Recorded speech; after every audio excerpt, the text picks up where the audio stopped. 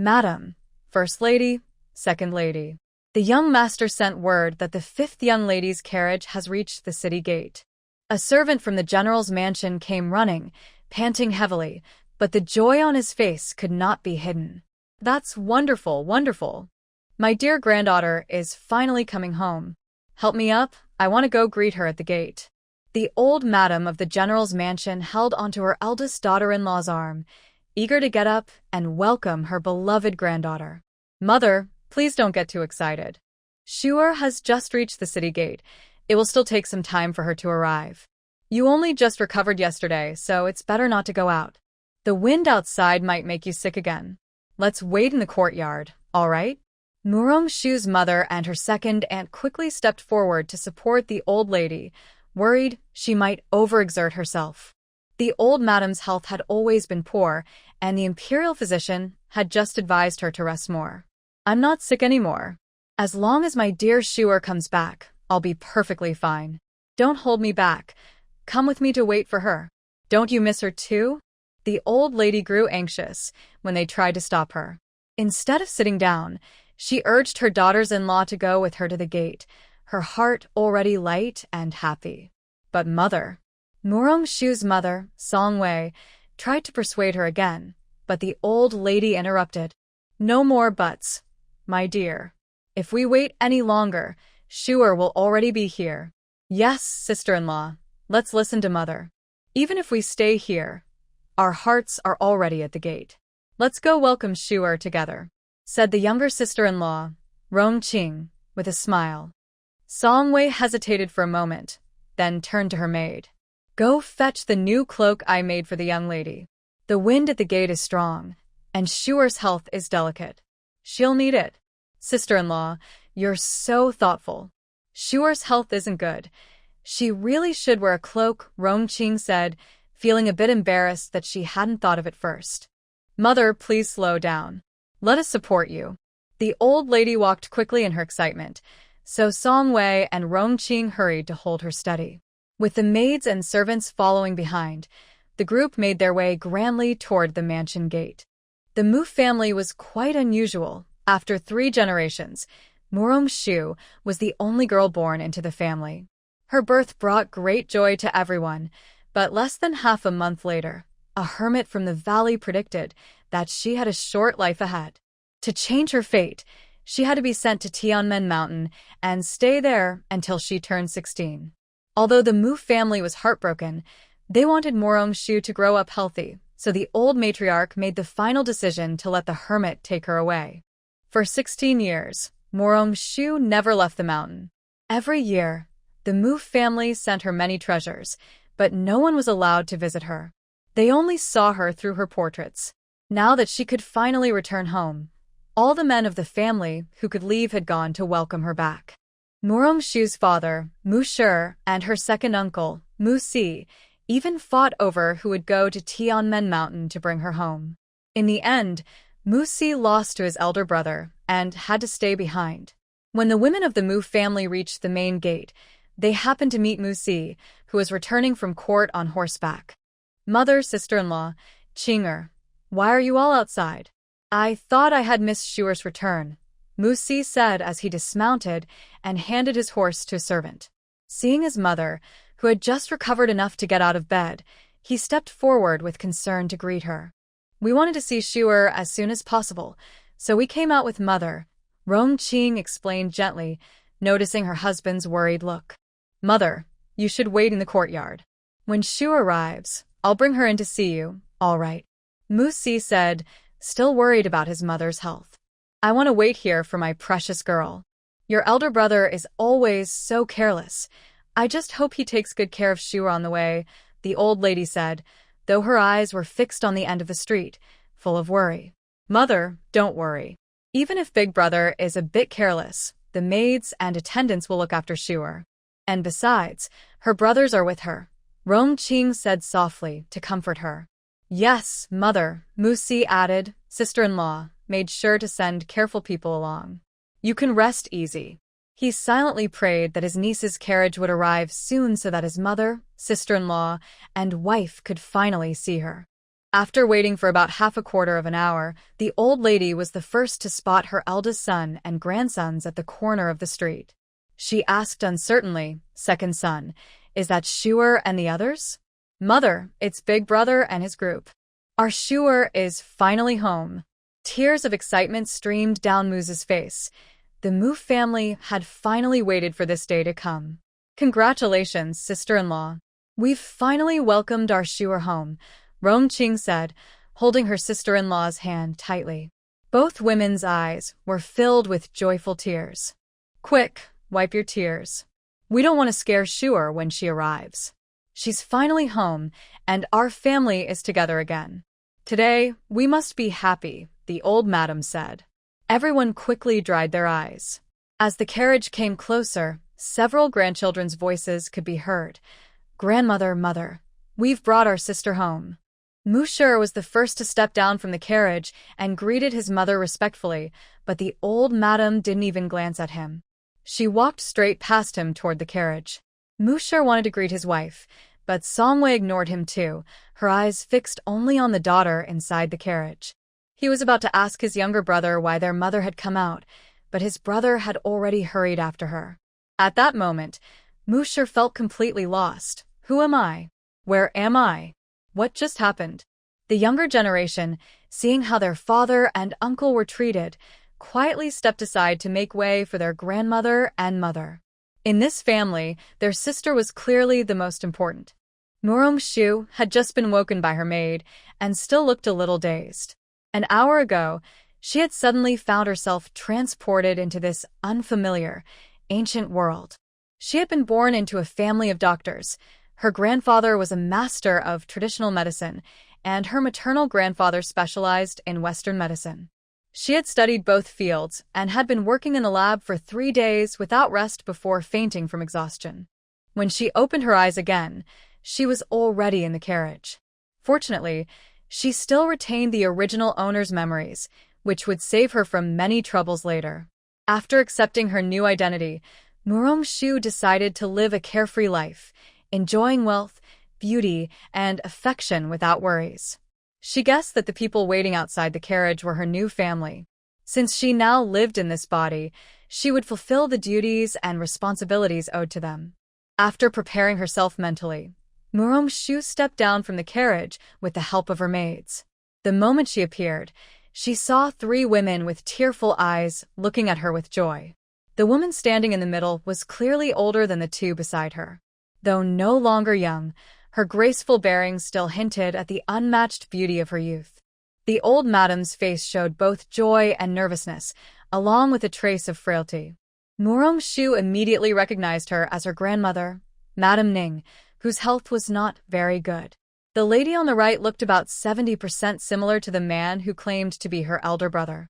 She had a graceful figure, dressed simply yet elegantly, with a gentle and calm beauty. At that moment, the beautiful woman's eyes were filled with tears, ready to fall at any time. Murong-shu knew this was her mother, Songwei, whom she had not seen for 16 years.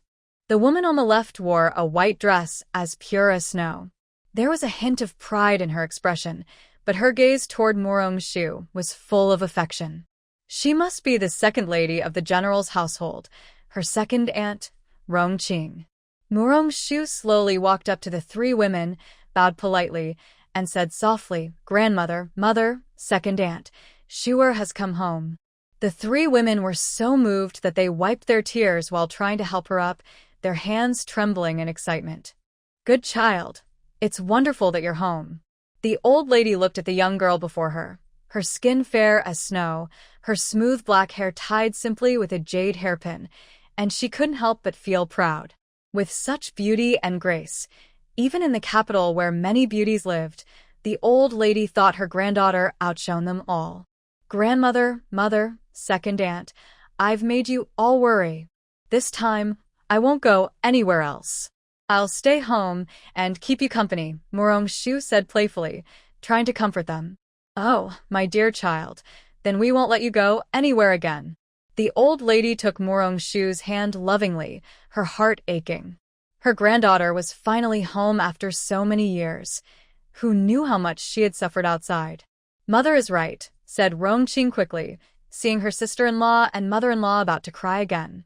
Now that Shuer is back, even Mother's illness seems lighter. Mother, Murong-shu said softly, I've been away all these years and couldn't be by your side. That was unfilial of me. From now on, I'll never leave you again. Her words made Song Wei burst into tears. The daughter she had missed day and night was finally before her eyes, and she could no longer hold back her emotions. My poor Shuer, you've suffered so much. It's all my fault for not protecting you, Song Wei cried, holding her daughter tightly. The old lady and Rongqing quickly stepped forward to comfort her. Where? Don't cry anymore. Shuer is home now. We have plenty of time to make up for the past. Don't scare the child. Let's go inside. Shuer's health is delicate, and we don't want her to catch a chill.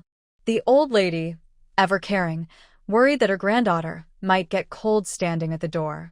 Sister-in-law, Shuer must be tired and hungry after the long journey. Let's take her inside to wash up first, then we can all have lunch together, all right?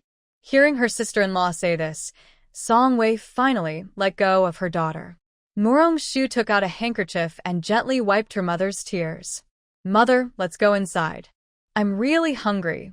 Second brother said your 8 treasure duck is the best. I wonder if I'll be lucky enough to taste it today? Song Wei was stunned for a moment, then overjoyed. Excitedly, she said, I already asked the kitchen to prepare the ingredients this morning. Since you like it, I'll cook it myself for you later. Thank you, Mother. Murong-shu affectionately linked arms with her mother and grandmother as they walked toward the house. The men were left speechless, especially second Uncle Mu-si, who hadn't even introduced himself to his niece before his mother and sister-in-law whisked her away. Mu-si hurried after his wife, feeling a bit wronged. Ching-er, Shuer just left without even calling me second uncle. You didn't hear her say she's hungry? What's more important than eating? Move aside, I'm going to the kitchen to ask them to add a few more dishes. Rongqing brushed off her husband's hand impatiently, afraid that even a moment's delay would keep her niece from eating. She quickly followed her mother-in-law and sister-in-law, planning to ask Shuer if she had any food preferences. But, my dear, Mu-si wanted to say more, but Rongqing was already gone. He sighed helplessly, thinking, what's going on? Why does this second uncle have so little presence in this family? Mu-shi, seeing his younger brother's gloomy face, patted his shoulder proudly. That's what you get for being useless. You couldn't give Mother a granddaughter, and now you see how little attention you get. Big brother, don't go too far. You were ignored too. Musi protested. That's different. Shuer and I bonded on the way here. Unlike you, I already have a close relationship with her. Look, even your sister-in-law is cooking to welcome me home. I'm so happy. Mu-shi conveniently ignored the fact that his wife was cooking for their beloved daughter. After showing off to his brother, he quickly went after the others. Left behind, Mu-si, his son, and his nephew looked at each other in confusion. Realizing what his brother had said, Mu-si chased after him angrily. Big brother, you're shameless. Sister-in-law is clearly cooking for Shuer. You don't understand, Mu-shi said proudly. This is called sharing blessings between father and daughter. Then we'll share our good fortune as uncle and nephew. But I was the one who brought Shuer back. My son went on my behalf, so it's the same as if I brought her back myself. The old lady walking in front was happily chatting with her sweet granddaughter when she heard her 2 sons arguing behind her. The noise gave her a headache, and she turned around to scold them. Both of you, be quiet. If you keep arguing, you won't get any lunch. What if you scare my dear Shuer? Mother, it's our fault. The 2 brothers quickly admitted their mistake when they saw their mother getting angry. At that moment, Murong-shu turned around and finally saw her second uncle clearly. He was about the same height as her father, with tan skin and sharp, handsome features. He was smiling warmly at her, his eyes full of expectation. On the way home, Murong-shu had already heard that her father and second uncle had quarreled over who would go to fetch her. Now that she saw her second uncle in person, she found him even more endearing than she had imagined. Seeing his eager expression, Murong-shu walked forward and politely greeted him. Second uncle, I hope you are well. I didn't greet you earlier. Please don't take offense, she said shyly. I'm well, sure. No need to be so formal. I was just joking with your father. You must be tired from the journey. Let's go inside and eat, Murong-si said with a cheerful smile. Thank you, second uncle. Standing nearby, Rong-ching saw her husband grinning from ear to ear and quietly stepped aside, unable to watch his silly expression. The old lady, annoyed that her second son was wasting time, gave him a sharp glare before taking Murong-shu by the hand and walking ahead, leaving Murong-si smiling foolishly behind them. The sons, nephews, and servants following behind could only look away, pretending not to see their father or uncle acting so silly. The group entered the mansion. Song Wei personally escorted her daughter to the Guining courtyard, the largest and finest courtyard in the entire estate. It had been under construction since the day Murong-shu was born. Over the years, it had been carefully maintained and improved. However, before she could move in, she was taken by the Valley Taoist to Tianmen Mountain and had been away for many years. Even though she wasn't at the Murong residence all this time, everyone in the family remembered her. They built the most beautiful courtyard for her, filled with precious items. The courtyard was cleaned daily, and everything inside was perfectly arranged. The decorations followed the latest styles in the capital, and every detail showed the family's love and care. Murong-shu was deeply moved. At this moment, she completely accepted this family and everyone in it. They had all been so kind to her. Song Wei took her daughter to her room, told Madame Li to stay and take care of her, then hurried to the kitchen to make 8 treasure duck for her. As a mother, she had never felt so content. With her daughter's return, her heart finally felt complete. Years ago, she had named this courtyard Guining, hoping her daughter would one day come home, escape her ill fate, and live a peaceful life. When Murong-shu washed up and went to the old lady's courtyard, the whole family was already there. Hearing the maid announce her arrival, the old lady immediately invited her in. Before Murong-shu could greet her, her grandmother called her over. Sure, come here. At home, we don't need to be so formal.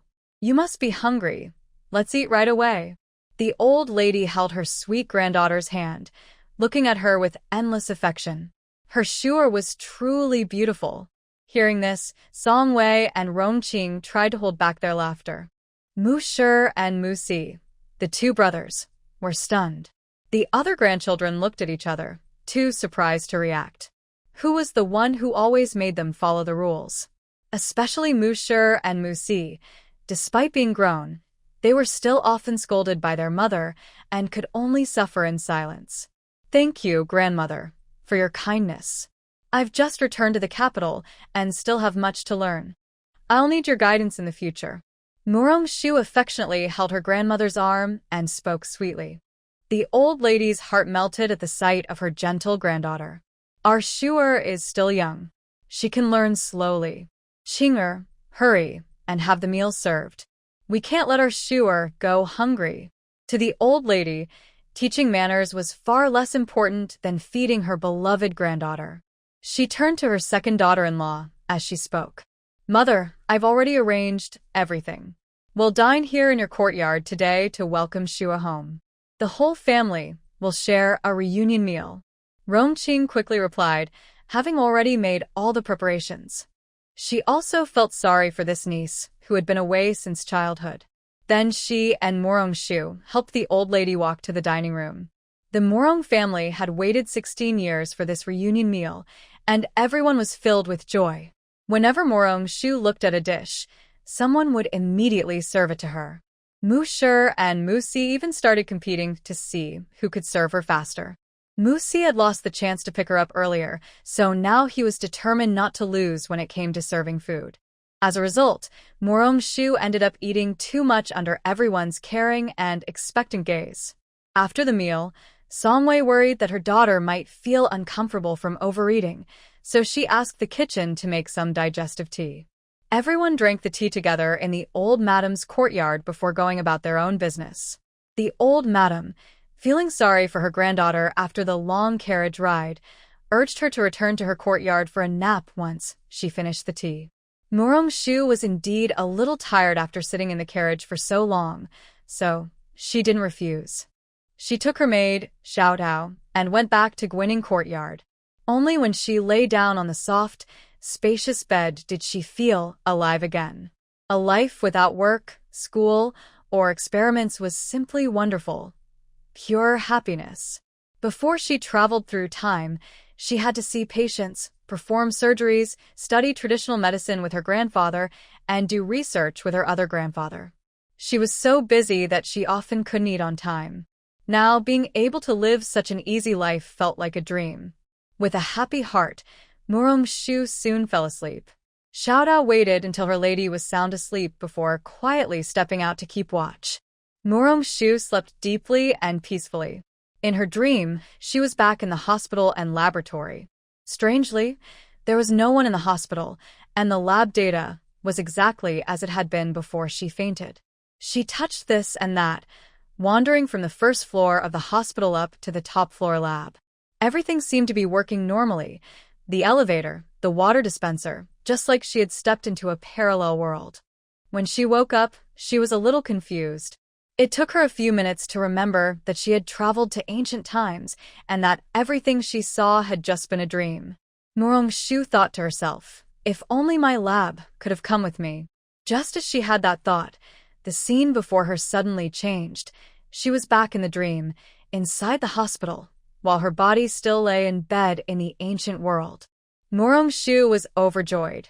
This was the special ability that came with time travel, a personal space. The entire hospital had come with her.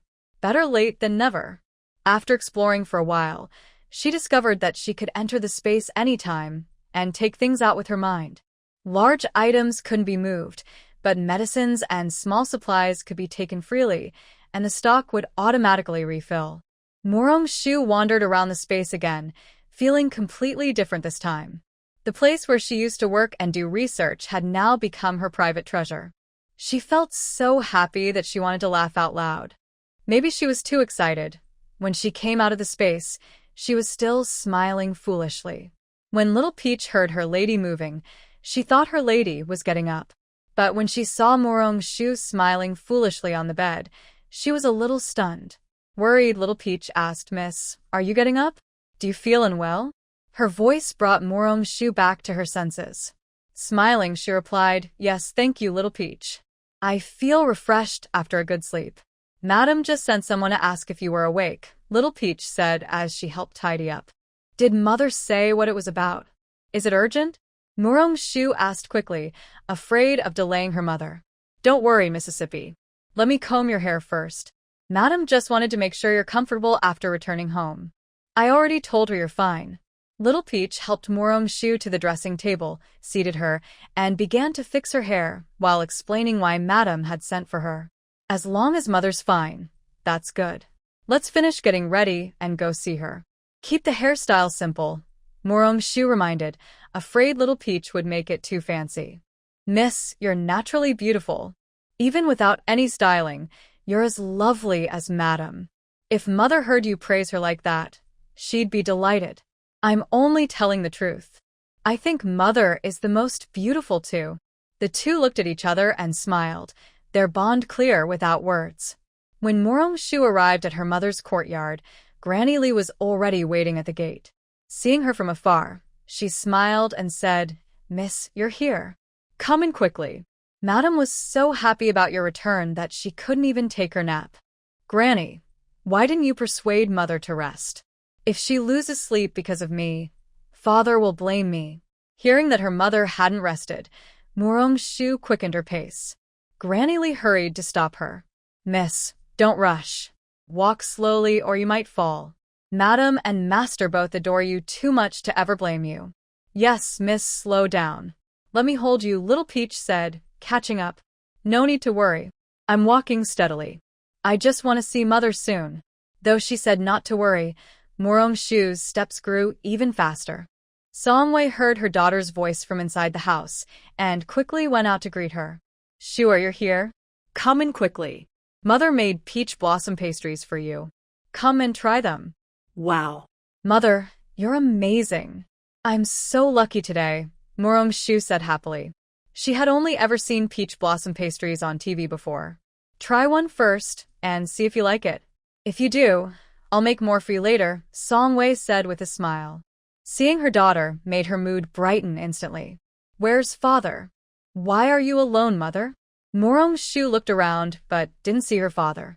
Your father and your eldest brother went to the western camp after lunch. They've been away for days, so they want to check on things, Songwei explained patiently. What about second brother? Your second, third, and fourth brothers went to the academy. Won't they fall behind after missing so many classes? Shu asked in surprise. She hadn't learned much about her brothers on the way back and didn't expect them to still be studying. Don't worry. Before we went to pick you up, they had already finished their lessons in advance. It won't affect their progress. Mother, is eldest brother also a general? Shu asked curiously.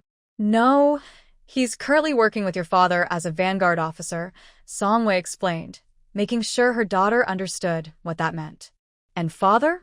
Your father was personally appointed by the emperor as the mighty general. He and the emperor have fought side by side for years. Our family serves only the emperor. Wow, the mighty general. That sounds so impressive, Shu said excitedly. She wasn't just flattering her mother. She truly found it amazing, since she had never experienced such things before. Since you're interested, how about I introduce everyone in the family to you? Songwei suggested, seeing her daughter's curiosity. Of course. That way I can get to know everyone better. Thank you, mother. Compared to you living alone on Tianmen Mountain for so many years, this is nothing, Songwei said softly, her heart aching at the thought. Seeing her mother about to cry again, Shu quickly comforted her. Mother, don't worry. You don't know how kind my master and senior brothers were to me. They always saved the best things for me. Even when I made master angry, they still looked out for me. This time when I came back, a few of them even cried. If they come to the capital to visit me later, mother, you must help me treat them well. When will they come? I'll have someone prepare the rooms in advance, Songwei said excitedly when she heard that her daughter's senior brothers were coming. My senior brother said he would write to me before they come. He also said that if my family treats me badly, he'll take me away. Shu thought about her senior brothers. They really were the kind of people who would say that. Who would dare make you feel wronged? I'd be the first to disagree. Hearing that her daughter had so many people who cared for her, Songwei felt happy. I knew mother loves me the most, Shu said playfully, holding her mother's arm. At that moment, Songwei finally understood what her sister-in-law meant when she said raising a daughter was different from raising a son. A little girl was soft, sweet, and adorable. Nothing like those noisy boys. Mother, you haven't told me about second uncle yet. Thinking of her interesting second uncle, Shu felt there must be a story behind him. Your second uncle? He's the one your grandmother scolds the most. He's a bit lively by nature and now works as an editor in the Hanlin Academy. He's quite a unique person in our family. Thinking of her younger brother, Songwei carefully chose her words so her daughter could understand. Isn't our family known for being military officials? How did second uncle end up in the Hanlin Academy? Shu asked before realizing it might sound rude. Your second uncle is talented in both literature and martial arts. When he was young, he was rebellious and chose to study instead of joining the army, becoming the first scholar in our family. Later, he ranked third in the imperial exam and then went to the army for experience. When your grandfather passed away, he was already working in the Ministry of War. After your father was granted the title of Great General, your second uncle asked to transfer to the Hanlin Academy to avoid suspicion. Shu couldn't help but admire her second uncle. I really admire him. He's good at everything. Don't let your grandmother hear you say that. She's scolded him countless times for those choices, Songwei said with a smile. Second uncle sounds so interesting and loyal. I like him already. What about second aunt? Shu guessed that anyone who could marry her second uncle must be quite special too. Your second aunt is the wealthiest in our family. Her family, the Rong family, is the richest in the capital. She's their eldest daughter, and when she married your second uncle, her dowry made all the noble ladies in the city envious. Song Wei couldn't help but laugh when she remembered her mother-in-law's expression upon learning that her second son was going to marry the legitimate daughter of the Rong family. Second uncle is really a winner in life.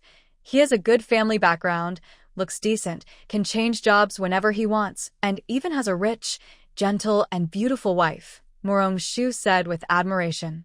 Who in the capital wouldn't envy him? But your second uncle does have a rival, the second young master of the Wen family. Back when your second uncle ranked third in the imperial exam and rode through the streets in celebration, the young lady whom Wen's second son admired happened to fall for your uncle instead. Since then, the two have been at odds. Ha ha ha, poor second uncle. Morong Shu couldn't stop laughing. Even now, they still don't get along. They both work at the Hanlin Academy and argue almost every day. Sometimes they even quarrel in front of the emperor. The Wen family leads the civil officials, and Wen's second son is very talented, but your second uncle is also quick-witted, so the emperor often gets a headache watching them. Arguing in front of the emperor? They're really bold. The current empress is Wen's second son's younger sister, and the emperor and empress are very close. Your father is also someone the emperor trusts. What can His Majesty do? He just pretends not to see it. Having powerful connections really makes a difference. Morong Shu sighed. As mother and daughter were chatting, a maid came in to report that the second madam had arrived.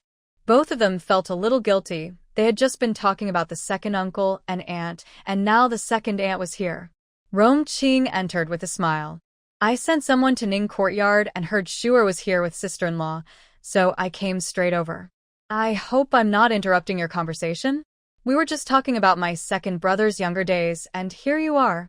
Song Wei said playfully, standing up to welcome Rong Qing. She asked the maid to bring fresh tea and peach blossom pastries. If mother hears about the silly things my husband did when he was young, she'll be upset again. Sister-in-law, don't teach Shuer any bad habits, or mother will surely scold us both. Sister, if my second brother heard you say that, he'd definitely argue with you, Song Wei said with a laugh. Thinking of how Mu Si usually acted around Rong Qing, both women burst into laughter. We're talking quietly here. How would he ever find out? Rong Qing said playfully, winking at her sister-in-law. But I think second uncle is really cool. The best thing is that he married such a gentle, kind, and beautiful second aunt. Morong Shu's flattery worked perfectly, making Rong Qing beam with delight. Elder sister-in-law, look at Shuer's way with words. Doesn't she talk just like her second uncle? Rong Qing teased her little niece. What's wrong with being like second uncle? He's smart, strong, funny, and treats his wife very well. Morong Shu praised him generously. You little girl, it's fine to say that in private, but if your second uncle hears it, the whole capital will know you praised him by tomorrow, Rong Qing said, making Song Wei laugh. Elder sister-in-law, Shuer is just too adorable. I actually came to ask if you'd like to go shopping.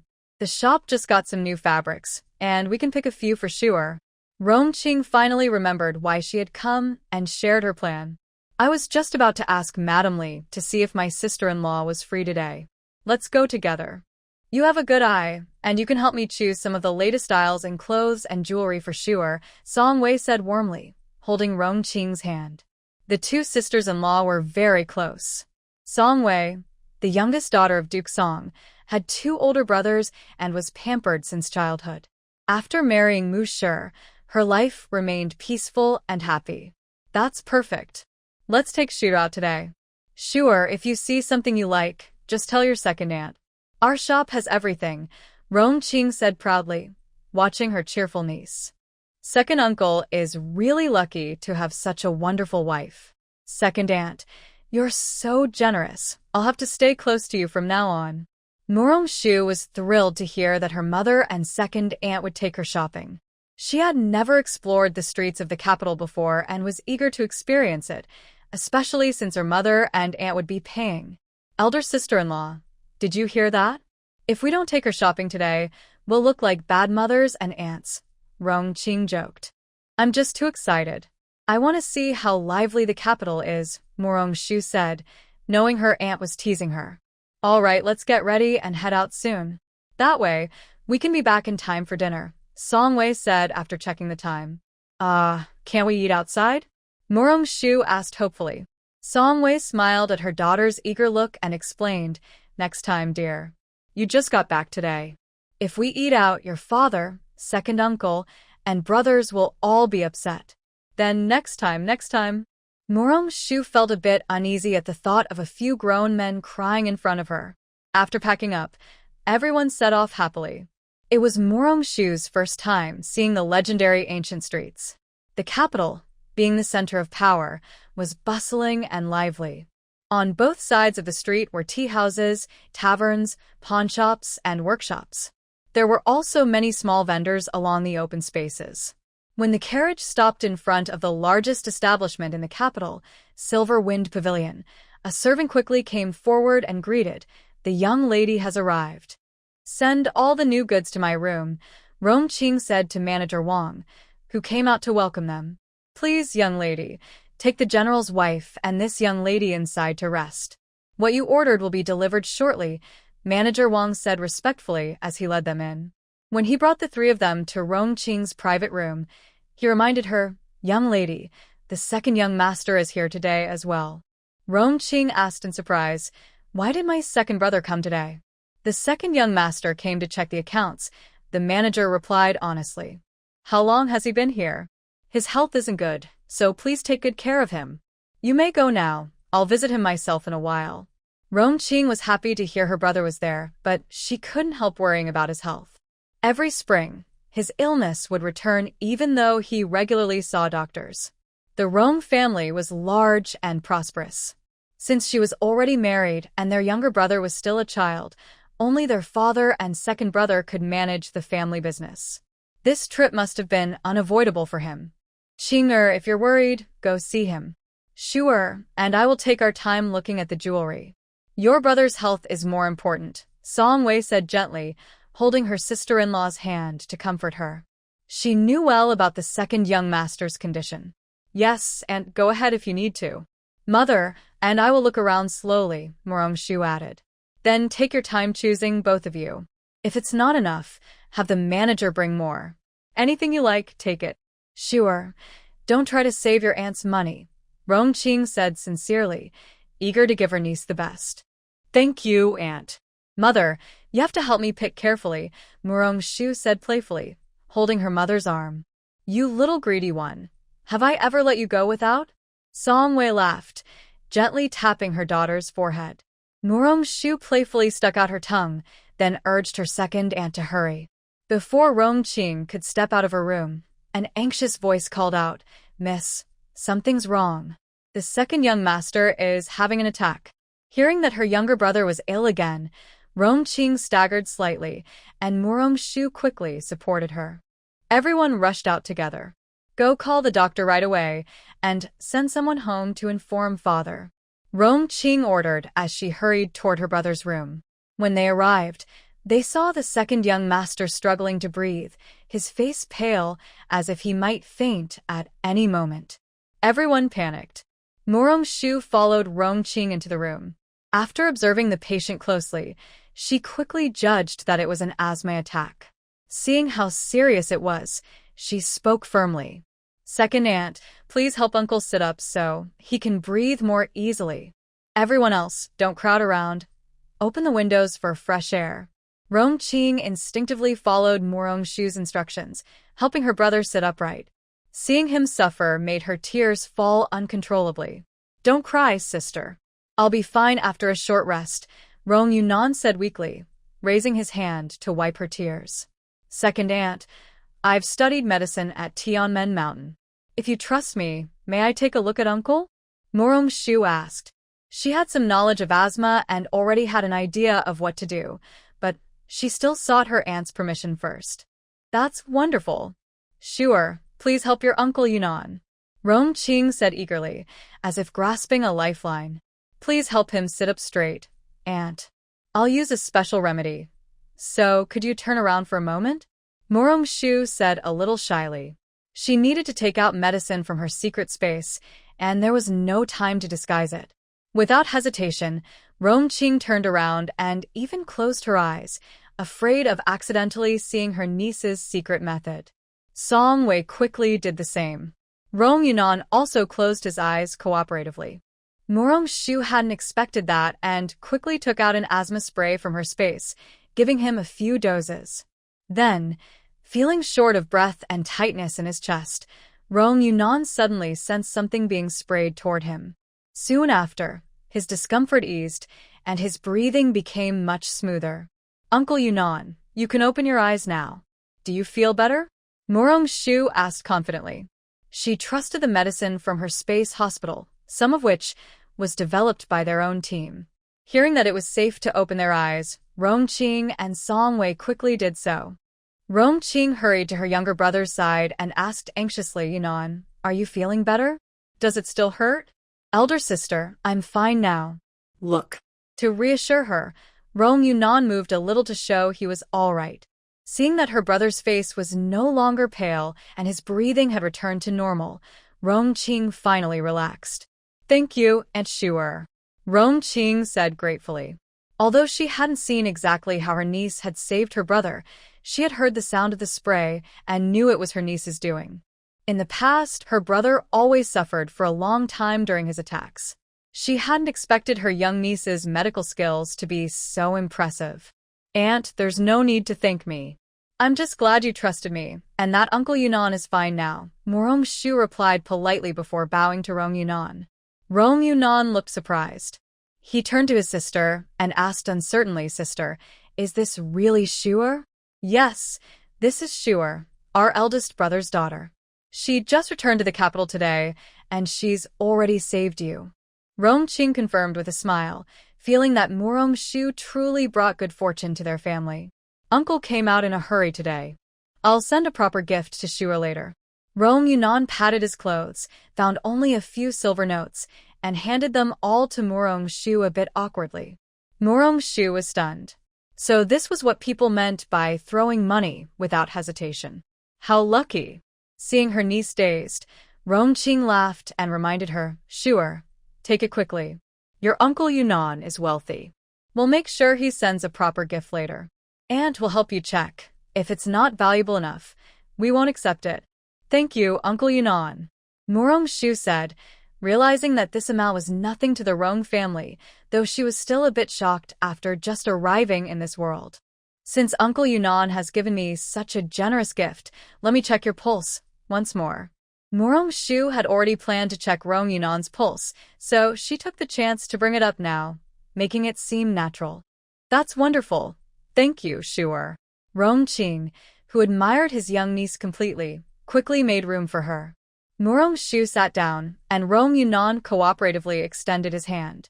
Without hesitation, she began checking his pulse. Song-wei watched in surprise.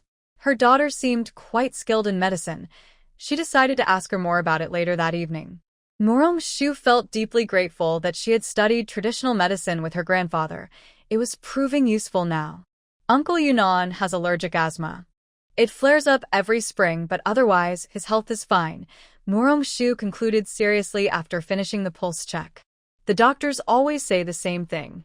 Father has found many famous physicians, but none could cure it. It's been getting worse these past few years, Rong-ching said worriedly. There are more allergens in spring. I'll prepare an emergency medicine for Uncle Yunan to carry with him, so he can go out safely. As for a full recovery, he'll need to take herbal medicine regularly for about a year. Morong-shu thought of the special medicine developed in the lab. Combined with the herbal treatment, it should take no more than a year. Sure, do you mean your uncle's illness can be cured in a year? Rong-ching asked in disbelief. It might even be a little sooner, but not shorter than that, second aunt. We need to take it step by step, and some herbs will take time to find, Morong-shu explained, thinking her aunt found the time too long. Rong-ching and Rong-yunan were overjoyed. Rong-yunan asked uncertainly, Sure, are you saying my illness can really be cured? Yes. I'll prepare the special medicine first, but we'll still need to gather the other herbs for the treatment. What herbs? Whatever you need, Just take them from our family's pharmacy. Before they could continue, the old master of the Rong family entered with the family doctor. Hearing the word herbs, he thought his son needed medicine urgently. Father, you're here. Second brother is already feeling better, Rong Qing said quickly, greeting him and explaining the situation. Better? So soon? Dr. He, come and take a look. The old master said in surprise, urging the family doctor forward. The doctor, equally astonished to hear that the second young master had recovered, hurried over to check his pulse. Father, this is my sister-in-law and my little niece. Master Rong, who had been worried about his son, finally noticed them after his daughter's introduction. He said apologetically, Madam Mu, sure, I'm sorry. I was too worried about Yunnan just now. There's no need to be polite, Master Rong. As parents, we all understand, Song Wei replied with a bow. She truly meant it, not just out of courtesy. Sure has grown so much without me noticing. She's still such a sweet girl. Madam Mu and General Mu are truly blessed. Here, take this. It's a small gift from your Grandpa Rong for our first meeting. Master Rong took out a handful of silver notes from his robe, more than what Mu Yunnan had given earlier. Mu Rongshu was stunned. No wonder, he was known as the richest man in the capital. Who else would carry so many silver notes and give them away so freely? Master Rong, the second young master's illness is no longer serious. Just continue with the same prescription, the family doctor said respectfully after checking Mu Yunnan's pulse. Though curious about his sudden recovery, he didn't ask further. Thank you, Dr. He. Ah Sheng, please the doctor out, Master Rong instructed his attendant. After the doctor left, Rong Qing explained everything that had happened to her father in detail. When Master Rong finished listening, he looked at Mu Rongshu excitedly. Sure, my dear granddaughter, have you really cured your Uncle Yunnan's illness? As long as nothing unexpected happens, yes. If he follows my prescription carefully and takes good care of himself, it won't be completely gone, but I can guarantee it won't return, Mu Rongshu said confidently. That's wonderful. I heard you talking about herbs earlier. Here, take this, you can use it to get whatever you need. Master Rong handed her a token from the Rong family's largest pharmacy in the capital. Mu Rongshu was momentarily surprised. This was such a great show of trust. She stammered slightly, Grandpa Rong, you trust me this much? Aren't you afraid I might be exaggerating? Ha, what's there to fear? You're the disciple of the Taoist from Tianmen Mountain Valley. Your medical skills must be excellent. Besides, you saved your Uncle Yunnan today. Think of this token as a gift from your Grandpa Rong. Sure, quickly put the token away. Whenever you need herbs, just go and get them. If there's not enough for your uncle's treatment, we'll send people to find more. Rong Qing was afraid her little niece might refuse the gift, so she quickly urged her to accept it. Master Rong, this is far too valuable. Song Wei finally had a chance to speak. She was worried that her daughter might not be able to cure Rong Yunnan and disappoint the Rong family. Madam Mu, please don't feel pressured, said Master Rong generously. Just take it as a small meeting gift from an elder to Shure. Sister-in-law, let Shure accept it, Rong Qing added. Look at Yunnan now, he doesn't seem sick at all. That shows Shure really has skill. You shouldn't stop her. Rong Qing understood her sister-in-law's worries. Her second brother had suffered for years, and now that someone could cure him, no matter the cost, they had to try. It wasn't just a token from a pharmacy in the capital. If it could truly heal him, the Rong family would gladly give the whole pharmacy to Morongshu's family. Then I'll accept it for now, said Morongshu. I'll prepare the emergency medicine today and deliver it to Uncle Yunnan tomorrow. After that, he should be able to go out as usual. Morongshu didn't act modestly. Seeing the Rong family's sincerity, she accepted the gift openly. She would simply work faster to make the medicine for her uncle. Oh, sure, you're really thoughtful. If you need anything, just tell your second aunt. As long as it's not the moon in the sky, I'll get it for you, Rong Qing said excitedly. Hearing that her niece would start making the medicine today, Rong Qing was thrilled. She was ready to help with anything Shure needed. Let's go to the pharmacy now, said Morongshu eagerly. I can pick out some herbs and start working tonight. I'll go with you, said Rong Qing. Father, please take my brother home. I'll go to the pharmacy with my sister-in-law and Shuer. She could hardly wait. Thank you, Qing'er and Shuer. Be careful on the road. If you're missing any herbs, send someone back to tell me. I'll find a way to get them, said Master Rong. He wanted to go too, but he was more worried about his son.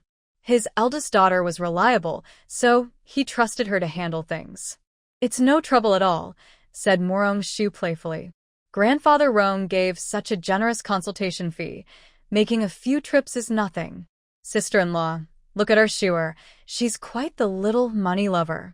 If we ever need her help again, we'd better prepare a big red envelope first.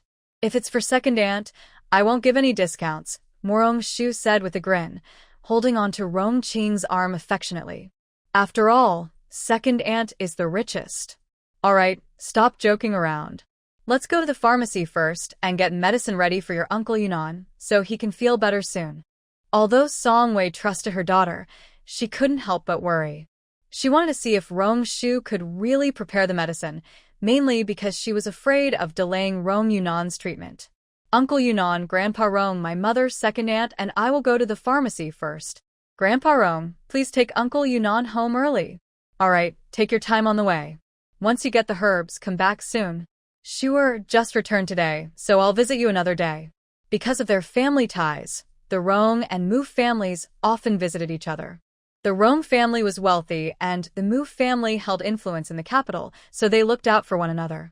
Rong's daughter also lived happily in the Mu household. After the group left, Master Rong finally realized why they had come today. It wasn't strange for his daughter to be there, since she helped manage some of the family's business. After asking the shopkeeper about their visit, Master Rong waved his hand and ordered that all the jewelry they had looked at earlier be sent to the Mu residence. So before the group even returned home, the jewelry had already arrived. The Mu family steward thought the madam and young lady had bought them while shopping and didn't think much of it. Meanwhile, at the pharmacy, the Mu family's business was large, and their pharmacy was well stocked. After gathering the herbs needed to treat asthma, Mu Rongshu thought of the skincare products she used earlier and decided to make some herself. Second aunt, I've got all the herbs for Uncle Yunnan's medicine. May I take some other herbs too? Sure. Are you feeling unwell? Should your mother take you to see a doctor? Song Wei immediately assumed her daughter was sick and looked worried. Mother, I'm not sick. I just need them for something else. Mu Rongshu quickly explained when she saw her mother misunderstood. You scared your mother and me. You can take as many herbs as you need, not just today. Anytime you want, Rong Qing said with relief. Thank you, second aunt. When I finish making it, I'll give you some too. I'm sure whatever you make will be wonderful. I'll be waiting for it, Rong Qing said eagerly, happy to be included. Only your second aunt gets some? Does your mother get nothing just because she didn't provide the herbs? Song Wei teased her daughter playfully. How could that be? I made these gifts for grandmother, mother, and second aunt. Of course, there's one for you, mother. Murong Shu quickly showed her affection to her mother. Elder sister-in-law, don't be jealous. Shuer is the little sweetheart of all of us sisters-in-law. With you caring for her, I couldn't be happier. Why would I be jealous? Song Wei wasn't upset by her daughter and sister-in-law's teasing. The three of them laughed together. After dinner, Murong Shu returned to the Ning courtyard to prepare medicine for Rong Yunnan. Meanwhile, Song Wei and Rong Qing stayed with the old madam to tell her and the rest of the family what had happened that afternoon. Old madam, my dear granddaughter is truly amazing. Mu Shi, as expected of my daughter. Mu Si, my niece is just as clever as I am. Brothers, our little sister is incredible. Mother, we didn't know Shuer had such skills before. I think we should set up a small pharmacy for her in the Ning courtyard. It would make things much easier for her. Rong Qing thought about how her young niece was busy preparing special medicine for her second uncle and suggested the idea to the family. You're very thoughtful. Let's arrange the pharmacy and also add a small kitchen so Shuer can have something to eat if she stays up late. The old madam worried her granddaughter might get hungry while working at night, so she suggested adding a kitchen. Mother, I'll take care of it tomorrow and try to have everything ready in a few days. As the lady of the house, Songwei quickly joined in after hearing her mother-in-law and sister-in-law's thoughtful plans. Elder sister-in-law, just find the workers. I'll have the medicine shop send over all the herbs. Rong Qing, seeing that both her mother-in-law and sister-in-law supported her idea, offered to handle the supplies. Madam, I'll help with second brother tomorrow. We'll try to finish everything in one day. Mu Shi, eager to help his daughter, immediately volunteered and pulled his younger brother along. I'll design the pharmacy. Big brother doesn't have good taste. Mu Si said eagerly. The brothers protested. They wanted to help too. In the end, the old madam decided that everyone would join in. After Morong Shu returned, she sent Xiao Tao away. She took out a spray from her storage space, poured it into small bottles, sealed them, and then went into her lab to finish making Rong Yunan's medicine. Since this was ancient times, Morong Shu used her knowledge of traditional medicine to make the medicine into small pills, packed them in porcelain bottles, and stored them in her space. She planned to deliver them to her uncle Yunan the next day. Before leaving, she also made some skincare products for beauty and health. She took out one box to use that night and stored the rest in her lab to give to her mother and others the next day. By the time she finished everything, it was already late. Morong Shu was so tired that her back ached. She lay on the bed without caring about her image, feeling that it had been a full and productive day. Soon she fell asleep. The next morning, her body's natural clock woke her up on time. Morong Shu couldn't help but sigh. She really was born to be a hardworking person. She stayed in bed for a while before calling Xiao Tao in to help her get dressed. It wasn't that she didn't want to dress herself, but she really didn't know how to handle ancient clothing. Watching how easily Xiao Tao managed it, Morong Shu gave her a thumbs up. Miss, what does that gesture mean? Are you praising me? Xiao Tao asked uncertainly. This gesture means you're amazing, Xiao Tao.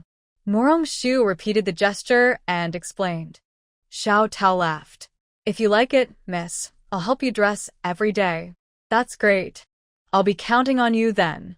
It's no trouble at all. Many people in the household would love to serve you, miss, Xiao Tao said happily, thinking of her envious friends. Xiao Tao, make my hairstyle simple today. I want to walk around the courtyard for some exercise. It's good for health, Morong Shu said, worried that a complicated hairstyle would make it hard to move. As you wish, Mississippi. If you like, we can also visit the training ground in the back. The general, second master, and several young masters often go there when they're home. Oh, I thought only my eldest brother practiced martial arts, Morong Shu said in surprise. All the young masters in our household are skilled in both literature and martial arts.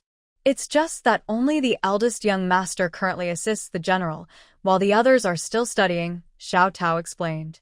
I see. So, does the sixth young master also practice martial arts? Thinking of the sixth brother from her second uncle's family, whom she hadn't met yet, Morong Shu asked curiously. The sixth young master was weak as a child and has been studying at Yu Mountain Academy. He's very good at his studies, but his health isn't strong enough for martial arts, Xiao Tao said with a hint of regret.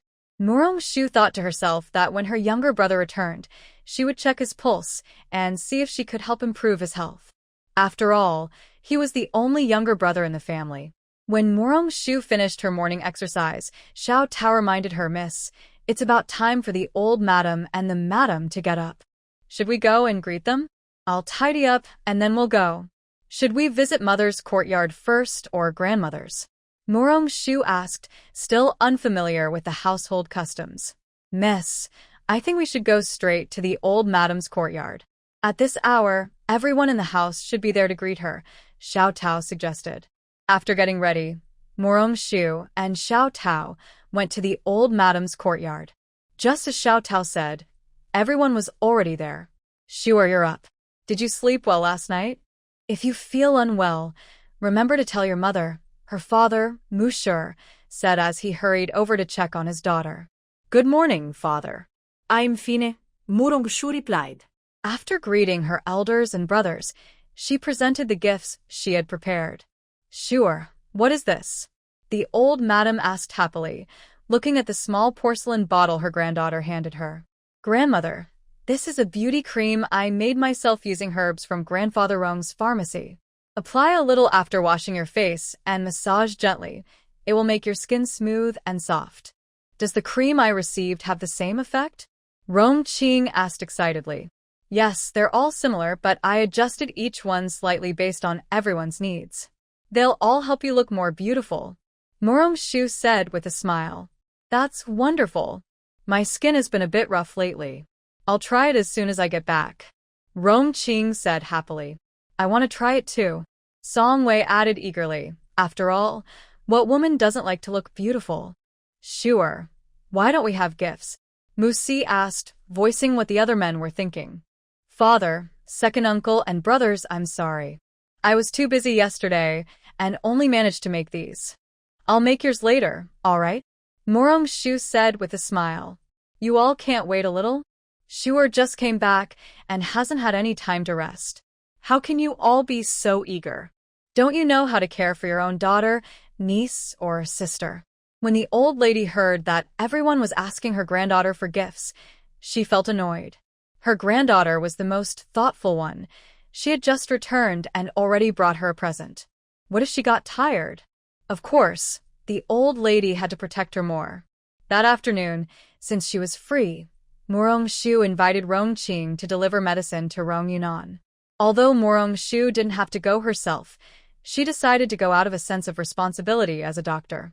When Rong Qing heard that Morong Shu wanted to go with her to visit her family, she was deeply moved. Her second brother's illness had always been the family's biggest worry for many years. Seeing her young niece care so much about her second brother and even personally deliver the medicine, Rong Qing silently promised to treat Morong Shu like her own daughter from then on. Rong Qing sent someone ahead to inform her mother, father, and second brother. So when Morong Shu and Rong Qing arrived at the Rong residence, the family was already waiting at the gate. As soon as they stepped down from the carriage, they were warmly welcomed. "Qinger, this must be Shuer. What a good child. You've worked hard. You just returned to the capital and haven't even had time to rest, yet you're already helping your uncle.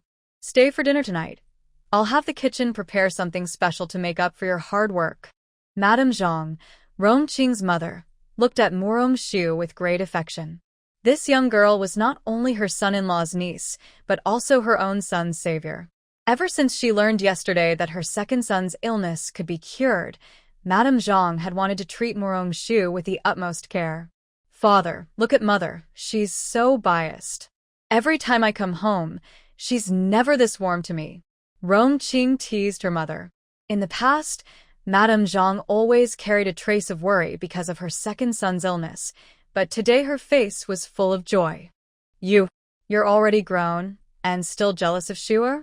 She's been through so much outside all these years. I haven't even had the chance to visit her yet, and she's already saved your brother.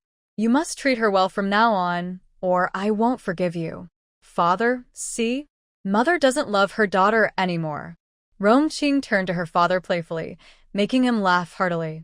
"Grandma Rong, let's go inside first. I'll check Uncle Yunan's pulse and then explain how to use these medicines. I promise he'll be able to go anywhere he wants after this." Morong Shu didn't expect Madame Rong to be so warm and kind. She immediately felt close to her, and her first impression was very good.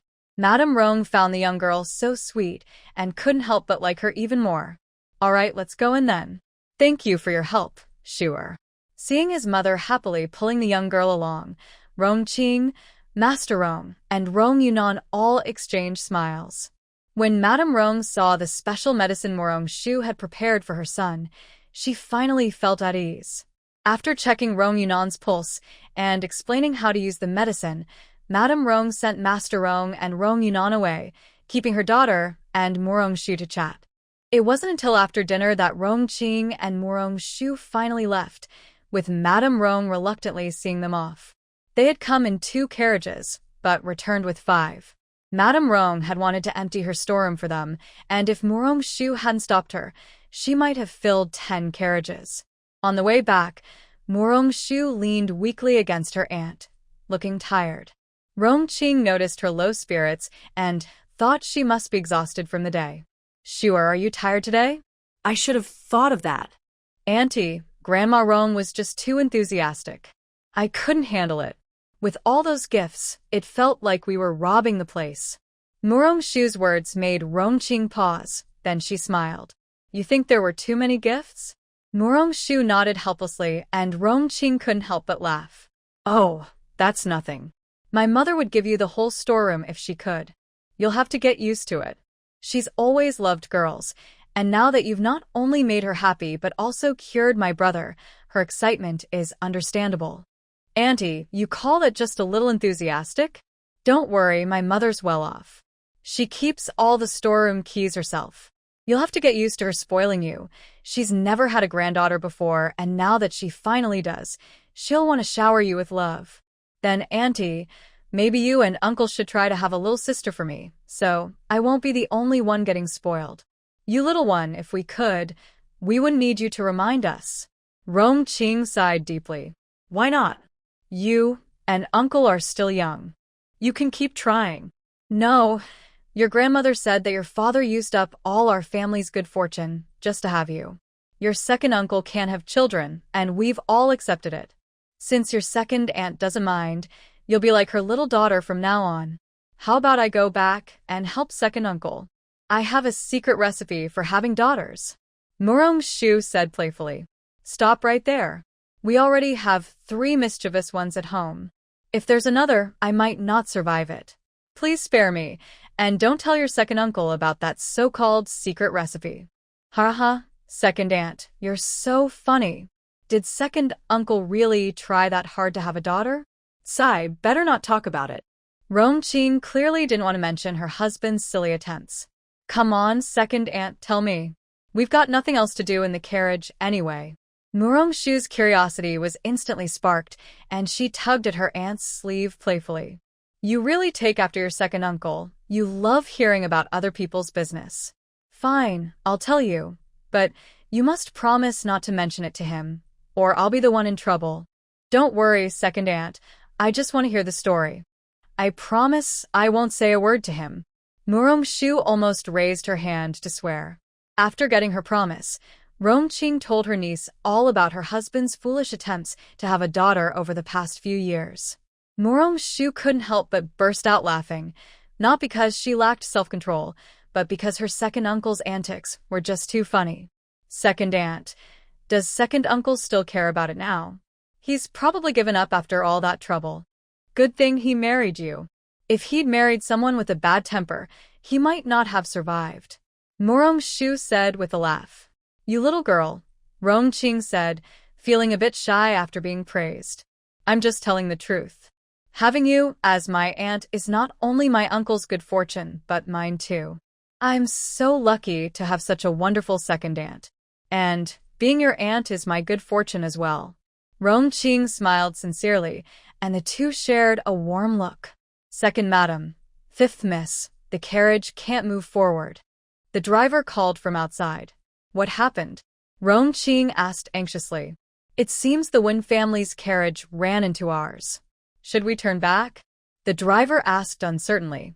Turn back, Rong-ching said quickly. Just thinking about how her husband and the Wen family's second master never got along gave her a headache. To avoid trouble, she immediately told the driver to turn the carriage around. Inside the carriage, across the road. Third brother, your bell. It's ringing. It's really ringing. Third brother, pinch me quick. Second master Wen was so excited that he could hardly speak. The man sitting opposite him also looked completely stunned. The sound of the bell was such a shock to Wen Jing that he fainted on the spot. Second master Wen quickly caught his younger brother and called out anxiously, Third brother, what's wrong? Don't scare me. Mother told me to protect you on this trip. If something happens to you, how can I explain it to her? Seeing no response, he shouted to the attendants outside, Turn the carriage around. Hurry back to the mansion. The coachman didn't dare delay and immediately turned the carriage around. Everyone in the Wen family knew that the third young master was the family's treasure. He could have anything he wanted, except that his health had always been poor. In the carriage of the Mu family across the way, Mu Rongshu pressed a hand to her chest, as if something deep inside her had just been awakened. Her aunt, Rong Qing, noticed her niece's pale face and became worried. Sure. Did you not rest well last night? Let's go home so you can get some sleep. Aunt, I'm fine, don't worry. I just got distracted for a moment. I'll be fine after some rest, Mu Rongshu said quickly, not wanting her aunt to worry. The Wen family's carriage raced back to the mansion. At the gate, they ran into the eldest brother, Wenji, who was just about to go out. Seeing his second brother jump out of the carriage in a panic, he was about to scold him when he heard the anxious shout. Big brother, something's wrong. Third brother fainted. Help me get him back to his room. Wenji froze for a moment, then rushed over, lifted his younger brother onto his back, and ran toward the house. As he ran, he ordered, "Go call the family doctor, now." Second Master Wen Yi, moved quickly. By the time Wenji carried their brother back to his courtyard, the whole family had gathered. Their mother, Madame Wang, looked deeply worried, and both sisters-in-law were pale with fright. How is Jinger? Jier? Put him on the bed and let the doctor take a look. He was fine when he left this afternoon. How could he suddenly faint? My poor Jinger. Madame Wang began to cry, and the two daughters-in-law, Lu Qing and Yi Jing, hurried to comfort her, afraid she might faint as well. Mother, please don't cry. Let's wait for the doctor to examine third brother first. You must take care of yourself. The eldest daughter-in-law, Lu Qing, tried to comfort her. Yes, mother, our third brother is always the most filial. If he wakes up and finds out you were upset, he'll blame himself again. The second daughter-in-law, Yi Jing, quickly added. Madame Wang, worried that her third son might feel sad, forced herself to stop crying. But the worry in her eyes only grew stronger. Remembering what the wise master had said, her tears began to fall again. The family doctor didn't dare delay and quickly checked Wen Jing's pulse several times. Each time, he looked uncertain. This time, the third young master's condition was different from before. He had simply fainted from being too emotional. Dr. Wang, is there anything wrong with Jing? Asked the Prime Minister, Wen, noticing the doctor's hesitation. Sir, the third young master didn't have a relapse. He just fainted from excitement. His body is fine, and he'll recover after some rest, the doctor replied carefully. As long as it's not an illness, that's good. You scared me half to death. Madame Wang let out a long sigh of relief. I told you, mother, our third brother would be fine. Please sit down and rest for a while, said Lu Qing, also relieved. The third brother is blessed. He'll live a long and healthy life. I'll tell the kitchen to prepare some calming medicine for him. After a good sleep, he'll be fine tomorrow. Yi Jing finally relaxed. She had been worried because her husband had taken the third brother out. If anything had happened, her husband would surely have been punished. Now that everything was fine, she felt much better. After a brief moment of relief, the Prime Minister focused on the key point. His son had fainted from excitement. What could have made him so emotional? His third son had always been calm, intelligent, and resourceful, sometimes even more so than himself. If not for his weak health since childhood, the Prime Minister was certain his youngest son's achievements would have surpassed his own. Second son, what exactly did you all do today? Why did your brother get so worked up? He asked, turning to his still-shaken second son. Hearing his father's question, the second son carefully described everything they had done that afternoon, even down to what his brother had eaten. Everyone was stunned by his detailed memory. But everything he mentioned sounded ordinary, nothing that should have made Wen Jing faint from excitement. Other than that, was there anything unusual? Wen Ji couldn't help but ask his second brother. The special thing is, on our way back, just now, third brother wanted to buy some pastries for mother. Our carriage ran into the Mu family's carriage, and then theirs turned around first. Get to the point. Minister Wen glared at his second son. I'm getting there, father. Why are you in such a hurry? Vanya muttered softly. Minister Wen almost had a heart attack from anger, but he held back because he still wanted to know why his third son was so excited. When the Mu family's carriage turned around, the bell on second brother's waist suddenly rang, and third brother got so excited that he fainted. What did you say? Everyone asked at once, their voices full of surprise. Second brother, are you sure third brother's bell rang? When Ji rushed up to his brother, trembling with excitement. Of course I'm sure. Both third brother and I saw it. It really rang. I thought that bell would never ring. On the way back, I even touched it a few times, but it didn't make a sound. When Yi looked unhappy that his older brother doubted him. Second son, don't lie to your mother. Did you really see it with your own eyes? The old lady, Madame Wang, asked eagerly. Of course I did. I really saw it. If you don't believe me, ask third brother when he wakes up. When Yi thought his mother didn't trust him. Husband, is this true? Has our Wen family finally waited long enough for this day? Madame Wang burst into tears, and the two daughters-in-law beside her were also filled with excitement. Seeing his wife crying, Minister Wen stepped forward, held her hand, and comforted her. Don't cry, my dear. This might be the turning point for our family and Jinger's destiny. I'm not crying out of sadness, the old lady said, wiping her tears. I'm just so happy. I never thought Jinger would have such a day. Second brother, are you sure it was the Mu family's carriage? When Ji asked again, afraid his brother had made a mistake. Of course I'm sure. It was Madame Mu's carriage. Mu Si always shows off his wife's carriage to me.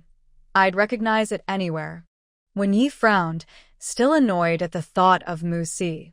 Jir, send someone to find out who is inside that carriage. Yir, go tell your uncle and third uncle to come here right away. Say it's something very important. Yes, father. Second brother, we're here with third brother.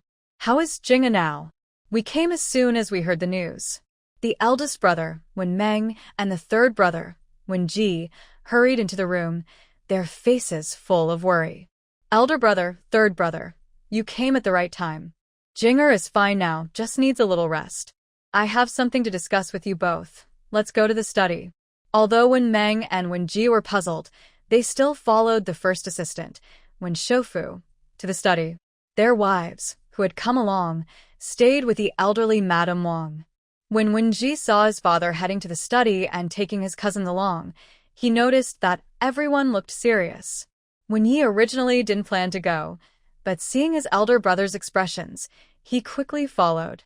Before they even entered the study, they heard their uncle and third uncle's excited voices. Second brother, you said Jinger's bell rang? Besides Jinger, who else saw it? It was Year who saw it with his own eyes. He said Jinger saw it too, which is why he fainted from excitement, when Shoufu replied calmly. Where's Year? Call him in. I need to ask him myself. Could he have been mistaken?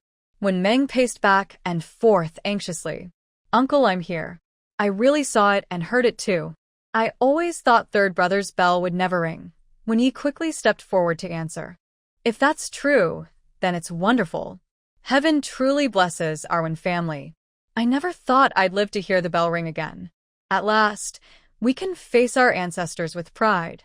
When Meng laughed and cried at the same time, startling the younger generation. When Shoufu, Wen Zhong, and Wen Ji were also visibly moved. Father, uncle, third uncle, what's going on? Wen Yi asked, confused. When Meng, Wen Zhong, and Wen Ji exchanged glances, realizing it was time to tell the younger ones the truth. Elder brother, you're the head of the family. You should explain, Wen Zhong and Wen Ji said, looking at Wen Meng. Sit down, all of you. It's time you knew. You must remember that in every generation of our Wen family, there's always one exceptionally talented young person. But that person always has one thing in common, a short life. As Wen Meng spoke, his eyes filled with tears and deep sorrow. The younger ones nodded quietly. The truth is, they were not sick or weak. They were cursed. That's why their lives were so short. His words left everyone stunned. Except for the eldest sons, who already knew. The rest stared at their fathers in disbelief. When they saw their fathers nod in confirmation, they finally realized Wen Meng was not joking. So Uncle fourth and third brother are both unhealthy because of a curse, right? Wen Yi asked sadly. Yes, Uncle fourth and Jing are chosen by the curse, so they suffer so much. So Uncle fourth's early death wasn't because of illness, but because he couldn't find the person who would ring the bell. Before he died, He gave the bell to third brother, who also inherited the curse, right, father? Wenyi was already crying uncontrollably. As a child, he didn't understand and thought Uncle Fourth favored third brother Wenjing, so he gave him the bell. Now he saw how cruel the truth really was. Seeing his second brother crying so sadly, Wenji reached out and patted Wenye's shoulder to comfort him. Wenyi looked up at his older brother, voice trembling, and asked, "Big brother, you knew all along, didn't you? Why didn't you tell me earlier, so we could face it together? Second brother, I don't want you and me to live in guilt forever." Big brother, Wenyi cried even harder. Second brother, don't cry anymore. Luckily, the Wen family has found someone to break the curse. Jing is saved, and our descendants won't have to suffer from this curse anymore, Wen Shofu said, comforting his sad second son. Second uncle, will the Wen family really be free of the curse from now on? Wen Ji's youngest son asked anxiously. It will be. Master Wisdom said that as long as the bell rings, the curse will be broken. Then the Wen family can truly prosper for 100 years. Who was that person? Why didn't they bring him back to the house? Then third brother can get better, Wen Meng's youngest son asked eagerly. He hadn't seen any strangers when he entered. It's not certain yet. We've sent someone to investigate. All we know is that it's a carriage from the Mu family, Wen Ji answered his younger cousin for his father. As long as we find the person, it's good. The Mu family people were probably at the palace banquet, so it's unlikely they are strangers, Wen Meng's eldest son analyzed. Could it be Mu Si's young niece who just returned to the capital? Wen Yi remembered how Mu Si kept showing off his young niece, saying she was coming back to the capital recently. Are you talking about the fifth miss who was taken away from the valley by the Taoist? Wen Ji asked in surprise. Yes, that's her. Yesterday, Mu Si was still bragging about how cute his niece is, saying he was going to visit his wife's family to see her today. Wen Yi suddenly understood. The Mu family's carriage, followed by the Rong estate's carriage, might be carrying Mu Si's wife and young niece. Big brother, quickly send someone to ask around at the Mu residence and the Rong residence, see if it's Lady Mu second and Miss Mu fifth. Wen Yi immediately became excited. The people sent to the Mu residence should be returning soon. I'll send someone to inquire at the Rong residence. Fifth brother, please go outside and check, Wen Ji said to his younger cousin. Got it, second brother. I'll go right now, the younger cousin said, and ran out. Usually, if he were so eager, he would have been scolded by their father. Today, everyone was just as eager, and no one cared about the rules. Within half an hour, the fifth younger cousin returned with the people he sent to gather information. When Shofu asked eagerly, "Did you find out who went out today from the Mu residence?" "Yes, sir. This afternoon, Lady Mu second and Miss Mu fifth left. They left after lunch and returned after dinner. They met the carriage of second young master and third young master on Juke Street. Then the Mu carriage turned around and left," the informant replied respectfully. Good. You may leave now. Thank you for your hard work. Go find the butler and give him 50 taels of silver. When Shofu waved his hand to dismiss him, confirming that it was Lady Mu second and Miss Mu fifth, and rewarded them with 50 taels of silver. Thank you, sir. Thank you, sir. The informant was surprised and delighted by the reward, not expecting so much silver. After the informant left, Wen Ji asked his older brothers, "What should we do now?" "Of course, we should find a way for third brother to meet Miss Mu fifth again, to see if the bell still rings." Wen Yi said excitedly, "Nonsense. Unmarried men and women shouldn't meet privately," Wen Meng scolded his nephew Wen Yi. "Uncle, of course they can't meet privately. We can ask our mother or eldest sister-in-law to host a flower viewing banquet. That way, it would be proper. Then I will go now and tell my mother to arrange the flower viewing feast as soon as possible," Wen Yi said, and was about to leave, but was stopped by her eldest uncle. "Let your aunt and the sisters-in-law come help. The flower viewing feast should be done quickly. If anything is missing, we will think of a way together." "Okay, uncle. I will go now to inform my mother, aunt, third aunt, and the sisters-in-law." Wen Yi saluted them before heading out the door. At Madame Wang's place, when she heard about the flower viewing feast, which should be arranged as soon as possible, The daughters-in-law were a bit confused, but their mother-in-law said it must be done. They were all the main ladies of the household and knew the process of hosting a banquet. After discussing, they decided to hold it in 3 days. The invitations would be handled by the men of the family. The Wen family was led by a talented scholar and was also the maternal family of the current empress. Many people felt honored to attend the Wen family's flower viewing feast. They agreed on the date and plan, assigned tasks to each person, and sent someone to inform Wen Shofu and others. The preparations for the feast began lively and bustling 3 days later. The next morning, Madame Wang went to the palace to visit her daughter, the Empress. After explaining her purpose, the Empress kindly sent a batch of newly cultivated peonies to the Wen family. "Mother, why are you thinking of holding a flower viewing feast now? And so suddenly?" "Qing'er, listen to your mother. Don't get too excited. You're still pregnant." Madame Wang looked at her daughter's belly with concern. "Mother, you can rest assured. I'm not a 3-year-old. The imperial doctor checked my pulse yesterday. Both the baby and I are fine. Please tell me more, mother." Empress Wenqing pouted and acted spoiled. She was the youngest daughter in the family, loved by her parents and close to her brothers. Her brothers were also very protective of her. She and the emperor truly loved each other, and her father and family agreed. Wenqing and Wenjing were only a year apart, but they were older than their eldest and second brothers. "Your third brother met a girl yesterday." The bell he carried rang. "Qing'er, I need to confirm whether that girl can break your third brother's curse."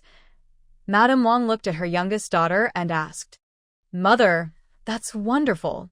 Third brother, so talented and handsome, will surely live a long life," Wenqing said excitedly, rambling. "Mother, look and see what is still missing in the house. I will send someone to deliver it. As for the young lady, whose family does she come from? It doesn't matter what her background is, as long as she can save third brother.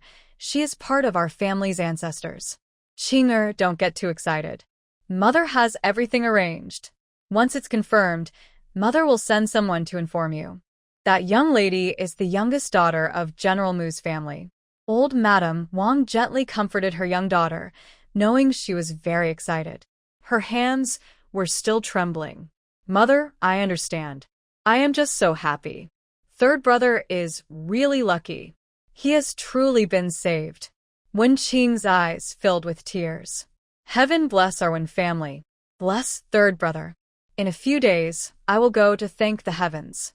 "Mother, I heard the emperor say that second brother seems to have a bad relationship with second Master Mu. They argue in court every day. Will General Mu disagree when the time comes?" Wenqing remembered how the emperor always looked upset when the two of them argued over trivial matters. She asked old Madame Wang nervously, "Really? Our Wen family and the general's family are not enemies. Why do they keep arguing with second Master Mu?" Old Madame Wang asked in surprise. "Mother, this is a long story. It seems that when second brother was young, he liked a girl who then fell for second Master Mu. And then," Wenqing's voice grew softer, "if this affects third brother, I won't hesitate to break his legs. After all these years, he still can't forget. When I go back, I will tell second sister-in-law to discipline him. After so many years of marriage, he still thinks about other women." Old Madame Wang was really annoyed by her foolish son. After so many years, he still can't forget. "Go back to your room and explain to your wife. It seems life has been too easy for him. Mother, just mention it to second sister-in-law a little. Don't let her find out, or second brother will be in trouble.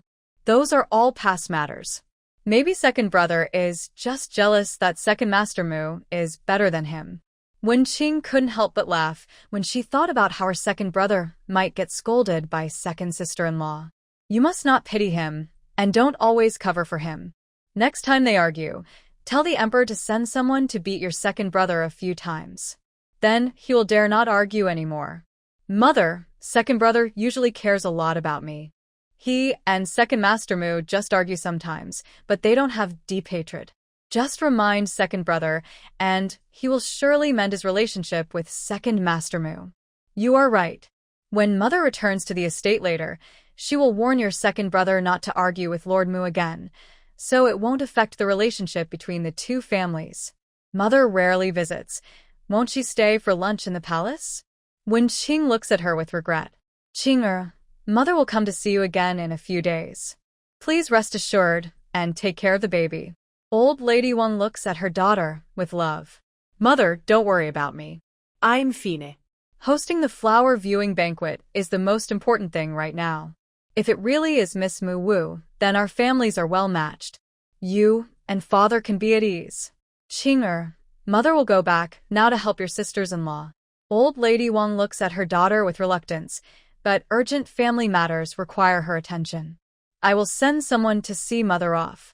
She can catch the carriage with my eldest brother and travel back together, so she will be looked after on the way.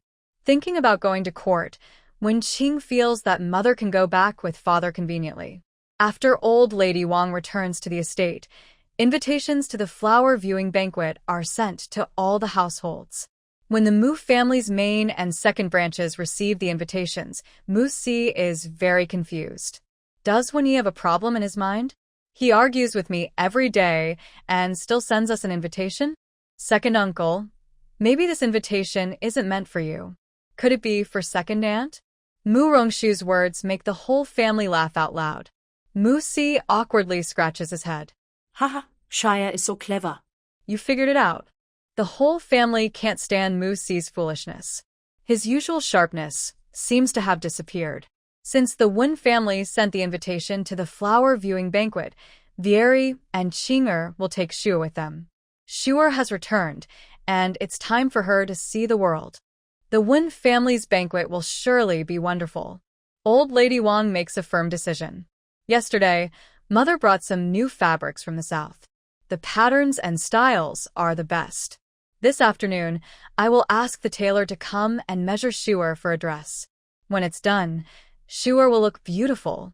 Rongqing thinks this flower viewing banquet is the first time her little niece will appear officially, so she must make a good impression. The banquet is in 2 days. Is there enough time? Old Lady Wang asks worriedly. Mother, don't forget that my eldest sister-in-law and I both have shops. This afternoon, the tailor will come to measure Shuer for her dress, Rongqing says with a smile. Mother, don't worry. Look, I've arranged everything with my younger siblings. If I don't call the master, they'll get upset with me, Song Wei said with a smile, teasing. Mother, look, the eldest sister-in-law is teasing me again, Rongqing complained to her mother-in-law, making everyone else laugh. Our clothes are still available.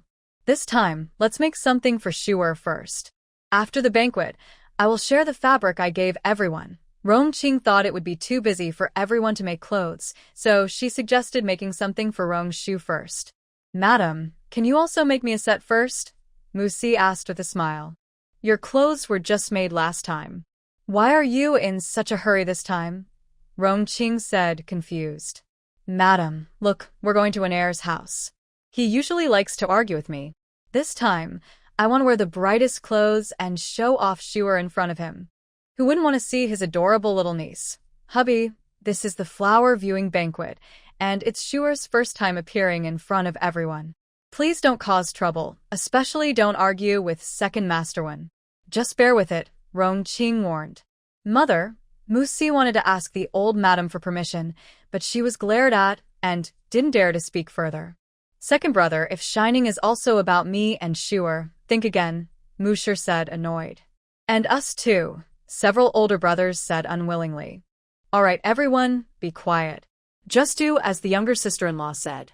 Since time is tight, we'll only make something for Shuer this time, Song Wei said, giving her husband and son a stern look. Although they didn't dare to speak, their eyes exchanged many silent words. After lunch, the old madam, Wang Shi, kept everyone behind and specifically called Wen Yi. Mother, do you have something to tell your son? Wen Yi asked, thinking the old madam had something important to say. Just to inform you, from now on, don't argue with second Master Mu. No matter the place or time, you are not allowed to. Mother, what if second Master Mu starts a fight with me first? Wen Yi muttered unhappily. If you delay Jing'er and Miss Wu, just see what I do to you. You all watch over him at court. Don't spoil him anymore. The second daughter-in-law. At home, you also need to be strict with the second son, the old madam warned. Even Wen Ye's wife was not spared. Young lady, how can you be like this? Mo heir is Mo heir, and Miss Wu is Miss Wu. How can they be the same? No one paid attention to Wen Ye's protest. Everyone only listened to the old madam. Watch him closely. If he doesn't behave, just give him a few days off, the old madam said helplessly. No, I don't want to take a break. Mother, I promise I won't argue with MOC, Wen Yi hurriedly assured his mother, afraid she would lock him up immediately. Husband, just bear with it these days. After the flower viewing banquet, we'll see, the second madam advised. I understand. For my third brother, I can endure it. I'm not afraid of Mo heir, Wen Yi muttered softly. Wen's chief minister shook his head helplessly. His second son was too lively, and not steady enough. Luckily, he wasn't the eldest son, otherwise, he worried the Wen family might fall apart because of him. The next day at court, everyone was surprised to see that Wen heir, who usually argued or disagreed with Mo heir, was silent today. Civil and military officials were very curious. Even the emperor kept looking back and forth between the two. They didn't see Wen heir and Mo heir argue all day. Their gossiping enthusiasm reached its peak. On the way back from court, MOC couldn't help but ask his older brother, Big brother, do you think Wen heir is crazy? Today he didn't argue with me or oppose my ideas.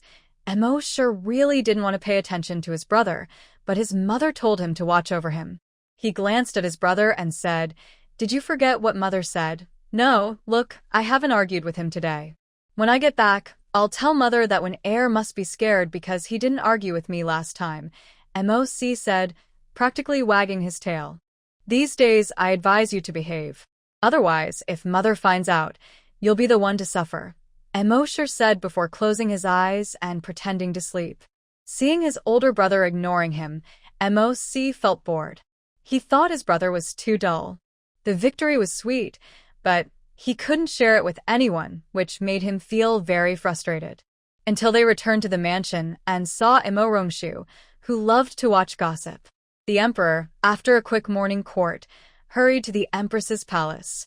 Coincidentally, Consort Li was there too. The emperor immediately started complaining to the two about MOC and Wen Yi. Your Majesty, you usually find their arguments headache-inducing. Today they didn't argue, so why aren't you used to it yet? Consort Li asked curiously. I just can't get used to it. Today, suddenly, there was no arguing and I feel like the morning court is not lively anymore, the emperor said a bit shyly. Your Majesty, you should get used to it. It was probably your mother's order to prevent second brother from causing trouble before the flower viewing banquet, so you can have a peaceful couple of days. The empress guessed the reason clearly. Haha, that's good. In the future, if they argue again, I'll just complain to my mother-in-law, the emperor joked with the empress. Your Majesty, I also heard that second Lord Mu is very filial and fears Lady Mu the most. If you find the arguing bothersome, you can complain to Lady Mu, she suggested. When the emperor mentioned complaining, Consort Li remembered Mu Si.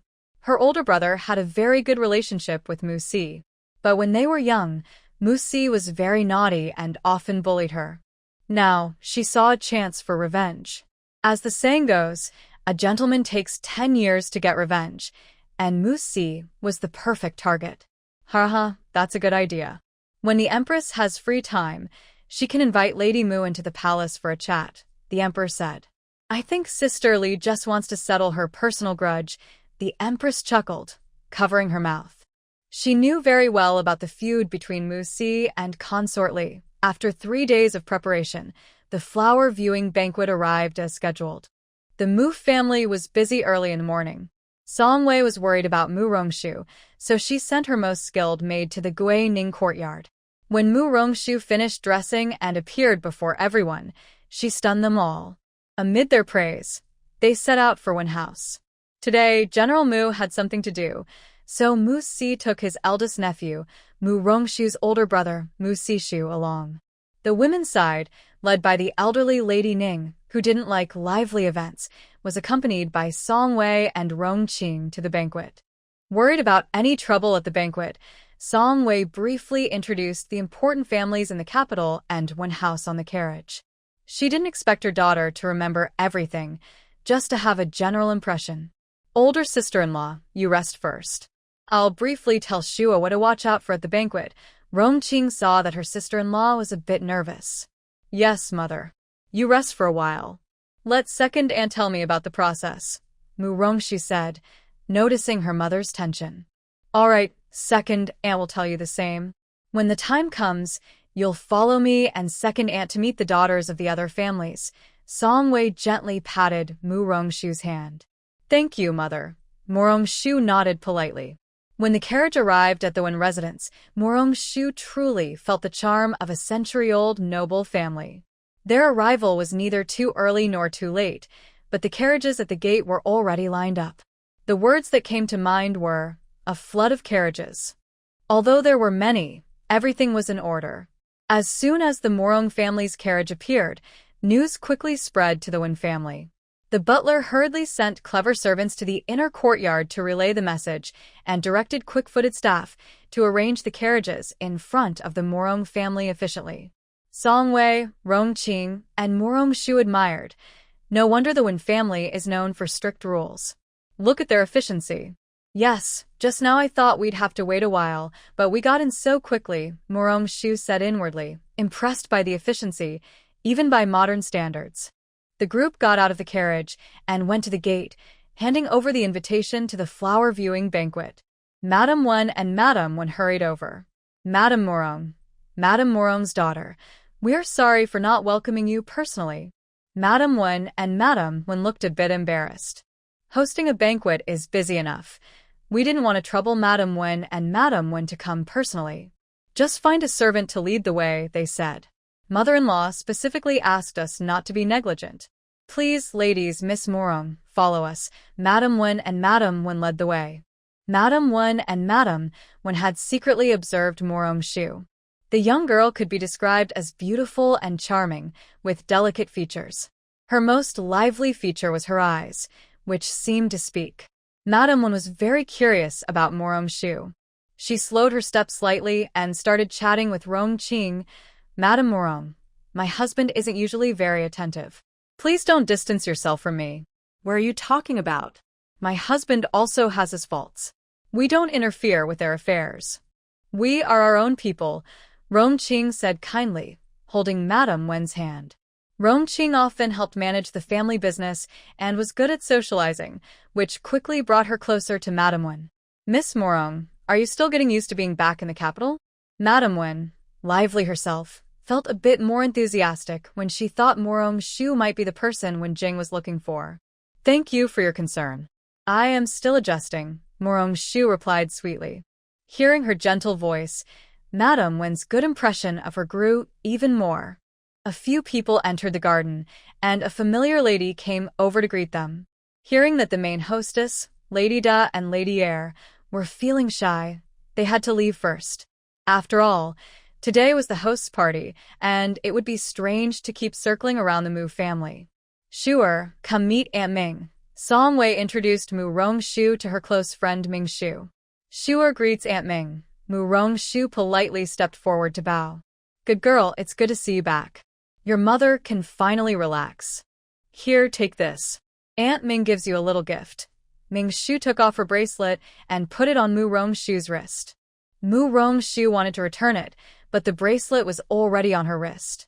She playfully said, Thank you, Aunt Ming. Don't mention it. Aunt Ming and your mother are good friends. A bracelet is nothing. This is your sister Rian. Ming Shu introduced the little girl behind her. Hello, Sister Rian. I've been waiting to see you for so many years, the girl said excitedly. Mu Rongxu was a bit surprised. Why are everyone here so warm? The girl in front was cute and full of hope. Mu Rongxu happily called out, Sister Rian, go play with Sister Rian. Don't stay here with us. Song Wei was worried that Mu Rongxu and Lu Rian would be bored, so she let them wander around freely. The garden was full of blooming peonies. Thank you, Aunt Song. I'll take Shuer to look around now. Ruyan eagerly took Mu Rongxu's hand. Take good care of Shuer, go ahead. Ming-Shu reminded her daughter again. Got it, mother. I'll take Shu'er over now. With her mother and Song Wei's permission, Ruyan happily led Mu Rong-shu away. Look at her, such a grown-up, still with a childish temper, Ming-Shu said with a smile as she watched their figures walk away. Don't worry, Aunt Ming. As long as our Sishu and big sister are happy, that's enough, Rong-Qing joked nearby. Exactly. I like Ruyan's lively personality. If Shu'er was a dull person who didn't talk much, life would be so boring, Song Wei said. Ming-Shu smiled, even more happily. Her precious girl was married into the friendship family, and Ming-Shu was completely at ease. Besides, Ruyan and Sishu had been childhood friends. Our Shu'er is lively too. They're a perfect match. Previously, because Shu'er did not return home, Shu'er refused to marry and insisted on waiting for her sister to come back. Now that Shu'er has returned, we must prepare for the wedding soon, Song Wei said seriously, holding Ming-Shu's hand. All right, I'll listen to Wei. Then I'll congratulate the eldest sister-in-law and Sister Ming first. If Sishu knew, she'd be happy. Rong-Qing looked very pleased. Sishu's marriage was settled, so the others could be arranged too.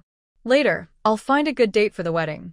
When the time comes, I'll go to Sister Ming's house to propose. Sister Ming, you can't be reluctant or refuse like Ruyan. Song Wei was very happy thinking about her son's upcoming marriage. Don't worry, I'll be ready to welcome him. As they talked, they decided on the marriage for the two children. I just worry that Deputy Lu might get teary-eyed. Sister Ming, you should comfort him. Rong-Qing's words made everyone laugh happily. The scene was so beautiful it was almost too good to imagine. Lu Ruyan pulled Rong-Shu into the garden to look at the peonies. Although lively, Lu Ruyan was also talented and loved peonies very much. Shu'er, look at these peonies, they're so beautiful. Empress Dowager really is amazing to cultivate such lovely flowers. Seeing Lu Ruyan's admiration, Rong-Shu looked around. The peonies were indeed pretty, though not quite as good as those in modern Luoyang. But here they were quite nice. Ruyan-jia, if you like them so much, why not try growing a few? I can't do that. It takes a lot of time to care for them, so I'd rather not, Lu Ruyan said, not believing she could successfully grow peonies. As they walked through the garden, the more they went forward, the louder the cheers became. Rong-Shu couldn't help asking, Ruyan-jia, why is it so lively up ahead? Up ahead, everyone is playing pitch-pot, archery, and poetry contests. Do you want to go see? Lu Ruyan looked eager, almost ready to agree. Can we go too? Rong-Shu didn't know the rules of the capital's gatherings. She wanted to go, but was worried that her first time attending a banquet might break the rules. Of course. We usually do this at banquets. Come on, Shu'er, I'll take you to see. Next time, you can join me when we go to banquets. Okay, but Ruyan-jia, walk slowly, don't fall. Rong-Shu found Ruyan's anxious look a bit funny. When they arrived, many people had already gathered. Lu Ruyan pulled Rong-Shu over, and at first glance, Rong-Shu was captivated. In the middle, there was a young nobleman dressed in pure white, with delicate features and handsome looks. He sat beside an ancient zither, making everything around seem dull in comparison. Rong-Shu kept staring at Wenjing, her heart pounding faster and faster. At last, she understood what she had felt that day in the carriage. She was falling in love. Shu'er, come back to your senses. That white-clad young man is Wenjing, the third son of the Wen family. He's very talented and handsome, but no one dares to marry him, Lu Ruyan explained anxiously as she saw Rong-Shu staring at Wenjing. Why? Rong-Shu blurted out. Could this good-looking young man have some strange habits? Or maybe he's abusive? Rong-Shu imagined hundreds of reasons why she could marry Wenjing. Wenjing is not in good health. Rumor has it he won't live past his young adulthood, Lu Ruyan whispered, explaining softly. How old is he now? In half a year he will reach adulthood. So, Lu Ruyan's voice was full of regret. Perhaps Rong-Shu's gaze was too intense. Wenjing, who was playing the zither, felt her stare. He looked up, searching for who was watching him. Their eyes met instantly. The world seemed to go silent. They saw something stunning in each other's eyes. It was as if this person was meant for her, and they belonged to each other. Just then, a bell on Wenjing's waist rang. He looked down in disbelief, then at Morong-shu. A bold guess suddenly appeared in his mind. Nearby, Wenji and a few cousins heard the bell. First, they looked surprised, then overjoyed. The bell ringing meant the curse on the Wen family was broken. "Little sister, what are you doing here?" Morong-shu hurried over when he saw his sister and her beloved girl. "Big brother, I came with Rian to join the fun," Morong-shu said shyly, feeling a bit embarrassed to be caught. "Shu, you're here too? I thought you wouldn't come today." Lu Rian blushed as she greeted Morong-shu. You came too," Morong-shu stammered. Morong-shu watched from the side, thinking there might be something going on. Could her big brother and Rian be a couple? It felt like a sweet treat, and her curiosity was sparked. She looked at the two with a curious face. They were a perfect match, talented man and beautiful woman, with complementary personalities. Their mothers were close friends, childhood sweethearts, and they had feelings for each other. It was impossible for them not to marry. Morong-shu happily enjoyed her candy when suddenly a pleasant male voice interrupted her. She looked up and saw Wenjing standing in front of her. Morong-shu was a bit confused. She hadn't done anything special, just eating candy and watching a show. Why was Wenjing calling her? But his voice was so nice. Deep and smooth like a cello. It was very charming to someone who loves good voices like Morong-shu. "Greetings, third young master Wen," Morong-shu said politely, still captivated by his voice and looks. "Little sister, let me introduce you. This is Wen third young master, whose courtesy name is Ziyu," Mu-si-shu explained to her sister. "Third young master, this is my sister Morong-shu. She just came back recently." The two bowed to each other, officially meeting. Wenjing felt warm all over, a feeling of ease he had never experienced before. It was thanks to Morong-shu, so he naturally moved closer to say hello. His body instinctively wanted to get nearer to her. Besides the ringing of the bell, his true feelings told him clearly. Morong-shu was the person he was looking for, the one the Wen family had been waiting for. Wenjing felt very excited and happy inside. Although he was usually very controlled, at this moment he almost lost his composure. His clenched fists showed how nervous he was. He took a deep breath to calm himself and said to the others, "Brother Morong, we will take Lady Lu and Lady Mu over there to see some fun activities." "Yana, does my sister want to go?" Mu-si-shu asked her sister and Lu Rian instead of giving an immediate answer. With handsome young men around, Morong-shu naturally wanted to go. Lu Rian was happy to be with her beloved. Both nodded to Mu-si-shu. Morong-shu secretly observed Wenjing. He didn't seem seriously ill, so why were there rumors saying he wouldn't live past his youth? Thinking about Miss Wu's early death fate, if she hadn't traveled here, she might not have lived past 16. Although she believed in science, her crossing made her cautious about some things. After understanding this, Morong-shu stopped worrying and turned to ask Wenjing, "Third young master Wen, would you mind explaining the rules of these games?" Wenjing was surprised that Morong-shu suddenly spoke to him. After a moment of hesitation, he bowed politely. "Of course, I'd be happy to." He then calmed himself and patiently explained the games in the garden today. When a deep, magnetic voice sounded in Morong-shu's ear, she felt that she had no regrets in life. The voice, combined with that handsome face, made her fall into a daze. Fortunately, Morong-shu remembered that this was ancient times, not modern days. Otherwise, she would have asked, "Little brother, are you interested in dating?" Mu-si-shu and Lu Rian were also drawn in by Wenjing's explanation. Lu Rian looked up at Morong-shu and Wenjing, feeling that the two of them inexplicably matched, as if they were naturally meant to be together. Wenji and the others watched as Wenjing eagerly walked away with Miss Wu. They were all stunned. Was this still their cold third brother? The younger cousin hesitantly asked, "Second brother, did third brother just smile?" "I saw him smile at Miss Wu. Please pinch me. It's not a trick of your eyes." "I saw it too. Look, he's still gently talking to Miss Wu. He wasn't like this when he tutored us before. I really envy Miss Wu."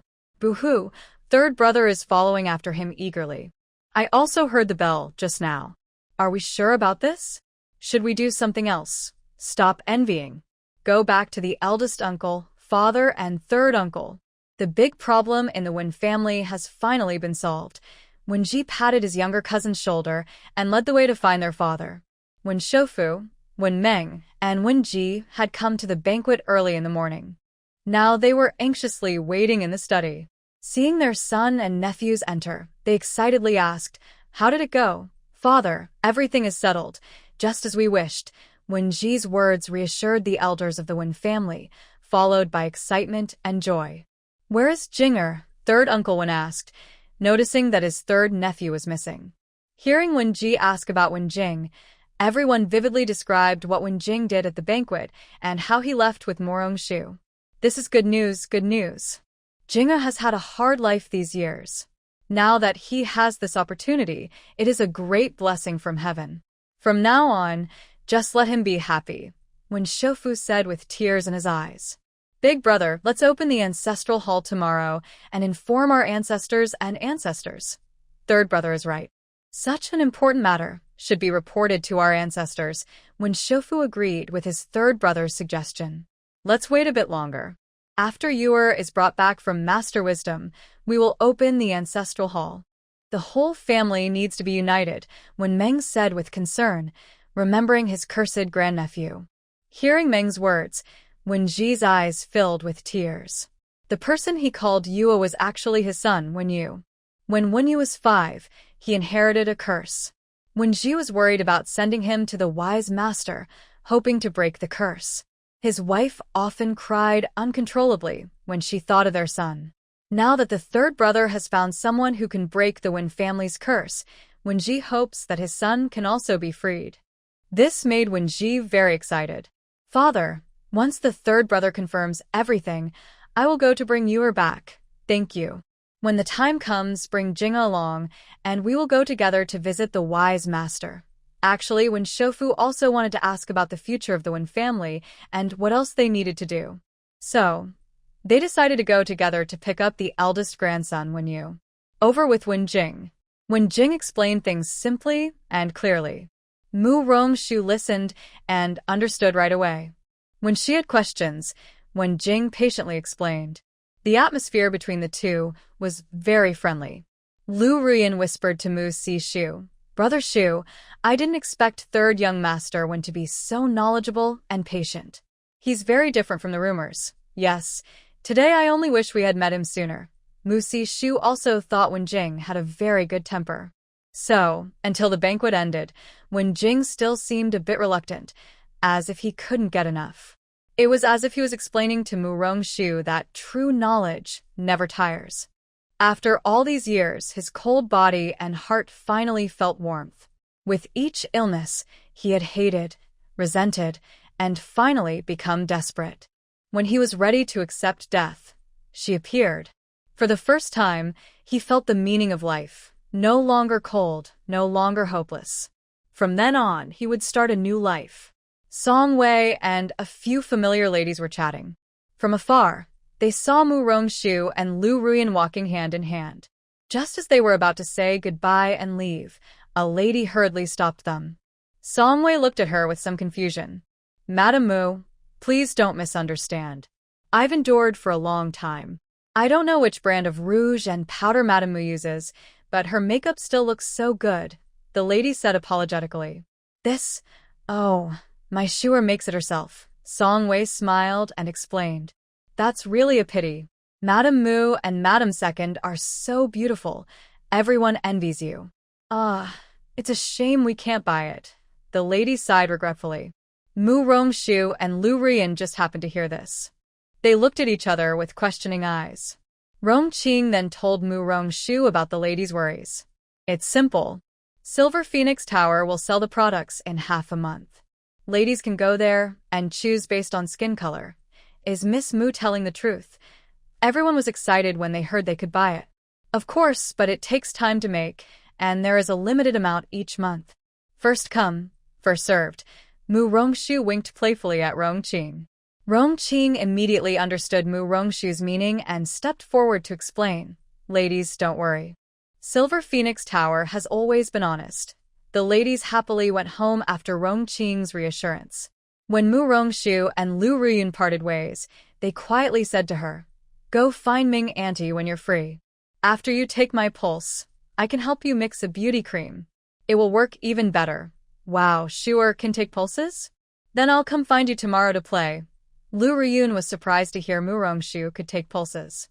Mu Rongshu winked playfully again. Lu Ruyun finally reluctantly got into the carriage heading back to the mansion. Although she just met Mu Rongshu today, she felt a little reluctant to leave. On the carriage back home, Rongqing asked excitedly, "Shuer, do you mean the beauty cream will be sold at Silver Phoenix Tower?" Second aunt, "I'm sorry I didn't discuss it with you first and made the decision on my own. I hope you won't be angry, Shuer." Mu Rongshu apologized to her second aunt. Second aunt is happy just thinking about it. How could she be angry? She knew the beauty cream her niece gave her was good. Once sold, it could bring in huge profits. Last time I went to Silver Phoenix Tower, I noticed a spot that wasn't used properly. It's perfect for selling the beauty cream. People can buy clothes and jewelry and also get the cream. It's very convenient. Although Mu Rongshu only looked briefly last time, she already had a plan in mind. She wanted to discuss it with her second aunt, but when someone asked about it today, she decided to say it directly. "I'll have someone set aside a space for it when I go back. Second aunt, you get 60% and the herbs and shop will be covered by you. You provide the secret formula. 60% is too much.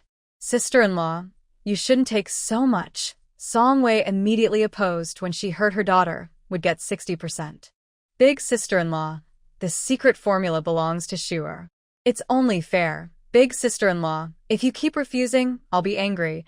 Mother, I will work hard to make the beauty cream better so second aunt can earn more money." Mu Rongshu saw Rongqing was sincere and truly wanted to help, which made her even more determined to do a good job with this project. That second aunt just borrowed Shu Er's good words. It wasn't until they returned home that they stopped discussing the beauty cream. As soon as Mu Rongshu arrived home, she ran to the study to draw renovation plans. Mu Rongshu and second aunt Rongqing worked hard for several days and finally finished the initial preparations, including some sales strategies. Rongqing was pleasantly surprised to find that her young niece had a talent for business. According to their plan, Rongqing returned to the Rong family estate and received support from everyone. Because Mu Rongshu was helping Rong Yunan with his illness, old Master Rong trusted her very much. Rongqing said that Mu Rongshu wanted to rent a corner at Infeng Tower to sell things. He agreed on the spot, thinking that even if they lost money, it wouldn't affect their business. He believed that young people liking to try new things was a good sign. That evening, after Madame Rong used the beauty cream, she finally understood why her daughter agreed to sell the cream. Recently, Mu Rongshu had been studying different types of beauty creams, including whitening, skin smoothing, oil removal, acne treatment, firming, and anti-aging. This time, Mu Rongshu and a few older brothers also received a bottle of men's cream. They were very happy. Mu Rongshu would apply it every day before going to work and show it off in front of second Uncle Wen, which made him almost lose his temper and argue with him. Thanks to Mu Rongshu's promotion, everyone in the Hanlin Academy knew that the beauty cream would be available at Infeng Tower on the 15th of this month. However, only madam and young ladies could use it for now. Mu Rongshu's bottle was specially made for her niece. Everyone felt a bit disappointed, but they thought it was good to be able to buy it and give it to madam. So, even before the store officially opened, the beauty cream was already popular. Second Uncle Wen was so angry that he hurried back to the estate. He was still upset during dinner. When Ji, curious, asked, "Why is second brother so angry all evening?" It's because Murong Air and Murong Wu's young lady made some cream. They kept showing it off at Hanlin Academy, bragging about it everywhere, even not sparing the water jars in the yard. Wanya's words made everyone in the family twitch their mouths. Murong Air seemed quite smart, so why would he do such childish things? He also said that his wife and young niece would sell this beauty cream at Infeng Tower on the 15th. But this time, it's only for women and young ladies. He's just doing it on purpose to make himself seem special. When Ji said, getting angry just thinking about Morong-shu's smug look. Is it really on the 15th? Wen-ji asked eagerly. Of course. Mu-er mentioned it 800 times yesterday. How could I have missed it? Not only me, but the entire Hanlin Academy knows about it. Then, when the time comes, third brother will bring mother, your eldest sister-in-law, and second sister-in-law to support Miss Mu-woo, giving her more chances to get to know us. Since it was confirmed that it was Miss Mu-woo, our family and the Mu family should interact more. This way, our third brother and Miss Mu-woo will have more opportunities to meet. Why can only third brother go? I want to go too. Hearing that I wouldn't be included, Second Lord Wen immediately became unhappy. Don't forget, you have duty that day. Third brother going means more chances to spend time with Miss Mu-rong. With his good looks, he might catch Miss Mu-woo's attention soon. After hearing his older brother Wen-ji's explanation, Second Lord Wen felt hopeless. Then, third brother, when the time comes, buy more gifts for mother. Also, buy some for eldest sister-in-law and madam, so Miss Mu-woo can see our family's strength. Husband, you go ahead and fulfill your duty. My older sister-in-law and I will take care of it, said Second Lady Wen, unable to bear her foolish husband's chatter, quickly stopping him from continuing. Madam, you also buy some gifts. When the time comes, we will go together to pick up Yu-er and bring her home. Wen-ji knew his wife didn't want to dress up, so he brought up their son. Madam Wen, hearing that she could go pick up her son, looked forward to it eagerly, hoping her son wouldn't have to go to the wise master this time. The Wen family was thinking about how to show support, but Morong-shu didn't know anything because she was on her way to the Song Duke's residence. Early that morning, after hearing that her maternal grandmother had returned, Song Wei sent someone to tell her to prepare and go to the Song family with her. When the old lady heard her granddaughter had come back, she hurriedly finished her work and rushed back. She had planned to visit in person, but thinking it might be rude after a long journey, Morong-shu's uncle sent someone to notify them to return to the Mu residence. The arrival of Song Wei and Morong-shu was warmly welcomed by the whole family. The children of the Song family were about the same age as Morong-shu. They knew she had a cousin from her maternal family, but had never met her, so as soon as Morong-shu arrived, she was surrounded by a group of children. Please don't crowd around my sister. Let her rest and have something to eat. She just came back, and there will be plenty of time to play together in the future. Old Lady Li saw the children surrounding her granddaughter and hadn't even had a good look at her. She felt that these children didn't understand her feelings as an elder. Song Yanran held Morong-shu's hand tightly, reluctant to let go.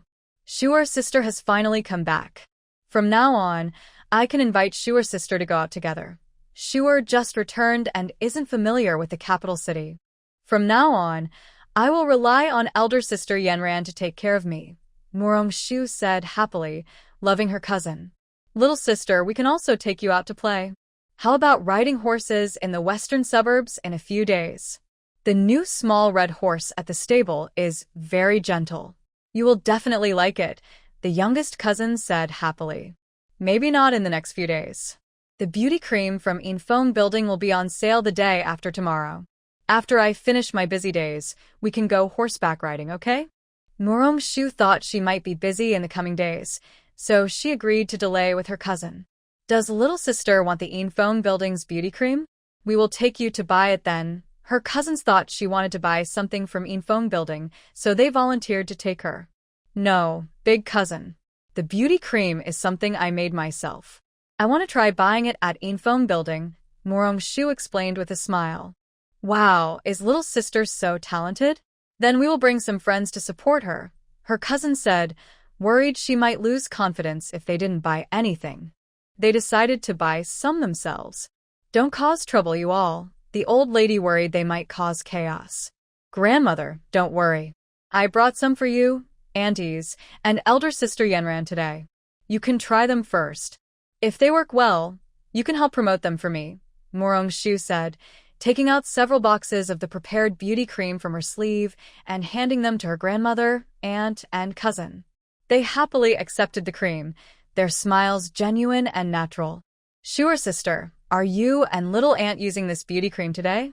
Song Yanran's words made everyone look at Song Wei and Morong-shu.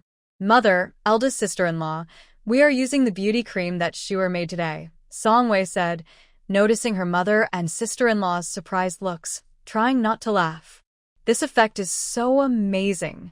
I want to try it right now. The young girl, who loved beauty, eagerly wanted to try after hearing how magical her cousin's product was. Even Duke Guo looked curiously at his daughter's makeup. Morong Shu and Song Wei spent a happy afternoon at the Song residence. When they left, Grandmother Li held Morong Shu's hand, feeling very reluctant to part. Grandmother, wait until Shuer is busy with her mother these next few days, then we will visit you and Grandpa. You just came back today from traveling, so rest early, Morong Shu said affectionately, holding Li's hand. All right, Grandmother will listen to Shuer. I will rest well these days and gather strength. When the time comes, we will go to Infom Tower to support Shuer. Seeing her granddaughter just returned and acting spoiled, Li was very happy. For the past 10 years, her granddaughter was away, and her daughter was always worried. Now that she is back, everything feels complete. Shuer, remember to come, Morong Shu reminded her before getting into the carriage. Don't worry, Sister Yenji. I will definitely come. If you have free time, you can also come find me, or we can arrange to go out with Sister Ruyan, Morong Shu said happily. She liked Lu Ruyan and her cousin Song Yenji very much. That sounds good. At the end of the month, Master Zhihui from Huishan Temple will give a lecture. Grandmother and mother go every year. Why don't we go together this time? The scenery on the back mountain of Huishan Temple is very beautiful. Yes, I will be free then too. Since Shu agreed, I will write a letter to Rian inviting her to join us that day. She loves lively events and is usually under strict control by Lady Lu, so she will definitely want to come. Morong Shu also had a good relationship with Lu Ruyan, and this time she planned to invite her to go to Huishan Temple together. Everyone listened to Sister Yenji. See you then, Song Yenji said as she turned back only after Morong Shu's carriage had gone far. Morong Shu received a bunch of gifts on this trip, all brought back by the Song family. Since arriving in the ancient era, Morong Shu had become numb. These people are so wealthy, always giving gifts. On March 15th, Infom Tower's beauty cream went on sale. Early in the morning, Morong Shu, Song Wei, and Rong Qing went to the shop, along with Old Rong, Lady Rong, and Rong Yunan. Father, mother, second brother, why did you come so early? Rong Qing was a bit surprised to see them. This is Shuer's first business venture. We came to see if we can help, Old Rong said with a smile. Thank you, Grandfather Rong, for providing such a large space, Morong Shu bowed politely. Family, no need to thank. If sales go well, Grandfather Rong will decide to give you the second floor. If you find the space insufficient, the shop next door on the right is also ours. Shuer, feel free to choose, Old Rong said generously. Thank you, Grandfather Rong. Let's go inside and rest first. Later, we will need your help with the ribbon-cutting ceremony. Morong Shu playfully blinked her eyes. Shuer, what is ribbon cutting? Yunan uncle will also attend. Later, Grandpa will give a speech. Shuer will keep you in suspense for now and tell you later. If there's anything we need to do, Shuer, just ask. Thank you, Yunan uncle. After seeing that Morong Shu was busy, everyone greeted her and then left, casually visiting her shop. Soon, the Lu family's carriage arrived. Lady Lu and Lu Ruyan came together. After greeting Morong Shu, Song Wei took them to the backyard. Lu Ruyan didn't want to go to the backyard and wanted to stay with Morong Shu. Lady Lu Mingshu just went along with her. Although she usually strict with Lu Ruyan, today she let her be. Look at this child. As soon as she sees Shuer, she doesn't want to stay with us, Lady Lu Mingshu said with a smile, complaining to Song Wei. Let her stay with Shuer. Maybe she can help. Yenji will come later too. The girls can chat together, which is more fun than being with us. Besides, when they're not here, we can talk more privately. Song Wei pulled Mingshu inside, and they had many things to talk about. Shuer, sister, where's the face cream? Let me see, Lu Ruyan asked eagerly. Later, at the opening, I will sell it. How about being my first customer today? That would be wonderful. The two girls smiled at each other. Lu Ruyan, curious like a little kid, touched and looked around, asking a few questions. Before she finished her curiosity about the Marquis of Song's carriage, it arrived. Her grandmother, Li Shi, her eldest aunt, her second aunt, and Song Yenji all came. They excitedly asked, "Sure, has the sale started?" "Not yet. The time isn't right. Mother and Aunt Ming are resting in the backyard." "Grandmother and the aunts, you should go too," Morong-shu said, worried she might tire her grandmother. "All right. Be sure to call us later," they urged anxiously. After Morong-shu reassured them several times, they went to the backyard. "Yenji, why are they so excited?" Lu Ruyan asked curiously. Song Yenji told her about the face cream trial, and Lu Ruyan also wanted to try it. "Since you're so eager, put out your hand. I'll check your pulse first, free of charge." "Ah. Okay, I want the best face cream," Lu Ruyan said, a bit surprised but still making her request. Morong-shu carefully checked the pulses of Lu Ruyan and Song Yuran, then examined their skin quality. She asked about their daily habits and gave advice on diet and skincare. Finally, she took out 2 bottles of beauty cream suitable for both of them from her space and handed them over. The 2 young girls were so happy, they couldn't stop smiling. They kept asking Morong-shu for more skincare tips. While everyone was having fun, Wen's carriage arrived. Morong-shu found it strange that the Wen family was here. She called Elder Rong and Rong Yunan to greet them. When she learned they came to buy the beauty cream, Elder Rong was surprised. He quickly called Rong Qing over and took the Wen family members to the backyard. The Lu family, Song family, and Wen family all arrived. Elder Rong and Rong Yunan had to pay more attention. They asked their daughter about who else was invited. Rong Qing told her that other ladies would also attend the flower viewing banquet. After discussing, Elder Rong and Rong Yunan immediately ordered the shopkeeper to bring more people from other shops. Morong-shu didn't expect Wen Jing to come. After greeting him with a smile, she thought, a handsome guy shouldn't be wasted, and invited Wen Jing to join the ribbon-cutting ceremony. Wen Jing was momentarily stunned. He didn't expect Morong-shu to invite him. Seeing her hesitation, Wen's second wife quickly said, "Then, second brother, stay and help Miss Wu. Mother and sister-in-law will go in first." After saying that, Wen's second wife pulled her mother and sister-in-law inside. Her hurried look surprised Lu Ruyan, Song Iran, and the cousins from the Duke's mansion. Everyone watched Wen Jing with a helpless expression. Some wanted to laugh, but didn't dare. They thought, even someone as impressive as third young master, Wen can be disliked by his family. Morong-shu couldn't help but laugh too. Wen Jing felt that his mother and sister-in-law accidentally did something that made everyone happy. At the agreed time with second aunt Rong Qing, the beauty cream was officially sold. Before the sale, Morong-shu held a small ribbon-cutting ceremony. Elder Rong ordered the servants to set off 2 long strings of firecrackers and invited a lion dance troupe. The people invited to cut the ribbon found it interesting, and the area around was crowded with spectators. After asking around, everyone found out that the new beauty cream was launched at Yinfeng Tower. By noon, everyone on the street knew about the cream.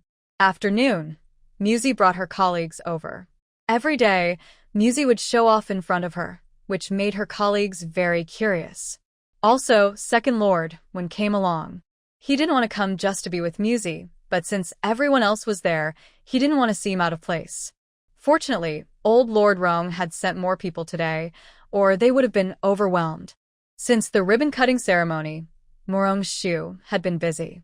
Even Song Wei and Ming Shu came down to help entertain the visiting ladies. Lu Ruyan and Song Yuran were also very busy. They didn't expect so many people to come. Now they kind of regret inviting some friends earlier, fearing that Morong-shu's business might not do well. Every lady or young lady who came to buy beauty cream was carefully checked by Morong-shu. She would then recommend the most suitable cream for each person. Some people had special conditions, so Morong-shu told them they needed custom-made products. As a doctor, she even quietly advised some ladies about hidden health issues. Because of this, many ladies not only bought beauty cream but also went to build a relationship with Song Wei, hoping to ask Morong-shu to check their hidden health problems in the future. Song Wei took notes and said she would discuss with her daughter. If her daughter agreed, she would send invitations to the other ladies. For her own second Uncle Muzi's colleagues, Morong-shu also recommended suitable beauty creams based on their descriptions. Some of her cousin's friends she directly recommended products to, while others suggested that their mothers, sisters, or daughters come personally for better results. One Jing's eldest sister-in-law and second sister-in-law bought a lot. Besides for themselves, some were bought as gifts for their family members. When Morong-shu checked Jing's second sister-in-law's pulse, she noticed that her menstrual cycle was irregular. She casually asked, "How long have you been married to second Lord Wen?" Suddenly asked, Jing's wife didn't think much and replied with some worry, "We've been married for 6 years. I just checked your pulse and found you have a hidden health issue that might affect pregnancy. You need to take some treatment," Morong-shu said carefully, unsure of how well ancient people would accept this. "Miss Morong, do you have a way?" Jing's wife asked excitedly. Morong-shu nodded. "I've made a preliminary diagnosis, but further tests are needed. As long as it can be treated, I am willing to do any tests," Jing's wife said, tears suddenly streaming down her face at the chance. "Don't worry, second lady. If you're free tomorrow, we can do more detailed tests." Morong-shu was so excited about the patient's condition that she tried to move the appointment earlier. Yes, I am free every day," Mrs. Wen wiped her tears and replied. "Please prepare a clean, private room when the time comes. I will visit the Wen residence tomorrow afternoon," Morong-shu requested, thinking of her own space hospital. Then I will wait for Miss Morong at the residence tomorrow. Should I send a car to pick you up?" Mrs. Wen asked, trying to stay calm. "No need to trouble yourself. I will go after lunch tomorrow. Also, I wonder if Mr. Wen is available for a consultation together," Morong-shu said, worried that men in ancient times might not accept these things. "Yes, he is available. I will tell my husband tonight, and he will ask for leave tomorrow," Mrs. Wen said. Although she didn't understand how this related to her husband, since Morong-shu asked, it must be useful. She and her husband had a good relationship, but they had not yet had a child. Her husband and mother-in-law were very understanding and never pressured her, but she knew her husband wanted a child very much. Over the years, she had drunk many herbal soups and tried many secret recipes for childbirth, but nothing worked. Today, Morong-shu told her she could improve her health, and she was willing to have her husband join the consultation, or even do more together. Later, the ladies and young women who came to hear the news couldn't buy the beauty cream because it was sold out. Although they didn't get the product immediately, they registered their names, and they would get priority when the next batch was ready. After sending off the last guest, everyone was exhausted. Morong-shu knew they had worked hard today and gave tips to her second aunt for the shopkeeper and the helpers. As for Lu Ruyan and Song Yanyan, Morong-shu promised to send them some good health products and then took them out for a big meal. Song Wei and Ming Shu had already returned to the residence. Rong Qing also declined Morong-shu's invitation because she had many things to do at the shop and didn't want to wait any longer. She went to check the sales of the beauty cream with the shopkeeper. Wen Jing was also invited because Morong-shu's older brother, Mu Sishu, came to pick up his sister and went along. It made sense for Wen Jing to stay.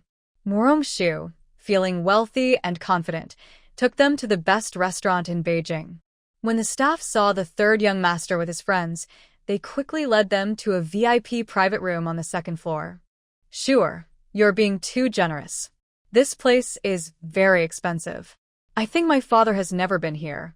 I didn't expect to come first because of you." Lu Ruyan thought about her stingy father at home and prepared to go back and boast to her own father. "Then you should eat more now and later bring some home for Aunt Ming and Uncle Lu. It's on me today. Aunt Ming has helped a lot," Morong-shu said as she invited everyone to sit down and suggested Lu Ruyan pack some food. "But I can't do that. My mother will scold me if I go back." Lu Ruyan hesitated. "Then Ruyan, just eat more. Finish all of Aunt Ming's and Uncle Lu's food," Song Yanran teased with a smile. I won't save money today to let you laugh at me. I will order all the signature dishes later." Lu Ruyan pretended to be angry and said, "Order everything. Bring out all your signature dishes," Morong-shu told the shopkeeper. "Sure, I was just joking. You can't really order everything." Lu Ruyan quickly stopped when she heard the shopkeeper was about to do so. "Don't worry, I have money. Besides, I haven't had a chance to eat at a restaurant when I return to the capital, so I must order everything, Wen-jing said, giving Lu Ruyan reassurance. The shopkeeper beside them twitched his mouth, thinking, "Third young master, how much should we discount for this meal?" Although Wen-jing was often ill and didn't come out much, the staff and shopkeeper knew him well. The Wen family was the most talented and favored, and offending him would mean losing their jobs. After dining at Tianran Pavilion, the shopkeeper packed some of the restaurant's special dishes for Lu Ruyan. Before eating, Lu Ruyan's joking remark made Wen-jing exchange a look with the shopkeeper. The shopkeeper, being clever, naturally made sure everything was handled properly for the third young master. The Song family had already sent someone to pick up Song Yanran. It was Song's second cousin. After greeting each other, the cousin and Song Yanran got into a carriage and left. Although Wen-jing was a man, because he often fell ill before, the Wen family didn't dare to let him go out alone. Tonight, second young master Wen came to pick up his third brother, feeling uneasy. Lu's residence and the general's residence were on the way, so Morong-shu and her elder brother first took Lu Ruyan back to her house, then the siblings returned to their own home. "Shu'er has worked hard all day. Are you tired? If so, rest for a while. Big brother will call you when it's time." Mu Sishu had already heard from his second uncle about how lively the scene was, and he was worried that his sister might be exhausted. "Big brother, I am not tired at all. On the contrary, I am very happy. Doing what I love and am good at, with family support and friends around, that makes me happy." Mu Rongshu happily shared her true feelings with her older brother. For her in this modern time, these things are easy. She never expected that in this era, she could do what she loved without worrying about daily meals. Whether it's developing cream or helping others with their health, these are her hobbies. She doesn't work from 9 to 5, nor does she constantly worry about complaints. As long as Shu'er is happy, that's all our family wishes. You can be a little willful. Our general's residence has the means for that. This was the first time Mu Sishu spoke so seriously to his sister like this. Mu Rongshu was deeply moved. Everyone in this family is very kind, each in their own way loving her and making her happy. "Thank you, big brother. I've taken note of that. If you bring home a sister-in-law, I'll be even happier." Mu Rongshu wanted to know if her big brother and Lu Ruyan were a couple. When she saw her brother's reluctant, loving gaze when he sent Lu Ruyan back, it felt like they were in the honeymoon phase. That. "Mother will arrange it," her brother replied, looking a bit hesitant. Mu Rongshu could tell there was hope. "But what if mother arranges someone I don't like? I really like Sister Ruyan." Mu Rongshu secretly observed her brother's expression. It won't happen. "Sister Ruyan is very good. If you like her, I'll ask mother to propose marriage," Mu Sishu stammered, still surprised that his sister was teasing him. That might not be so good. "Big brother, you don't have to feel wronged for me. We have many sons in the family. Whoever marries Sister Ruyan, I'll be happy." Mu Rongshu continued teasing her brother. "No, I've already promised Sister Ruyan. When you come back, we'll get engaged. She's been waiting for me for 2 years. Hearing this, Mu Sishu was suddenly anxious about someone else marrying Lu Ruyan. He revealed his promise to her. Mu Rongshu was stunned. She had thought they both liked each other but hadn't confessed. Turns out, their feelings were mutual, and they had been waiting for her to return. Morong-shu couldn't quite describe her current feelings. Overcome with emotion, she held back tears and said, "Big brother, I'm back. When I return, I will tell mother and choose a good day to go to Lu's house to propose marriage. I don't want to let Sister Ryun's friendship go to waste." Mu Sishu nodded firmly. He wanted to give his Ryun the best. The next day, after lunch, Morong-shu took her maid Xiao Tao and headed to Wen's residence. Madam Wen had already sent people to wait at the gate early in the morning. She was very excited. On the way back yesterday, she told her mother-in-law and eldest sister-in-law about this, and they were also very happy. Today, the old lady directly ordered that Wen Eryi stay inside the house and not go anywhere. When Eryi learned that Morong-shu would arrive after lunch. During the meal, he complained to his third younger brother about their mother. When Jing heard that Morong-shu was coming from her family, and he was also very happy. When Sangongzi, who usually didn't care about looks, specially changed into a new outfit. His servant Xiao Si was surprised, thinking his master had gone crazy. In the end, he chose a set of moon-white clothes that Wen Jing liked best, then took Xiao Si to Wen Ye's courtyard. Third brother, why are you here? Wen Yi was surprised to see his third younger brother. Usually, he would rest in the courtyard at this time because he wasn't feeling well. Why was he here today? Second brother, I ate too much at lunch today. I'm worried about indigestion, so I came to play chess with second brother. I hope I didn't disturb you, and second sister-in-law resting, Wen Jing lied calmly. Third brother, you're talking nonsense. We're also waiting for Miss Morong. Your second brother is quite impatient. I was worried he might run out to play later. Now that you're here, with your second brother, I feel at ease. You two can go to the pavilion and play chess. I'll have someone brew some digestion tea, said Madame Wen. Madame Wen thought her third younger brother coming to play chess with her husband was unlikely. She believed that waiting for Miss Morong was the real reason he was here. So, she went along with it, leaving Wen Jing to join them in the cool pavilion. That way, Miss Morong would see them as soon as she entered the courtyard. Thank you, second sister-in-law. Wen Jing bowed politely. His mother often praised his second sister-in-law for being clever, and Wen Jing thought she deserved the praise. Madame Wen arranged for her husband and younger brother-in-law, then sent a close maid to wait at the gate. The maid was from her family and had known her since she was young. She knew that Morong Shu was coming to see the young lady for a medical consultation and wished she could go to the general's residence early to fetch her. When Morong Shu and Xiao Tao arrived, they were still startled by the warm enthusiasm of the maid. The maid looked at them with great kindness and happily led them to the second madame's courtyard. Because someone had already gone ahead to report, Morong Shu and Xiao Tao saw the second madame from afar before reaching her residence. They also saw Wen Yi and Wen Jing at the door. The group warmly welcomed Morong Shu inside. The second madame affectionately took Morong Shu's hand and led her into the yard, saying, "Sure, don't be shy. We are all family now, just like at home." "Thank you, second madam.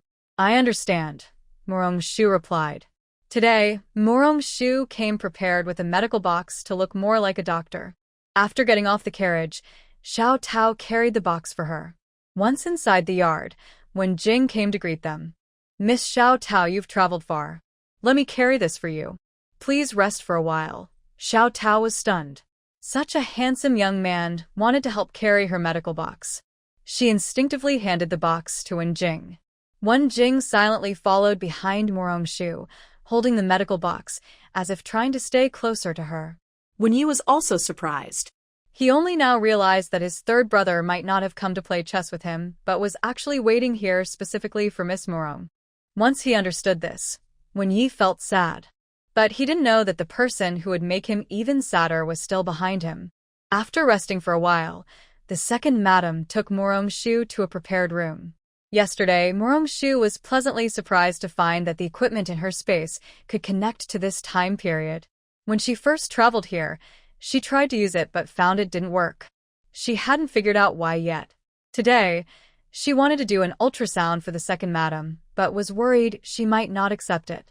So, before starting, Morong Shu explained her medical skills and the need for confidentiality. The second madam felt a bit embarrassed but nodded firmly. Morong Shu let out a deep breath, worried that the second madam might not accept this kind of examination. "Second madam, I have one more request. My medical skills are a secret technique from Tianmen Mountain and cannot be shared. So, I will need you to bring this with you later," she said. Morong Shu handed over the eye mask she made yesterday. The second madam understood the importance of the secret technique and took the mask carefully. Morong Shu personally helped her put on the eye mask, then began the examination. At first, Lady Wen was a little nervous, but she gradually calmed down. Morong Shu carefully performed a thorough check and took her pulse carefully. The diagnosis was that Lady Wen's serious cold and that was causing irregular periods. Morong Shu asked about her symptoms during her period and roughly figured out a way to help her recover. "Lady Wen, I understand your symptoms. Later, I will also check Second Master Wen's pulse. Together, you will recover faster," Murong-shu thought that Lady Wen's problem was not serious. With traditional medicine and acupuncture, it would take about 1 to 2 months to improve, assuming second master Wen was healthy. It's good if it can be fixed. It's good if it can be fixed. Murong-shu's words made Lady Wen feel confident. After Lady Wen finished tidying up, they both went out together. Second master Wen was pacing anxiously in the living room, making Wen Jing dizzy. Seeing his wife and Murong-shu come out, he quickly stepped forward and asked, "How does the lady feel?" "Miss Murong is my wife, okay? Don't worry, husband. Later, you will also need to cooperate. After Miss Murong finishes checking our pulses, she will give us the treatment plan." Lady Wen softly comforted her anxious husband. "Lady, please sit and rest first." "Please, Miss Murong, check Wen's pulse." Second master Wen cooperated very well, which surprised Murong-shu. "Second master Wen, you're too polite. Please sit here," Murong-shu said confidently, giving him her full attention. Wen Jing watched curiously. From their interactions, she noticed Murong-shu was straightforward and not shy. She didn't care much about social rules between men and women, especially when seeing a doctor, showing a professional and generous attitude. Wen Jing thought this might be a destined trait. These qualities made her even more curious about Murong-shu and eager to get closer and learn more about her. Murong-shu carefully checked second master Wen's pulse and found he had some kidney deficiency and low vitality. She then asked about his daily habits. Lady Wen answered carefully, worried about giving the wrong answer and affecting the treatment. After checking his pulse, Murong-shu remembered that the space hospital had medicine to strengthen the kidneys and imported medicine to improve vitality. At first, she thought the prices were too high when she bought them at the hospital, but second master Wen's wealth made the cost no longer a concern. Based on the pulse diagnosis, I have already prepared a treatment plan. Lady Eyre and Sir Eyre, would you like me to write the prescription for you to pick up the medicine at the pharmacy, or shall I prepare the medicine here? Murong-shu asked uncertainly. Miss Mu, I trust you. Please help us with the prescription and prepare the medicine. I don't trust others, Lady Eyre said anxiously. Yes, everyone listen to Lady Eyre, then I will write the prescription first. Later, I will go directly to Rong's pharmacy to get the medicine. It should be effective in about 2 days. When the time comes, Lady Eyre, please send someone to pick it up. Sir Eyre and Lady Eyre are willing to trust me. Murong-shu felt very happy. The key is that some medicines might work better if prepared in the space hospital. Giving the prescription to other doctors might take longer to adjust the treatment. Sure, don't worry. I will send someone on time, Lady Eyre hurriedly promised, afraid Murong-shu might change her mind. Since the prescription and medicine preparation are settled, let's talk about the precautions during Sir Eyre's treatment, Murong-shu said playfully, blinking. Wen Yi was confused. The medicine was already prescribed. Just take it on time. What else should he pay attention to? He looked at Murong-shu with confusion. Third young master Wen, could you please help record this? Murong-shu thought it would be embarrassing if the Wen family, known for their literary talent, lost face. Ziyu is very happy to do so. Go get the brush, ink, paper, and inkstone, Wen Jing said to the servant, but looked at Wen Yi. Seeing Wen Yi nod, the servant hurried to bring the writing tools. Since they were in Wen Ye's courtyard, Wen Jing needed his second brother's permission, showing respect. When the servant returned with the writing tools, Murong-shu began explaining the precautions for taking the medicine. The first rule was to avoid alcohol. Sir Eyre was stunned. Literati love elegance. He usually enjoyed gathering with friends and having a few drinks. Now Miss Mu told him not to drink, which made him feel hopeless. Seeing Sir Eyre's disappointed expression, Murong-shu was about to say something when Wen Jing said, Miss Mu, don't worry. I will supervise second brother. After hearing his third brother's words, Sir Eyre looked even more hopeless. If his wife supervised, there might still be hope. But now, with his third brother supervising, forget it. Additionally, Sir Eyre needs more exercise. He should exercise for an hour every day, either running or brisk walking. If he keeps it up for about 2 months, it should help, Murong-shu suggested, encouraging Sir Eyre to get moving. After hearing Murong-shu's medical advice, second Uncle Wen, who was always afraid of exercise, felt even more hopeless. The thing that made him the most upset was his third brother's words, "I will supervise second brother." Since third brother met Morong-shu, he no longer held any position in his heart. He felt that if Morong-shu said something more extreme, his third brother would agree without considering his own safety. When Jing promised Morong-shu that he would supervise her husband, Madam Wen looked at Jing with gratitude. In this family, no one dared to disobey third brother, not even the eldest brother sometimes. Morong-shu was very pleased when she received the notes written by Jing. The handwriting was so beautiful. She really wanted to keep it as a keepsake. He was handsome, and his writing was even more attractive. Heaven was unfair. It didn't give ordinary people a chance. Morong-shu was reluctant to give the notes to second Uncle Wen, but they were originally written for him. She looked conflicted. "But what's wrong with what I wrote?" Jing asked nervously when he saw the girl looking so troubled. "It's not that. I just can't bear to part with such beautiful handwriting," Morong-shu said, then realized what she had just said and felt a little embarrassed. "Then I will copy another copy for second brother. You can take this one. Why don't third young master help me write a prescription? That way, I can leave the notes for second Uncle Wen, and I will take the prescription back to study," Morong-shu suggested, thinking it would be better and less awkward. "Of course. Miss Morong, please go ahead," Jing replied, ready with his brush as she recited the prescription. Morong-shu didn't hesitate and confidently read out the prescription. Jing carefully recorded it. This time, third young master Wen's handwriting was even more serious and beautiful. Quietly, second Uncle Wen whispered to his wife, "Look at third brother. He's never been so serious even when aiming for top scholar." His wife shot him a sharp glare. After finishing the prescription, Morong-shu took her leave. She promised to pick up the medicine the day after tomorrow and needed to go to the Rong family's pharmacy to prepare. Jing went with his second brother to the general's residence to get the medicine just to see Morong-shu. Second Uncle Wen wanted to go with his wife, but was scolded by his mother, who said he was not considerate of his wife. She told Jing to go with him instead. The old lady's plan was simple. This way, she could help her second daughter-in-law bring back the medicine and also give her third son more chances to meet Miss Morong. Miss Mu is the one who broke the curse on the Wen family. Without her, Wen Jing wouldn't be able to survive.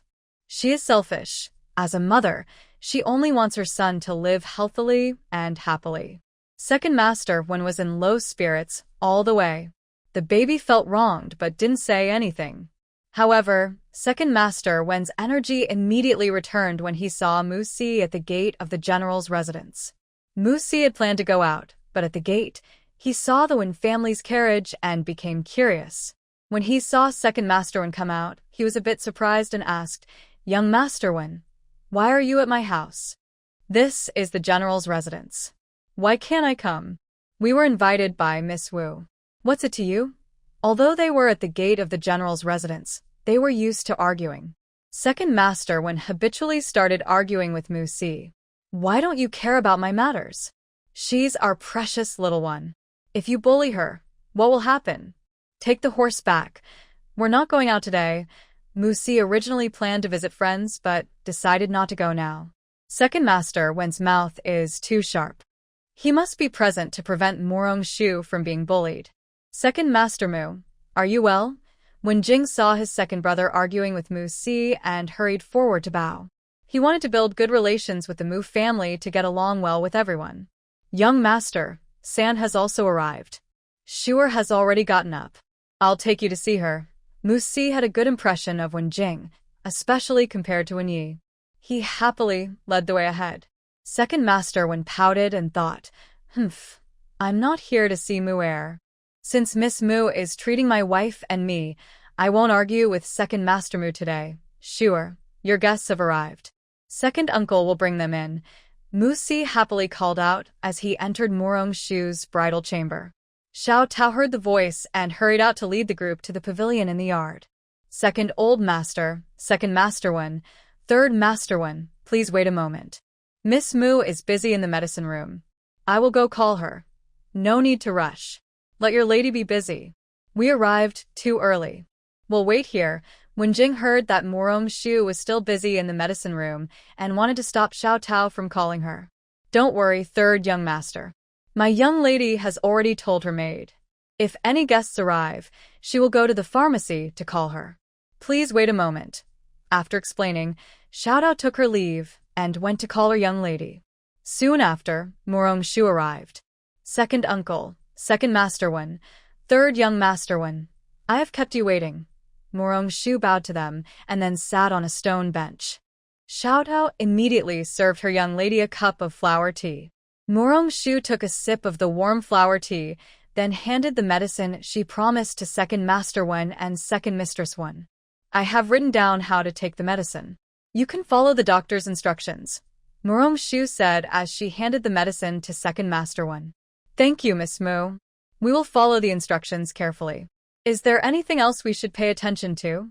Second master one asked clearly, worried his wife might ask him about it later. Starting today, I will come to check second mistress's pulse and do acupuncture in 5 days. Please, second mistress, do not go out during that time, Morong Shu said, wanting to inform second master one in advance so his wife wouldn't leave the house. Don't worry, Miss Mu. We won't go anywhere that day. We will stay at home and wait for you. Second master one quickly agreed, happy to hear about the acupuncture. Second master, just go to work as usual. It's best for second mistress to stay at home. Morong Shu thought that asking for frequent leave was not good. Since second master one didn't need acupuncture, staying at home wouldn't help much, so it was better for him to go to work. Alright then, hearing that he still had to go to work, second master one suddenly felt life was not so good. Mu Si, standing nearby, wanted to laugh. Last time, second master one took leave, but this time, there was no reason left. Young master one, second master one's exercise and abstaining from alcohol will also start today, Morong Shu said, worried that second master one might not be reliable. She specifically told Wen Jing, hoping he could supervise. Miss Mu, don't worry. After you checked second brother Wen's pulse that day, he already started running and abstaining from alcohol, when Jing replied seriously, following her instructions carefully. Third brother, I told you that Miss Mu's idea was to follow those precautions from the moment she gave the medicine.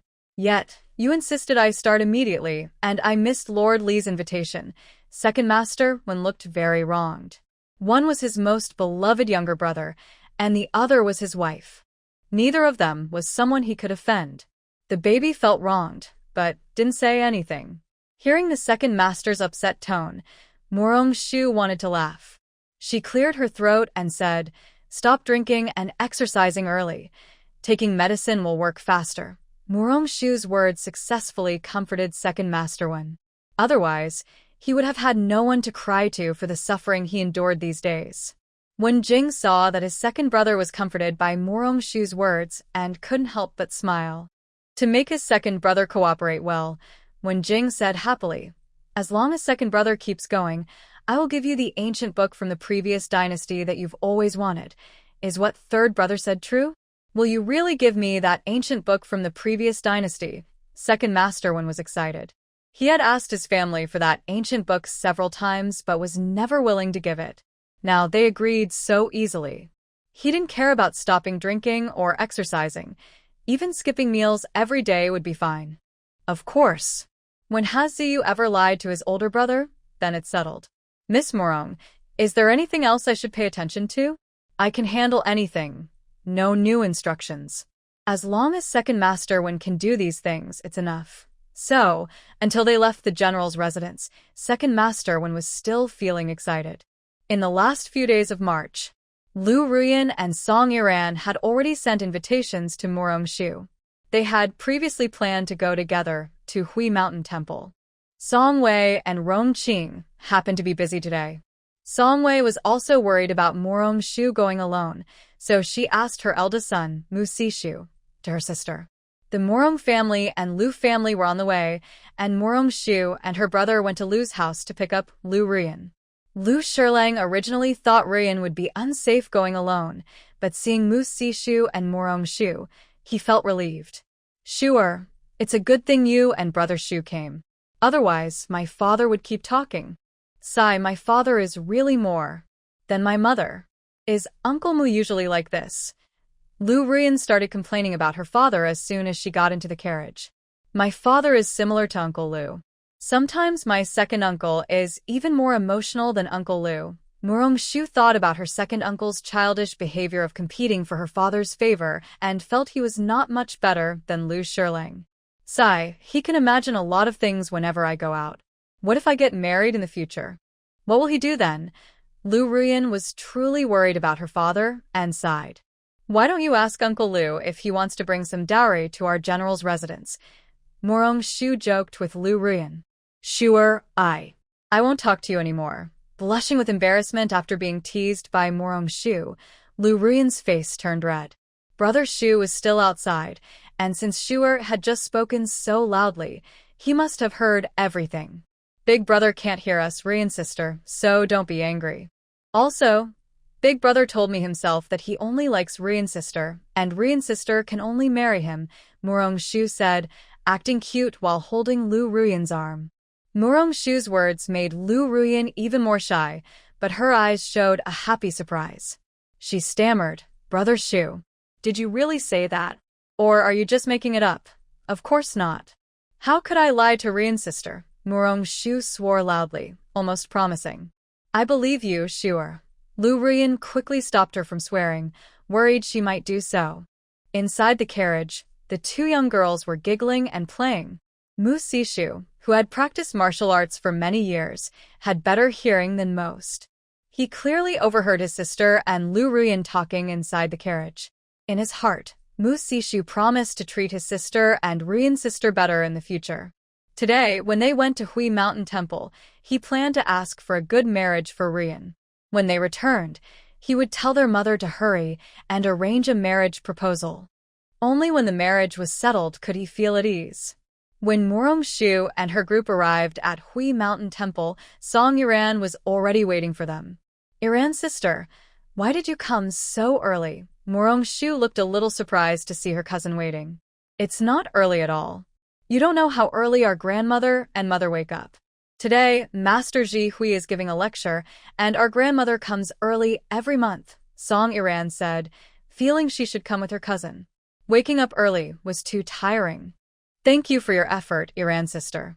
Let's go quickly. Shuer sister, Ruyan, you probably don't want to listen to the scriptures either. I won't go. The master's teachings are too deep. I can't understand them. Seeing Murong-shu and Lu Ruyan eager to go up, Song Iran quickly made her stance clear. She was glad she could use the chance to avoid listening to the scriptures. She didn't want to go again.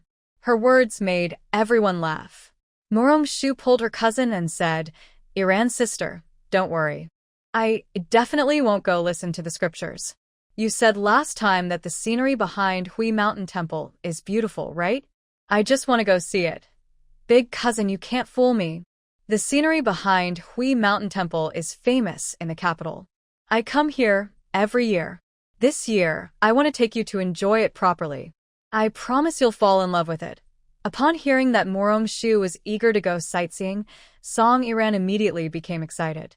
She grabbed Murong-shu and was about to leave, but she turned back to say to Mu Si-shu and Lu Ruyan, Brother and Ruyan come here every year. Today, don't follow me and Shuer. I heard that this year, the Love Tree area has a new love bridge. Why not take Ruyan to see it? Ask the matchmaker. Maybe next year Shuer and I will have a sister-in-law. Song Iran's words made Lu Ruyan and Song Si-shu blush at the same time. Song Si-shu hesitated and said nervously, But you and your sister, don't worry, brother. We are at Hui Mountain Temple. No one dares to cause trouble here. You should take Ruyan and go now. We will meet later at the Flower Valley in the back mountain. Don't worry, I will take good care of Shuer. Big brother and Ruyan, hurry up and go. It's rare to have a chance to go out. I'll stay with Sister Iran for now. We'll meet later. Seeing that her older brother and Lu Ruyan hesitated, Murong-shu also helped persuade them. Then I'll trouble Sister Iran to take care of Shuer. My sister, and I will come find you later. Mu Si-shu looked at Lu Ruyan with hopeful eyes. After a moment of hesitation, he agreed to Song Iran's suggestion. Don't worry, Sister Iran. I will take good care of Shuer. Brother, please take Ruyan and go quickly. There aren't many people here now. Sure, let's go. Song Iran urged her brother to leave quickly, or she and Shua wouldn't have time to play. Song Sishu bowed to his sister, and then walked in the opposite direction with Lu Ryun. Sure, you see, brother has liked Ryun since he was young. But as soon as he sees her, he can't speak. Ryun used to think brother didn't like her and almost missed her chance. Thinking about her brother's slow nature, Song Iran couldn't help but complain about his silly past actions to Morong Shu. Thank you, Sister Iran, today. When brother marries Sister Ryun, my brother and I will treat you to a big meal. Morong Shu knew that over the years, Song Iran had probably spoken well of her brother in front of Lu Ryun. Forget about the big meal. If I eat too much, my mother will scold me.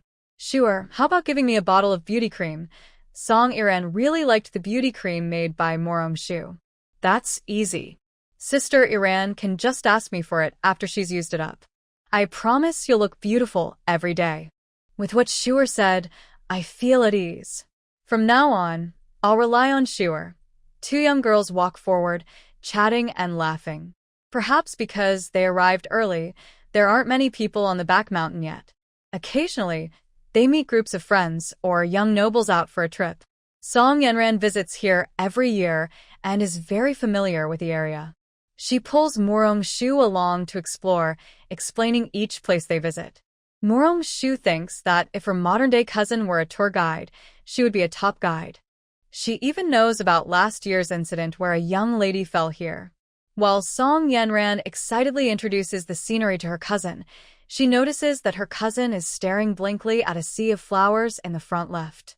Song Yenran calls out to her, but Morong Shu still gazes at the flowers. Curious, Song Yenran looks closer and is instantly stunned. In the beautiful sea of flowers, there sits a small boy who looks about 5 or 6 years old.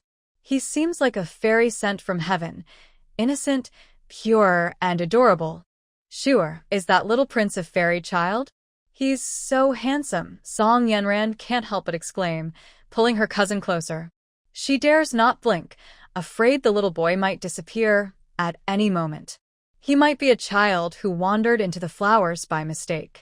Sister Yenran, shall we go see? Morong Shu finally reacts. She was so focused on the scene that she didn't hear her cousin calling.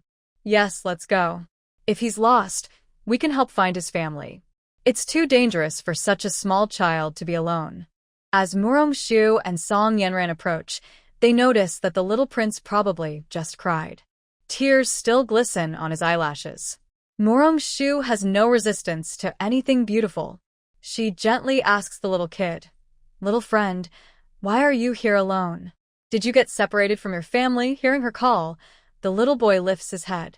His eyes are red from crying, and he looks sad as he answers, "I live here all the time. I just miss my mommy. She hasn't come to see me in a long time." Hearing this, Morong Shu feels very sad. She kneels down and picks up the little boy. "How about I play with you? Maybe your mommy is busy and will come to see you today. There are many people here, so she might have come to see you." "Really, big sister?" The little boy's face lights up with a smile. Morong Shu takes out a handkerchief and gently wipes his face. "Thank you, sister.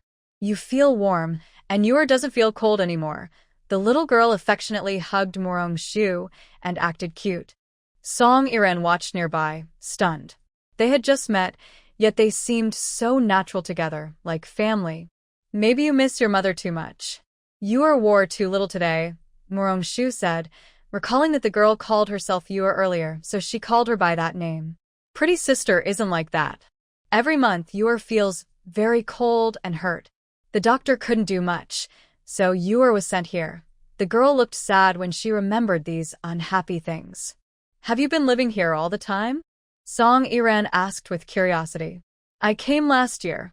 I remember my mother hoped Master Ji we could cure my illness, but it didn't seem to help much," Yor said sadly. "But now that pretty sister is holding me, I don't feel bad at all." Song Iran and Morong Shu thought Yor was just trying to make them happy, so they both smiled. "Do you girls not believe what Yor says?" "Everything Yor says is true. Uncle San said children can't lie, or their noses will grow longer," Yor explained. Seeing they didn't believe her, she brought up her Uncle San, who she thought was the smartest and always right. If that's the case, can sister hold Yor for a while? Murong Shu joked with Yor. Sure, if you're tired, just let me hold Yor. Song Iran worried her cousin might get tired, especially since she promised her older brother to take good care of Shuar. Iran, I'm not tired. Let me hold him. Besides, Yor isn't heavy. Murong Shu gently pinched Yor's chubby face, loving the soft feel. She wanted to hold him longer, but was reluctant because he had delicate skin. Yor isn't heavy. If sister is tired, she can put me down. Holding my hand while walking is just as good, Yor explained eagerly, worried Song Iran might not want to hold him.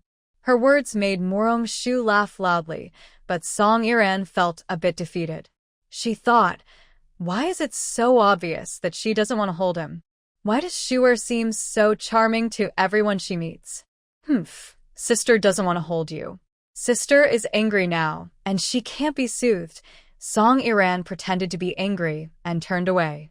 Beautiful sister, don't be angry. Yor also likes you very much. Uncle says that girls become less pretty when they are angry. Since you are so beautiful, you shouldn't get upset. Little Yor softly comforted Song Yenran. Song Yenran wasn't really angry at first, but after being comforted by the little one, her heart softened. She gently patted the child's head a few times before letting him go.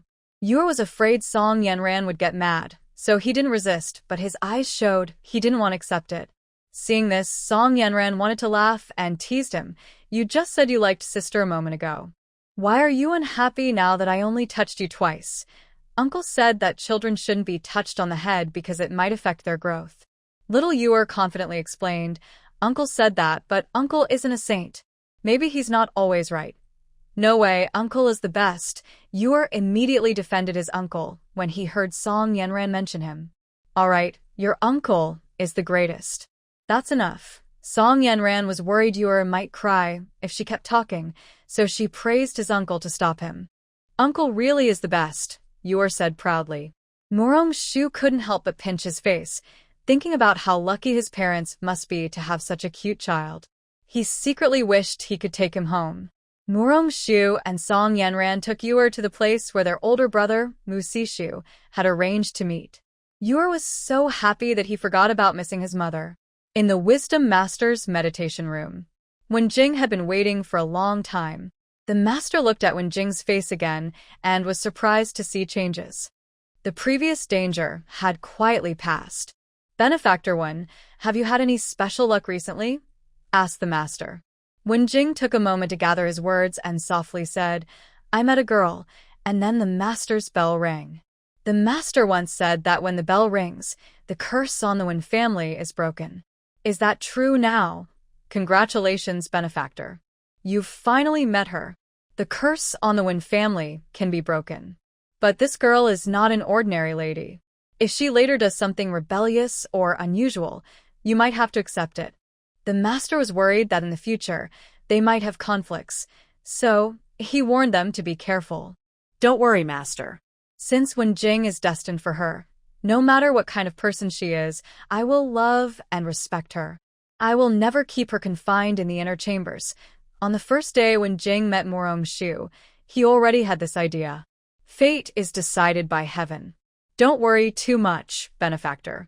Be patient. Thank you, master. I will remember your words. As when Jing left the wise master's place, he ran into his older brother waiting at the door. Seeing Wen Jing, his brother hurriedly said, Third brother, have you seen Yor? Yor is missing. Wen Jing's face changed drastically upon hearing this.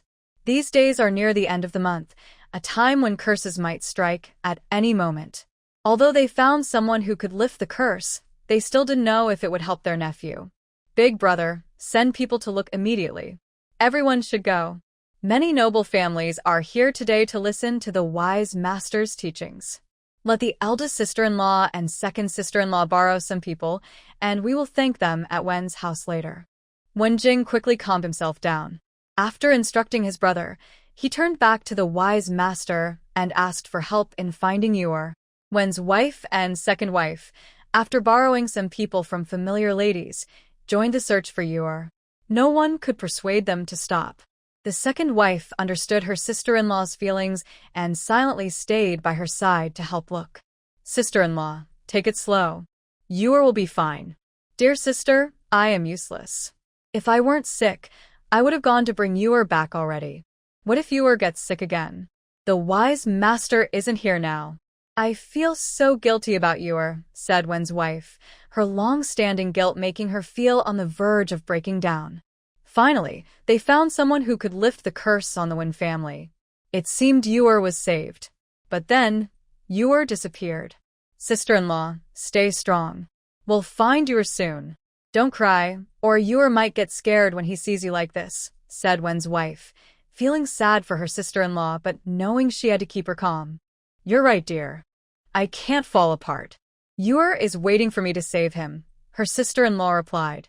Seeing that her words helped, Wen's second wife comforted her a few more times before they continued searching for the child. On the way, they asked everyone if they had seen a little boy about 5 or 6 years old. Wen Jing ordered his second brother to go down the mountain and bring help. The mountain's entrance was guarded, so it was impossible for anyone to take Yor away. Because of the search for Yor, the atmosphere at the Wise Temple was very tense. However, the back mountain of Wisdom Temple was full of happiness. Big sister, isn't this place very beautiful? I come here when I miss my mother or feel homesick. Little Tuanzi was sharing her secret hideout with Morong Shu and Song Yiran. I've been here so many times, but I didn't know the back mountain had such a beautiful spot. Today, I really benefited from Yuer's good eye, Song Yiran said with admiration. Little Tuanzi had good taste. Usually, Uncle San teaches Yuer too. Little Tuanzi kept talking about her Uncle San. Song Yiran now wanted to meet him and see who he was. Yuer, Yiran's sister. Maybe we should go back now. We've stayed too long, and Big Brother and Sister Ruyan might get worried if they can't find us soon. Morong Shu was worried that her brother might get anxious if she didn't return quickly, so she urged Little Tuanzi and Song Yiran to leave. The place was so comfortable that they didn't want to leave. Sister, where do you want to go? I know this place well, and I even know some shortcuts. Little Tuanzi offered to lead the way when the two beautiful sisters wanted to find someone. At first, Song Yiran doubted Little Tuanzi was just talking nonsense, but when she actually took them along a shortcut, Song Yiran was amazed. She had been here many times but didn't know about this way. It saved a lot of time. The three arrived at the meeting spot but didn't see Song Sishu and Lu Rian. Morong Shu asked uncertainly, Yiran's sister, are you sure this is where you and Ruyan's sister agreed to meet? Yes, right here. Ruyan and I have been coming here for years. Even if my cousin remembers wrong, Ruyan wouldn't. They must have had a lot to talk about and lost track of time. Song Yiran was very confident that this was the meeting place with Lu Ruyan. Since they hadn't arrived yet, it must be because something delayed them. Let's wait here for them. It's still early. Morong Shu sat down on a stone with Little Tuanzi, signaling Song Yiran to sit as well. Song Yiran wasn't in a hurry to go back. She planned to leave with her cousin when they went down the mountain, not with her father. Her father would come to pick up her grandmother and mother later. Meanwhile, on the way, Mu Sishu and Lu Ruyan, who thought they were delayed by something, met Wen Jing and Wen Ji, who were looking for children. Kind-hearted Mu Sishu immediately joined the search team. Ziyu, are there any other places we haven't looked? Let's split up. I walk faster, so you can tell me where to go.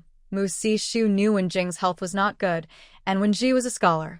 He grew up in the military camp and was skilled in martial arts, which made it easier for him to find people. Thank you, young Master Mu. Wen Ji thanked Mu Sishu. He really didn't expect that the usually quiet Mu Sishu would be so kind-hearted. Brother Mu, you might want to look toward the northwest.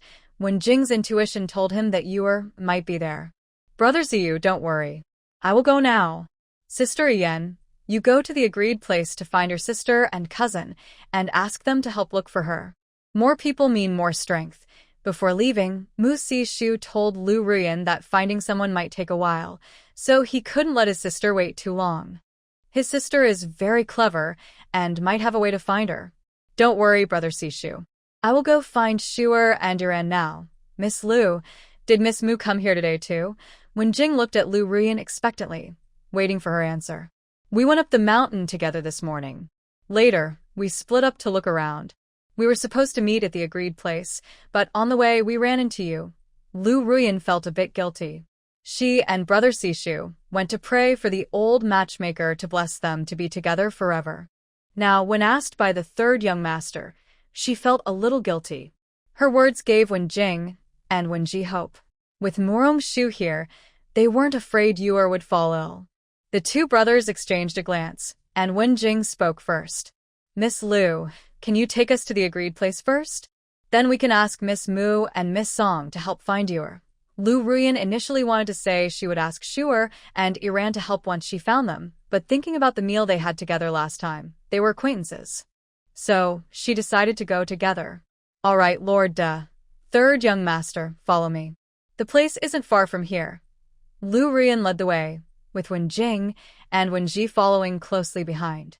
She knew the situation was urgent, so she moved quickly. Wenji felt much more at ease now. For some reason, when he heard Murong-shu was here too, he felt strangely reassured. Hui Mountain Temple had good security. He wasn't worried about Yuer being kidnapped. He had been worried about his son's illness earlier. Although he wasn't the heir of the Wen family curse, he understood the pain deeply. Otherwise, his fourth brother wouldn't have committed suicide. But when they arrived at the meeting place, everyone was stunned. Lu Ruyan, how can Shuer have a child at her arms? Wenjing, Miss Mu, that happy-looking child in your arms looks so much like Yuer. Wenji, am I seeing things? Yuer has been found. Shuer, where did you get this child? Lu Ruyan's voice trembled with shock. He was found. Murong-shu told the truth, but Lu Ruyan, overwhelmed, thought Murong-shu was joking. Father, Uncle San, you finally came to see Yuer. Has mother come too? The little boy clearly didn't expect to see his Uncle San and father, happily waving his hands, afraid they might not notice him. This time, Murong-shu and Song Yiran were surprised. Their luck was incredible, finding a child, and it turned out to be the eldest grandson of the Wen family. Yuer, why did you run out without saying a word? Wenji finally relaxed after worrying. He wanted to take the child from Murong-shu to check, but Murong-shu misunderstood, thinking Wenji wanted to hit the little boy. So Murong-shu didn't hand the child over, but tried to persuade him. Uncle Wen, the child is still young. You can teach him slowly. Please don't hit him. Wenji looked confused. Who am I? Where am I? He was just worried about his son's health, so he was a bit anxious earlier, but he definitely didn't mean to hit the child. Wenji's words made Wenjing want to laugh. His older brother was famous for his eloquence. He could argue with envoys from all countries in the palace without being defeated. Today, he was stumped by Murong-shu. Beautiful sister is right. Daddy shouldn't hit the child, the little boy said, hugging Murong-shu tighter. Wenji really wanted to scold the child, but afraid Murong-shu would misunderstand. He tried to coax the boy. You're too heavy. Let Daddy hold you, okay? Let Miss Mu rest for a while. Although the little boy also wanted his father to hold him, he thought that being held by the beautiful sister was even more comfortable, so he refused his father. But the beautiful sister holding me feels so warm and cozy. The boy's words made Wenjing and Wenji both open their eyes wide. Wenji looked at his third brother in disbelief. Seeing Wenjing nod, Wenji's face lit up with joy. Uncle Wen, just let Shuer hold him. He hasn't let me hold him all this time, only recognizes Shuer. Song Yiran now felt more balanced. It seemed the little boy didn't dislike her. He just refused to be held by her. Now that his real father was here, it still didn't work. Song Yiran thought about how he just now kept talking about how his third uncle was the most impressive and proud. Curious, she asked, Yuer said he likes his third uncle the most. Would it be okay if third uncle held you? Song Yiran's words made Wenjing and Wenji look at Wenyu at the same time. The little boy was very conflicted. He really liked the pretty older sister. He had already refused his father earlier. If he refused his third uncle again, would the third uncle be angry? Murong-shu saw the little boy not speaking and thought he was unhappy.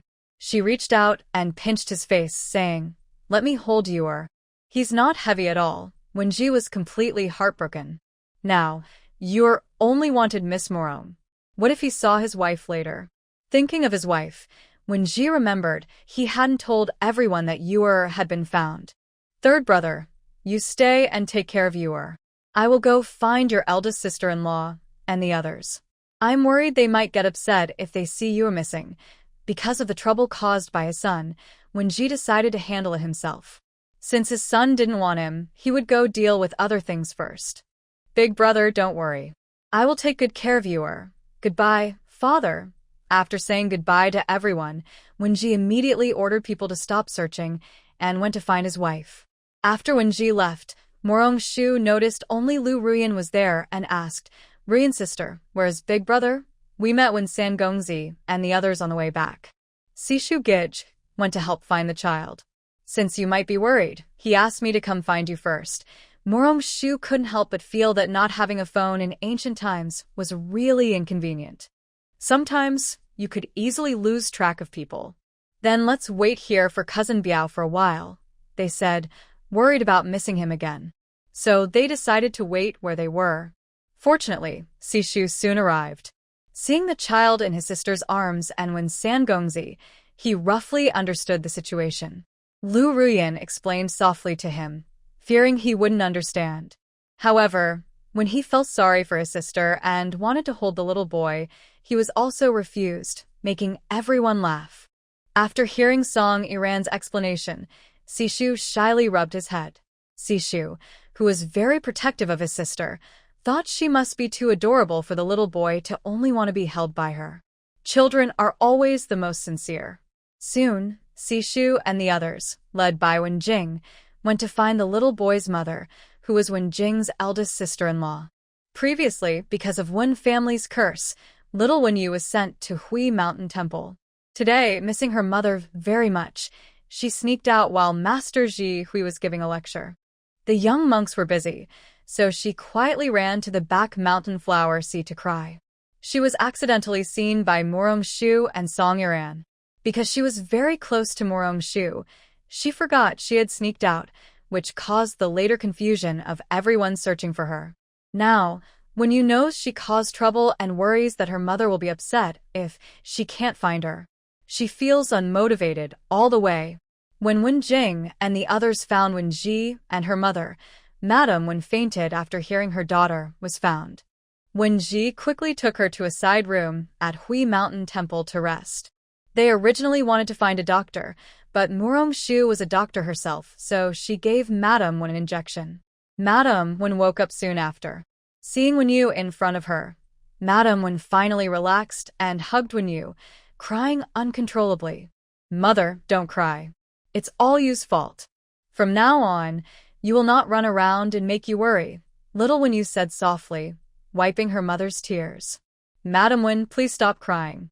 Your health is the most important. Morong-shu quickly comforted her, seeing how guilty little Wenyu felt.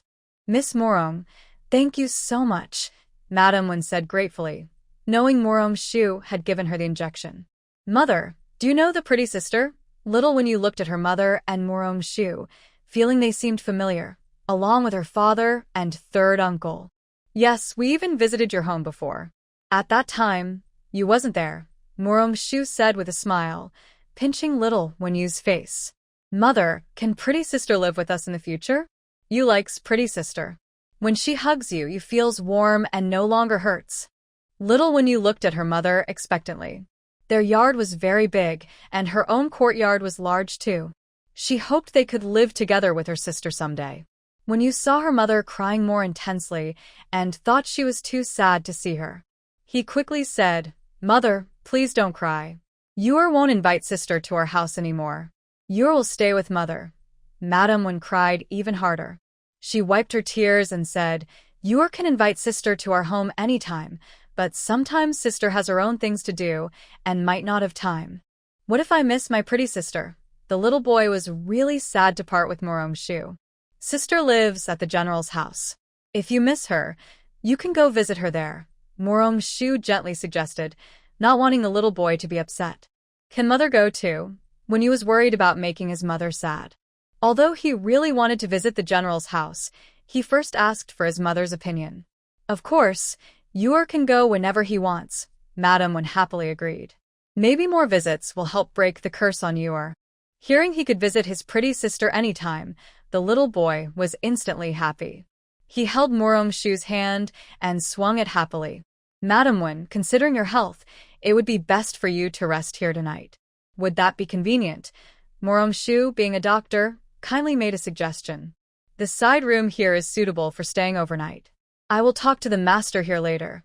As travelers often stay here, Wenji decided immediately, knowing his wife couldn't go down the mountain. That would be perfect. Madam Wen often overworks herself and needs proper rest, he added, mentioning her condition after checking her pulse earlier. Please, Miss Morong, write a prescription. When we go back, the lady can start her treatment, Wenji respectfully asked. You're too kind, Lord Wen, but emotional issues need emotional healing. Medicine can only help a little, Murong-shu gently reminded him, even though she didn't know why Madam Wen was so anxious. Thank you for your honesty, Miss Morong. Wenji nodded sincerely. He knew his wife's worries about Yor. Once Yor gets better, her worries will ease. After settling Madam Wen, everyone prepared to leave. But Wenyu was very upset and kept holding on to Murong-shu, not wanting her to go. Hearing Jing, hearing Ji, and the three ladies couldn't be calmed down. Murong-shu looked at the crying little one and finally decided to stay overnight, planning to go down the mountain with Lady Wen tomorrow. Jie Rian, Jie Yenji, I will stay here tonight. Are you going back or staying here? Murong-shu was unsure of their plans. I want to stay and keep company with Shu'er, Lu Rian said, worried about Murong-shu being alone here. I'll stay too. I'll go tell grandmother and mother soon. Song Yenji decided to stay once she saw her sisters would stay. Big brother, you should go back first today. Also, send someone to Lu's house to tell Aunt Ming so she won't worry about Rian, Murong-shu said, worried that her brother's schedule might be delayed, so she asked him to leave first. Mushishu hesitated. Jing was watching closely, so he bowed and said, Don't worry, Brother Mu. I will arrange for people to protect the girl's safety, because they had to attend court tomorrow. Mu Sishu and Wenji set out together, while Jing stayed behind. Second Master Wen also wanted to stay but was taken away by his older brother. Since the third brother was unwell and couldn't go to court, he didn't want to slack off. There's no way he could be lazy now. He needed to act early. Finally, Second Master Wen reluctantly followed Wenji back home. Fortunately, Second Madam Wen accompanied him, or he would have been very upset. Before leaving, Jing asked his older brother to supervise the second brother's running. Second Master Wen wanted to ask if his third brother was a demon. He had already run all day and still couldn't rest. On the carriage back to the city, Wenji couldn't help but ask, Second brother, what did third brother promise you to make you so obedient? Hearing this, second brother Wen became proud. Guess what, big brother? Wenji guessed several options, but none were right, so he asked Wenyi directly. Third brother said, as long as I keep going, he will give me that rare ancient book you also want. Ha ha ha. Are you jealous, big brother? Seeing Wenya's proud look, Wenji really wanted to kick him off the carriage. Wenji couldn't help but think to himself, third brother is too biased. Why does he only reward second brother and not him? He should at least have a fair chance to compete. He could run an extra hour every day compared to second brother. Since third brother asked him to supervise second brother, he decided to follow third brother's orders and planned to wake second brother early tomorrow for exercise. At this moment, Lord Wen is happily unaware that his joyful life tomorrow will be cut short because today's display of his rare book will be stopped early. The happiest person today is Wenyu. Not only is her mother here to accompany her, but she also has 3 beautiful older sisters she just met. Madam Wen looks at the 3 young girls playing with Wenyu, her face full of happiness. She feels more relaxed than ever. Madam, go inside and rest for a while. The young master and Miss Mu are playing happily, and there's also the third young master nearby. Nothing will happen, the maid suggests. Fearing her lady might get tired, the maid tries to persuade her to go back inside, but Madam Wen refuses. I want to stay a little longer. Seeing you happy makes me happy too. Seeing she can't persuade her lady, the maid turns around and brings a cloak. Madam, since you like sitting here, put on some more clothes to stay warm. Dinner was vegetarian food from the temple. Little Tuanzi and Morongshu enjoyed it very much. Seeing them eat happily, everyone else's appetite improved, and even when Jing ate half a bowl more. Madam Wen knows her third brother's appetite well. Seeing Wen Jing eat more, she can't help but think, Miss Mu's influence on my third brother is really extraordinary. If my mother knew, she'd be very happy. Madam Wen feels grateful to Morongshu in her heart. Not only is she the savior of the Wen family, but she also gives hope to you. From now on, she will treat her even better. If Morongshu gained everyone's favor because she could break the curse, then later, because she saved each member of the Wen family, they were willing to do anything for her. Some fates are destined by the heavens. Because of Morongshu and Little Tuanzi, everyone ate until they were full of dinner. Afterward, Morongshu took Little Tuanzi for a walk in the yard. Song Yanran and Lu Ryun even tested Little Tuanzi, discovering that he not only learned the 3-character classic and the 100 family surnames, but also could recite some poems. You're so amazing. You're so young and already know so much, Lu Ryun said. Although she met Little Tuanzi a bit later, she couldn't resist his cuteness and quickly fell in love with him. These were all taught to you by Uncle San. Uncle San has many books, and he's the most amazing person, Little Tuanzi said proudly. He feels he still has a long way to go to be as great as Uncle San and is determined to work hard. Song Iran looked at Wen Jing drinking tea in the distance and thought, in the entire great sage dynasty, how many of your third uncle are there? How many of your father? Not comparable, not comparable. At first, when she didn't know that the little ball's third uncle was Wen Jing, Song Iran felt a bit resentful. But once she knew it was Wen Jing, she was convinced and obedient. In her parents' words, he was like someone else's child, a nightmare for her brothers. Whenever her father told her brothers, "Why don't you learn from third young Master Wen?" Song Iran felt lucky she wasn't a boy. Otherwise, her father would drive her crazy. Maybe she played too hard during the day, so the little ball quickly fell asleep. Madam Wen asked the maid to take care of him, because he strongly requested it. Since he insisted, his room was next to Morongshu's. Suddenly, Morongshu couldn't sleep after changing beds, so she decided to take a walk in the yard. When she opened the door, she saw Wen Jing sitting there. Under the moonlight, Wen Jing looked lonely and sad. Wen Jing didn't expect Morongshu to come out at this time. After a moment of surprise, he stood up and bowed.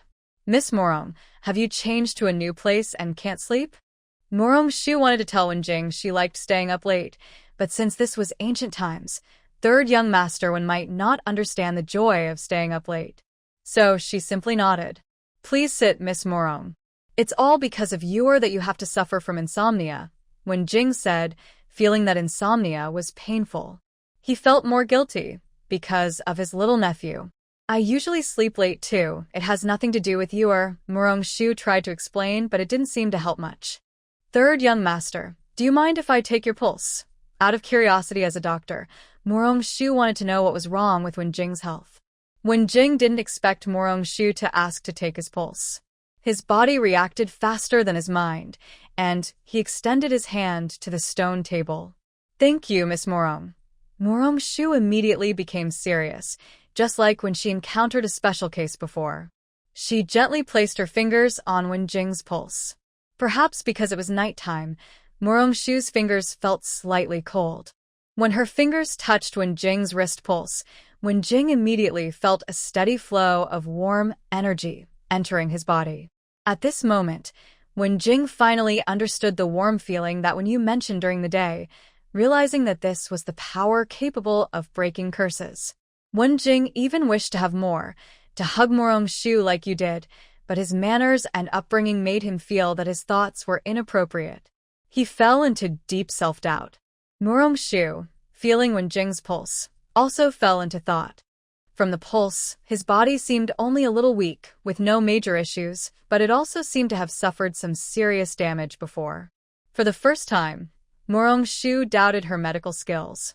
Unwilling to give up, Morongshu checked again. The result was still the same. She uncertainly asked, "Young Master Wen, have you ever been hurt?" "Miss Morong, is there another problem with my body?"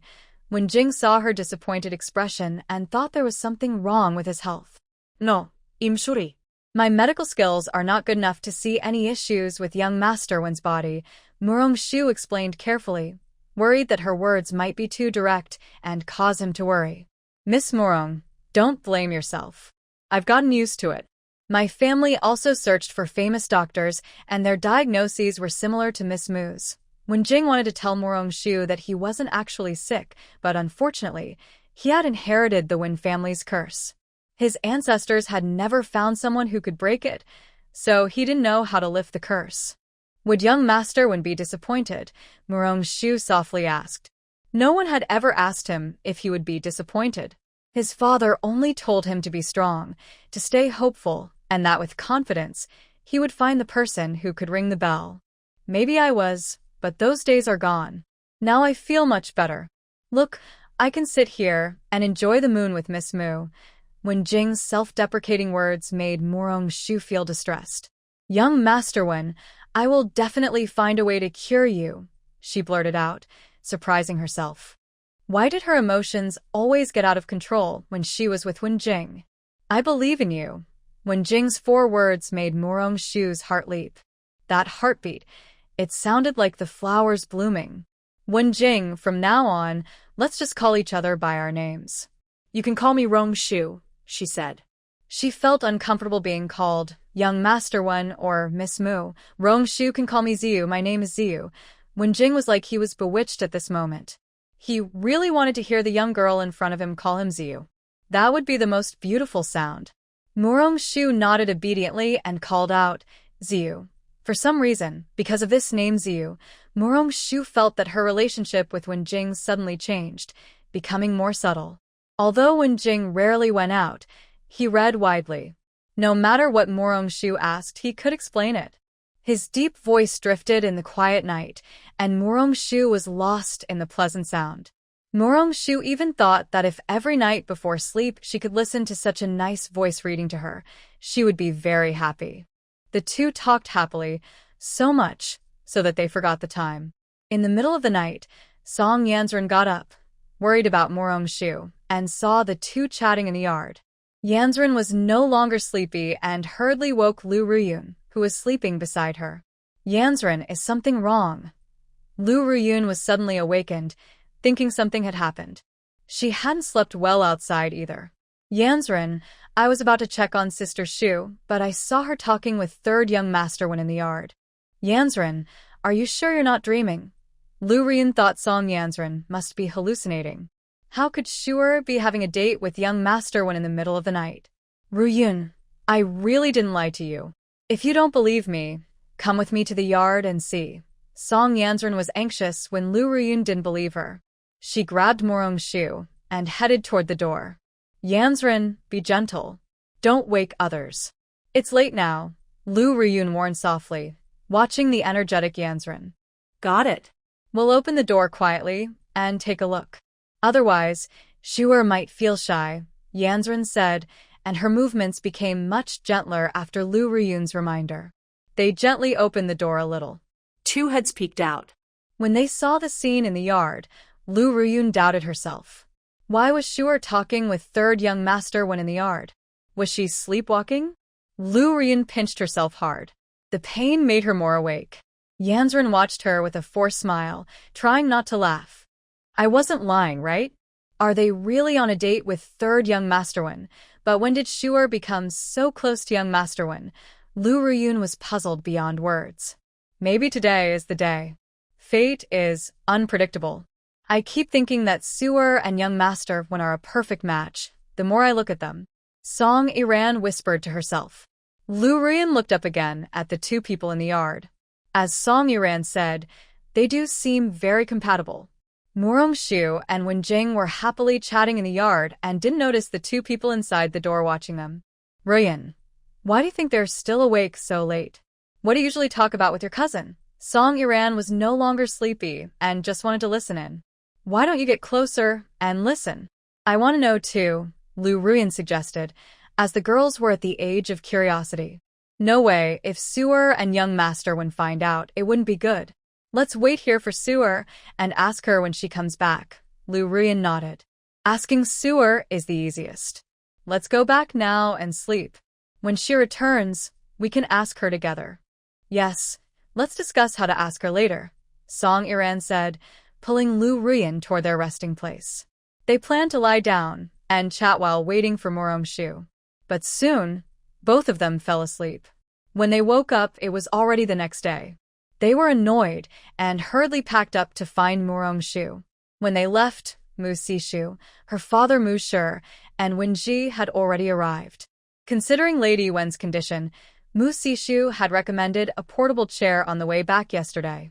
Wenji thought it was just what his wife needed and asked Mu Dago to help get one. Mu Sishu not only brought the chair but also decorated it specially. Even the noble lady sitting on it wouldn't look out of place. Originally, these weren't chairs but stretchers used on battlefields to carry the wounded. Later, when visiting wealthy families in the southern barbarian region, women would sit on them when going up the mountain. Mu Sishu modified them, not expecting them to be useful today. Mu Sishu brought 4 chairs in total, 1 for Lady Wen and 3 for the young girls. He thought the mountain road was difficult and worried they might get tired. Lu Ruyan and Song Iran were very happy to see the chairs, especially Song Iran, who didn't like walking downhill. But she also had some worries. Song Iran circled the chair and asked, "What if they carry me down in this?" "Ha ha ha, Yenrand, the problem you thought of, my uncle already considered it. That's why today he personally chose a guard to carry you, and he promises not to shake. My uncle is the best uncle." "Thank you, uncle," Song Yenran said happily, as if money was no object. Lu Ruyan thought she was exaggerating a bit and gently tugged at Song Yenran's sleeve to remind her to stop, since everyone in the yard was listening. But Song Yenran didn't understand Lu Ruyan's good intentions at all. She and her uncle were happily chatting, one daring to praise, the other daring to listen. They arrived very early, planning to have breakfast at the temple before returning. During breakfast, Master Zhihui sent someone to inform Lady Wen that today she could take Wenyu home, and she wouldn't need to come back anymore. Wenyu was very happy to hear she could leave, and Lady Wen was overjoyed, crying tears of happiness. Her Yuer could finally go home. She was no longer separated from him. Wenji and Wenjing came to pick Wenyu up, but what they didn't expect was that Master Zhihui also came out to see them. General Mu's people were indeed impressive. Sitting on the carrying chair, they really didn't feel any bumps. Wenji kept thanking General Mu and Mu Sishu along the way. Seeing his wife and son's happy faces, Wenji felt a sense of relief he had never experienced before. He was grateful to the Mu family and especially to Moromshu. The Wen family might rise even higher because of Moromshu. Their third brother, Wenjing, was always the most outstanding among the brothers. If Wenjing hadn't inherited the curse over the years, the Wen family might have gone even further. General Mu thought that today Wenji was especially enthusiastic. He usually had little contact with officials and was quite casual in personality. Since Wenji kept thanking him, General Mu felt he should also show his appreciation. "If Lord Wen isn't busy after court, let's go have a drink," said General Mu sincerely. In his eyes, there's nothing a good drink can't solve. If there is, then 2 drinks. General Mu looked genuinely sincere. Wenji saw that he was truly inviting him, so he cupped his hands and said, "Thank you for today, General Mu. How about I host the drinks?" "Ha, that sounds great. Otherwise, my wife will say, I spend money recklessly again," said Mu Shur happily when he heard someone was inviting him. But General Mu's words also carried an important message for Wenji. General Mu is afraid of his wife. From now on, just let Lady Mu handle things. Wenji initially wanted to ask his third brother if he wanted to go with them, but then he noticed his brother secretly watching Moromshu. Wenji didn't dare to look for too long, afraid of catching General Mu's attention. Throughout the journey, Wenji was very nervous, but he couldn't help but complain silently about his brother. After staying overnight on the mountain, does he not know anything? Why does his third brother keep secretly looking at Miss Mu today? Fortunately, General Mu is quite easygoing. He always thinks his daughter is the most beautiful, so even if he sees Wenjing looking at her, he doesn't think much of it. Murong-shu knew when Jing was watching her. Sometimes, when their eyes met, she would smile sweetly. The mountain scenery was beautiful, the morning air was fresh, and there was a handsome man. Such a wonderful scene. This happy mood was broken at the foot of the mountain. Sweet daughter, why did you stay overnight? Father was worried and couldn't sleep all night. I came to pick you up without even eating breakfast. Seeing the exaggerated man in front of Lu Ruyan, Murong-shu knew he was Lu Shilang, her future father-in-law. She couldn't offend him, so she went over to say hello first. Shuer, greetings to Uncle Lu. Yanji, greetings to Uncle Lu. Sishu also greeted Uncle Lu. Lu Shilang was talking to his beloved daughter when suddenly 3 voices interrupted him. He turned around and looked at the 3 people behind him. He recognized Sishu and Yanji. The third person was probably the lady's mother and daughter, Murong-shu, the youngest daughter of the Murong family who had just returned to the capital and was often mentioned by her mother and daughter. Is this Shuer? It's good to see you back. When you have time, go to the residence and visit Sister Rian. Lu Shilang thought the girl was both graceful and cute, more like her mother. Thank you, Uncle Lu. Good girl. Then when Jing and General Mu came over to greet him, Lu Shilang was a bit confused. He had only taken half a day off to pick up his beloved daughter. Why were Lord Wen and General Mu also here? Lord Wen, is General Mu resting today too? Lu Shilang thought it couldn't be a coincidence. My wife wasn't feeling well yesterday and stayed overnight at Huishan Temple, so I took half a day off today to pick her up and our son, Wenji explained. He was there to pick up his wife and son, so he didn't hide anything. I also took leave to pick up Shuer, said General Mu casually because his wife was good friends with Lady Lu, and General Mu also had a good relationship with Lord Lu, so they spoke more freely. Everyone is the same. Everyone is the same. Yesterday, I didn't go back because I was worried, so today I also took leave to pick her up.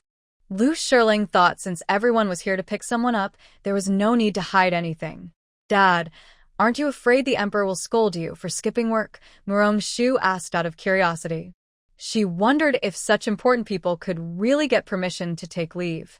The questions from Murong-shu were also concerns for Song Iran and Lu Rian. They looked at the others with anticipation. Feeling a bit guilty under his daughter's gaze, Lu Shiling rubbed his nose and smiled. It won't happen. We all have official leave, but the guilty look on his face was obvious to everyone. It wasn't quite as simple as he said. The Emperor's uncle wouldn't punish Dad, or little Auntie would cry, when you said, making everyone laugh. Song Iran deliberately teased the little boy. How do you know the Emperor won't punish him? What if the Emperor secretly scolds your dad? No way. I just know. The Emperor's uncle is a gentleman. How could a gentleman break his promise? The little boy immediately defended the Emperor's uncle when Song Iran questioned him. To protect your Emperor's uncle, you even said your little auntie would cry. Do you think she would be upset if she heard that? Madam Wen joked, pointing at her son's forehead. It won't happen. Little auntie loves you the most, Wen Yu thought to himself. He believed his little auntie loved him very much. Dad, tell the Emperor's uncle not to blame General Mu and Lord Lu. Otherwise, the pretty sisters will be unhappy, the little boy said, then tugged at his father's sleeve. He liked these older sisters and didn't want their father to be punished or for them to be upset. Okay, when we get to the palace, I will talk to the Emperor's uncle. In the meantime, you and your mother and third uncle go back to the house first. Dad will go on duty, okay? Wenji agreed to the boy's request, then crouched down to discuss something with him. He truly cared for you. Don't worry, Dad. You is grown up now. He will take good care of Mom and third uncle. You can go on duty without worry. But when you finish your shift, can you buy you a candied hawthorn? Of course. You is such a good boy. Seeing Wenji agree, the little boy was even happier. After leaving the mountain, they quickly reached the city by carriage. At the city gate, everyone parted ways. General Mu and Wenji went on duty, while Lu Shiling headed to his post. Murong-shu invited Lu Ruyan and Song Iran to visit the military house. The two missed out on gossip this morning, so they immediately agreed to Murong-shu's invitation. They could return home later, but they couldn't miss the fun with their good friends. When they parted, Little Dumpling was very reluctant, but her mother said that her grandmother and second aunt were waiting at home.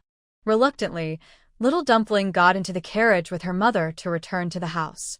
Even after sitting in the carriage, Little Dumpling still looked unhappy. Seeing her upset, the lady of the house held her and comforted her, saying, "Don't be sad. When we get back, I will write a letter. If sister has free time, I will take you to the general's house to see her, okay? Really? Mother can't lie to you." The usually gloomy Little Dumpling brightened up instantly at the thought of visiting the pretty sister at the general's house. "You know I would never lie to you. But we need to write the letter first. If sister is free, then we can go. Do you understand?" The lady was unsure if Madame Mu and Murong-shu would be free tomorrow, so she wanted to make sure her son didn't get his hopes up too early. Knows. When we get back, let's write the letter to sister. We should also bring Uncle Sand along to thank sister for saving mother. Then ask your Uncle Sand if he has time when we return. Although the lady was confident her brother would be free, she let her son handle it himself, also teaching him some lessons. Uncle Sand cares for you so much. He will definitely want to go with you, Little Dumpling said confidently. Madame Mu watched her son and wanted to laugh. Her brother and Little Dumpling had a very good relationship, but this trip to the Mu house might not be because of Ewer, but because her brother wanted to go himself. Today, she clearly saw in the carriage that her brother kept secretly looking at Miss Mu. Has her brother finally woken up? As the eldest sister-in-law, she was genuinely happy for him. Back at Wen's house, the old lady and second Madam Wen had already sent people to wait at the gate. The old lady loved her eldest grandson very much. Lunch was served in the old lady's courtyard. Because Winnie was making her happy, she ate half a bowl more than usual. After lunch, Little Dumpling urged her mother to write a letter to the pretty sister. Madame Wen told her mother-in-law about wanting to visit the Mu house. The old lady strongly agreed. Miss Mu was the person her third son was looking for, and also the person the Wen family wanted to meet. It was necessary to visit more often. Miss Mu saved you yesterday, and young Master Mu also helped find you. It's proper to visit and thank them. Prepare some valuable gifts, and tomorrow, bring you and your second daughter-in-law along. If anything is missing, go to the storeroom to get it. Understood, mother. Big sister-in-law, the medicine Miss Mu gave me has just finished. Starting tomorrow, I will go to the Mu residence with you. I also want to prepare some things for Miss Mu. Madame Air feels grateful that Murong-shu has been taking care of her health without a chance to repay her. Now that there's finally an opportunity, she wants to prepare more. The two sisters-in-law and their mother-in-law finished greeting each other and went back to prepare things. The lady of the house quickly wrote a note and sent someone to the general's residence. On the same day, Song Wei received the note and replied to Wen's residence. Madame Wen has rarely been out in recent years, mostly seeing second Madame Wen. She also heard from her husband about what happened at Huishan Temple. She knew that Madame Wen and second Madame Wen probably came to see Murong-shu, but they couldn't cross her as the head lady. Song Wei asked someone to notify Murong-shu that Madame Wen and second Madame Wen would come to her house tomorrow. It wasn't because she needed her daughter to help with anything, but because she was worried about her daughter. When Murong-shu heard about this, she packed up and took Xiaotao directly to Song Wei's courtyard. Seeing her daughter come straight over, Song Wei was a bit surprised, especially since they had just had lunch together. "Sure, do you have plans for tomorrow?" "If you're busy, mother can handle things alone," Song Wei comforted her, worried she might be a burden. "No, mother. I just want to ask if it's possible to invite Aunt Ming, Sister Yen, Annie, and Sister Yenji to our house tomorrow," Murong-shu said directly, afraid her mother might misunderstand her. "Sure. Do you have other plans?" Hearing her daughter want to invite so many people, Song Wei didn't expect this idea. "They've all been very kind to me since I returned to the capital. The weather is nice now, so I want to invite them over for a meal, chat, and share some new dishes I plan to make. Of course, this is your home. Whatever you want, sure. I'll write the invitations now and tell them to come and taste your new dishes." Looking at her daughter's willingness to make friends, Song Wei was very supportive. She thought for a moment and said to Murong-shu, "If Shuer needs anything, she can ask the butler. I will handle the reception. The fresh food depends on you, Shuer. Don't worry, mother. By the way, Tell Auntie to bring along the cousins when they are free. I've also invited Wen Sangongzi and Uncle Yunan. It's about time for Uncle Yunan's medical checkup. Murong-shu remembered that Yunnan's follow-up appointment was coming soon. It would be good to invite everyone to the house. More people will make it livelier. Then go tell your second aunt to invite Lady Rong too. I will also invite your maternal grandmother so they can chat with her. Mother, you are so thoughtful. I was careless. Grandmother is old and doesn't go out often. She would be happy to talk with peers. Mother, please write the invitation now. I'll go find second aunt. Murong-shu hurriedly left in a flurry, and Song-wei watched her daughter happily, feeling better herself. The maid nearby looked pleased and said, Madam, Miss is so lively now. Her health is getting better and better. Yes. When the mountain healer took her away, I was worried I'd never see her again in this life. Luckily, my Shuer is back with me. As long as she's healthy and happy, I support whatever she does. Song-wei spoke sincerely. Since Murong-shu returned, she gave her the greatest freedom and love, letting her do what she liked without being bound by so-called rules. Madam, don't be sad anymore. Everything is over. Miss is healthy now. Even I think she's more impressive than some of the young masters, the maid exaggerated, making Song-wei laugh out loud. Let's keep that between us. If her brother's here, they might get upset. The maidservant will only say this in front of Madam. Otherwise, it's not good. Song-wei and the maid thought about the men at home, who always wanted to compare everything. It gave them a headache. If they wanted to compete, let them, but they shouldn't spoil Shuer. Murong-shu left Song-wei's courtyard and went straight to second Aunt Rong-qing's yard. The servant at the door saw her daughter go straight in and remembered that Madam had said she could go directly when Miss arrived. Second aunt, I came to see you. Murong-shu happily called out as soon as she entered the yard.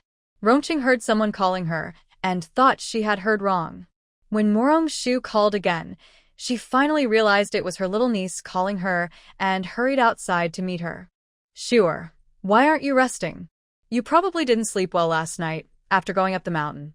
If you need anything, just ask someone to notify me. Seeing the tired look in her niece's eyes, Rongqing thought she hadn't rested well last night, not knowing that someone was lost in the sound of a lovely male voice. Of course I have something important to talk to second aunt about. Does second aunt not welcome Shuer? Murong-shu pouted and leaned on Rongqing's arm, acting cute. You ungrateful little girl. Second aunt cares about you. You're even scolding second aunt now. If your second uncle hears, he'll be upset with me. Rongqing gently tapped Murong-shu's forehead. Second uncle wouldn't want to upset second aunt. If second aunt says that about second uncle, Shuer will go tell second uncle. Our family, you're most like second uncle. No wonder second uncle loves you the most. Shuer is so adorable. Who wouldn't like her? Anyway, Shuer won't change, Murong-shu said, making Rongqing laugh happily. Second aunt, tomorrow invite Uncle Yunan and Grandma Rong over for lunch. Is something wrong, Shuer? Rongqing asked with concern, noticing how serious Shuer sounded. No, nothing. I just invited some friends tomorrow. Uncle Yunan is here for a checkup, so I thought he could come along and get his pulse checked too. All right, I'll send someone home to tell Mom and Uncle Yunan. They will definitely come on time tomorrow, Rongqing said, relieved that it wasn't a big deal. Then second aunt, please ask Uncle Yunan to come early. I need his help. Also, could you ask him to bring a little of the medicinal herbs from the list when he comes? Murong-shu took out a list from her sleeve and handed it to her aunt, looking hopeful. Don't worry. I'll have someone deliver it to the shop today. I promise to bring it tomorrow so you can use it without delay. Thank you, second aunt. I'll trouble you to help tomorrow too. Don't worry. I will arrange everything with big sister-in-law. Thanks, second aunt. I'll go prepare things now. By the way, is second uncle taking a day off tomorrow? Murong-shu suddenly remembered that tomorrow might be a rest day. You're thoughtful, Shuer. Not only will second uncle take a day off, but your brothers can also come home. When it comes to children, Rongqing felt a little happier. That's really good. Now there are more people to help Shuer with chores. Second aunt, please remember to tell them to come early and find me, Murong-shu said before leaving, reminding second aunt Rongqing. Rongqing thought to herself that if she wasn't worried about disturbing her rest, her second uncle and several brothers would be eager to sleep outside her yard. She didn't dare tell her own husband tonight, afraid he might go there in the middle of the night. The next morning, Morong-shu woke up early. Xiao Tao opened the yard gate and was surprised, exclaiming, "General, second master, eldest young master, second young master.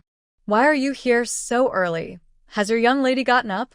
Musi pushed to the front and asked Xiao Tao. She said she has many things to prepare herself today. She's already dressed and ready. You all can come in and wait for her, Xiao Tao replied, feeling a bit overwhelmed by the group. All right, we'll wait in the yard for Shuer. Please go call your young lady, Musi said, successfully stepping through the gate of Gui Ning Yard first, with Mu Shi right behind. Xiao Tao could only go call her own young lady. The group sat in the yard, all eagerly watching the door of Morong-shu's room. Morong-shu didn't delay long. Seeing so many people greeting her, she said, "Father, second uncle, brothers, good morning. Shuer, you're awake. Little sister, are you feeling well after sleeping yesterday? Shuer, come sit here. Second uncle has cleaned a stool for you." Everyone took turns showing concern for Morong-shu, while Xiao Tao stood silently to the side. Fortunately, Morong-shu had already written a work list for today yesterday, so Xiao Tao distributed it to everyone. Shuer, why is father cutting lamb skewers and beef skewers? What's that? Little sister, why is eldest brother peeling bamboo sticks? Shuer, why do I have to grind the medicinal herbs into powder? Everyone please stop asking. When the things arrive, I will show you how to do it. Let's have breakfast first. I told the kitchen to prepare breakfast early today. Morong-shu didn't want to explain everything to each person now, so she arranged for everyone to eat first. After all, eating is the most important thing. No one wanted to go back to their own yards, so Xiao Tao finally asked the kitchen to send breakfast directly to Gui Ning Yard. After eating, they could help the young lady with chores, saving time from running around. Just after breakfast, the housekeeper brought the items Morong-shu requested, such as a barbecue grill and a small hot pot. Morong-shu had someone take everything directly to her room, then she went with her father, second uncle, and brothers to a large grassy area in front of the courtyard to set up for lunch. She ordered people to bring tables, chairs, and even prepared tablecloths. Each table was decorated with a ceramic bottle, and each bottle held a fresh flower, making it look special and beautiful. Everyone watched as Morong-shu calmly directed the servants to set up the grassland like performing magic. Soon, the area looked fresh and new. Little sister, you're so amazing. Is there anything else I can do to help? Her brothers eagerly offered to assist. Third brother and fourth brother, help me try drawing some patterns on this, she said. Don't worry, Shuer. We promise to finish the task, they replied. Shuer, what can we do to help? Little Tao, bring the things to father, eldest brother, and second brother to look at, Morong-shu instructed the little girl beside her. Miss, wait a moment. I'll go get them right away. Little Tao hurried to the house to fetch the bamboo sticks Morong-shu had prepared yesterday. Big sister, what is this? Her eldest and second brothers were very curious. This is bamboo sticks, to be used for grilling later. Please, second uncle, eldest brother, second brother, and father, help me make some, she said. Don't worry, Shuer. Father is best at this. How many do you want? Morong-shu sighed in relief. Thankfully, he wasn't asked to do the drawing. Then father, help me make a basket first. Morong-shu pointed to the basket little Tao was holding. Her words surprised Morong-shu, Morong-si-shu, and Morong-si-yuan, second brother. Why was Shuer making so many sticks? Although they were curious, they didn't dare ask more, afraid Morong-shu might be annoyed. In their hearts, whatever Shuer said was right, and they did whatever she asked. Yesterday, Morong-shu had the bamboo sent over. Little Tao took the others to carry the bamboo themselves. Morong-shu usually didn't get a chance to do this, so today was a good opportunity to show off. His nephews were all outdone because he made the bamboo sticks quickly and well. After Morong-shu praised him, he was so proud, he couldn't find his way. He even boasted to Morong-shu. Not long after breakfast, Rong Yunan and Lady Rong arrived.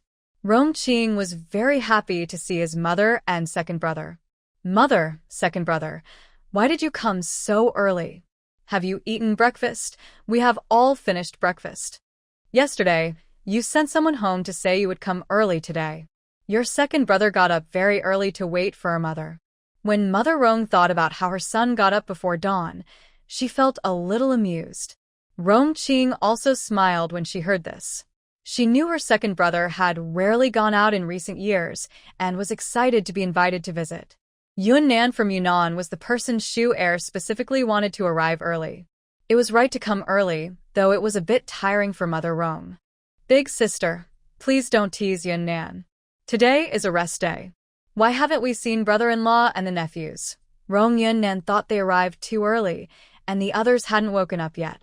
Oh, when Xu Er heard they needed help, they went to wait at the gate before dawn. I couldn't stop them, so I just went along, Rong Qing said with a headache. Xu Er is already up. Rong Yunnan was very surprised. She should be awake. Xu Er doesn't like to sleep in and wakes up early every day. Since they left so early today, they are probably already working. Then, sister, you stay with mother in the room to talk. I will go find brother-in-law and the nephews, and also see if Xu Er needs help with anything, Rong Yunnan said, unable to sit still knowing they might already be busy. Mother, look, second brother still acts like a child. I will arrange for someone to take you there and also move the things Xu Er asked you to bring yesterday. They will probably need them today. Thank you, sister. I'm also curious about what Xu Er asked for. Yunnan, this is a good chance to learn more, Yunnan quickly explained, worried her mother and sister might misunderstand. Don't worry, go ahead. Neither I nor mother will blame you. Chun Tao has asked the housekeeper to load all of Xu Er's things onto the carriage. You can take the second young master there yourself and tell the second master not to come back, Rong Qing instructed the maid Chun Tao, who was her loyal servant from her family. Chun Tao was very faithful to her mistress and always careful. Over at Gui Ning courtyard, Morong Shu was the first to see Rong Yunnan. From afar, she started waving her hand. Yunnan uncle, over here. When Rong Yunnan arrived, he saw the busy scene at the courtyard gate and felt a bit confused. Xu Er, what are you doing? Yunnan uncle, please rest for a moment. We are preparing lunch. Later, we will need your help. Everyone has to do it themselves today to eat, Morong Shu explained to Rong Yunnan. Hello, uncle. Hello, Yunnan uncle. Several young children hurried over to greet him. Yun Ren also greeted General Mu and his own brother-in-law. Mu Si was carefully carving a bamboo skewer when he heard his mother-in-law arrive and was about to leave. However, Chun Tao stopped him. Second young master, the lady said that Miss Five's matter is important. She wants to talk with the old madam. You can go back later. When Mu Si heard that his wife didn't want him to leave, he obediently sat down again and continued carving the bamboo skewer. Little Tuanzi when you woke up early in the morning because his mother had promised yesterday to take him to see the pretty older sister, which was the general's residence. His mother said that the pretty sister's father was a general, so she lived at the general's house. When Tuanzi went to his mother's courtyard, the maid said his mother wasn't up yet and told him to wait inside. But Tuanzi refused. He asked the maid to wake his mother early and then went straight to Uncle Three's courtyard. When Tuanzi arrived at Wenjing's courtyard, Wenjing had just gotten up. Seeing his little nephew come so early, Wenjing immediately guessed his little plan and decided to tease him. Yue, why did you wake up so early today? And you're dressed so nicely. Yue is going to see the pretty sister today, so I have to get up early. Otherwise, the sister will be sad if she waits for Yue. Uncle Three, you promised yesterday to go with me. Hurry and get ready. Tuanzi was a bit anxious because his Uncle Three had just woken up. Why wasn't Uncle Three and his mother in a hurry? Uncle Three has just gotten up. You go eat breakfast first and wait for Uncle Three. Once the eldest sister-in-law is ready, we can leave, when Jing said, a little amused by his little nephew's impatience. Yue, wait for Uncle Three to eat breakfast with you. Can you help me check if my clothes look good? Do they make me look more adorable? Tuanzi knew his Uncle Three had good taste. He was worried that the pretty sister wouldn't like his clothes, so he asked again nervously. Our Yue is the most handsome boy.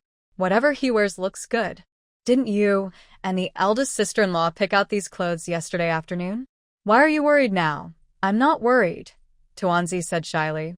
Then do you think Uncle Three's clothes look good? Will the pretty sister like them?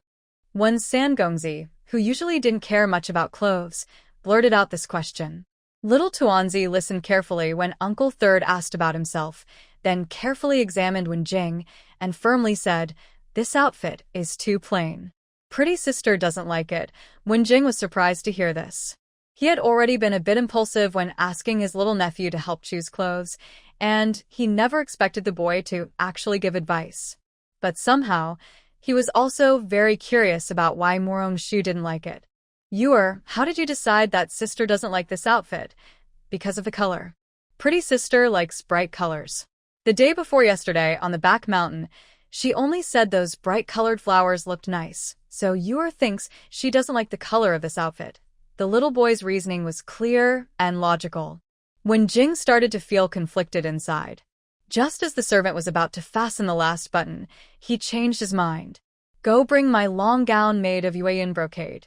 "I'll change this one." The servant paused for a moment, then respectfully went to fetch the new clothes. When Wen Jing changed into the Yuan brocade long gown, little Tuanzi exclaimed, "Uncle Third looks much better in this outfit. Pretty sister will definitely like it." Wen Jing had been praised and liked by many people since he was young, but today, the praise from little Tuanzi and the approval of the so-called pretty sister made him very happy. Thinking of Morong-shu, Wen Jing felt warm inside. He was full of anticipation for visiting Morong-shu at the general's residence today. Even just getting closer to her made his heart less fearful and confused. After breakfast, uncle and nephew received a message from Madame Morong that they could leave soon. Little Tuanzi was so happy he couldn't contain himself. The Wen family took 3 carriages: Wen Jing, his second brother Wen Yi, and little Tuanzi Wen Yu in one, Madame Wen and second Madame in another, and the third carriage carried the thank you gift from the Wen family to Morong-shu. Whether it was Morong-shu helping Madame Wen with her illness or her assistance at Huishan Temple, they all needed to give a thank you gift. Moreover, she was the one who broke the Wen family's curse. If they weren't worried about scaring Morong-shu, the Wen family might have emptied their storeroom. At the gate of the general's residence, the Wen family met people from the Liu family. The general's residence had already sent people to wait there early in the morning. After Madame Wen, second Madame, and Lady Liu greeted each other, everyone headed toward the main courtyard. "Pretty sister, you and Yor came so early." Little Tuanzi was quite familiar with Liu Ruyan, so as soon as he saw her, he ran over, took her hand, and greeted her. "We're not early. We're the last to arrive.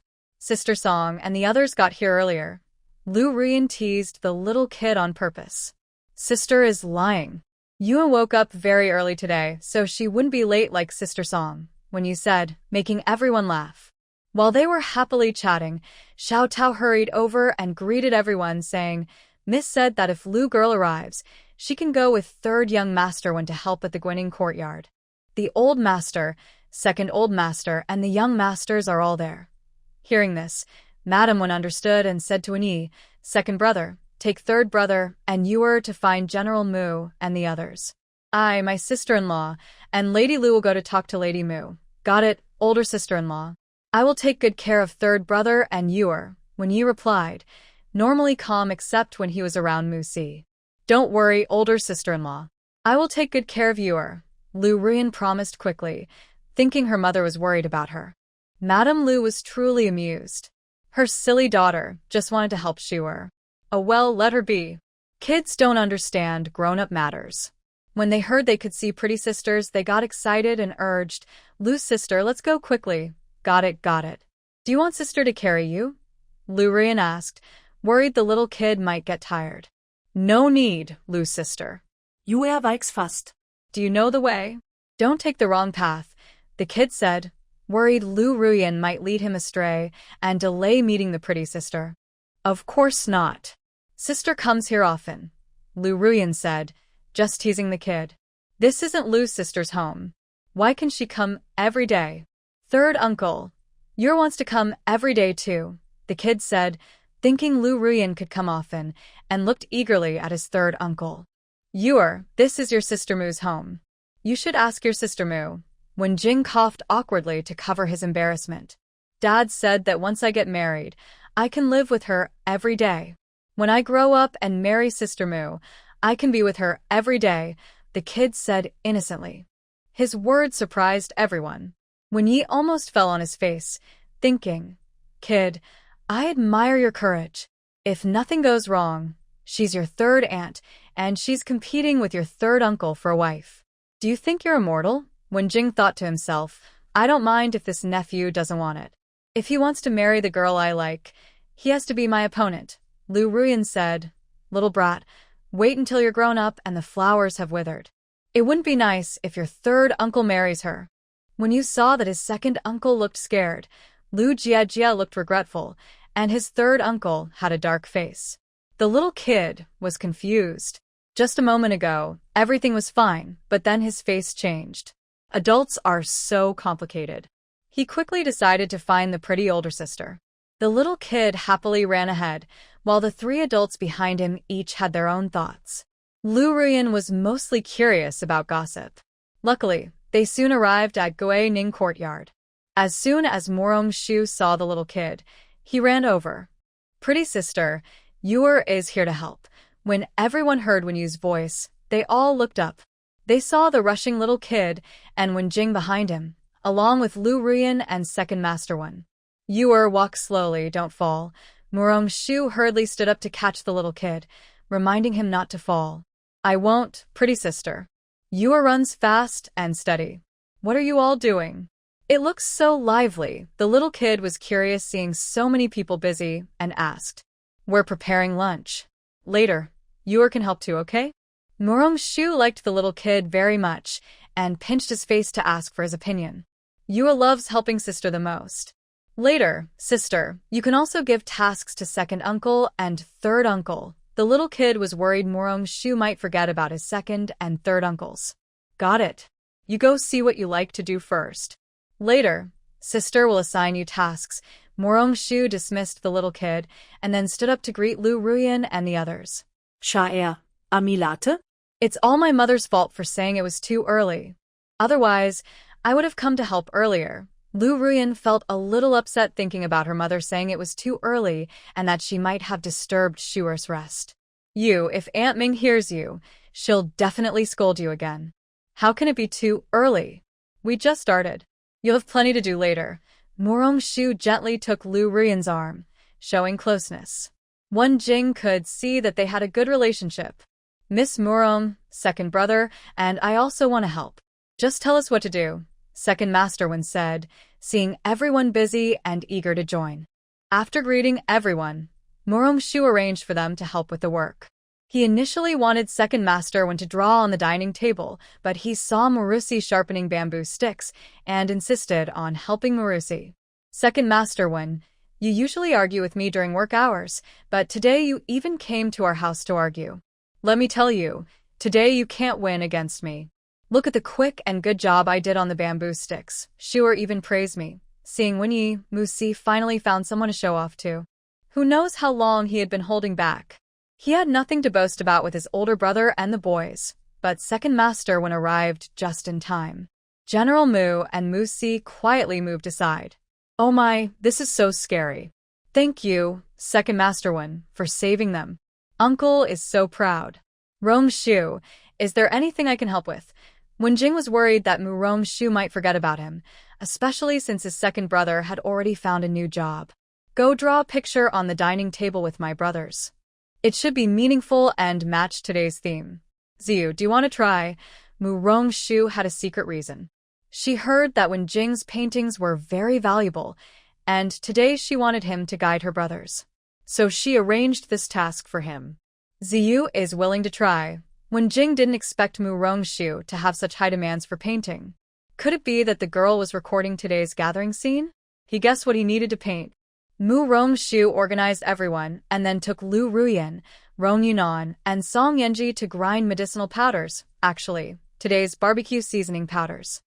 Most of them were brought by Rong Yunan, and some were secretly taken from the space hospital by Morong Shu. While they were busy grinding, the butler arrived with a group carrying a cleaned, slaughtered sheep, some fresh beef, and even 2 small piglets. Mu Rongshu was very surprised. Uncle Zeng, where did these little piglets come from? I saw them for sale at the market. I thought the young lady might need them, so I brought them along. I hope you like them, the butler said, not expecting Mu Rongshu to be so happy. Thank you, Uncle Zeng. Once Shu'er is done, you must try it. Mu Rongshu sincerely invited him. Then I'll be shameless and wait, the butler said with a big smile. In his heart, Mu Rongshu was like his own child. She had a good temper and treated them well. His daughter, Xiao Tao, was the young lady's main maid. The young lady treated his daughter like a sister. Every time he went home, he heard his daughter praise the young lady. Uncle Zeng, Xiao Tao said her second brother is quick and skillful. Do you think you're willing to let him work with me? Mu Rongshu remembered this when she saw Uncle Zeng today. Uncle Zeng was surprised. His second son is quick and smart, but sometimes he is a bit careless. If he follows the young lady, he might cause trouble for her. Young lady, it's not that Uncle Zeng doesn't wanna, but my second son sometimes acts up. I'm worried he might cause problems for you, the butler said directly, sharing his concerns. Uncle Zeng, I understand what you're saying. I need someone like that. Elder uncle, just say whether you agree or not, Mu Rongshu said after checking things out. It's a blessing that you like him, young lady. I won't object. If he doesn't do well, just tell me, the butler said happily. Then let Uncle Zeng bring him here now. I have something for him to help with, Mu Rongshu said, as she had work for him. All right, young lady. He's over there. Follow him here. The butler's second son, Zhu, came along to deliver some meat. The butler went over to explain things to Zhu, gave some instructions, and told him not to cause trouble for the young lady before he went to see her. Mu Rongshu arranged some work for him, telling him to call someone from the kitchen to help with the sheep and piglets. Zhu hesitated and said, Young lady, I can do that. Mu Rongshu was surprised. Since you can do it, then you do it. I'll tell you, cut here and avoid this part. Yes, very good. She just guided Zhu on how to cut the lamb, but soon a crowd gathered around, and she realized there was more to cutting a sheep than she thought. Zhu was even more excited. No wonder his sister said the young lady is the most impressive person in the world. Who in the capital's ladies dares to do this? From now on, he decided to follow her and work hard. He believed he would do better than his father. Jingwen thought Mu Rongshu was a treasure. The more he interacted with her, the more surprises he found. Why are you all crowding around us? Go to your work, or you won't have lunch, Mu Rongshu said with a smile, noticing everyone gathered around her and Zhu joking. Under Mu Rongshu's guidance, a sheep was quickly cut into parts. Zhu thought his young lady was amazing. He followed her instructions perfectly, avoiding the bones completely. Mu Rongshu also taught the kitchen staff how to slice beef and how to cut lamb skewers with a good balance of fat and lean meat. From now on, she wouldn't need to cut meat herself when she wanted to eat. When the lamb and beef were cut, Mu Rongshu asked someone to sprinkle salt and the medicinal herbs ground together with Rong Yunan, then marinate the meat. Sure, can these herbs be used like this? Rong Yunan was very surprised. Uncle Yunan, are you curious? Actually, many herbs can be used not only for medicine but also for cooking, Mu Rongshu explained, seeing Rong Yunan's surprise. Shia is so knotgable. This is the first time I've learned that herbs can be used in cooking, Rong Yunan said, trusting Mu Rongshu since she helped him with his asthma. I also saw it in medical books and tried it myself. There are no side effects, so I dare to share it with everyone, Mu Rongshu silently added in her mind. Chinese civilization has a long history, and when it comes to food, it has never lost. Dad, second uncle, and elder brother, please wash the skewers you made and boil them in hot water to make sure they are safe to use later. After marinating the meat, Mu Rongshu called the people who made the skewers to wash and boil them. Sure, is this enough? If not, we can make more, Mu Rongshu asked, worried about running out, seeking her opinion. Second uncle, it should be enough. Dad and elder brother, go wash the skewers. Second uncle and Lord One, come with me to get the ingredients, Mu Rongshu said, planning to make some small cakes since there were children and elderly. We all follow Shuer's arrangements, Lord One nodded. Although his skills with the bamboo were not as good as Mu Rongshu's, Maybe next time he would do better. Xiao Tao, take your second brother to get a basket of eggs from the small kitchen. We're starting to make small cakes. Murong Shu saw her second uncle and Lord when excited, and decided to let them be the automatic egg beaters. Originally, she planned for her father and elder brother to do this task because they were strong from practicing martial arts, but her second uncle and Lord Wen were also lively, so she arranged for them instead.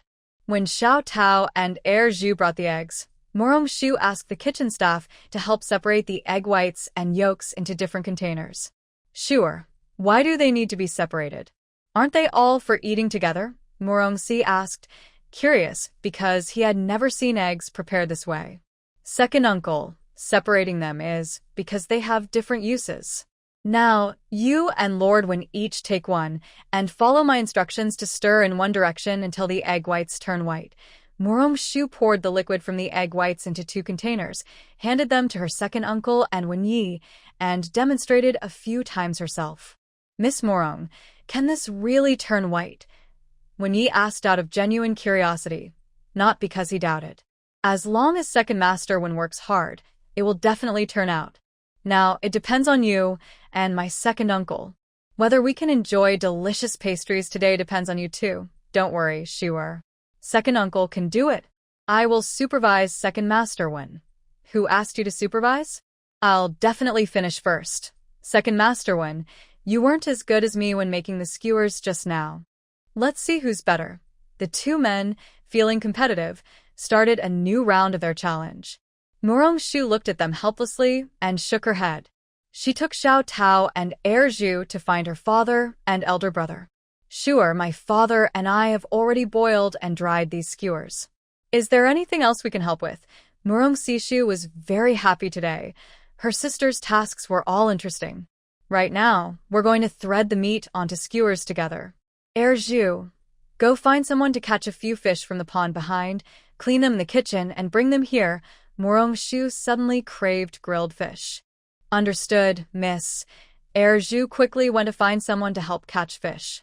From today, he was officially Mrs. Person, always putting her first. Murong Shu brought out the marinated meat skewers she had prepared earlier, demonstrated how to thread them, then asked Xiao Tao, General Mu, and Sishu to help with threading.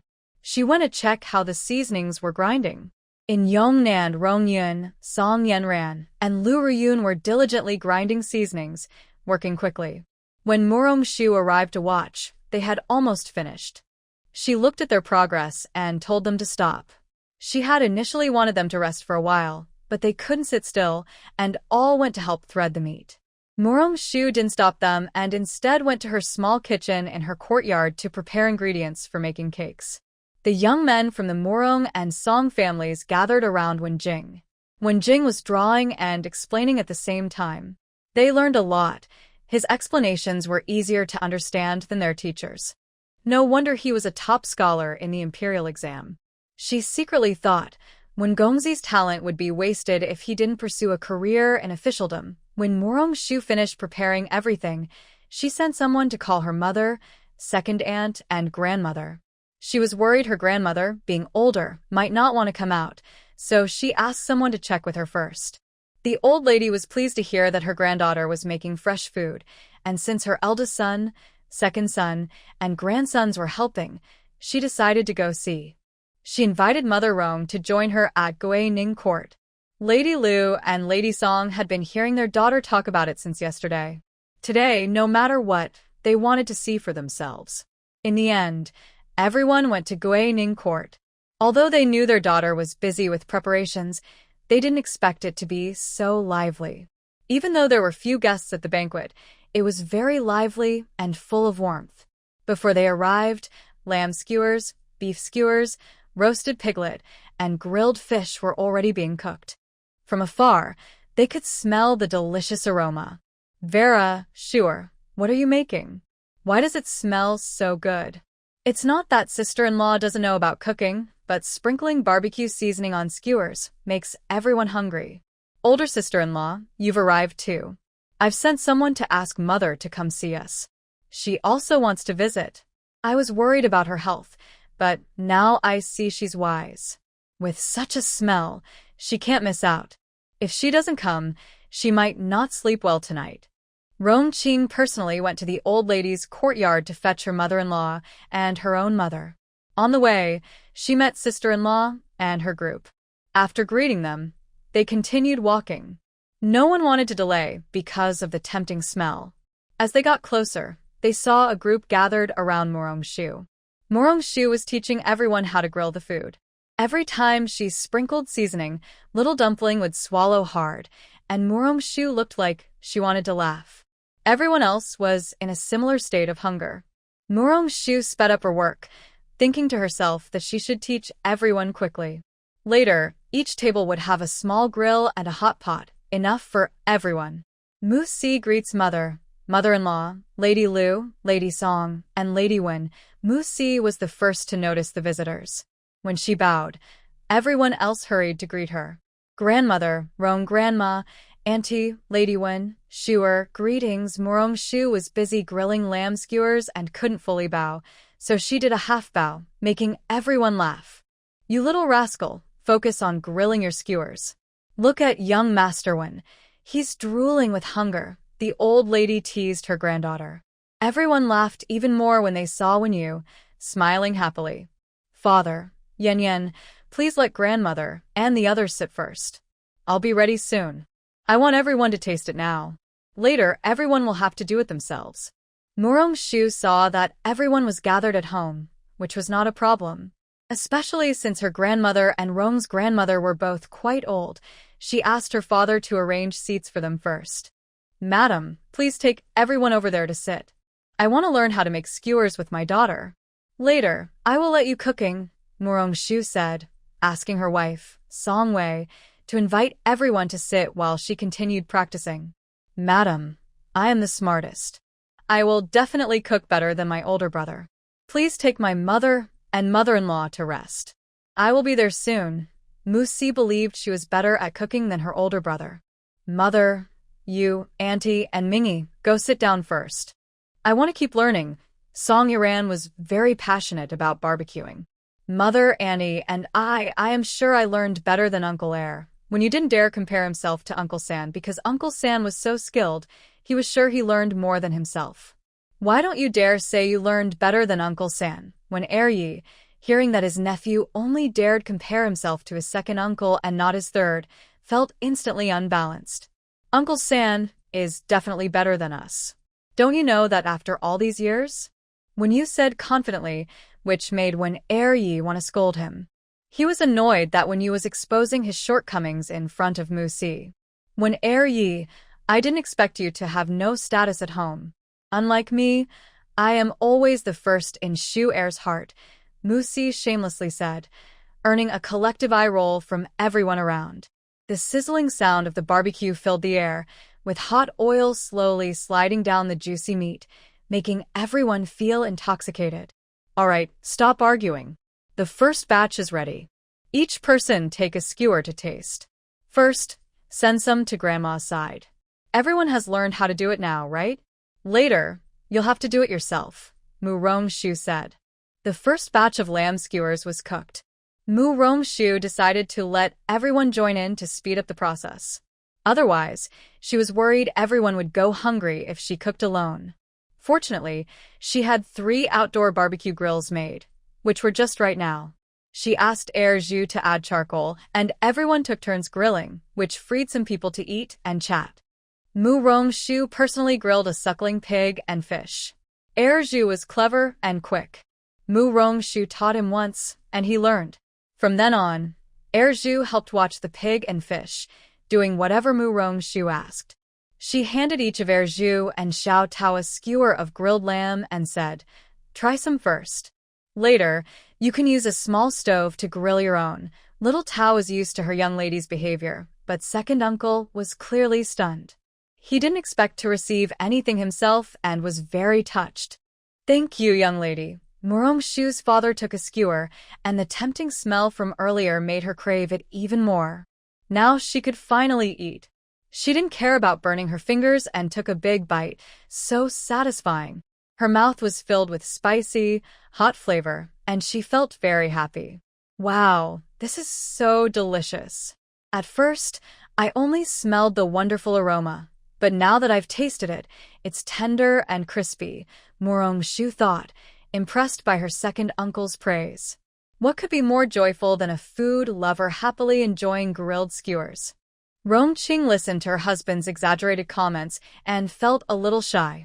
But when she tasted the lamb skewer, she found it spicy and fragrant, not greasy or gamey, crispy outside and tender inside, with fresh, tasty meat and unique flavor. Mother, sister-in-law, Lady Wen, Lady Song, please try this. The taste is very new and wonderful. Rong-ching urged everyone to taste the delicious food while still savoring the flavor of the lamb skewers. At first, the old lady didn't pay much attention to her second son's exaggerated praise. But when she heard her daughter-in-law also praising it, she couldn't wait to try a bite. The flavor was mildly spicy with a fresh aroma, not greasy or gamey, and the meat was tender and tasty. The old lady's eyes lit up. How could her well-behaved granddaughter be so talented? She made the skewers taste so good. Everyone could tell from her expression that the food was delicious. They couldn't wait to eat more and eagerly looked forward to the next batch of skewers. Just then, the roasted piglet was ready. Morong-shu cut it up and asked the maid to serve it to everyone. This time, each person received a small plate, not because Morong-shu was stingy, but because she was worried they might eat too much and there would still be plenty of delicious food later. Without exception, everyone praised the roasted piglet. Morong-shu had promised Uncle Zeng, the butler, earlier, so after it was cooked, she also cut a plate for him and brought some skewers for Xiao Tao to deliver. Little Tuanzi and you loved the food even more. The beautiful sister's cooking was so delicious that he wanted to eat it every day. He wanted to grow up quickly and marry his sister. Morong-shu ordered someone to bring out the small hot pot, taught the women how to eat from it, and then went to grill fish. Although she loved the hot pot, she loved the skewers even more. The small hot pot is made according to each person's taste. Today, I prepared a health-promoting herbal broth.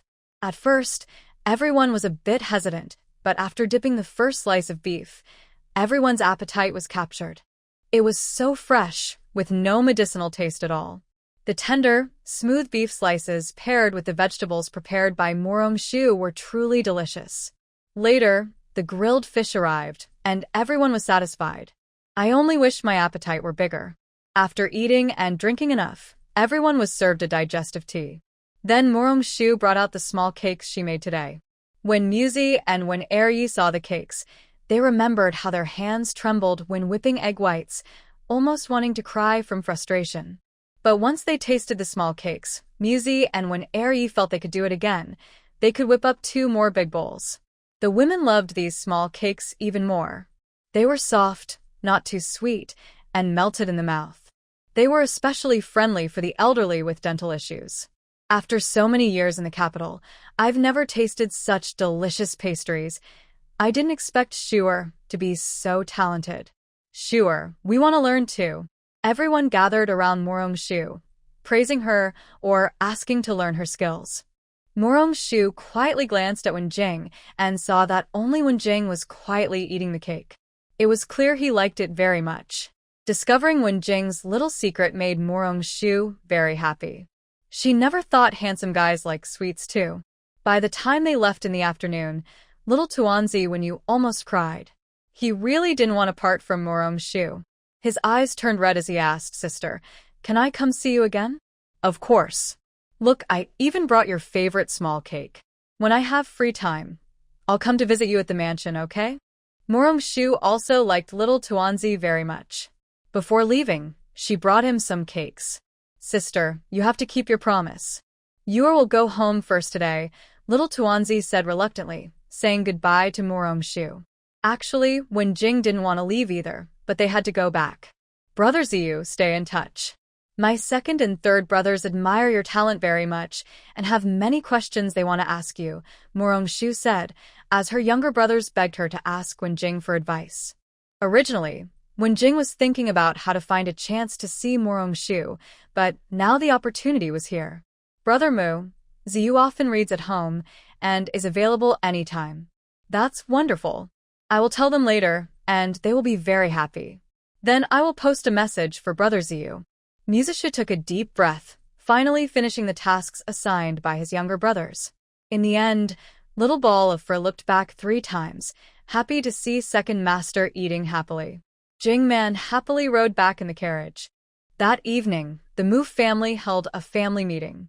Mother, I talked with Lady Lu today. We plan to propose marriage on the 10th day of next month. Yan has grown up with us, and Si Shu and I have been childhood friends. Now that Shuer is back, we should settle the marriage for the 2 children. Song Wei thought her eldest son was already quite grown up. Yan had waited several years for her son, and it was time to think about marriage. You've thought it through well. Our family should have a happy event soon. First, settle Si Shu's marriage. You and the second family also need to help arrange things for the other brothers. The old lady no longer managed household affairs. Her eldest daughter-in-law, Song Wei, was sensible and well-behaved. She maintained good relations with the second branch. Since she entrusted the Mu family to her, the old lady felt very at ease. That's great. If my eldest sister-in-law needs any help, just tell me. Since Shuer returned, our Mu family has been getting better and better. When Rongqing heard about the marriage proposal for Musishu, she was very excited. The Mu family hadn't had a happy event in a long time. The 2 branches got along well, and Yan was a good girl. Once married, the household would be harmonious. There are many things I need help with. Next, I will trouble my second sister-in-law. This is my first time organizing such a matter. If we work together, it will be easier when we help the other brothers later. Song Wei was also polite with Rongqing. Her sister-in-law was capable and efficient. With her help, things would be much easier. Big sister-in-law, just tell me if you need anything. I will do my best. Seeing how united the sisters-in-law were, the old lady felt reassured. She said, "All right, I won't delay your work any longer. Go ahead and discuss among yourselves. I am just waiting for my daughter-in-law to come home." Since both the Lu family and the Mu family were interested and satisfied with each other, the main purpose of visiting Lu's house was to exchange Gung Tai, a traditional letter of marriage proposal, before starting the marriage negotiations. The marriage process was complicated, especially for marrying a legitimate wife. It involved several steps: proposing, asking for the bride's name, auspicious dates, official acceptance, setting the wedding date, and finally, the wedding itself. On the 10th day of April, the proposal was made. When the man's family sends a matchmaker to ask for the woman's hand, and the woman's family agrees to discuss marriage, the man's family prepares gifts and goes to propose. Although Lady Lu and Song Wei had already agreed privately, they still follow the proper procedures. Even if it's just a formality, it shows how much they value Lu Ruyan. Mu Sishu is very pleased with Lu Ruyan, so she personally brings a live wild goose as a gift. Lu Shirlang is very happy and thinks that it's only right to marry his precious daughter with sincerity. After the betrothal, they ask for the woman's name and birth date, which is the next step. The man's family asks the matchmaker to inquire about the woman's name and birth details. Then, they perform a lucky divination using her name and birth date at the ancestral temple. If the omen is good, they prepare gifts and notify the woman's family that they are ready to marry. Only after these steps are completed do they proceed to the betrothal gifts, where the man's family gives a bride price to the woman's family. Next, they choose a wedding date and inform the woman's family, asking for their approval. Since both families agree, the process goes smoothly. By June, they set the wedding date about a month before the new year. Song Wei likes Lu Ruyan very much, so she hopes to move in as soon as possible, and Lu's family has no objections. Once the wedding date is fixed, Lu Ruyan has fewer chances to go out. Lady Lu arranges for her to stay at home embroidering her wedding dress. She is happy to marry Mu Sishu, so she willingly dedicates herself to the embroidery. Although Lu Ruyan can't go out often, Morong Shu and Song Iran frequently visit her. During embroidery days, they keep her company, and Lu Ruyan's life is very happy. Sometimes, they go out together for fun. Because of her younger brothers, Morong Shu and Rong Jing meet more often. Under Wen Jing's guidance, the sons of the Mu family improve quickly in their studies. Song Wei and Rong Qing think even more highly of Wen Jing. unaware of it, when Jing's status in her future mother-in-law's heart keeps rising. Recently, the weather has been getting hotter. Murong-shu doesn't want to go out and stays in Guining courtyard every day. After lunch, Xiao Tao brings in a letter. Miss, it's from Lady Wen's household. Murong-shu lazily opens the letter and smiles. She's been busy lately, so she almost forgot. Lady Wen should have good news now. Xiao Tao, tell your brother to prepare the carriage. We're going to Lady Wen's house. Miss, it's still very hot outside. Don't you dislike going out? Xiao Tao looks a bit puzzled. It's nothing. Why is your young lady going out? Isn't it a good thing? Of course, your young lady needs to go out. Murong-shu gently tapped her little maid's head. If you keep knocking, you won't grow taller, Little Peach muttered. Drink more bone broth and get some sun, then you'll grow taller, Murong-shu said confidently. Little Peach thought her young lady was joking again. In the room of Madam Wen. Young lady, the weather has been hot lately. You ate less for lunch today. Please eat some more. You shouldn't have gone out this morning. You might have caught a heat stroke, the maid said anxiously, noticing her young lady looked unwell and couldn't eat. Don't worry, maid. I sent a message to Shuer. She should be back soon. Please go to the door and greet her. Also, prepare some ice cubes. When Shuer arrives, she won't get too hot, Murong-shu said. She had specifically told her maid that if she felt unwell, she should come to her immediately, which is why she sent the message today. Madam, don't worry. I will wait at the door now, the maid said, helping her young lady lie down and rushing to the entrance to wait for Murong-shu. As soon as Murong-shu got off the carriage, the maid hurried forward to greet her with concern in her eyes. Tell me about your madam's condition, Murong-shu asked kindly. The maid felt grateful and had a better impression of her. She thought Murong-shu was very caring and had a healer's spirit. The maid quickly described her young lady's discomfort over the past few days, including vomiting after going out this morning, and suspected she might have caught a heat stroke. After hearing the maid's description, Murong-shu roughly understood the situation. It matched her own guesses at home, but she still needed to check her pulse to be sure. Please take me to see Madam Wen, Murong-shu said directly, thinking that checking her pulse would tell her everything. Thank you, Miss Murong. It's been a tiring journey for you. Please have some tea first, then go to your room to rest and cool down before examining Madam Wen. The weather is hot, so you should also take care of yourself, the maid said. Murong-shu was now her young lady's lifesaver. Besides Madam Wen's instructions, the maid had grown more fond of her. Since Murong-shu helped Madam Wen improve her health, the maid had seen the results herself. Now, she was hoping her young lady would soon become pregnant. Mrs. Eyre was not sleeping and looked very tired. When she heard Murong-shu had arrived, she quickly asked the maid to bring her in. Shu, thank you for your trouble. Please sit down and rest for a while. Maid, bring the cold basin closer to Shu and go to the kitchen to get some cooling tea for her. On such a hot day, it felt awkward to send a letter to Murong-shu. If she didn't treat her well, Mrs. Eyre thought it would be even more embarrassing to bother her again next time. Mrs. Eyre, there's no need to be polite. I'm feeling fine. Once I get rid of the heat, I will check your pulse, Murong-shu said, worried that her own heat might affect Mrs. Eyre. Thank you, Shu. After resting for a while and feeling cooler all over, Murong-shu sat down to check Mrs. Eyre's pulse. Her pulse was smooth and flowing, like a pearl rolling on a plate. The movement of her pulse was quick and smooth, a sign of good luck. Murong-shu checked again to be sure, and it was still a lucky pulse. Congratulations, Madam Eyre, you are expecting a baby. Your wish has come true. Feeling unwell recently is a normal sign of early pregnancy, Murong-shu said, withdrawing her hand.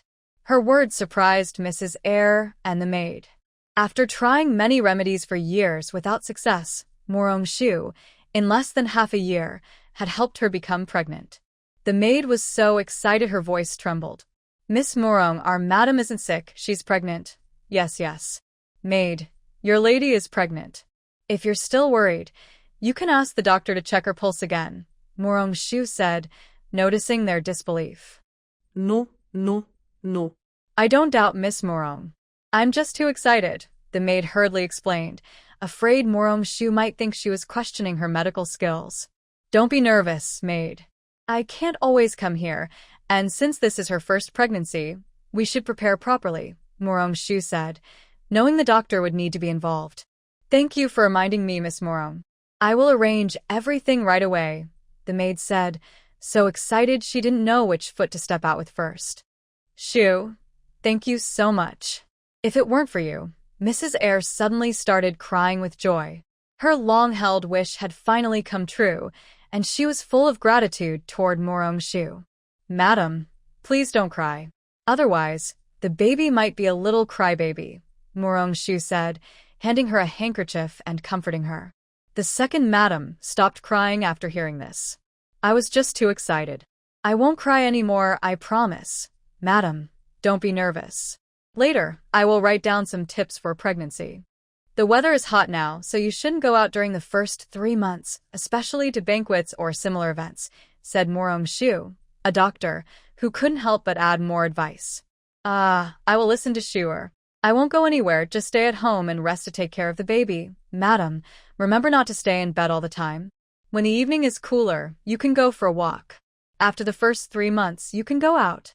I will also give you some medicine to help with the pregnancy. Thank you, Shuer. Morong-shu could see that the second madam was very nervous, so she also gave her some psychological support for pregnancy. After talking, the second madam's mood stabilized. Soon, everyone in the household knew that the second madam was pregnant. Little Tuanzi also found out that his pretty older sister was in the second aunt's courtyard, and he kept asking his third uncle to play with him. Originally, when Jing was helping little Tuanzi with his homework. When he heard that Morong-shu was giving a diagnosis to the second sister-in-law, he started to get distracted often. Plus, little Tuanzi was making a fuss to go out, so when Jing decided to take him along. Second aunt, do you have brothers or sisters in your belly? When will they play with you? Little Tuanzi looked curiously at his second aunt's belly. It will be a while.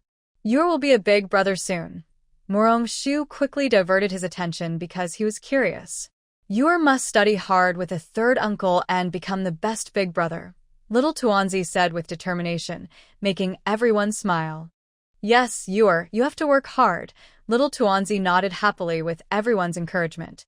The Wen family's matriarch and the old lady not only sent a lot of nourishing medicines but also personally visited the second madam. Morong-shu, believing that pregnant women need more rest, politely asked everyone to leave the room. Everyone go back now. Don't disturb the second daughter-in-law's rest, said the old lady, and everyone dared not stay and cause trouble. Shuer, thank you so much. You saved our Wen family, the old lady said sincerely, holding Morong-shu's hand. Morong-shu thought to herself, it's just pregnancy. How could it be that she saved the Wen family? The old lady seemed quite open-minded, not like a very traditional old lady. Could it be that her most beloved was the second son? Morong-shu had no idea that old lady Wen's words about saving her and the rescue she thought of were not the same thing at all. When will second master return to the residence? Morong-shu felt there were some things she needed to tell her future father-in-law.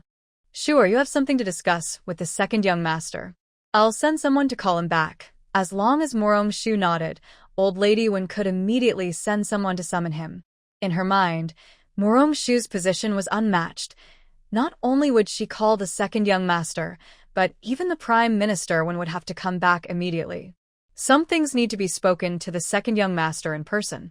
Ziyu, how much longer will the second young master be on duty? Old lady Wen was too enthusiastic, which made Morong-shu a bit overwhelmed, so she asked Wen Jing behind her. He's probably on his way back now. Little Shun, go to the gate and wait for the second young master. Ask the second brother to come to my courtyard to find Miss Mu. Don't tell him about the pregnancy of second sister-in-law for now. Yes, third young master. Worried about disturbing Madame Wen's rest, Wen Jing took Morong-shu and little Tuanzi to Wen Jing's courtyard to wait for the second young master. As soon as second young master Wen got off the carriage, he was invited by his younger brother's attendant to listen to the bamboo pavilion, Wen Jing's courtyard. Second young master Wen found it strange. Why was his younger brother so eager to see him? Third brother, I'm back. Why are you in such a hurry to see me? Wenye's voice arrived before he did. Miss Mu, the second uncle is back. I'm going to greet him. Little Tuanzi was originally watching a game of chess, but as soon as he heard his second uncle's voice and greeted Shu and Wenjing, he ran out. Where is your third uncle? Wenyi asked, seeing his nephew. Third uncle and Miss Mu are playing chess, so came to greet the second uncle. Little Tuanzi looked eager and asked for praise, amusing Wenyi. Our is truly the second uncle's little sweetheart. When the second uncle takes a break, how about taking us to the street to play? Wenyi indeed did not disappoint little Tuanzi's expectations. That's settled then. Second uncle must not forget. Little Tuanzi quickly made an agreement with his second uncle, worried that Wenyi might forget. Don't worry, when has second uncle ever lied to you? Wenyi carried little Tuanzi into the house.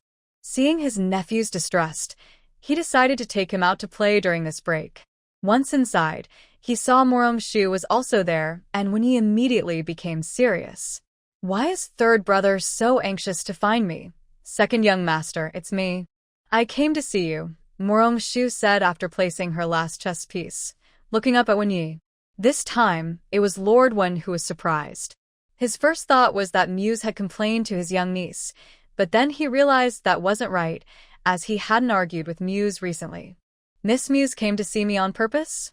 Wenyi asked nervously, but he was met with disdainful looks from Wenjing and the little ball of energy, as if they were saying, how dare you think Miss Muse would come just for you?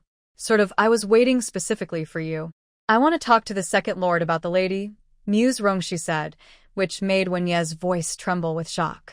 Miss Muse, is there something wrong with my wife's health? Is she okay? Wenye's heart was very anxious.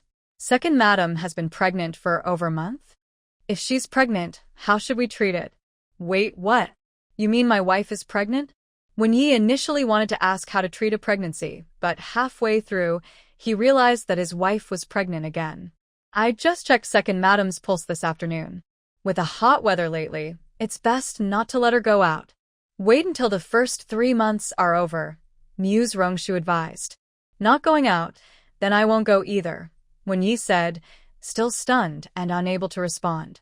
Also, second madam is a bit emotional, which might not be good for the baby. So, second lord, you should talk more with her. Try to spend some time with her every day. Raising a child is a team effort, and you should be involved. That way, the child will be more like you, Muse Rongxu suggested. Originally, Muse Rongxu was worried that second madam might overthink and affect her pregnancy, so she wanted Wenyi to spend more time with her to prevent postpartum depression. But Lord Wen misunderstood her completely. Miss Muse, I understand everything you said. Tonight, I will write a report to the emperor to tell him that my wife is pregnant. I'm going to be a father. Starting tomorrow, I'll take leave and stay at home to keep my wife company. She can't go out, and I need to be with her. Wenyi bowed deeply to Muse Rongxu. Thank you, Miss Muse, for helping me and my wife take care of our health and for making our wish come true. If you ever need anything from one, just ask. I won't refuse. Muse Rongxu quickly stood up to return the bow. This was the most serious she had seen Wenyi since they met. Second lord, you're welcome.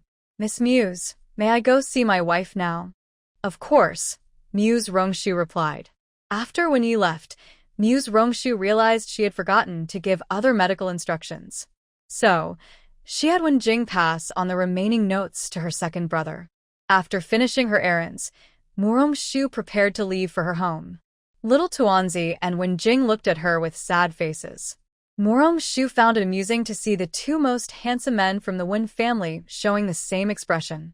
She felt a strong urge to pinch little Tuanzi and Wenjing. She sat in the carriage, still smiling.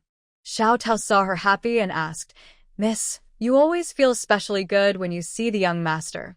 Who says I only feel happy when I see Wen? I'm actually very happy because Xiao Tao is with me. Shu teased Xiao Tao, leaning her head on her shoulder. From now on, whenever Miss goes out, I will always accompany you. That's great. Ask your brother to take us to Rongji Pharmacy. Shu suddenly craved sour plum soup.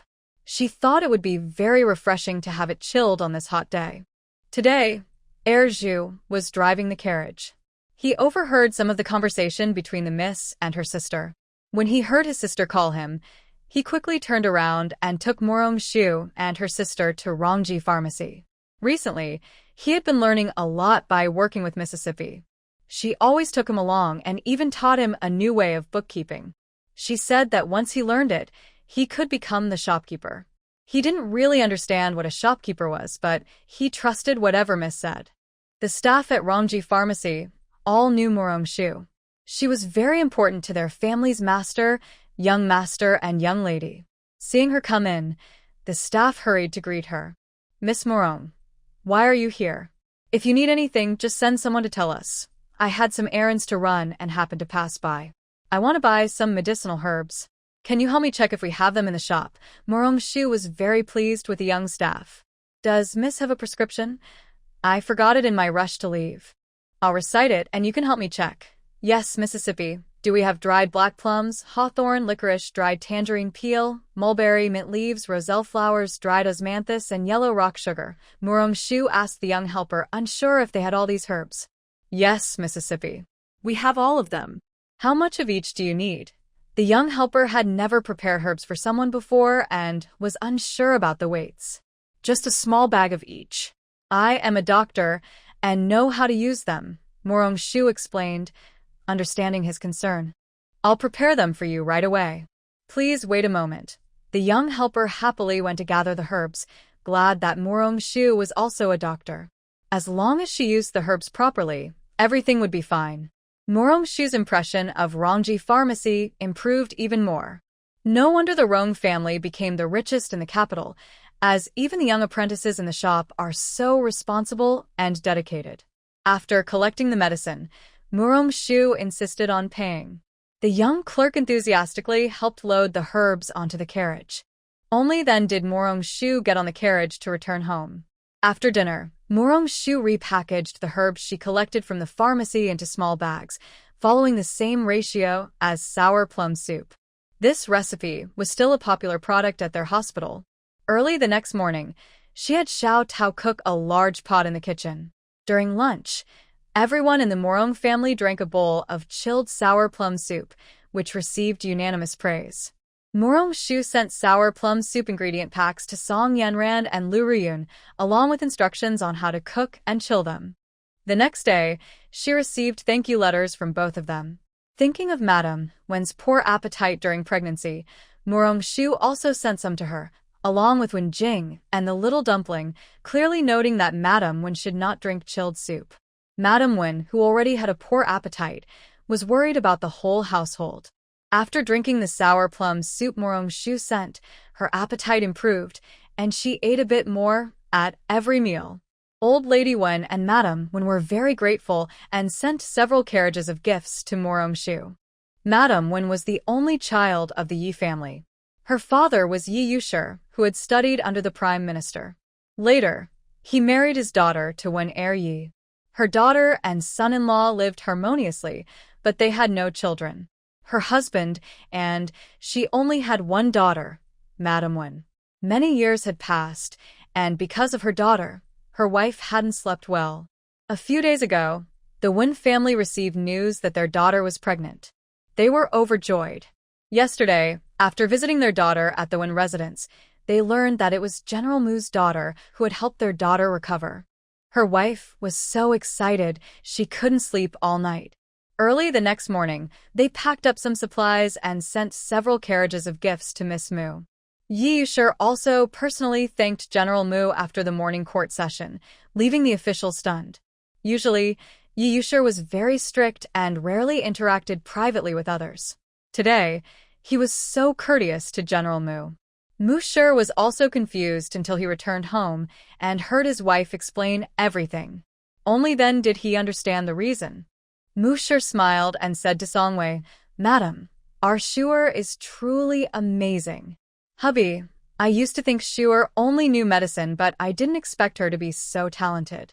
Since Shuer changed the medicine for my mother, her health has improved a lot.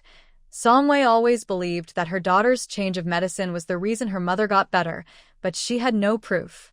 Now that Rong Yunan can go out, and she heard that second Madam Wen is pregnant, she thinks her guess is correct. Of course, it's all thanks to our Shuer. My daughter Mushur is the best. Don't worry, madam. I will protect you all. Whatever Shua wants to do, we won't stop her. Even if she were to cause trouble, I can fix it. Talking about her daughter, Mushur was very proud. His daughter has the ability, and the entire Mu family supports Shuer. You know, it's lucky Shuer is sensible.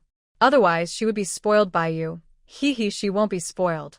Our Shuer and madam are both kind-hearted. Mushur's words made Song Wei blush.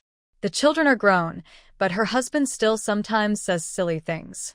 Still, Song Wei is truly happy. Over with Murong Shu. Suddenly, she received many gifts. Murong Shu was overwhelmed. She asked Xiaodao to borrow some people to store the gifts and then took out some silver notes and left. Miss, where are we going today? Xiaodao was very curious about where her Hita-verse young lady was going. Of course, to show kindness, Murong Shu said as she climbed into the carriage. Xiaodao was a bit confused. She didn't understand what her lady was talking about, but she would go wherever her lady went. When the carriage stopped at Rongji Pharmacy, Xiaodao let out a sigh of relief. Luckily, her lady wasn't going somewhere strange. Rong Yunan had already arrived at the pharmacy early in the morning. A few days ago, Murong Shu ordered him to get a bunch of strange herbs. She didn't know what they were for, but since she asked for them, he definitely had to help. Seeing it was the Mu family's carriage, the shop assistant hurried inside to call their second young master. As soon as Murong Shu got off the carriage, she saw Rong Yunan. Yunan uncle, why are you here so early? To arrange the herbs for you and to check the accounts. Rong Yunan couldn't tell Murong Shu that he was just curious about what she wanted those strange herbs for. Thank you for your trouble, Yunan uncle. Actually, these herbs are for the military camp. Father and elder brother are both there. The soldiers are training hard now. These are for cooling down and some for avoiding the heat. Is it Yunan uncle's narrow-mindedness, or is Shuer broad-minded? Yun Nan believed that Murong Shu was destined for great success. Yun Nan, you don't need to praise Shuer so much. Shuer is just doing her best. She's not as amazing as you say. Murong Shu didn't expect to be praised like that. Shuer, the medicinal herbs are already packed in the carriage in the backyard. Are you ready to go now? Thank you, Uncle Yun Nan. I want to send them today. Uncle Yun Nan will go with you. I'll bring some people to you. Yun Nan was worried about Murong Shu going alone. All right, thank you, Uncle Yun Nan. Murong Shu thought Yun Nan should also get out and walk, so the group headed to the western suburb camp. At the western suburb camp, Murong Shu had been very worried these days. Just now, 3 soldiers fainted again. It's getting hotter, and he was debating whether to stop work for a few days. A young soldier came to report, Commander Mu, someone outside the camp is looking for you. They say it's your sister and uncle bringing medicine. Before the soldier finished, Murong Shu disappeared. He didn't hear what the soldier was saying about Murong Shu. He only heard that his sister had arrived. With such hot weather, he worried about her getting too hot. Little sister, Uncle Yun Nan, why did you come in this hot weather? Murong Shu saw it was really his sister and hurried over, worried she might be overheated. Big brother I and Uncle Yun Nan brought some summer relief medicines. The doctor can brew a few big pots every day, and everyone can drink a few bowls to prevent heatstroke. Here's the prescription. Murong Shu knew women weren't allowed in the military camp, so she handed the prescription directly to her older brother. Big brother, thank you on behalf of them. Murong Shu was very touched. He knew his sister was doing this for him. Big brother, these herbs also include some from Uncle Yun Nan, Murong Shu said, knowing Yun Nan had brought several carts of medicine. Thank you, Uncle Yun Nan. You're welcome. In the future, during summer, this kind of heat relief medicine will be provided for free by the Yun family. It's our way of helping. Yun Nan thought this was a good thing, and his father would surely support him. Thank you, Uncle Yun Nan. Thank you, sister. Worried that his sister and Uncle Yun Nan might get too hot, Murong Shu quickly ordered a soldier to call people to unload the herbs. Go tell everyone to come and carry the herbs. These are summer relief medicines and prescriptions from the Yun family's second young master and my sister. The soldier received the order and ran toward the camp, shouting as he went, Miss Fifth and the second young master from Yun family's pharmacy are here to bring us summer relief herbs. Everyone, come and help carry the herbs. Within a short time, everyone in the western camp knew about it. Murong-shu thought they were very cute. The news spread quickly, flying from the western camp to the capital and reaching the court. Murong-shu and Rong Yunan never expected the emperor to find out about their kind act, and soon they received a reward from him. In July, the weather grew hotter. Murong-shu didn't want to go out anymore. She stayed in Gui Ning courtyard reading books, drinking chilled plum juice made by Xiao Tao, and enjoying the secret visits from her brothers with their sketchbooks. Life was very comfortable. Before crossing over, Murong-shu thought life without air conditioning was hard. But now she realized that as long as she had money, everything was possible. She didn't need to go outside or work, and she was cared for every day, which she found very satisfying. However, she still missed the convenience, delicious food, and communication from her modern life. But since she was here, she decided to accept it and enjoy it, because she couldn't go back anyway. That afternoon, Murong-shu was sitting in the yard, feeling the breeze and eating chilled fruit. Erjwa ran in with Wenyi. Miss Murong, I apologize for the intrusion. My third brother has fallen ill. Please come with me to Wen's residence to see him. Murong-shu was shocked and dropped her fruit. She had just been communicating with Wen Jing yesterday. How could he fall ill so suddenly? She quickly stood up. Second master, wait a moment. I'll go get my medicine box and then come. She hurried back to her room, grabbed her medicine box, and followed second master Wen quickly to the Wen residence. At the gate, they met her older brother, who had returned early. After explaining the situation, Mu Si-shu rode a horse with Murong-shu straight to Wen's house. Second master Wen looked at the carriage he brought and told the coachman to hurry back to the residence. He was very worried, but believed that Miss Murong would have a solution once she arrived. At Wen's residence, the situation was chaotic. Wen Jing suddenly fell ill, and the old madam was crying so hard she almost fainted. The madam and the second madam were trying to comfort her. The madam wanted to send her pregnant sister-in-law home, but given the current situation, she was very worried. Seeing her shake her head, Madam decided to let her stay. Jir, go check at the gate. Why hasn't your second brother come to pick up Miss Murong yet? When Jing had locked himself in his room. They couldn't go in. In the past, he had similar episodes, but they could faintly hear his painful and suppressed voice. At this moment, Lord Wen's heart was also very heavy.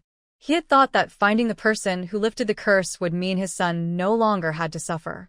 But he didn't expect that after just a few months, the illness would return. Could it be that the curse isn't completely gone, but only reduces the frequency of the attacks? Lord Wen suddenly realized the truth. When he looked at his little grandson, he couldn't accept it. Wen Ji didn't dare delay. After hearing his father's words, he hurriedly ran to the door, no longer as calm as usual.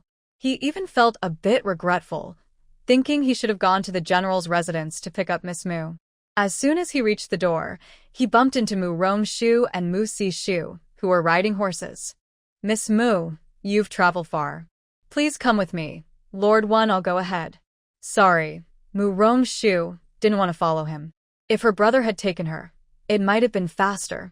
Before Wen Ji could react, he saw young Master Mu use light skills to take Miss Mu away first. He quickly returned to Tingzhu Pavilion. Under Murong-shu's guidance, Mu Si-shu and his sister smoothly arrived at Tingzhu Pavilion. Murong-shu didn't have time to greet anyone before asking, "Where is the patient? Why did he suddenly have an attack?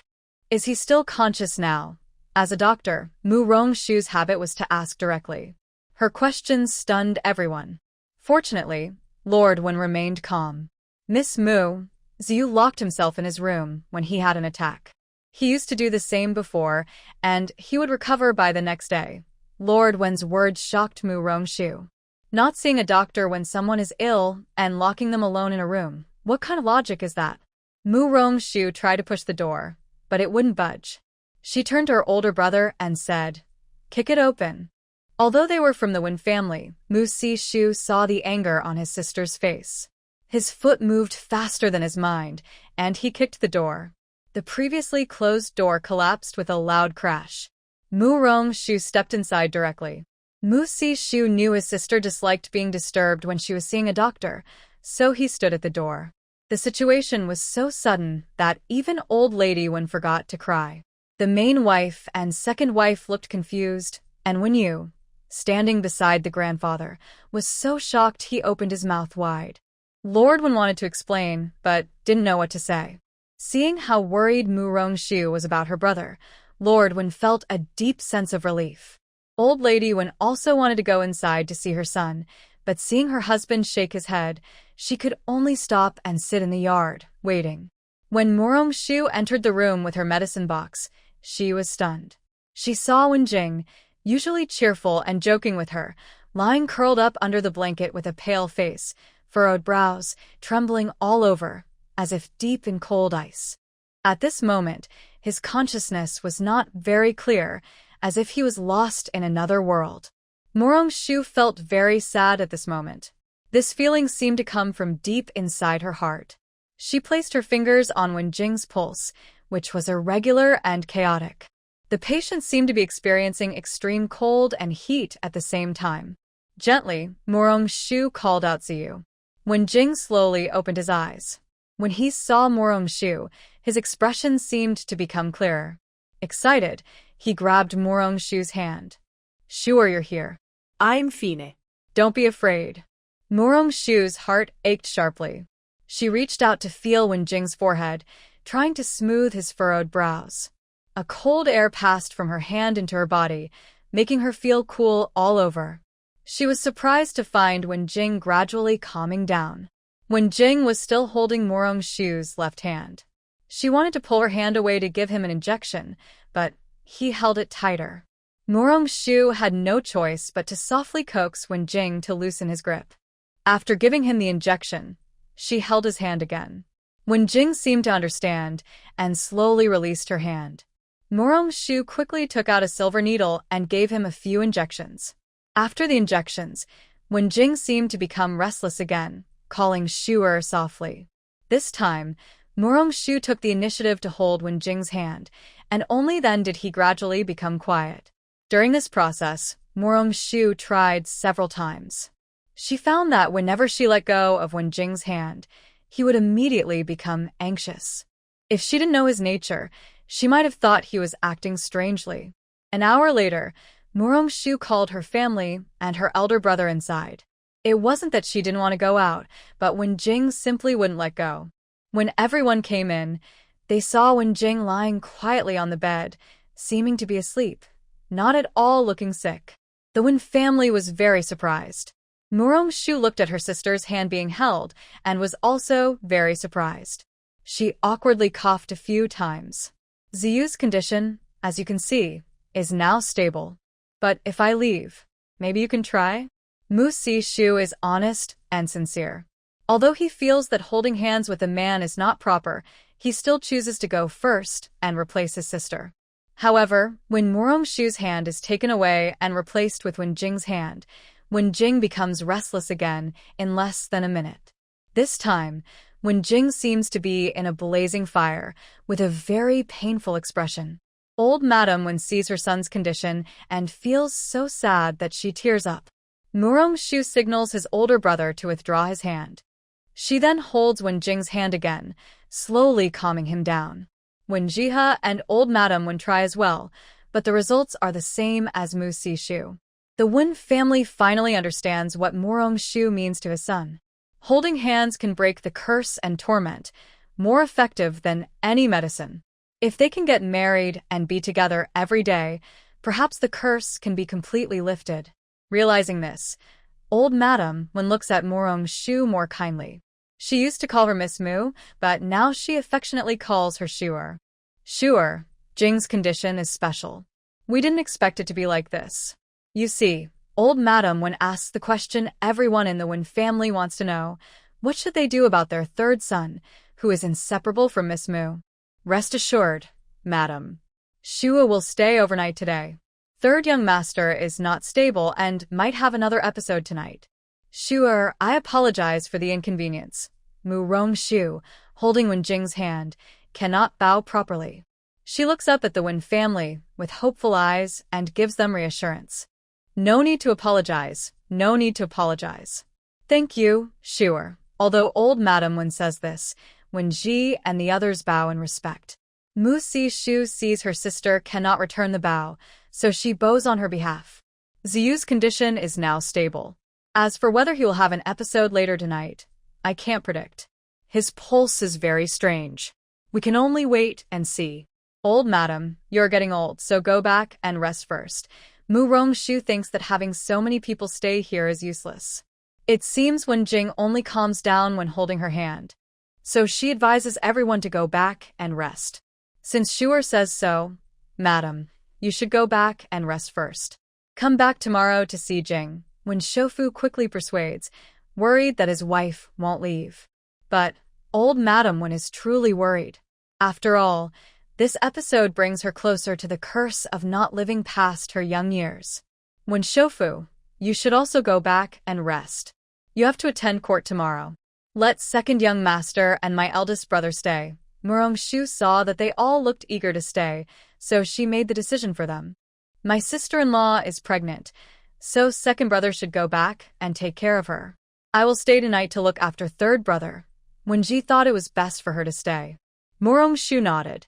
Since others couldn't argue, they had to leave first. Before leaving, Murong-shu called out to Wenyi, Second Lord, could you find someone to fix the door? Please be gentle so as not to disturb the patient's rest. Murong-shu really felt uncomfortable with the cold wind blowing into the room, especially since she had to stay overnight. Leaving the door open was unbearable. When Murong-shu asked to fix the door, Wenyi was surprised. Murong-miss's ideas were quite unusual, but since it was for her third brother, her request was understandable. Miss Murong, don't worry. I will arrange for someone to fix it right away. Wenji quickly agreed when he saw his second brother looking a bit stunned. Madam, please go back first. I will stay and help fix the door. Wenyi told the maid to take his wife back to rest while he stayed to help repair the door. Please forgive us, Lord One. We were in a hurry at the time, and Si Shu had no choice. Murong Si Shu felt a bit embarrassed when he saw the broken door, especially since he was the one who kicked it and it was in front of the Wen family. Young Master Murong, there's no need to thank us. We are grateful just to be able to help. We won't blame you. Wenji thought that as long as they could save third brother, they would be happy even if all the doors in the house were kicked down. Little sister, rest for a while. Big brother will go help fix the door. Murong Si Shu, worried about his sister getting tired, kindly told her to rest and then joined the others in repairing the door.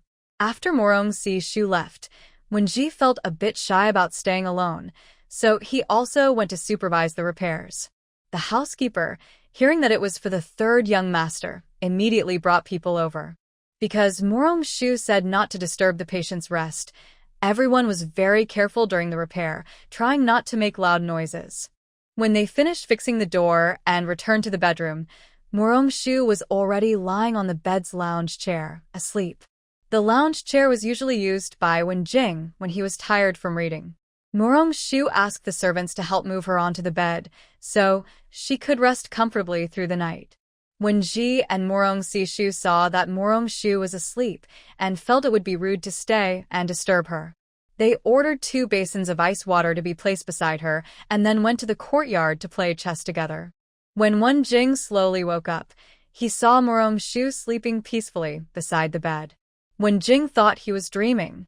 He closed his eyes, then opened them again, and realized it was real. He was still holding Murong-shu's hand tightly. Wen Jing felt very happy inside. The blurry images from his dreams kept coming back. It turned out that Murong-shu really had come. In the past, when he had an illness, the pain was much worse. He often switched between extreme hot and cold, suffering until dawn. But today, because of Murong-shu, everything changed. The time he endured was cut in half, and his pain was less than 1/10 of what it used to be.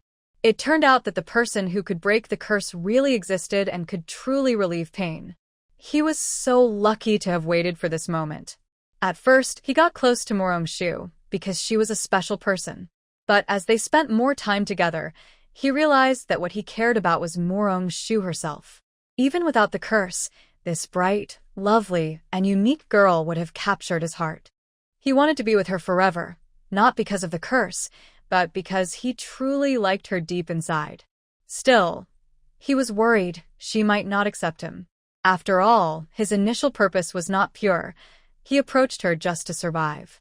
When Jing was caught in deep inner conflict, he looked at Morong-shu with affection, full of words in his heart, but at this moment, all he could do was let out a deep sigh. Actually, since when Jing woke up, Morong-shu had also awakened. She just wanted to see how the usually gentle and elegant Mr. One would react if he found himself holding a woman's hand. There was no fear, no confusion, only feelings of guilt and heartache. His intense gaze on her made Morong-shu unable to pretend to sleep anymore. She slowly opened her eyes, pretending to be surprised, and said, "Ziyu, you're okay now. You scared us to death." "Rong-shu, thank you.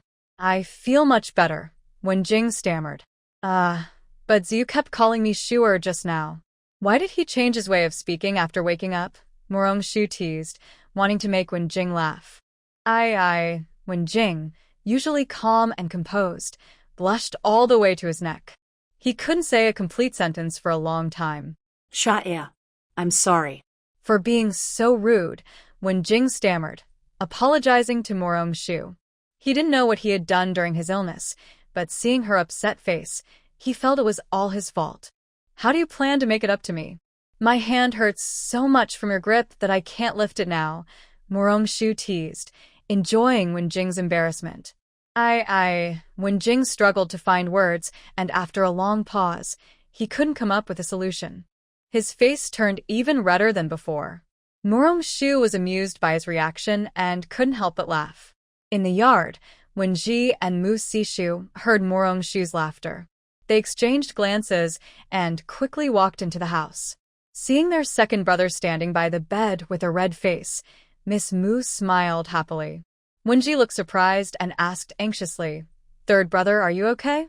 Why are you out of bed? Your face is so red. Are you feeling unwell again?" "I'm fine, big brother. I feel much better now," Wen Ji said, noticing his third brother avoiding his gaze. He thought his brother was just comforting himself, but he still looked uncomfortable.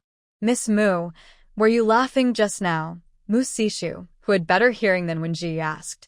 What is big brother talking about? Did he hear wrong because he's too tired?"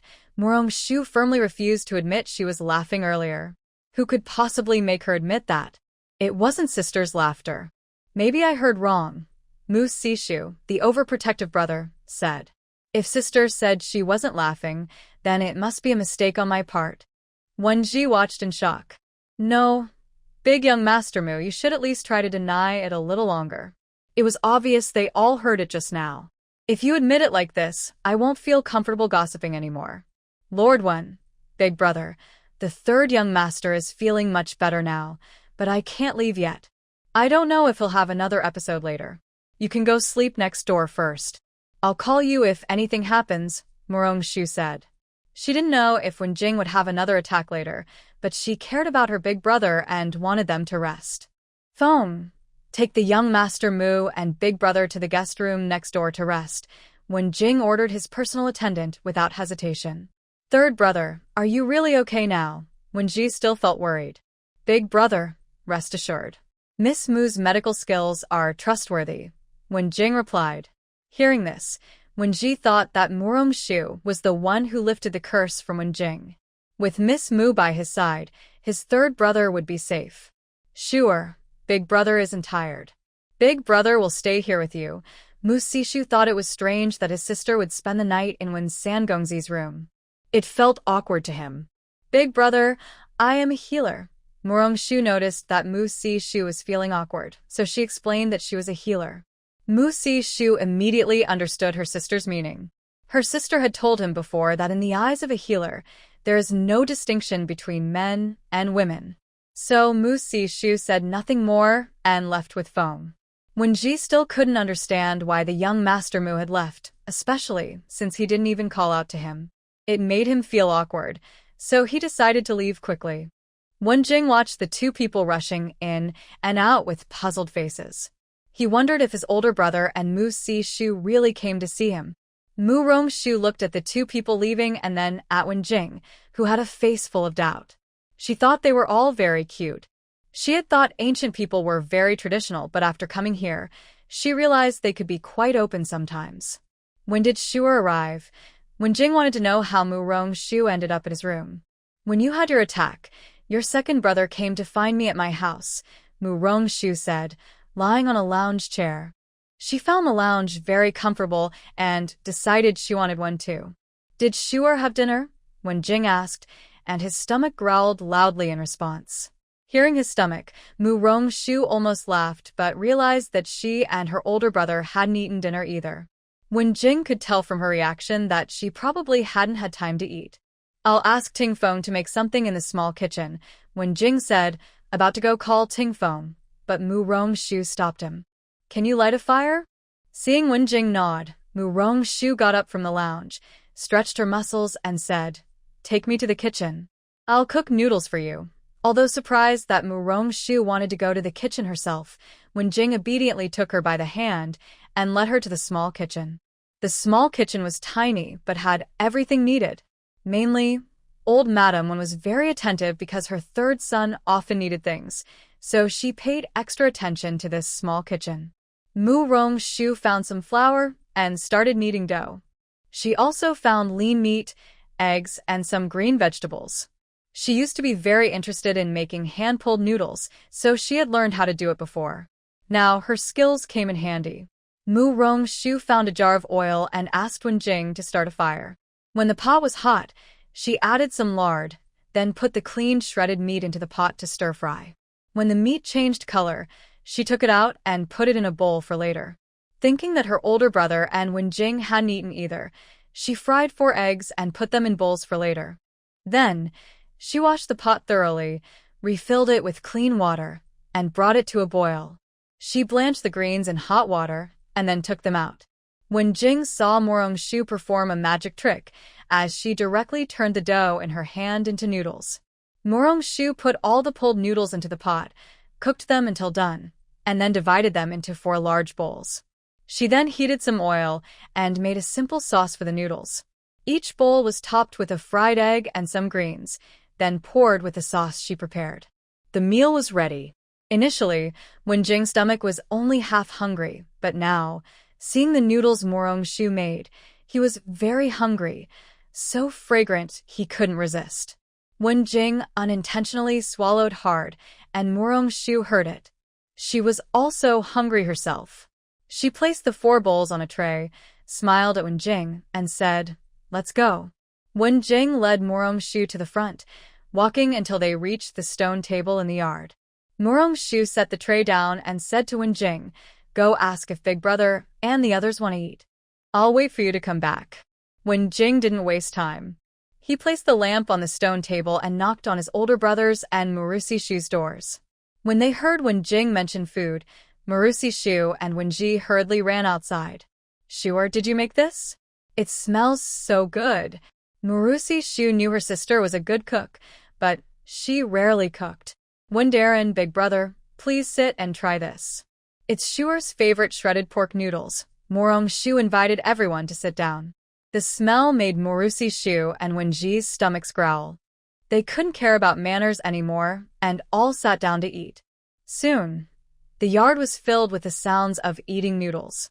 After finishing a bowl, Mu Si-shu felt that her life was complete. The most surprising was Wen-ji. Miss Shu's cooking was better than the palace chef's. Wen-jing ate his noodles slowly, his eyes full of happiness. This was made by Shuer herself. He wanted to spend his whole life with her. After eating, Mu Rong-shu told everyone to go back and rest because she was tired herself. Wen-jing was feeling much better now. His body occasionally showed signs of illness, but he found that as long as he stayed close to Mu Rong-shu, those signs would gradually disappear. Back in the room, Wen-jing felt his body was no longer seriously ill. He said to Mu Rong-shu, Shuer, your health isn't good. You should sleep on the bed tonight. You're the patient. Wu Jing's words made Mu Rong-shu think of some funny stories from the internet, where patients sit nearby and family members lie on the bed. I feel much better now. I'm not sleepy, so I might as well read a book, Wu Jing said. He could tell Shu looked very tired. So much had happened today, and he was too excited to sleep.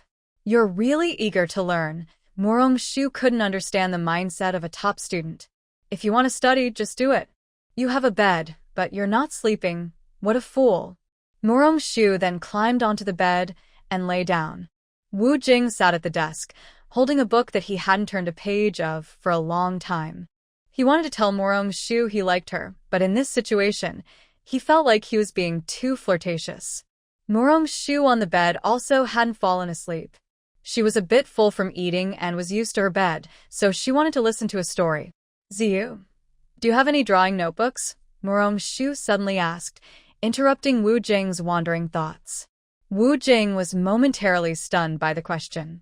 He had books on the classics, essays, and strategies, but he didn't have any drawing notebooks.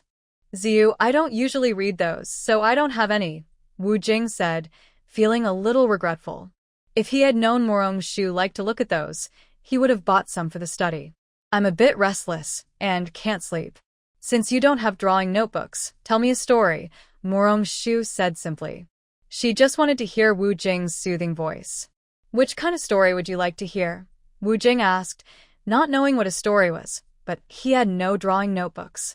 If he didn't tell a story, Shu might be disappointed. So he decided to make one up. Tell me about the Emperor and the Empress. I'm really curious, Shu said. She had heard many versions of the story, but she thought they weren't the full story. Now, she wanted to hear the story from Wu Jing. Wu Jing didn't expect Shu to want to hear about his little sister and the Emperor. He thought for a moment. In his memory, it was mostly about the Emperor climbing over his wall. Was it really a good idea to tell Shu that? But seeing her eager eyes, Wu Jing felt it was okay. After all, it was just some embarrassing stories about the Emperor. Shu wouldn't go ask the Emperor for confirmation. He hesitated and asked, Are you sure you want to hear? Shu nodded eagerly. She didn't want to miss this great chance for gossip, or she would have to wait many years. Wu Jing opened a cabinet in his bedroom and took out an old scroll. Shu looked at it and thought it looked quite old. What is this? This is a story I drew a picture of back then when the Emperor was chasing my younger sister. You wanted to hear a story, so I will tell you in detail. Wu Jing opened the scroll and sat on the lounge chair by the bed. Oh, why did you draw these? Shu was very surprised. What kind of hobby is this person interested in? Back then, I didn't like the Emperor, so I drew some pictures. Thinking about my young and naive self, Wu Jing felt a bit embarrassed.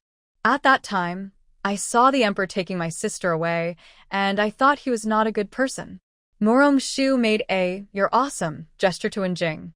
Maybe only you would dare to say you didn't like the Emperor. From Wu Jing's story, Shu learned about the funny and embarrassing things when the Emperor was still a prince chasing Miss One. With Wu Jing's lively description, Shu felt like she was there watching everything happen. Later, Shu was too sleepy, so Wu Jing stopped telling the so-called story. The next morning, early, Wu Jing got up early. His body was no longer weak from his past illness, but full of energy. Seeing Shu still sleeping, Wu Jing took a book and went to the courtyard to read quietly. Shu and Wu Ji saw Wu Jing getting up and looked a bit surprised. Third brother, are you fully recovered? Big brother, I am fine now. Sorry for worrying you. Brother Mu, Shu just fell asleep not long ago. Let her rest a little longer. Wu Jing quickly stopped Shu from entering the room to find Shu. Ziyu, did you get sick again last night? Shu looked a little worried about her sister. Wu Jing shyly nodded. He couldn't tell the eldest young master that his sister was too excited after eating the gossip about the Emperor and Empress last night and couldn't sleep.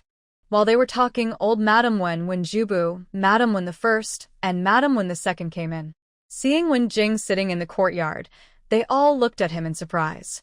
Jinger, are you fully recovered? Mother, I am fine now. Sorry for worrying you. Shuer, old Madam Wen looked around and didn't see Shu, so she hurriedly asked her son. Mother, Shu just took care of me all night. She only went to sleep at dawn.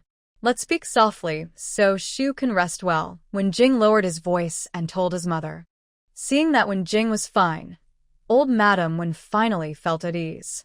Thinking that everyone had not eaten breakfast, she invited Mu Sishu to stay and have breakfast together. "Young Master Mu, please stay and eat breakfast with us. Let Miss Mu rest a little longer," added Wen Shofu, joining the invitation. Mu Sishu wanted to wait for his sister to go home together, so he agreed to stay at the Wen residence for breakfast. Madam Wen quickly sent someone to the kitchen to bring breakfast to the third young master's courtyard. She also asked the kitchen to prepare some favorite breakfast for the young lady, kept warm, so that Mu Rongshu could enjoy a tasty breakfast when she woke up. After breakfast, the men of the Wen family went to court. Mu Sishu sent someone back to tell his father that he would stay at the Wen residence to wait for his sister so they could go home together. Mu Rongshu slept until noon before waking up, well past breakfast time. The women of the Mu family warmly invited her to have lunch, so Mu Sishu also ate lunch at the Wen residence. Before leaving, Wen Jing took off a jade pendant he had worn since childhood and gave it to Mu Rongshu. Mu Sishu wanted to remind his sister about the meaning of the jade pendant, but ultimately said nothing. On the carriage ride home, Mu Sishu hesitated but finally asked Mu Rongshu, "Sister, do you know what it means when a man gives a woman a jade pendant to wear? Isn't it just a thank you gift from Lord Wen?" "Big brother, don't think too much. Let's go home quickly. I'm so tired." Mu Rongshu was worried her older brother might say something about it being a token of love, so she quickly changed the subject to avoid the topic. Hearing that his sister was tired, Mu Sishu no longer worried about the jade pendant. Her rest was more important. However, the jade pendant hanging at Mu Rongshu's waist caused a big stir again when they met her second uncle on the way back to the residence. Mu Si was about to leave when he saw his nephew and niece returning from outside. He knew that Mu Rongshu and Mu Sishu had stayed overnight at the Wen residence, but at that moment, seeing the jade pendant at his niece's waist, Mu Si immediately recognized it as Wen Jing's. "Sure, how can you have Lord Wen's jade pendant? Why did you accept Lord Wen's gift?" Mu Si asked, seemingly speaking to Mu Rongshu, but actually looking at Mu Sishu. "Second uncle, this is a thank you gift from Lord Wen. Don't believe me? Ask big brother." Mu Rongshu and Mu Sishu both looked at Mu Sishu. Mu Sishu nodded helplessly. He had seen Wen Jing give the jade pendant to his sister, but he didn't hear Wen Jing say it was a gift of thanks. However, his sister said it was a thank you gift, so he could only nod. Mu Sishu saw his nephew nod with a look of disbelief. He decided not to stay and instead took Mu Rongshu back to Guining Courtyard and went directly to find his older brother. "Brother, is this really Wen Jing's jade pendant? The Wen family has 3 brothers, each with a pendant like this. When you showed it off in front of me, what does it mean that the third young master Wen is now giving it to Shua?" In the Mu family study, Mu Si was walking back and forth anxiously, worried that his young niece might be taken away by the Wen family. "Second brother, don't go. You're making me dizzy. Look at this." Mu Shi took out a letter from a shelf. It was sent yesterday by the Mountain Valley Taoist. Yesterday, when he received the letter, he was surprised. After reading it, he understood everything. Mu Si and Mu Sishu read the letter, and their expressions were similar to Mu Shi's at that time. Mu Si, still not convinced, asked, "Big brother, could the Mountain Valley Taoist be joking with us?" "No, Shu'er is the disciple of the Mountain Valley Taoist. He wouldn't joke about something like this." Mu Si's question was seriously considered by Mu Shi, but he ultimately dismissed it. "But earlier, wasn't it said that if someone dies young at 16, their fate is automatically broken? Why did the fate change again after returning to the capital? And why do they need to find the destined person to live a long life and have a smooth journey?" Mu Si couldn't understand. The Mountain Valley Taoist was very certain in the letter. "Father, did the Mountain Valley Taoist say who the destined person is?" Mu Sishu was anxious. He had finally returned home and was eager to find whoever it was. "The master said this person has appeared beside Shua. He also gave the birth month. I've excluded all the men Shua met after returning to the capital, except for the third young master one, who best fits the criteria." Mu Shi thought about his investigation results and felt a bit worried. The Wen family was powerful and influential. He couldn't just take the third young master Wen away to give to his daughter. Father, I also want to tell you, and second uncle something. I think that young master Wen doesn't seem sick. It looks more like he's possessed. Mu Sishu thought for a moment and decided to tell his father and second uncle what he had seen. What's the story behind that? Mu Si and Mu Shi were both very curious about what had happened to make Mu Sishu think Wen Jing was not sick but possessed. When Jing organized his words and recounted to his family how he had taken his sister out yesterday, only for her to suddenly fall ill and leave. Mu Sishu's story made everyone in the study fall into deep thought. Big brother, do you think it's possible that third young master Wen and Shuer are destined to be together? Mu Sishu felt that this was the only explanation that made sense. No matter what, for now, third young master Wen is the main suspect. Let Shuer spend more time with him. If it turns out to be true, it would be a blessing from heaven for our Mu family. If not, we will keep searching. We should find out Wen Jing's birth date and time so the mountain monk can do a fortune-telling. Father, I think the Wen family treats my sister very well. Maybe we should ask her directly about third young master Wen. Investigating secretly might not be a good idea, Mu Sishu suggested. He felt it was better to ask directly than to secretly investigate their birth details. I'll handle this. Next time, I'll get second master Wen drunk and ask him, Mu Sishu said confidently. That works. Just be discreet. Lord Wen and Wen Shofu are both very clever, Mu Shi reminded his second brother. It wasn't that he didn't trust him, but because the Wen family was truly formidable. Unaware of their secret discussion, Mu Rongshu returned to her room, lying on her bed and holding the jade pendant Wen Jing had given her. She quickly fell asleep. After leaving the study, Mu Si immediately sent someone to deliver a message to Wen Yi, inviting him for drinks. Drinking was secondary. What he really wanted was a fight. Wen Yi was in a good mood today. When she saw the invitation from Mu Si, her first instinct was to refuse. She knew it wouldn't lead to anything good. However, when she received the message, Wen Er's wife was also present. Hearing that it was Lord Mu inviting him, and thinking about how Mu Rongshu had helped the Wen family, Wen Er's wife advised her husband to maintain good relations with Lord Mu. With this intention of keeping good relations, Wen Yi happily set out, but he returned to the mansion limping. Mrs. Wen and Mrs. Wen Er were discussing what gift to send Mu Rongshu to thank her when they saw Wen Yi limping back. Mother, you have to speak for me. I had such a terrible time. Wen Yi was supported by Xiao Si, pretending to cry sadly. Hubby, what happened? Didn't you go drinking with Lord Mu? Why'd he look like this? Did you fall? Mrs. Wen Er asked with concern, seeing her husband's miserable state. Madam, Mu Si was too much. He didn't invite me to drink. He just wanted to fight me. He said angrily, Second Master, why did you fight with him? Mrs. Wen thought it unlikely that there was no reason for the fight. She asked, but why did Second Master Mu want to fight you? He replied, that's what makes me angry. Second Master Mu is so unreasonable. He said that third brother shouldn't have given Miss Mu a jade pendant.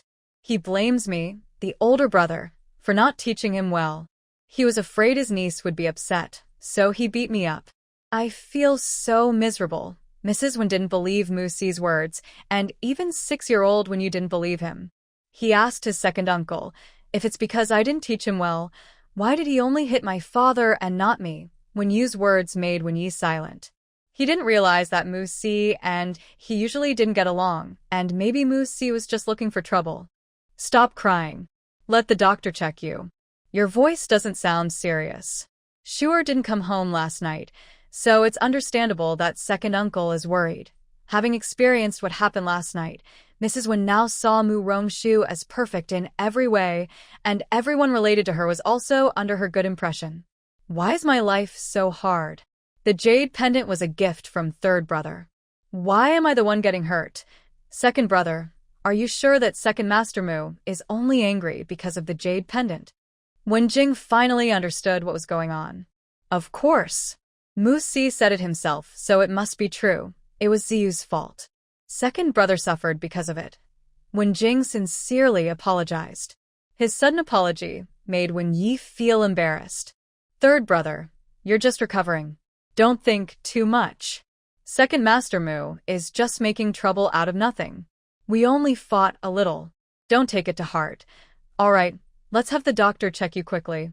You can't fight with Second Master Mu again.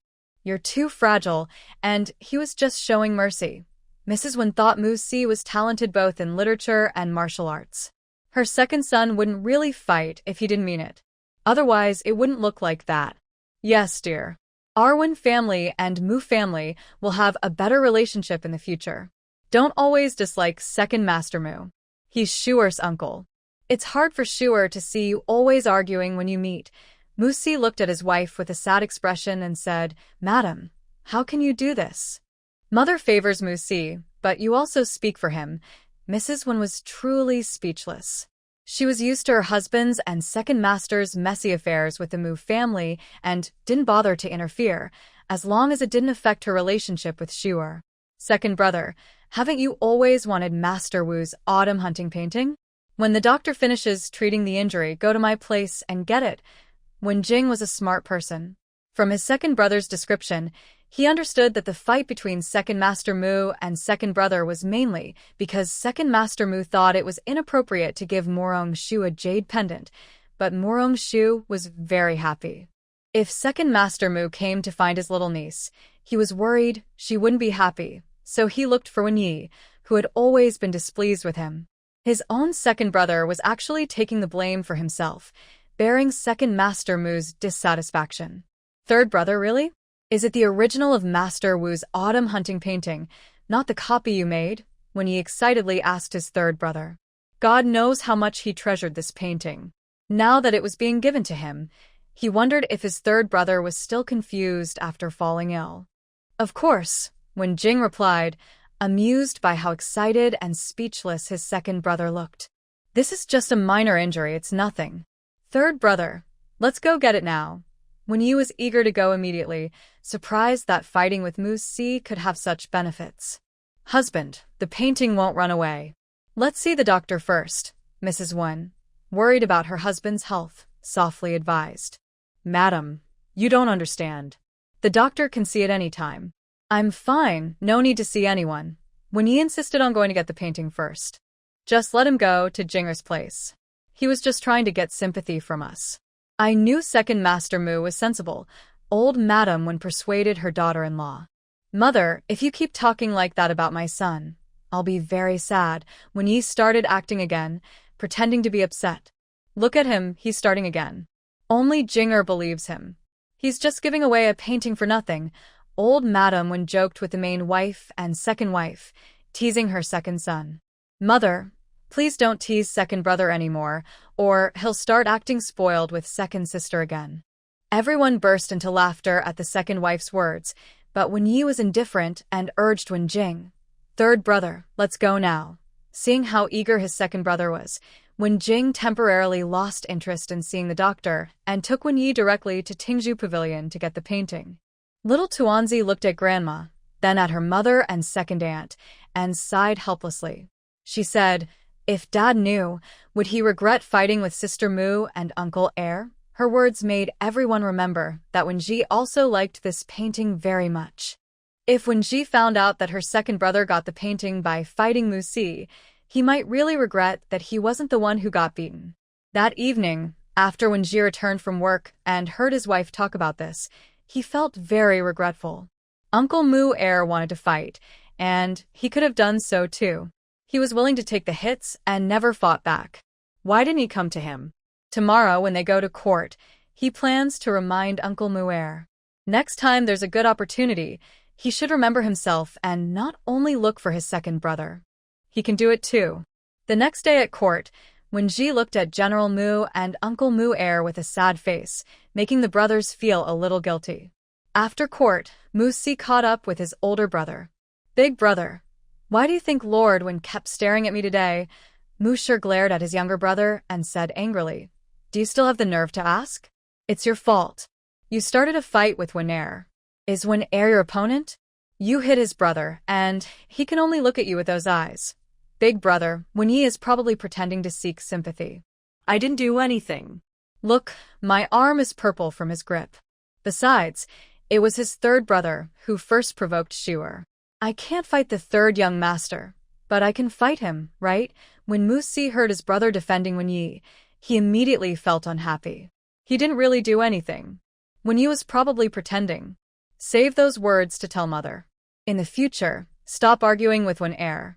Our Shuer and the Wen family might have some connection. If you keep fighting Wen Er all the time, it will make Shuer uncomfortable. Mu Shi had already sent a message via carrier pigeon about the birth date of Wen Jing, which he got from Wen Yi, to the Mountain Valley Taoist. He was still waiting for news. His second brother had already started causing trouble. Mu Si was very unhappy, but thought of his precious niece. Reluctantly, he said, as long as he doesn't bother me in the future, I won't argue with him anymore. I'm not afraid of him. I'm worried about Shuer. Seeing that his second brother had already backed down, Mu Shi felt a little embarrassed and didn't say anything more. After all, his second brother and Wen Er had been at odds for many years. He was already satisfied that he had this realization. After returning home, General Mu's wife arranged for her daughter to visit Wen's residence under the pretense of bringing gifts for Wen Jing's treatment and also to check on second Master Wen, since he had fought with her second younger brother. Mu Rongshu's visit was welcomed by everyone at Wen's house. The little boy clung tightly to Mu Rongshu, unwilling to leave even for a moment. Mu Rongshu not only checked Wen Jing's pulse, but also visited the second lady's courtyard to see her and second Master Wen. After hearing Mu Rongshu's purpose, the second lady recounted the events of that day to her and comforted her not to worry too much. Since her husband received that hunting painting, he has been in a good mood every day. Now he even wishes second Master Wen would scold him a few more times because her third younger brother still has many treasures he wants. When Mu Rongshu left the second lady's courtyard, she met Wen Jing, who had been waiting for a long time. Shuer, Tianran Pavilion has new dishes. Do you want to try them tomorrow? Mu Rongshu was surprised to hear this, then smiled knowingly and nodded. She didn't expect Wen Jing to wait specifically to invite her to dinner. Seeing her nod, Wen Jing relaxed.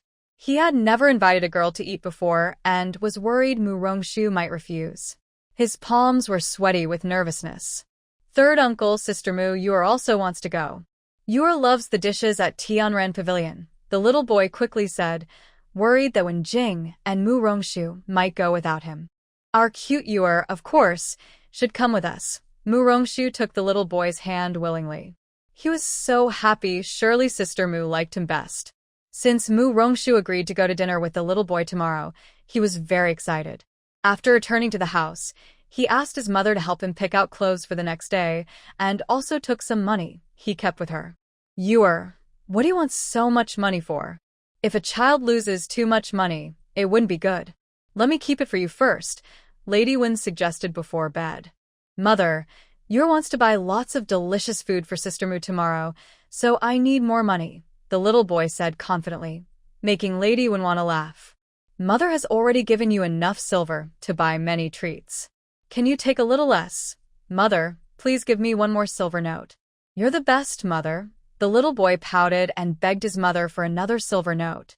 All right, Mother will find you a small purse to carry. That way, Yor can invite Sister Mu to dinner tomorrow.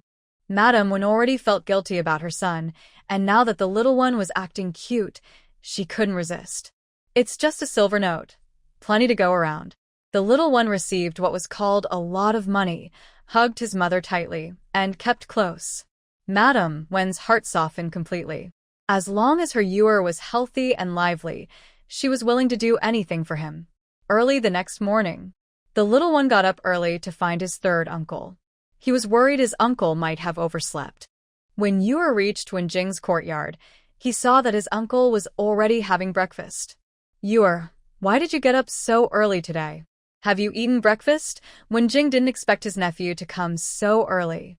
He was just starting his own breakfast and invited him to join. Yor was afraid that third uncle might oversleep, so he got up early to come. Yor just wants to eat breakfast with third uncle, the little one said without hesitation, climbing onto his stool and waiting for the servants to bring his breakfast and utensils. Yor, we have a lunch appointment with Sister Mu, so there's no need to come so early. Sister Mu probably isn't awake yet. If we come too early, Yor will be bored. When Jing thought he should explain to the little one, worried that after breakfast he might have to leave quickly. Since Sister Mu isn't awake, after breakfast, third uncle will tell Yor about yesterday's lessons. There are some parts Yor still doesn't understand, but third uncle must remember the time. We can't be late. Sister Mu definitely doesn't like people who are late. Although the little one promised to study at home, he also reminded his third uncle not to forget the time. When it came to matters related to Morong-shu, he was very persistent and serious. Miss, which dress would you like to wear today? Little Tao had already heard Miss say she was going out for an appointment yesterday, so early in the morning she helped Morong-shu choose clothes. Just this green one. We're just going to have lunch and meet someone. Little Tao, don't be so nervous. Just pick something casual. Morong-shu casually pointed to a green dress. She genuinely thought any dress would do, but little Tao was unusually serious. So, Miss likes this one? It made me hesitate for a long time. But Mrs. Skin is fair, so any color looks good on her. These are new clothes the lady just had made for Miss, especially suitable for her. Little Tao had been debating all morning. Now that Morong-shu had chosen the green one, she thought it looked even better on her. After breakfast, Morong-shu went to chat with her grandmother, then visited Song-wei's courtyard to talk with her mother and say hello to Song-wei. Only then did she leave with Xiao Tao and Erju. She brought snacks she made for little Tuanzi yesterday and sweet preserved green plums for Lady Wen. Lady Wen's preserved plums had been ready for a while. She forgot to bring them during yesterday's visit. When Morong-shu arrived at the restaurant, Wen Jing and little Tuanzi were already there. Seeing her come in, little Tuanzi happily ran over and said, "Sister Mu, you finally arrived. Yor missed you so much. Since Yor misses me so much, Sister made some snacks for her." Morong-shu took the snacks from Xiao Tao and handed them to Wen. Wow, snacks. Thank you, Sister Mu. Today at noon, I will treat you to a big meal. Little Tuanzi was so excited. Morong-shu's snacks were new and delicious. She had eaten them twice before and couldn't forget them. She was very happy to have them again today. Then, sister, you should order more dishes for lunch. Did Yor bring enough money? Morong-shu teased, seeing how young little Tuanzi was to pay for everyone. Don't worry, Sister Mu. Yor brought all her New Year money and asked her mother for some silver notes, when you said, pulling out all the money from her small wallet and showing it to Morong-shu. At first, Morong-shu was just joking with little Tuanzi, but she didn't expect Wen to really bring money. It seemed that her words about treating everyone to a meal were sincere. Wen Jing also laughed at his little nephew. No wonder he kept holding his money pouch all the way. He was carrying a lot of money. It's hot outside. Sit down and rest, Shuer. Try the tea I brewed, Wen Jing said, worried that Morong-shu was too hot. He then ordered the waiter to bring 2 bowls of ice and place them nearby. Morong-shu picked up the tea to check the temperature. It was just right. A cool breeze blew gently toward her. She saw Wen Jing gently fanning her with a fan. Wen Jing's patience and care moved Morong-shu. This man was handsome and talented. Although he wasn't very expressive, he always took care of her in small ways. From the first time they met, she felt something special. Later, many things happened, and she felt happy, curious, excited, eager to learn more about him, and wanted to do more things together. Morong-shu wasn't sure if this was love, but living with this man didn't seem so bad. Because the dishes were all signature dishes from the restaurant, Wen Jing ordered the food in advance before Morong-shu arrived, and they were all Morong-shu's favorite foods. Morong-shu doesn't like to be served while eating, so she asked Xiao Tao to go with Erju to order food downstairs and then report back for reimbursement. Xiao Tao knew her lady's personality well, so she called her brother and Wen Jing's attendant to prepare to go downstairs and order, but they were stopped by the second waiter. It turned out that Wen Jing had already instructed the shopkeeper to reserve seats for them upstairs. After lunch, when paying the bill, little Tuanzi took out all his money and handed it to the shopkeeper. "Shopkeeper, is this enough? Young master, please put the money away quickly. This restaurant belongs to the Wen family, so you don't need to pay for your meal." The butler hurriedly explained when he saw his young master taking out so much money. Wow, sister, the shopkeeper said this is our restaurant, so we don't have to pay. We can come often in the future. When you heard it was their family restaurant and remembered Morong-shu saying the food was delicious during lunch, so she thought they could invite her sister often. Then thank you or Morong-shu didn't expect this restaurant to belong to the Win family. No wonder the shopkeeper was so enthusiastic every time they came.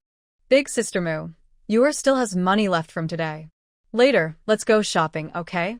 Yor wants to buy many things for sister with this money. Little Tuanzi thought since he hadn't spent all his money, it didn't count as treating Morong-shu, so he wanted to buy her other things while shopping, especially since she had made him many snacks. Since Yu wants to go, let's go together, okay? Morong-shu was really touched by how cute and warm little Tuanzi was, so she decided to continue shopping with him in the afternoon. Because the weather was a bit hot, they went back to the private room to rest for a while. Later in the afternoon, they went shopping. Since returning, little Tuanzi hadn't had a proper shopping trip. He held his third uncle's hand in his left and Morong-shu's hand in his right, feeling very happy. In the afternoon, the street became lively, with vendors selling all kinds of snacks and small toys. Even when Yu's favorite candied hawthorn was being sold. Mu Jia, Yu wants to buy this. Do you want one? Little Tuanzi stood in front of the candied hawthorn stall, looking eagerly at the vendor's treats. Boss, one skewer, please. Morong-shu directly ordered a skewer for little Tuanzi. Doesn't sister want one? Yor has money. Little Tuanzi looked at Morong-shu, who only asked for one item for her family, and curiously asked, thinking, why doesn't Sister Mu like to eat such delicious things? Big sister isn't hungry yet. Yor can eat first. When you're hungry later, we can buy more, okay? Morong-shu explained, seeing little Tuanzi's hesitant expression. Although Morong-shu had been back in the capital for a while, she rarely went shopping like this. It felt a bit like strolling through a modern snack street. Because Morong-shu and when you found everything new and interesting, they stopped at almost every stall to look around. At a stall selling hairpins, Morong-shu was deeply attracted. The hairpins had new styles that matched her taste perfectly. She loved every single one. Seeing how much Morong-shu liked them, when Jing gave the vendor some silver and said, please pack all these for her. The vendor was momentarily surprised and forgot to take the silver.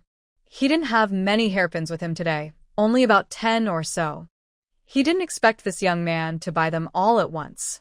When Jing saw the vendor didn't take the silver and thought he didn't have enough money, so he took out more silver. Only then did the vendor realize and quickly accepted the silver, saying, young master, the silver is enough. I'll pack these for the young lady right away. The vendor was quick and also returned the extra money to Wen Jing, then packed all the hairpins and handed them to him.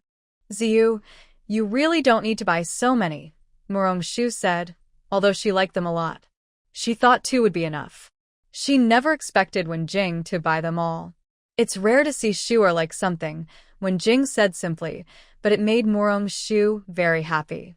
Although the items weren't very expensive, Wen Jing's kindness and attitude made her feel very pleased. After buying the items, Wen Jing naturally carried them for Morong-shu.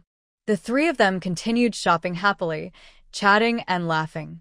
When they saw some delicious food that interested them, Morong-shu would buy some to try, and she also remembered to buy a portion for little Tao. They were having a good time shopping when they were suddenly stopped by a group of people coming toward them. One man, who looked like a young master, confidently and with ill intent, stared at Morong-shu from head to toe, then struck a pose he thought was very handsome. Miss, what do you think of me? He asked. Instead of following that young fool and only buying cheap things and having a burden like that, why not consider me? My father is a duke, and I am the heir. As long as you agree, I am willing to take you into my home. I currently have only 1 official wife and 3 concubines. Morong-shu almost vomited her lunch in disgust. Who was this fool? Did he come out in broad daylight without taking his medicine? Wen Jing clenched his fists, afraid he might lose control and hurt this so-called crown prince's heir right now. Although the little ball of a boy was young, he clearly understood what this ugly person was saying, calling third uncle a pretty boy, calling himself a burden, and wanting to marry Miss Morong as a concubine. The boy was furious. Xiao Tao was so angry she forgot to speak. This was the crown prince's heir, a man feared by girls in the capital. Last year, he married his official wife, and in less than a year, he took 3 more concubines. Now, he still wanted to pursue her young lady. Did he think he had too much time? Don't you have a mirror at home? Morong-shu asked, confused, catching everyone off guard. The crown prince's heir was stunned for a moment.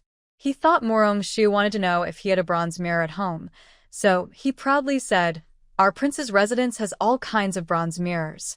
If the girl is willing to join the prince's residence, I can get any mirror you want." Such a face that looks like a toad, and you still think you're handsome? I thought you'd never looked in a mirror. You look like a toad hopping around everywhere. I really don't know where you get your courage. Morong-shu wished she could curse his ancestors. He clearly didn't check the almanac before going out and ran into such a nuisance. If she weren't worried about frightening the little boy nearby, she would have already attacked. You. The crown prince's heir was so angry he couldn't speak. He pointed at Morong-shu, his face twisted with rage. What are you, the crown prince's heir? Still stuttering? You're truly blessed by heaven. Ugly and a stutterer, Morong-shu said coldly, not letting him get away with it. The crown prince's heir was so furious he almost fainted from anger. If his attendants hadn't quickly supported him, he would have fallen to the ground. Take her back to the residence. I want to see who dares to stop me today. He clearly lost his temper. At this moment, he no longer cared about the street. Seeing a few people coming to arrest Morong-shu, when Jing, Xiao Tao, and the 2 boys all stepped in front of her. The little boy tightly held Morong-shu's hand, ready to hug the bad guy's leg and let Miss Morong run if trouble came. Little sister, you and Miss and when Xiao go first. Turn at the next corner to seek help. Second uncle passes by here at this time every day. I will stop them. 2 men are somewhat skilled, but 1 against many has no hope. However, the young lady feels grateful and determined to protect her. Her sister is loyal and will also protect her. Just as they are about to fight, a clear, sharp voice rings out. Who do you think you are, so proud? Turns out you're the crown prince's son. It's been a while, but you're still so annoying. Along with the sharp voice, a whip cracks loudly. The young girl swings her whip, and the crown prince's son and his group are knocked to the ground. If he hadn't dodged quickly, the whip would have hit his face. The crown prince is a noble king of the great sacred dynasty, skilled in martial arts. Sadly, his son is a spendthrift. Although the crown prince's son is lazy and unruly, he was trained in martial arts by his father when he was young. His ability to cause trouble comes from his good skills and his mother's endless love. When he sees who it is, the crown prince's son angrily points at the young girl. Jun Mingyue, you shrew. Who told you to interfere? I advise you to step aside, or I won't be polite. Ha, I don't need your politeness. Today, I will handle this matter myself, the young girl says without hesitation, raising her whip to fight. Jing He and Er Zhu protect Morong-shu, and the little girl behind them. Er Zhu gives his sister a look, and Xiao Tao immediately understands. She quietly slips away to wait at the crossroads for the elders. Recently, Muse has been warned by his mother and older brother not to argue with Uncle Wen. But Wen Yi, after getting the autumn hunting map, hates Muse and wants to fight him. Today, he insists on inviting Muse to dinner. Muse didn't want to bother with him, but thinking he could trick Wen Yi into a meal, he quickly agreed. As their carriage reached the intersection, his niece's maid blocked the way. Xiao Tao hadn't finished describing everything. Muse and Wen Yi disappeared without a trace. Someone daring enough to try to take his niece as a concubine. Has he lost his nerve? When Er Yi hears someone insulting his third brother and trying to take his sister-in-law, he is furious. He must act. Jun Mingyue and the crown prince's son are evenly matched in their fight. Suddenly, a figure rushes out and starts hitting the crown prince's son hard. Jun Mingyue recognizes that the allies, Muse and his team, are working well together, and they are forcing the crown prince's son to retreat. Moose became angrier and more aggressive. His palm strikes grew fiercer, and he fought the crown prince's son with all his strength. He regretted not bringing a weapon today, otherwise, he would have beaten that brat into the ground. After recent training, Wenyi was not skilled in martial arts, but had become more agile. He took a large stick from a nearby vendor and handed it to Moose. Second brother, keep going. Hit him as hard as you can.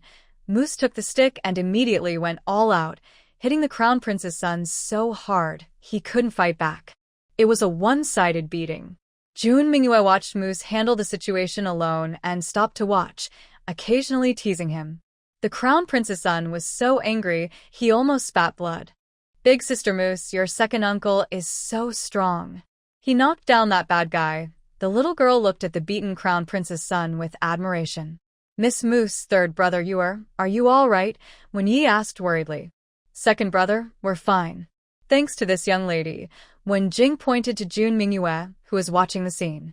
Thank you, Princess Mingyue, for your help. Wenyi, and I thank you on behalf of the Wen family. We will visit tomorrow to thank you properly. Wenyi bowed deeply to Princess Mingyue. Yi, please don't go. I snuck out to play. If my mother finds out I was fighting again, she will definitely ground me. Keep this a secret, okay? When Mingyue heard that the Wen family wanted to visit to thank her, she immediately became nervous. She was fearless of everything but afraid her mother would find out about her fighting. She almost knelt before Wenyi. Murong-shu was nearby, amused by the little girl. She was so adorable. Princess Mingyue, are you well? Your sister is so beautiful. No wonder the Crown Prince's son dares to act so presumptuously.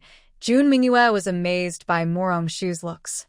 Wait, Yi, isn't your sister my empress's aunt? I saved this girl so you don't need to thank me.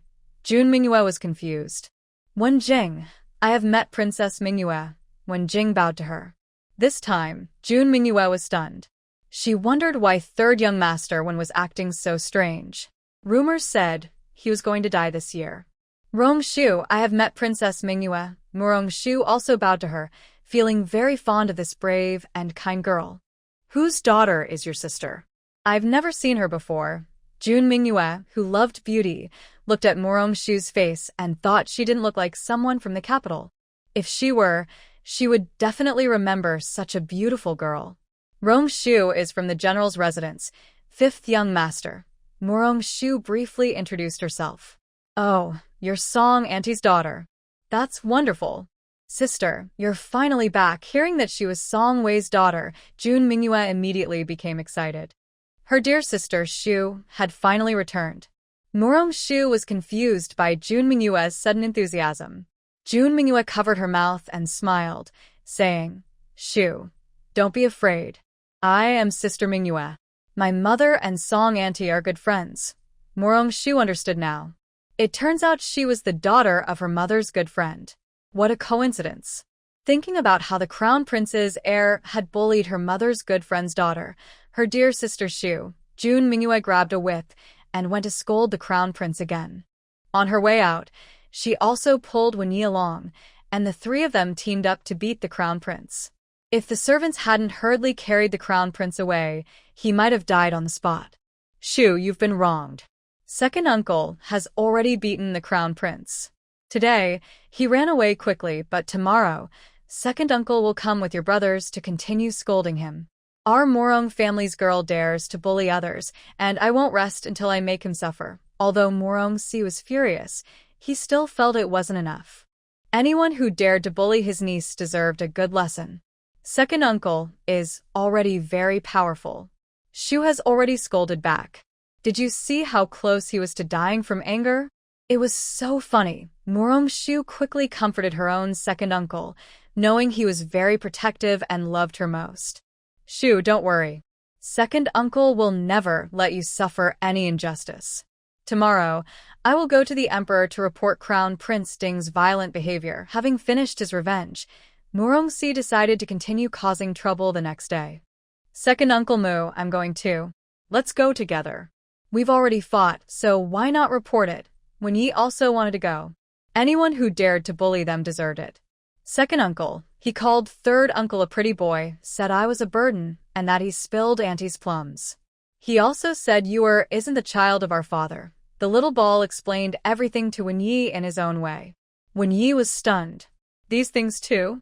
Crown Prince Ding. He was about to go to their door now, daring to question their family's bloodline. This time, it wouldn't be just a beating. When Erie's mind turned quickly, and he suddenly had a brilliant idea. He waved to Morong-si, saying, "Morong-air, come here. I have something important to discuss with you. Do you have something to tell me?" I'm very angry right now.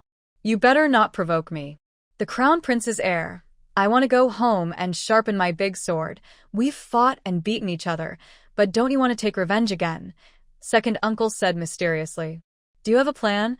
Of course, come closer and listen." Although Mu-si often argued with Wenyi, he had to admit Wenyi was clever and full of ideas. Seeing Wenyi's expression, Mu-si knew the Crown Prince's heir was about to get into big trouble. Although he disliked Wenyi personally, Mu-si still leaned in to listen. After hearing Wenyi's idea, he thought it was very good. The two discussed the details and then returned to the others. "Big sister Mu, Yor is hungry," the little dumpling said, only daring to speak when everyone looked less angry. Morong-shu felt a bit regretful for forgetting about the little dumpling. She bent down and picked him up, asking, "Yor, tell sister what you want to eat." The little dumpling looked at the street vendor selling wontons, drooling with hunger. He whispered to Morong-shu, "Big sister Mu, can you eat this?" Morong-shu looked at the wide stall. Since there were so many of them, sitting here was no problem. She pinched the little dumpling's face and said, "Of course, I love to eat this too." "That's great." The little dumpling was very happy. He looked up at his second and third uncles and the others. Wenjing, Wenyi, and Mu-si naturally listened to Morong-shu, and they nodded. "Wen-air, the meal you owe me is cancelled for today," Mu-si said first and sat down. "Senior sister Mingyue, would you like to join us for a bowl of wontons?" Morong-shu liked June Mingyue very much and directly invited her. She thought the young girl was not the pretentious type. "Sure invites me. I'd be happy just to drink cold water, let alone eat wontons," June Mingyue said naturally and sat next to the little dumpling.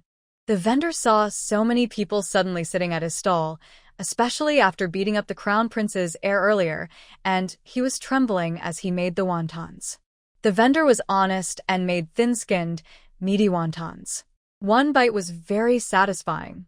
Mu-si, tired from the fight, ordered another bowl. After finishing the wontons, he remembered that his wife's plum was spilled.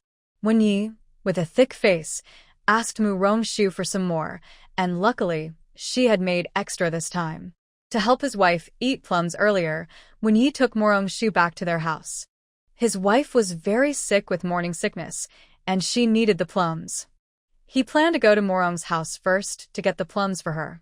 As for the Crown Prince's heir, he would wait for him. When they arrived home, the little boy immediately cried and asked Wenji, "Daddy, is you or not your child?" Wenji looked confused. He wondered who was spreading rumors to his son. He and his wife loved each other very much, and Yua was their only child. Who was lying and saying Yua was not his? Did I not spend enough time with Yua recently, so he's upset with me? Wenji gently asked the little boy, holding him. "Daddy, today a bad person said Yua is a burden, and Uncle is a young handsome man." "What does young handsome man mean? Is Uncle too white?" The little boy asked, confused. "Yua, tell Daddy who told you these things." Wenji felt angry. Who was the terrible person spreading these lies to his son? "Grandpa, the master sent someone to invite you to the study. There's something important," the maid reported. "Yua, you go with the maid to find your mother first. Daddy will go to the study to see your grandfather. I'll come back soon to be with you," Wenji said, worried about making his son sad. He promised to come back after finishing his work. "Daddy, hurry up. Don't make Grandpa wait too long. Yua will listen to Mommy," the little boy urged when he heard his grandfather was looking for his father. Wenji comforted his son and told the maid, "Ask Madam to find out exactly what happened this afternoon." When Wenjing returned home, he went straight to the study to talk to his father. He shared his thoughts. Only then did Shofu call both his eldest and second sons into the study. As soon as Wenji sat down, his father said, "Jir, quickly recall your younger brother's secret guards and have them protect him closely from now on." "Father, is there any danger?" Wenji stood up in shock. All of them had secret guards. but his third brother's health had been getting worse in recent years. He rarely went out in the past 2 years, and the house was very safe. So, they had withdrawn his guards. Wenji was surprised. Now that his father suddenly wanted to recall the guards, his first thought was that his third brother was in danger. Big brother, it's not danger. Today, my third brother, Miss Mu, and you were bullied while out shopping, Wen Yi answered for his younger brother. I will write to them immediately, asking for a quick response. Wen Ji is very angry. He feels he has been bullied, and he also needs to ask whether Wen Ji will agree. Who else could it be? It's that arrogant crown prince's son, who calls his second brother a pretty boy, calls Yuer a burden, and wants to take Miss Mu as a concubine. Wen Yi still feels furious when he thinks about these things. Second brother, gather some people. We are going to the crown prince's residence to seek justice for third brother. Arwen family is not someone he can bully. Wen Ji's anger now feels like it could destroy the world. He wonders why his third brother would want to take back the secret guards, why Yuer is asking him so many questions, and he thinks the crown prince's son is very good. Big brother, calm down first. The crown prince's son is probably badly beaten by Princess Mingyue and Musi now, and he might not survive. It's no use going now, so don't worry. Father, we must not let this go easily. Even if it's not for third brother and Yuer, Miss Mu is not someone he can mess with. Wen Ji thinks about how he finally saw hope for his third brother and the Wen family, and he's eager to go and destroy the crown prince's son. Get ready. Tomorrow morning, we will petition the court to accuse the crown prince's son of violence. Father, should we also inform Mu's family? Wen Ji asks uncertainly. Father, big brother, I've already discussed with Mu Si. Tomorrow you will handle the petition. Mu Si and I will go to complain on behalf of third brother and Miss Mu. Later, big brother and father, please don't mind if I embarrass myself. Mu Si feels a little shy and says, supporting our family is what we should do. There's no need to be embarrassed. Whatever plans you need from us, just ask. Wen Ji knows that although his second brother is usually unreliable, he can be counted on in critical moments. Thank you, father, big brother, and second brother, for standing up for me. But this time, I want to go myself. Wen Jing bows deeply to his father, big brother, and second brother, showing his determination. What did you say? The three of them exclaimed together, surprised. I want to go to the Golden Throne Palace myself to report the case. In the courtyard of the Mu family's old lady, Mu Si returned from outside and went straight to his mother's courtyard. Today, he beat up the crown prince's son fiercely.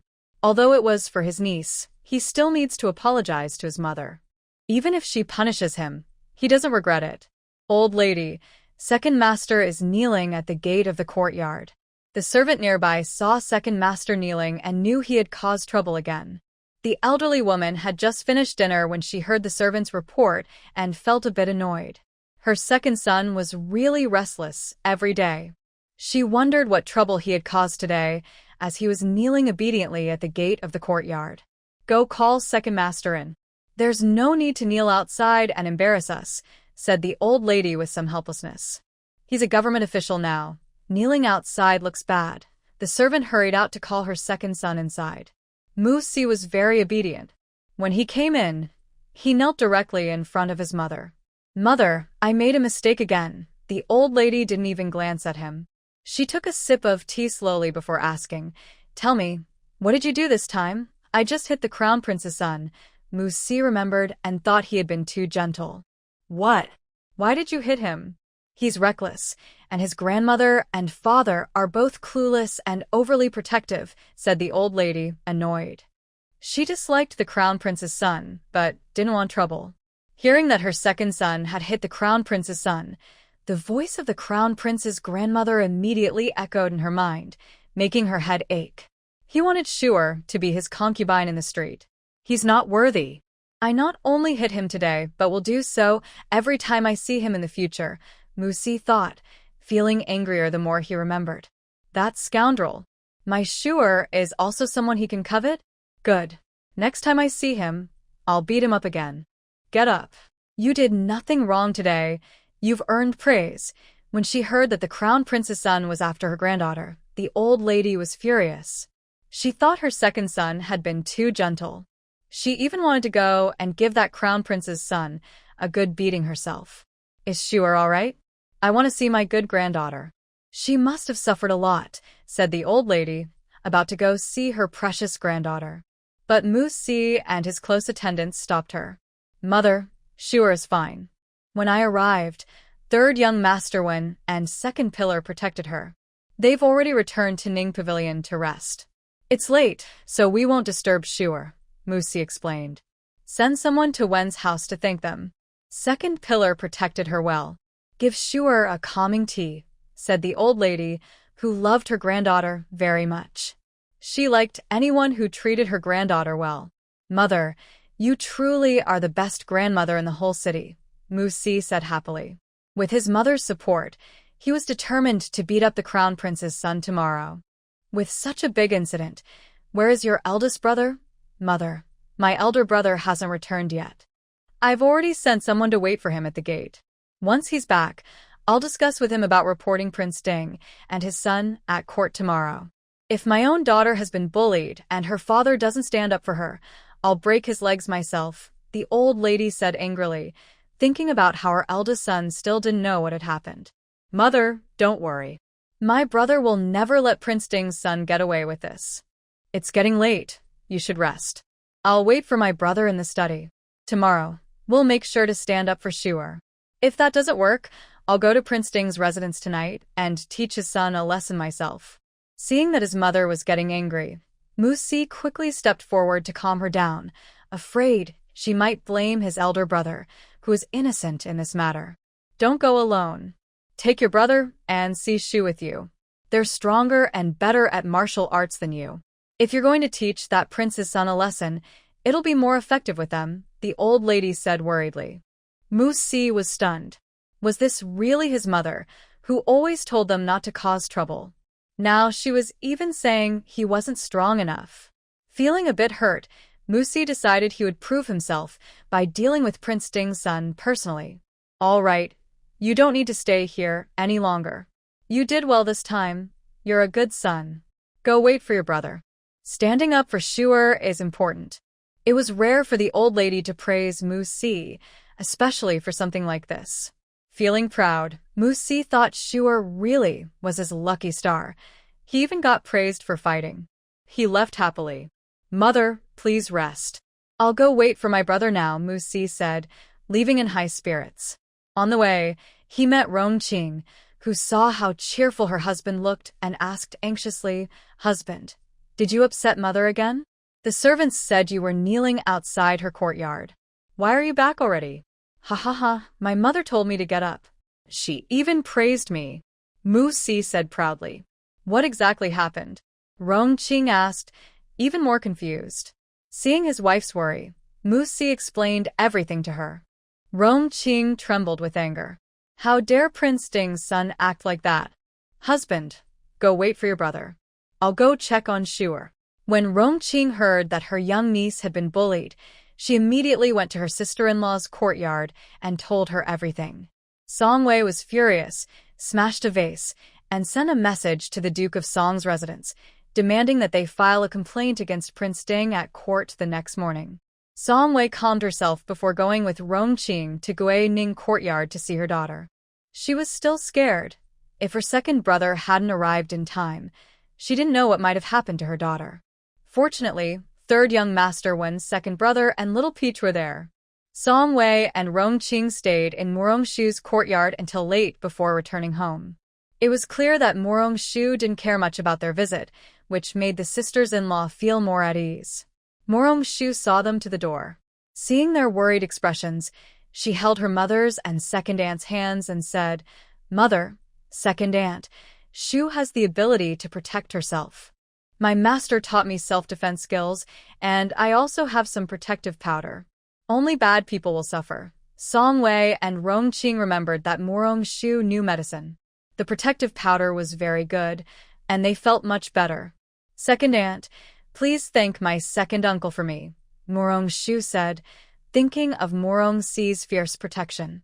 She felt warm inside. Her second uncle and second aunt always showed her genuine love and care. Your uncle and nephew shouldn't be doing these things. Besides, this is the first time your second uncle was praised by your grandmother for fighting. Maybe he's thankful to you in his heart, Rongqing said, recalling her husband's proud look earlier, and she couldn't help but laugh. When Morongshi returned to the mansion and heard about this, he was so angry he wanted to break into Prince Ding's residence at night and break the crown prince's leg, but Morongshi stopped him. Big brother, I already beat him hard this afternoon. If you go and hit him again now and kill him, tomorrow we'll have to tell the emperor. Just hold on for one day. After we report it tomorrow, we can go and beat him again at night. That way, if anything happens to him, it won't be our fault. But Morongshi was not willing. He asked his second younger brother to demonstrate how he should beat the crown prince's son, pointing out many mistakes in his technique and how to hit harder to make it more painful. Morongshi looked confused. Big brother, are you polite? After fighting, you still want to correct my technique. Early the next morning at the palace, Little Lin, who was close to the emperor, hurried into Empress Deyang's palace. Little Lin's master, Grandfather Da, was instructing servants on how to help the emperor wash up. Seeing Little Lin rush in hurriedly, he scolded, "You've forgotten all your manners. Running in so suddenly disturbs the emperor and the empress. How many heads do you have?" Little Lin was raised by Grandfather Da and was very dear to him. Although the emperor and empress were kind people, rules still had to be followed. Xiaolin listened to his master scold him, but did not get angry. He knew his master was truly kind to him. He quietly whispered to his master, "Master, something big has happened. One Sangongzi is kneeling at the palace gate, trying to accuse King Ding and his son." "Who are you talking about?" "Are you sure it's Wen Sangongzi?" It wasn't that De Gonggong didn't believe Xiaolin, but he knew very well Wen Sangongzi's status. Even the emperor was a bit afraid of him. De Gonggong cursed King Ding and his son in his heart for causing trouble. When Sangongzi had been staying out of sight for the past few years due to health reasons, and even the empress wanted to see him, but found it difficult. De Gonggong didn't dare delay, and quickly went to inform the emperor. He spoke softly, not wanting to disturb the empress's rest, especially since she was pregnant. The emperor, who was about to have breakfast and then go to court, heard De Gonggong's report. He abandoned his breakfast in a hurry and headed outside. "Your Majesty, you haven't finished your breakfast. Take your time." De Gonggong followed, hoping the emperor would eat a bit more and walk slowly. But when Sangongzi is still kneeling at the palace gate, "I have no mood for breakfast. If I walk slowly, I might be the one kneeling tonight," the emperor muttered softly. The emperor was now furious at King Ding's son. Why did he have to provoke him? He couldn't afford to offend Wen Jing, who had been tricking him since he was young. His empress was also obsessed with the third prince. Now, the emperor just wanted to get to the palace quickly. Wen Jing arrived not too early. When officials saw him, they were stunned. Rumors said Wen Sangongzi wouldn't survive this year, yet he had come to court and was kneeling in front of the hall, accusing King Ding and his son. Some officials who knew about yesterday's events had already heard the news. Others didn't know yet. As they exchanged information, everyone learned the reason before the court even started. When the emperor arrived, the officials dared not speak loudly. The scene was tense, and it was better to keep a low profile. "Your Majesty, I want to accuse King Ding's son of kidnapping a woman in the street and insulting me and my nephew," Wen Jing said firmly, kneeling in the center of the hall, holding the accusation paper. His commanding presence made everyone step back instinctively. The emperor quickly signaled to De Gonggong. Seeing the signal, De Gonggong hurriedly went to help Wen Jing up. "Third Gongzi, the emperor has received your accusation. Please get up, the ground is cold." "Thank you, your Majesty," Wen Jing bowed deeply to the emperor. The emperor thought that since he married the empress, Wen Jing had never paid such a formal greeting to him before. He decided to ask more carefully later, so as not to betray Wen Jing's trust. "Is the crown prince really present? Is what the third young master said true?" The emperor decided to give the Duke of Ding a chance to explain. "Your Majesty, I am innocent. My son was beaten and cannot get out of bed now. Please, your Majesty, see for yourself," My son did not hit the third young master. The Duke of Ding only knew that his son was beaten, but he didn't understand the full story. The heir of the Duke of Ding did not hit me, but he insulted me, my nephew, and my friends. If Lord Mu hadn't arrived in time, I might be the one lying in bed now, Wen Jing immediately retorted, seeing that the Duke of Ding still wanted to defend his son. Now, the one lying in bed is my son. You all teamed up to beat my son. I haven't even punished you yet, but you come here to complain to the emperor. Isn't that going too far? The Duke of Ding was even angrier after hearing Wen Jing's words. Your Majesty, I also want justice for my son. The heir of the Duke of Ding called my son a burden in the street. My wife and I are very loving, so I don't understand. What does the heir of the Duke of Ding mean by questioning my wife publicly and insulting my son? Wen Jing's words were firm and clear. The Duke of Ding was speechless. What else did this man say? Why did he provoke Wen's family? He dared to hit even a prince. Hearing this, the father and brothers of Lady Wen were furious. Not only did the heir of the Duke of Ding question their daughter's innocence, but he also insulted their grandson. If looks could kill, they would have already killed the Duke of Ding and his son hundreds of times. Your Majesty, my son was beaten so badly, he's barely alive. He has already paid the price for his actions. The Duke of Ding decided to play the victim first, thinking the emperor wouldn't dare to do anything. That's a bit funny. The heir of the Duke of Ding was personally taught by you. He's not as good as you, but he's rarely met anyone in the capital who can beat him. Are you sure your son was beaten so badly he can't get out of bed? Or are you just lying? Wen Jing's words made everyone look at the Duke of Ding with suspicion. The Duke of Ding was almost furious. He bowed to the emperor and said, If your Majesty doesn't believe me, you can send a royal doctor to check at the Duke's residence. Your Majesty, seeing is believing. Hearing is not as good as seeing. Why not bring the heir of the Duke of Ding and those involved yesterday? The truth will be clear then. This way, the Duke of Ding won't keep crying injustice and think that our Wen family is bullying him. Word has spread that Wen Jing wants to make a big fuss. The emperor's eyes twitched, noticing Wen Jing's intention to cause trouble. Since it wasn't about his own affairs, he enjoyed watching the drama unfold. Xiao Linzi, go personally to the Ding Wang mansion to issue a summons. Bring the crown prince to the palace to pay respects. If the prince is unavailable, have him brought here, the emperor told his assistant. Yes, your Majesty, Xiao Linzi hurriedly responded and quickly headed to the Ding Wang mansion with his men. Your Majesty, since my son is already here confronting others, should all the involved people be summoned as well? Ding Wang thought it was necessary to let the civil and military officials see how unreasonable the Wen family was. Of course, the emperor secretly glanced at Wen Jihe and Wen Jing. This oppressive feeling was intense. He was also curious about who had beaten the crown prince. Ding Wang, rest assured, we won't cause trouble. Your Majesty, please send someone to the Wen residence, Mu residence, and Juan Wang's residence to invite my second younger brother, nephew, Mu Er-yi, Miss Muwu, and Mingyue Junju to the palace. After Wen Jing finished speaking, the emperor was stunned. What had the crown prince done to offend so many people? He realized the court was so quiet today because Mu Si and Wen Yi hadn't come. When these two got together, trouble was sure to follow. Ding Wang was also shocked. Wasn't it the Wen family accusing his son? Why did it involve Mu family and Mingyue Junju? Ding Wang, your son dares to bully Mingyue. Who gave you such courage? Have I lost my ability to wield a sword? Mingyue's father suddenly erupted when he heard about his daughter. The civil and military officials instinctively kept their distance from Ding Wang, worried they might get involved. His protective father was too terrifying. The emperor's head grew even bigger upon hearing this. He initially wanted to enjoy the spectacle of Wen Jing's sharp tongue. He hadn't seen Wen Jing be so sarcastic in a long time. But now, the situation involved his niece, Mingyue Junju, and things had gotten serious. His second brother was famous for loving beauty more than the throne, and everyone in the capital knew that. Over the years, Mingyue was the only daughter he cherished deeply.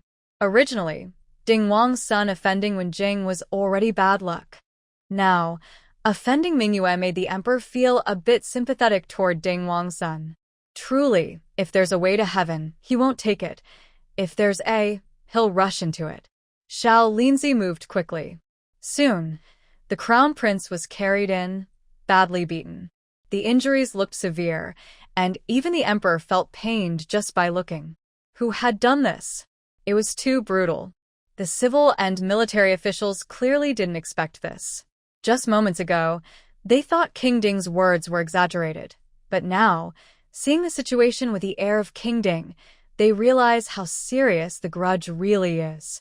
Your Majesty, look at how badly my son has been beaten. Lord Wen-san, even if my son did something wrong, you can't let them hit him so hard. You're risking his life. Please, Your Majesty, stand up for me. King Ding, ignoring his image, cried loudly in the main hall, begging the emperor to help. The emperor didn't even lift his eyelids. King Ding, it's better to save your strength. You might be crying even more later, Wen Jing said, looking at King Ding begging the emperor, full of disdain. Hearing this, the emperor's mouth twitched. When King Ding cries even more painfully, he wonders how badly King Ding will suffer next. Suddenly, he feels a bit hopeful. Just as the emperor was about to say something, another voice came from the door of the hall. Your Majesty, you must help me. The air of King Ding beat a court official in the street. He doesn't respect you at all. Hearing this voice, the emperor's eyelids twitched a few times. Then he saw Wen Yi, with two swollen eyes from being beaten, being supported as he walked in. Everyone in the hall was stunned. Who is this person? Vina Yi. How could he be beaten like this? Could it be the heir of King Ding? Minister Wen, what's wrong with your eyes? Did you get into a fight? The emperor asked uncertainly. Your Majesty, I had already taken leave today to rest. I didn't want to trouble you, but when King Ding and his heir confronted each other, I had no choice but to come. I want to report that the heir of King Ding beat me in the street. Please, Your Majesty, help me, Wen Yi said sincerely. The officials looked confused. The heir of King Ding was so angry, he pointed at Wen Yi and finally said, You're lying. You started the fight, and now you're falsely accusing me. Your Majesty, I am a civil official, weak and powerless. How could I have hurt the heir? You're twisting the truth. It was you who bullied my third brother and nephew first, then beat my wife when she tried to save me, and now look at me, beaten like this. How can you lie in front of the emperor? Wen Yi, with his frightening face, argued logically and convincingly. The heir of King Ding was so angry, he almost fainted. Your Majesty, I never hit Wen Yi. He attacked me first. I am innocent. The heir of King Ding quickly shouted, pleading for justice. Young master, you must be brave and responsible when you do things. I was beaten so badly, yet I dare to admit it. Why don't you dare to admit that you hit me? Your Majesty, you must believe me. I really did not hit Second Lord Wen. The Crown Prince now has no good explanation. Second Lord Wen insists that he was the one who hit him. Young master, are you implying that I am lying to the emperor? I am the one who hit myself. Left General, you are experienced. Help me judge whether these injuries were caused by one or by someone skilled. Hearing the Crown Prince cry out for justice, Wen Yi pulls the left general nearby to witness. The general feels nervous. I'm just here for some popcorn. Why are you pulling me into this? Let the emperor find someone to judge. No need for judgment. I am the witness. Your Majesty, you must stand up for me. I want to accuse the Duke of Ding and his son of snatching my niece in the street. My niece is now sick from fright. I tried to reason with them and was even beaten. Musi is brought in from outside the main hall, supported by Mu Shi. The emperor hears his voice and feels a headache coming on. Not again. Wasn't it Wen's family accusing the crown prince? Why is Musi involved now? Your Majesty, look. My arm was broken by the crown prince. He tried to take my niece as a concubine in the street. Fortunately, Third Lord Wen and Mingyue Junju saved me.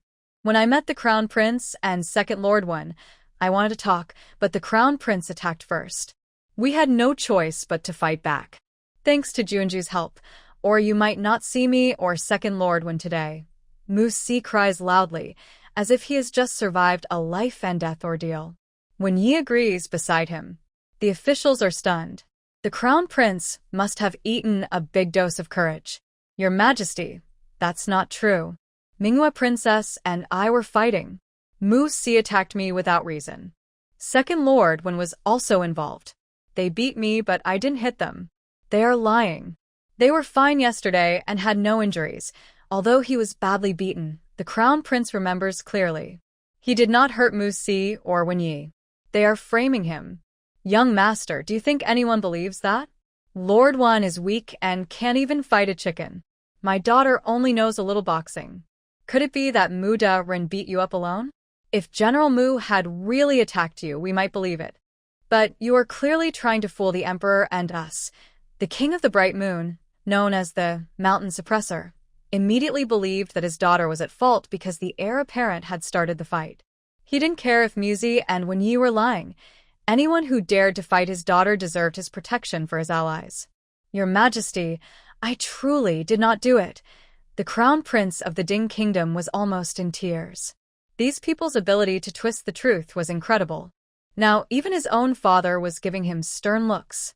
Your Majesty, my young daughter has just returned to the capital and is not in good health. She was frightened today and is still resting in the courtyard. Please, Your Majesty, decide for me. Mu Si knelt and bowed to the Emperor. The Emperor quickly ordered someone to help Mu Si up. Seeing his childhood friend make such a serious plea, the Emperor had already made up his mind. Does the Crown Prince of Ding or the heir have anything to say? The Emperor's authority was clear at this moment. The Crown Prince of Ding wanted to protest, but was interrupted by the Duke of Ding, who knelt and said, Your Majesty, it's my fault for not guiding my son properly. Both of us are willing to accept punishment. Just as the Emperor was about to announce the punishment, he was interrupted by the voice of the Imperial Censor, Yi. Your Majesty, I also have a report regarding the Crown Prince of Ding. Hearing this, the Emperor's heart fluttered. What kind of day was it? Why did everything seem to involve the Crown Prince of Ding? The Imperial Censor had a report that the Emperor had to listen to.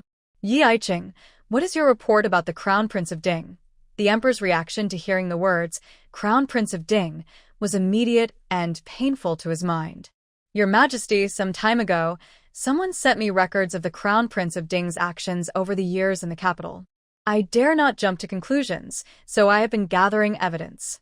Since both the Crown Prince and his heir are present today, I will present everything for Your Majesty's review, so there's no need for further investigation. Yi presented a record book he had prepared, detailing the bad deeds of the Crown Prince of Ding over the years. After the Emperor read it, he was furious and immediately threw the book at the Crown Prince. Look at what you've done. Under the Emperor's nose, you act without regard for the law. One by one, these offenses, tell me which one is false.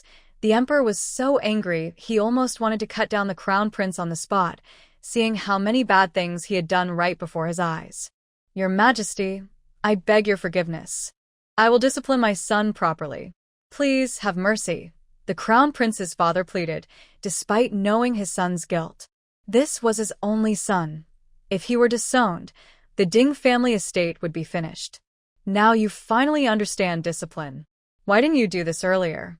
Come here, immediately issue an order to revoke the Crown Prince's title. He can never be called Crown Prince again. For everyone recorded in the records, try to compensate them if possible. The King of Ding will be fined a year's salary and will be confined at home to teach his son. The Emperor said all this with a heavy heart. The Crown Prince had failed in life because of his own son. He hoped the prince would teach his own children well. Thank you, Your Majesty. The King of Ding bowed his head to the Emperor, then had someone take his son away sadly. The officials and ministers watched with mixed feelings. A caring father often fails his children. When they go home, they should warn their children not to follow the same bad path as the Crown Prince. The Crown Prince was no longer arrogant. He had lost his title forever. His life was over. After dealing with the Crown Prince, Wen Yi, Mu Si, and Wen Jing left first. They looked quite injured, and Wen Jing was known to be in poor health. The Emperor told them to go back first. Outside the palace, when he pointed at Mu Si and shouted, "Mu Air, are you taking revenge? Why did you hit so hard? My eyes hurt so much. Back then, you begged me to hit you. Now you regret it? It's too late. Oh, and you still owe me a meal." Don't forget, Mu Si wouldn't admit that when Yi asked him to hit him, he had some personal feelings involved. That's why the hit looked so serious. Don't go too far. You hit me, and now you want me to treat you to a meal? Do you think I'm a fool? Although they had worked together smoothly in front of the emperor, now they were back to their usual bickering. It's not a big deal. I hit you as part of our deal today. You promised to treat me last time. Don't mix things up, Mu Si thought when Yi was trying to avoid paying his debt. Master Mu, second brother, stop arguing. How about you treats us at noon? Wenjing was very grateful for Mu Si and Wenye's help. No matter their original intentions, as long as their final goal was the same, it was enough. Good deeds should be rewarded. That might not be right. Mu Si mainly wanted to trick Wenyi. Now that Wenjing offered to treat them, Mu Si felt a bit embarrassed. Third brother, let me do it. Mu Air, are you coming if I pay? Wenyi asked Mu Si with a teasing smile.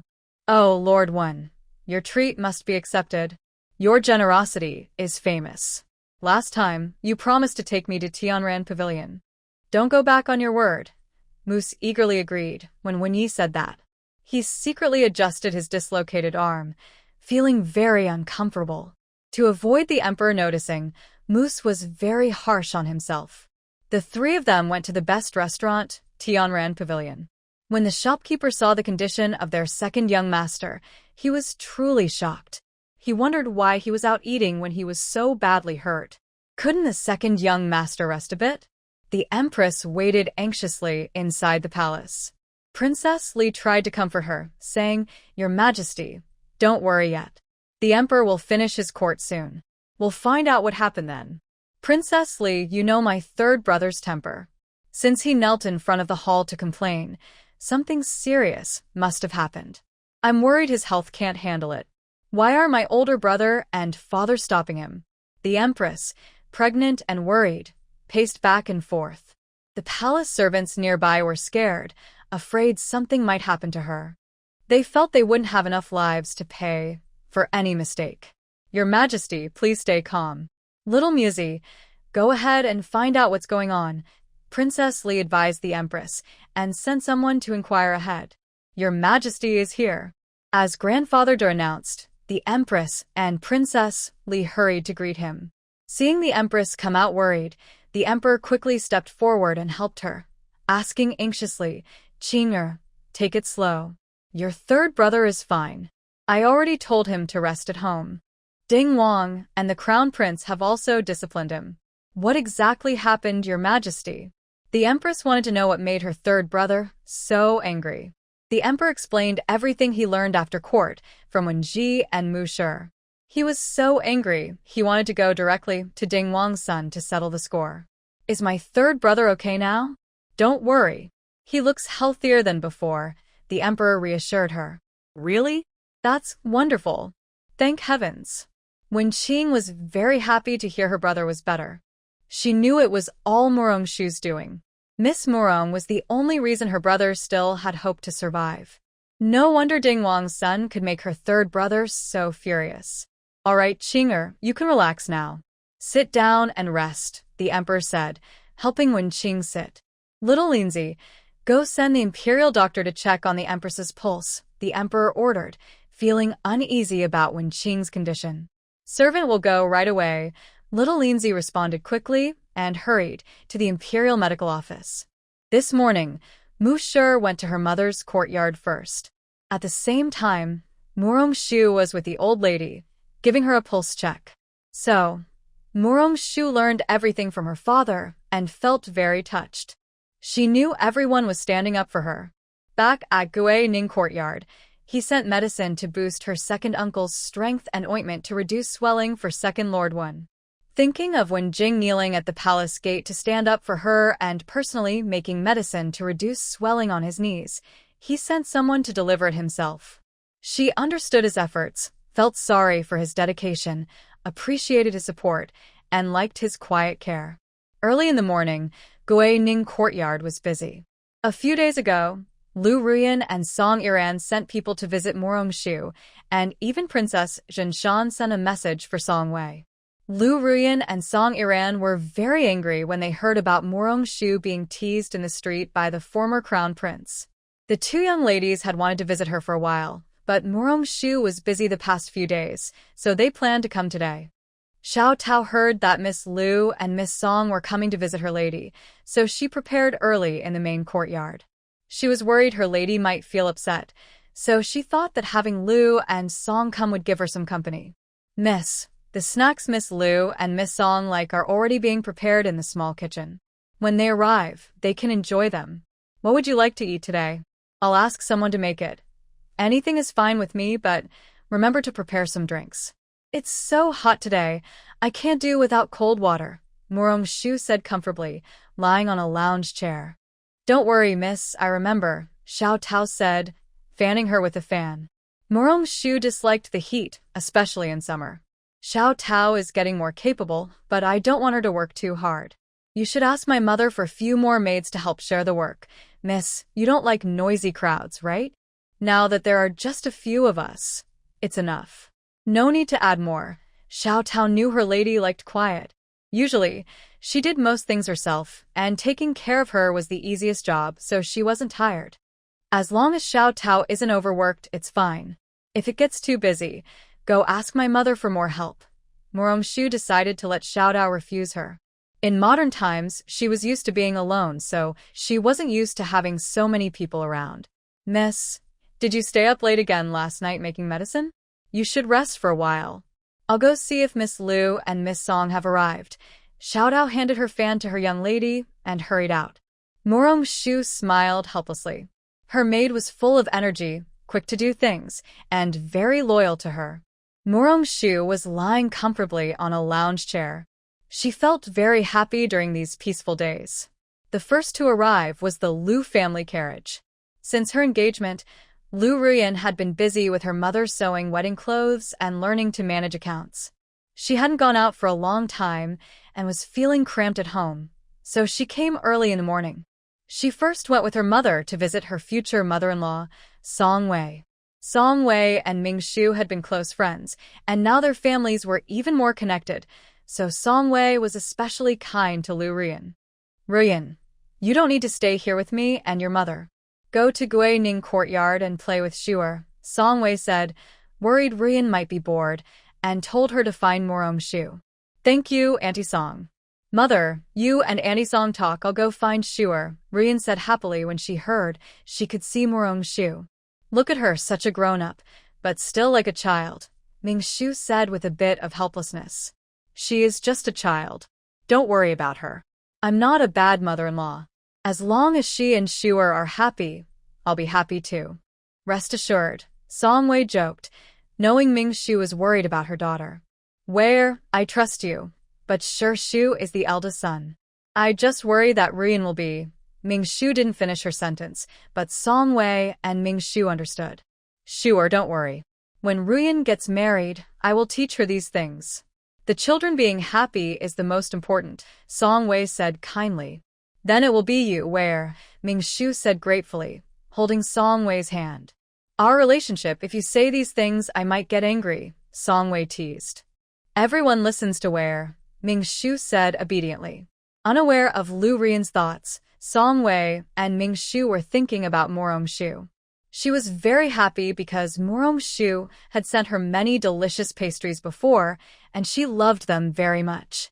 Today, she definitely wanted Shuer's small kitchen to make more. Before entering Gui Ning courtyard, Morongshu already heard her voice. Shuer, I'm here to see you. Am I the first to arrive? Has Yanran come yet? It's not because Lu Ruyan is confident, but because Song Yanran likes to sleep in and wouldn't come so early. Ruyan's sister must be first. Yanran's sister hasn't arrived yet. Come in quickly. I asked the little kitchen to make your favorite cake. Morongshu personally greeted Lu Ruyan at the door. Wow, Shuer, you and I are really in sync. To eat the cakes here, I didn't even have breakfast, Lu Ruyan said happily when she heard there was delicious cake. While they were drinking tea, Song Yanran and Minghua Junju also came over. After greeting each other, the young girls stayed in Morong-shu's family room to chat. Manhwa princess, I heard you beat the former crown prince's son that day. You're so impressive, like a strong woman, Song Yenran said with admiration. She also wanted to learn martial arts, but her father wanted her to be a lady. It's all thanks to Second Master Mu. I heard he is talented both in literature and martial arts. I didn't expect his martial skills to be so good, Manhwa Junju said, praising Mu Si highly since the last time they worked together. You all are very impressive. I heard that third young master personally went to the emperor's main hall to complain about the crown prince's son. I didn't expect him to be so brave, Lu Ruyan said, admiring when Jing after her father, Lu Shilang, described the whole process. Don't you think third young master is a bit strange? June Mingyue looked puzzled. She had been feeling that way for days. What's strange about him? Lu Ruyan and Rong Yenran asked curiously. Someone like third young master so extraordinary, why would he go to the main hall to complain just because of a few words? That's not his style. And isn't it said that he's often unwell and doesn't go out much? June Mingyue's words made Lu Ruyan and Song Yenran think deeply. Suddenly, they remembered the gossip from Hui Mountain Temple that night. They looked at Morong-shu at the same time. What are you looking at, Shuer? She just returned to the capital and doesn't know much about third young master Mingyue said, feeling confused about why Lu Ruyan and Song Yenran were staring at Morong-shu. Mingyue Junju, do you think it's possible that someone was so angry for love? Lu Ruyan teased with a smile. June Mingyue was stunned for a moment, then understood what Lu Ruyan meant. Her eyes sparkled with curiosity, and she leaned over to Morong-shu to gossip. Sure, is it really as Ruyan said? Big sister Mingyue, you should ask third young master instead. Morong-shu calmly sipped her tea. Maybe I shouldn't. I don't dare to offend third young master or he might complain to the empress, and mother will definitely restrict me. I can't afford to provoke him, June Mingyue thought when Jing just looked weak, but he must be hard to deal with. Princess Mingyue's words made everyone laugh happily. I thought our Princess Mingyue was fearless, but it turns out she's afraid of being grounded. Song Iran joked with June Mingyue. What can I do? My father is very strict about my mother. Whatever she says goes. If someone bullies me, I can cry to my father. But if mother wants me to be grounded, I think my father will just lock the door, Mingyue said with a helpless shrug. Her words and expression made everyone laugh even more. Princess Mingyue, I heard that Jun Mountain King is planning to find a husband for you. Is that true? It wasn't just Lu Ruyan gossiping. The Jun Mountain King was talking about it everywhere, so everyone was curious if it was real. Don't mention it. My father is so obsessed with this. I don't want a husband, Mingyue said, feeling overwhelmed. Her father was seriously preparing for this. Morong-shu found it interesting. She didn't expect matchmaking to be popular here. Curious, she asked, why is Jun Mountain King so determined to find a husband for Princess Mingyue? Why else? My father and mother only have me. When I was born, my mother was injured. My father is very loyal to my mother and doesn't want to take a concubine.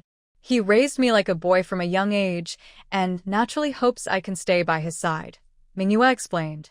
Sometimes, June Mingyue really admired her father. He could withstand all pressure and not take a concubine. He treated his wife and daughter very well and never cared about others' opinions. Has your mother not seen a doctor all these years? How could that be? Not long ago, I was in the capital, and I went with my mother to see a doctor. Sigh. Even the divine doctor couldn't find a better solution. That's why my mother hasn't been feeling well lately, Mingyue said with worry. Princess, maybe Shuer can see the princess consort. After being treated by Shuer from the Wen family, Madame Wen is now pregnant. Lu Ruyan knew that the Jun Mountain King's wife and Song Wei were friends. Asking Shuer to check wouldn't be rude. If she could help, it would also be a favor to the Jin Mountain Palace. Really? That's wonderful. Shuer, would you be willing to examine my mother-in-law? June Mingyue excitedly took Morong-shu's hand, her eyes shining as she looked at her. Do you trust me so much that you're not afraid I might be too young and make the princess happy for nothing? Morong-shu asked with a smile. I trust Shuer completely. Besides, Ruyen said that the second madam one has been treated well, so my mother-in-law might also have hope, Jun Mingyue replied. Since you think that way, go back and ask your mother-in-law first. If she agrees, I will check her pulse for the princess, Morong-shu said carefully. She didn't want to sound too definite, as her trust in the princess was still uncertain. All right, then it's settled. I'll go back and tell my mother-in-law. If she agrees, I'll come to pick you up tomorrow to go to the palace, Jun Mingyue said happily. When she heard that Morong-shu agreed to examine her mother-in-law, Jun Mingyue was overjoyed. Her mother's illness was her greatest concern, and as long as there was a chance, they were willing to try.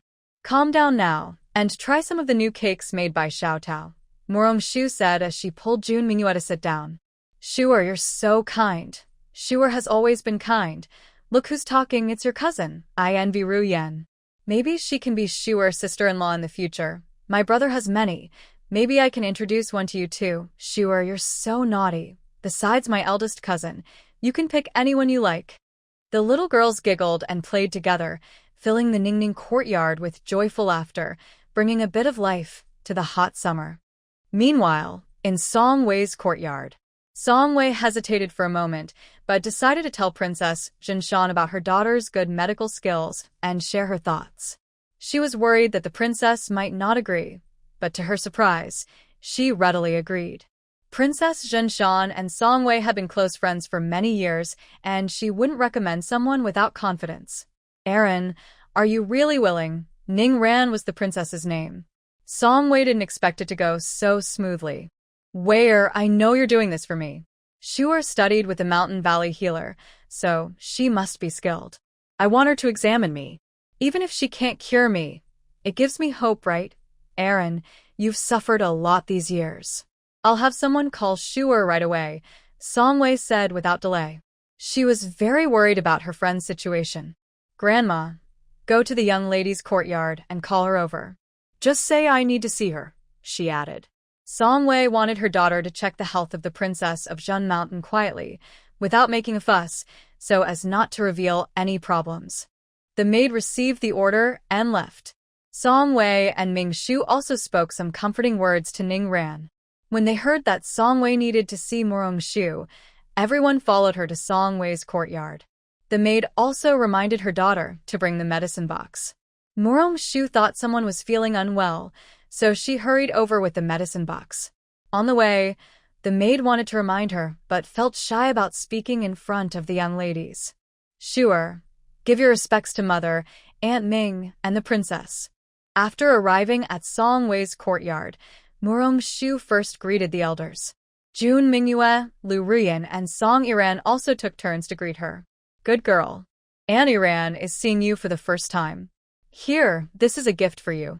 Ning Ren plucked a beautiful jade hairpin from her head and placed it on Morong Shu's hair.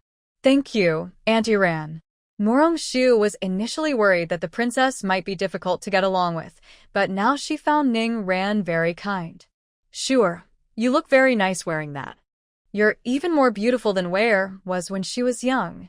Although Ning Ran was used to seeing beautiful women, Morong Shu still made her eyes shine. Mother, if you say that, Sister Song will be sad, Jun Mingyue teased, seeing her mother happy. Careless. Even daring to tease Sister Song.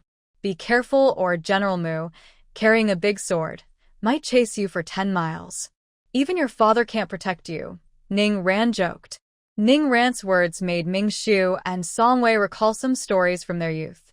They all laughed, and Song Wei felt a little shy. Aaron, it's been so many years. Why do you still tease me? She said. All right, enough. If not, General Mu might come after me. You all should sit down. Ning Ran quickly changed the subject to lighten the mood. The tense atmosphere eased instantly.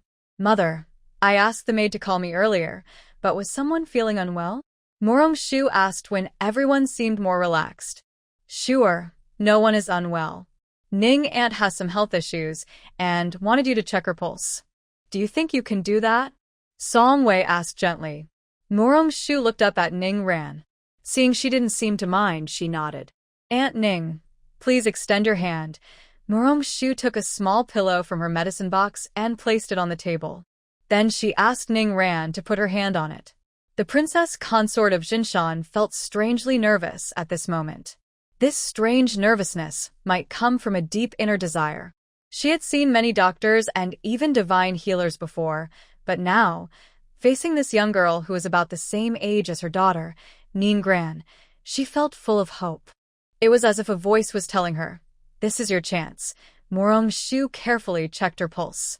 Everyone else held their breath, not daring to make a sound, afraid of disturbing Morong Shu's diagnosis. After checking the pulse, Morong Shu had a rough idea of the situation. She asked the princess consort some questions, and the symptoms she described were almost exactly the same as Ningran's. "Sure, how did you diagnose so accurately?" "I have all these symptoms," Ningran said excitedly. She really didn't expect Morong Shu's medical skills to be so good. "Sure, can my body still be treated?" The princess consort looked at Morong Shu carefully and with hope. Morong Shu nodded. Jun Mingyue and the princess consort immediately became excited. "Sure, is what you said true? Can my mother really recover?" Jun Mingyue asked, expressing everyone's hope. Everyone was watching Morong Shu. "I have a general idea of Aunt Ning's symptoms, but I need to confirm the details," Morong Shu replied, knowing everyone was waiting for her. "Sure, how do you plan to confirm this?" "We will do everything we can to cooperate," Jun Mingyue said eagerly, wishing Morong Shu would diagnose her mother right away. Morong Shu thought for a moment and made up a reason, also asking for Ningran's opinion. "There is a secret technique on Tianmen Mountain that can help Aunt Ning check and confirm her condition. However, this technique cannot be shown to outsiders. Even Aunt Ning will need to cover her eyes. Would Aunt Ning mind?" "Silly girl, I am very grateful that you want to use this secret technique to help Aunt Ning. There's no way I would make things difficult for you or reveal the secret. Just tell me what you need, and I will cooperate," Ningran said sincerely. The princess consort of Jinshan was truly thankful to Morong Shu. She was terrified earlier, thinking her health was hopeless. It turned out the secret technique couldn't be shared outside. The Princess Mingyue is very grateful that Morong Shu used secret techniques to treat her mother. Although she doesn't know the rules of Tianmen Mountain, she knows that matters involving secret techniques must be handled very carefully. "Sure, as long as you can help Aunt Ning feel better, you can do whatever you want," Song Wei quickly comforted her daughter, worried she might have concerns. "Mother, Aunt Ning, you're both overthinking. If Aunt Ning doesn't mind, I'll check her after lunch," Morong Shu said, feeling warm inside because everyone looked worried she might be uncomfortable. Thank you, sure." Ning Ran took Morong Shu's hand, regretting that she didn't bring something valuable today. She wished she could give it to Morong Shu now. "Sure, just tell me if you need anything. I'll arrange for someone to prepare it," Song Wei said sincerely, happy for her friend. "Sure, we can also help," a few young girls said, admiring Morong Shu. They thought her medical skills were amazing, especially her secret techniques, and they felt very jealous. "If I need help, I'll definitely call you," Morong Shu said playfully, seeing everyone so nervous. "Let's eat lunch first, then I'll check Aunt Ning. I'm afraid I'll shake if I'm hungry, and the check won't be accurate." "That girl. I'll have someone arrange it right away," Song Wei said with a helpless smile, thinking to herself that she spoiled her daughter. Originally, the group planned to visit and then return home, but Song Wei kept them for dinner because the princess of Jin Mountain had to be checked in the afternoon. She sent someone back to inform them. "Aunt Ning, could you ask someone to tell the prince to come over? I want to check his pulse too," Morong Shu said, thinking that it would be better if the couple came together. "Haha, my father is most afraid of doctors, but since the mother wants him to come, he dares not refuse." "Sure, you're clever." Princess Minghua thought about her father, who was afraid of medicine and doctors, and couldn't help but laugh. "Be careful, your father might get mad at you," Ning Ran warned her daughter, seeing her laugh happily. "It's not like I asked him to come. Father won't be mad at me," Princess Minghua said, making everyone laugh. No one expected the Zhen Mountain Prince to be afraid of taking medicine. The kitchen quickly brought out lunch. Recently, the cooks in the house had improved their skills. Because Miss Xia was not feeling well in the summer, they received many new recipes. things they had never seen before. They carefully followed the recipes, and surprisingly, the food tasted very good. Knowing that there would be distinguished guests at the residence today, the kitchen prepared all the dishes from the recipes given by the young lady to entertain them. Looking at the table full of unfamiliar dishes, even Princess Ningran was amazed. Where did they find such a chef? The most surprising part was how delicious the food was when tasted. Violet, where did you find the chef? The food is really tasty. Princess Ningran was very pleased with the dishes. She usually had a poor appetite, but these dishes seemed to awaken her taste buds.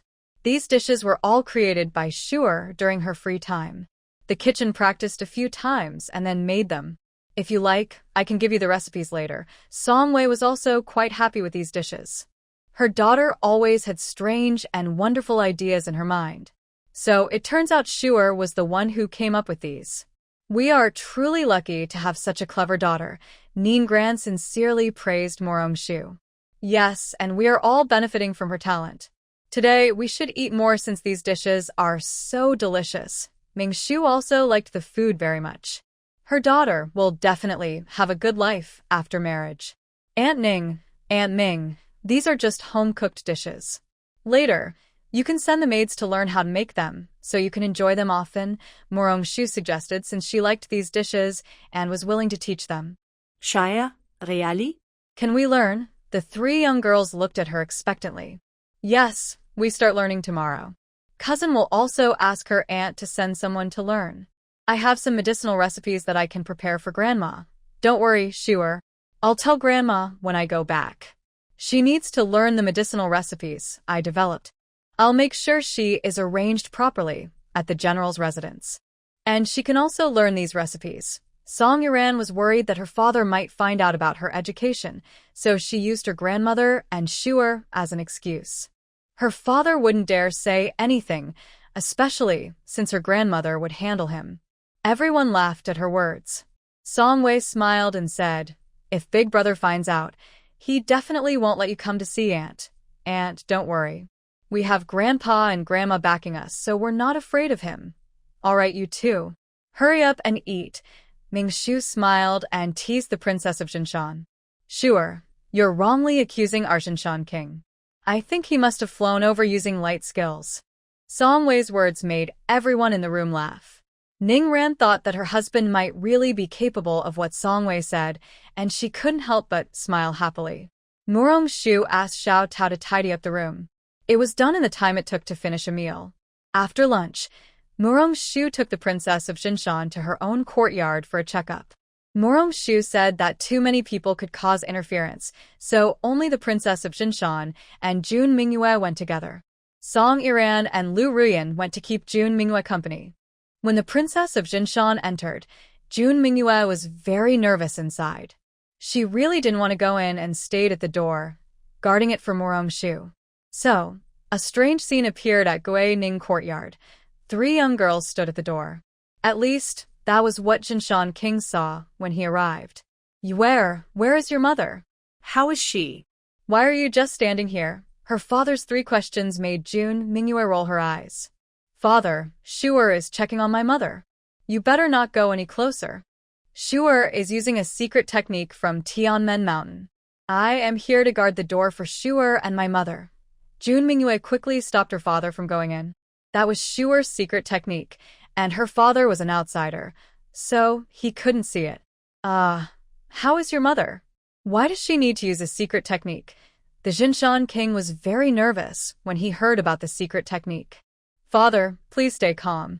Shuer just found out that my mother has a hidden illness and is helping her adjust her health. You don't need to be so worried. Jun Mingyue saw her father was so nervous and hurried to comfort him, afraid he might rush in impulsively. Really?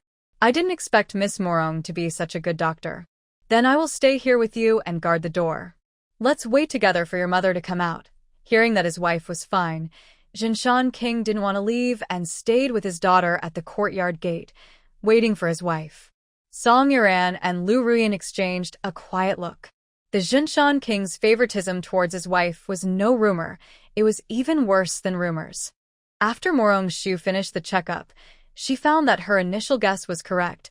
Her fallopian tubes were a bit blocked, confirmed by the ultrasound just now. Aunt Ning, your symptoms might be due to some damage from when Sister Manhwa was born. Let's try Chinese medicine for a month first, then have a follow-up. If it works, we can continue with another treatment cycle. If not, I have other methods. After examining Morong-shu, she explained her treatment plan to Aunt Ning and asked for her opinion. Aunt Ning, just listen to Shuer. Although Aunt Ning was blind earlier, she knew Morong-shu's secret skills were different from others. Now she firmly believed Morong-shu could cure her, so she didn't want her to be troubled and refused to ask about her secret techniques. Yes, Aunt Ning, with your cooperation and a relaxed mind, you should see results in about 3 months, Morong-shu cheerfully promised. Well, I'll take Shuer's good words. Later, I'll trouble Shuer to check the pulse of the prince too. Hearing that Morong-shu could help her recover, Aunt Ning was very happy. She remembered that during lunch, Morong-shu planned to check her husband's pulse, so she needed to arrange that quickly. Don't worry, Aunt Ning. After Aunt Ning finished preparing, Morong-shu asked Xiao Tao to call Jun Mingyue and others inside. When the door opened, she was startled to see the king of Jinshan and hurriedly bowed. Has your young lady and the princess consort finished the check? Is the princess consort all right? The king of Jinshan was most concerned about his wife. Replying to the prince, the check is done. Miss asked the servants to invite everyone in. Xiao Tao quickly moved aside to let everyone in. Because he was worried about his wife, the king of Jinshan left very quickly. Xiao Tao followed behind, and their hurried scene looked a bit funny. The 3 young girls behind them almost wanted to laugh. I wonder if he would turn around and run back if he knew he had to check the pulse. Jun Mingyue sighed helplessly. Princess, we should go in quickly too, or we'll miss it. Lu Ruyan reminded Jun Mingyue, pulling Song Yanran and rushing after her father. After the king of Jinshan entered and greeted Morong-shu, he showed concern for his wife. When he learned Morong-shu had a way to treat her hidden illness, he solemnly bowed to her. Morong-shu hurriedly stood up to return the bow, feeling a bit scared. All right, look how you scared Shuer. From now on, just support and protect her, Aunt Ning said, telling the king of Jinshan that Morong-shu was now under his protection. Don't worry, princess. If anyone like the previous crown prince's son dares to come near again, I will definitely break his leg. The king of the mountain now regrets not dealing with King Ding and his useless son a few days ago. Your Highness, please sit over there and Shuer will check your pulse. Ning Ran arranged everything for the king of the mountain. Your Majesty, there's no need for that. I've been in good health. The king of the mountain still tried to argue. Your Highness, Ning Ran called him softly, then looked at him with a hint of sadness. Just then, the king of the mountain, who had earlier refused, obediently sat down on the chair next to Morong-shu. A few young girls stifled their laughter, watching the affectionate scene. Morong-shu calmed herself, made a welcoming gesture to the king of the mountain, who hesitated for a moment before reaching out his hand. After checking his pulse, Morong-shu let out a small sigh of relief. Luckily, the king of the mountain was fine. She was worried about Ning Yi's disappointed expression otherwise. Your Highness, your health is good, but there are some old injuries. It's better to rest and recover together with the princess this time, Morong-shu said, though she was speaking to the king of the mountain, her eyes on the princess.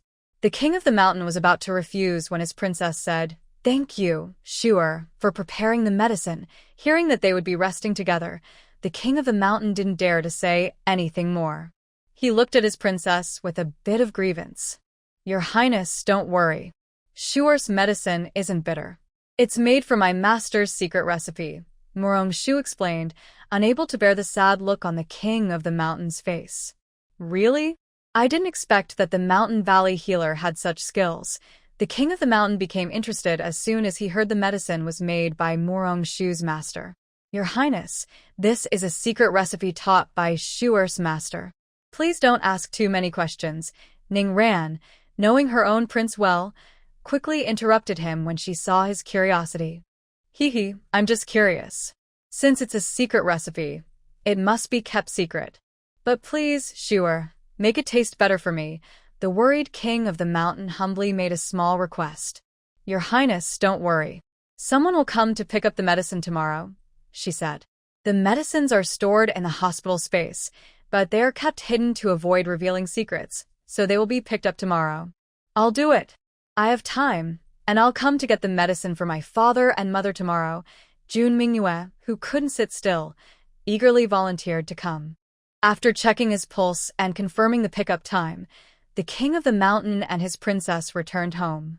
Jun Mingyue was reluctant to leave and stayed behind to play with Murong-shu and the others. Today, the Mu family was especially lively. Mu Si, the youngest son of Mu Si and Rong-qing, who had been away from home for half a year, was finally returning. He is 7 years old this year, the youngest child of Mu Si and Rong-qing, and the youngest in the family. He is also the child born after Mu Si and Rong-qing had many daughters over the years. Mu Si is a few years younger than his brothers. During these years, Mu Rongshu was often not at home, so the most favored member of the family was young Master Mu Lu. The reason for his favor is not only because he is the youngest, but also because Mu Si was not very healthy after he was born. Although the men of the Mu family did not all practice martial arts, they knew how to strengthen their bodies and defend themselves. However, Mu Si could not learn martial arts. Because of this, everyone paid special attention to the youngest brother. But Mu Si is most similar to Mu Si and is the best student among the Mu men. Since learning that his fifth sister had returned home, Mu Si had been eager to come back. However, his father took him on a study tour, so he just returned and was quickly sent back. His fifth sister had finally come home. When Mu Rongshu heard that her sixth brother was coming back, she was very happy. She got up early and went to her second aunt's courtyard. "Sure, why are you up so early? That little rascal just returned from his study tour. You don't need to get up so early to meet him." Mu Si saw that his young niece was up so early just to meet his little son, and he felt a little jealous. Mostly, he was worried about Mu Rongshu tiring herself out. "Second uncle, since my sixth brother just returned from his study tour and is rushing home, I have to get up early." Mu Rongshu knew her second uncle cared about her, but she truly liked her sixth brother. Since she returned, she had been exchanging letters with him. "Hee, second uncle just doesn't want you to tire yourself out. As long as you're happy, that's what matters." Mu Si was always so unprincipled in front of Mu Rongshu. "Second uncle, aren't you on duty today?" Mu Rongshu saw that Mu Si was still at home at this hour and thought he was probably resting today. "Second uncle has some matters to handle today, so he doesn't need to go on duty. He'll go directly to handle things later, so he doesn't need to leave so early." Hearing this, Mu Rongshu immediately understood. Her second uncle was on an outside duty today, which explained why he was leaving so late. "Sure, come in and sit. Husband, you should go handle your affairs quickly. Rongqing and I still have things to do." Rongqing saw her husband talking with her young niece in the courtyard, quickly called Mu Rongshu inside, and urged Mu Si to leave quickly. "Madam, I'll go now." "Sure, you and your second aunt busy yourselves." Moose had a scheduled meeting with colleagues soon, so she hurriedly left after saying goodbye. After Moose left, Rongqing remembered that her husband hadn't had breakfast yet. She felt a little regretful and said, "Oh no, your second uncle hasn't eaten breakfast. That's because Shuer came so early." Murong Shu felt a bit guilty when she heard her second uncle forgot to eat. "Don't worry, he won't go hungry. There are also food outside." Rongqing didn't want her little niece to feel guilty, so she quickly comforted Murong-shu. As for her own husband, whether he ate breakfast or not was not her concern anymore. He's grown up, surely he wouldn't skip breakfast out of hunger. "Sure, haven't you eaten breakfast yet? Come eat with second aunt." Rongqing was worried her little niece might be hungry. "Sure. I came so early just to come to second aunt's house and eat. The breakfast made by second aunt's little kitchen chef is my favorite," Murong-shu said affectionately, leaning on Rongqing. "If you like it, second aunt will send the chef to you." Rongqing was generous because she truly cared about Murong-shu. "No need, I'll just come here to eat whenever I want," Murong-shu replied, politely refusing. She believed in not taking what wasn't hers, so she didn't want Rongqing to really send the chef over. The two happily finished breakfast and then went to the big kitchen to prepare lunch, a grand feast to welcome Morong-siu.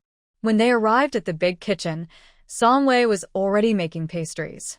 "Big sister-in-law, why are you here so early? Our little six is coming back today, so I had to come early to make his favorite pastries," Song-wei said happily, seeing her daughter and sister-in-law arrive together. All the children in the family were like her own. "Thank you, big sister-in-law." Rongqing was very touched. Her sister-in-law loved little six just as much as she did. Little six was also very close to her. "We're family, so there's no need to be so formal. Come help quickly, or little six will be hungry when he gets back," Song-wei said, noticing her sister-in-law's red eyes and the look of about to cry, quickly changing the subject. "Yes, second aunt. My brothers often boast about the delicious food at home, and little six even wrote me a letter saying he wants to eat these dishes today. Come help me, or I'm afraid he'll cry when he sees the food," Morong-siu said. "This kid, when did he become so greedy? Before, I had to try all sorts of ways to get him to eat a few bites. Now he's the one asking for food," Rongqing said with a smile, amused that her son had ordered so many dishes. "Second aunt cannot criticize sixth brother, or he won't be close to Shuer in the future," Morong-siu said sweetly.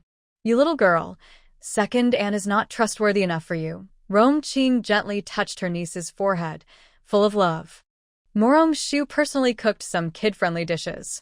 When a servant came to report that sixth young master's carriage had arrived at the gate, they hurriedly left the kitchen. This was the longest time Morong-siu had been away from home, and the most homesick he felt because his fifth sister had finally returned. Every time he wrote to her, he longed to go home sooner. So, as soon as the carriage arrived, he asked the servant if his sister was at the residence. When he got a positive answer, he went straight to the kitchen to find his mother, aunt, and fifth sister. They met halfway. Morong-siu didn't recognize strangers and bowed to his mother and great-aunt, then asked Morong-siu questions about everything, making Rongqing and Song-wei laugh. The welcoming banquet was so warm that Morong-siu sat beside him. When he tasted the dishes his fifth sister made himself, Morong-siu immediately became the leader of the praise team, showering compliments like they were free. His brothers were stunned. They had never seen such praise before. They learned from him and decided they would praise their sister like that in the future. After eating until he was full, Morong-siu naturally went to see his fifth sister back to Ningyuan. Since sixth young master Morong returned home, his brothers had been somewhat jealous of their sister. Morong-siu genuinely liked this moment of closeness with her sixth brother. She even took him out when they went out, which made her jealous brothers want to hit him. After their first meal with Wenjing, sixth young master Morong asked Shuer, "Fifth sister, is brother Wenjing pursuing you?" Morong-siu was stunned. Are children in ancient times so mature? They noticed so much after just one meal. Were they really that obvious? August is the harvest season. When Morong-siu was bored, she received an invitation from little Tuanzi. The note said they would go to a countryside estate to harvest lotus roots and catch fish. To avoid her refusal, little Tuanzi also invited Song Yiran and Lu Ruyan. Morong-siu thought her sixth brother also needed outdoor activity, so she decided to take him along. August 6th, a good day for travel. Early in the morning, Morong-siu took her sixth brother out. Before leaving, Marusi told her son Morong-siu, "Take good care of your sister." Although news had already come from the Valley Daoist that Wenjing's fate was linked with Morong-siu, sharing life and death, Musi was still unhappy. He believed anyone who tried to take his little niece was a bad person. Musi thought that if something really happened, his fifth sister would protect him. He admired his sister very much, but he wondered why her position in their father's heart seemed so fragile, like paper. "Don't worry, father. I will protect my sister," he said respectfully, though he was nervous. He was afraid that if their father got angry, he might also go along. After the carriage left smoothly, Musi finally relaxed. Morong-siu looked at him with a smile and asked, "Sixth brother, is there something scary at home?" "Fifth sister, of course." "No, nothing." Musiu's eyes flickered as he lied, blushing. "Kids shouldn't be sighing all the time. Be careful, or you might not grow tall." Today, fifth sister will take you to catch fish. There's also a super cute young boy. You can play together then, she said. Thinking of Wenyu's confident personality, Murong-shu thought it might be good for her sixth brother to spend more time with Wenyu. Maybe he'd become more cheerful. No one is cuter than fifth sister, Mu-siu insisted, refusing to accept any disagreement. Murong-shu pinched her little brother's cheek, showing her love. She was a typical sister who adored her brother, very cute. Murong-shu, her cousin Song Yenran, and Lu Ruyun agreed to meet at the city gate. When Jing and Wenyu had already gone to the village a couple of days earlier. Because of the shadow cast by the previous incident involving the crown prince's son, the Wen, Song, and Mu families sent some skilled servants to follow them. When Murong-shu and her little brother arrived at the city gate, Song Yenran and Lu Ruyun were already there. Even the people Wen Jing sent to pick them up had arrived early. Seeing Murong-shu's carriage, Lu Ruyun and Song Yenran got out quickly, hoping to share the ride. But when they saw Mu-siu on the carriage, they greeted him and then had to return to their own carriages. The Wen family's estate was not far from the city outskirts.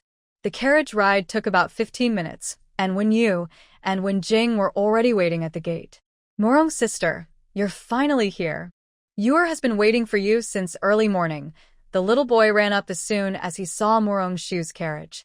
Yor is so good. The early risers get snacks. Sixth brother, bring the snacks we brought for Yor, she said.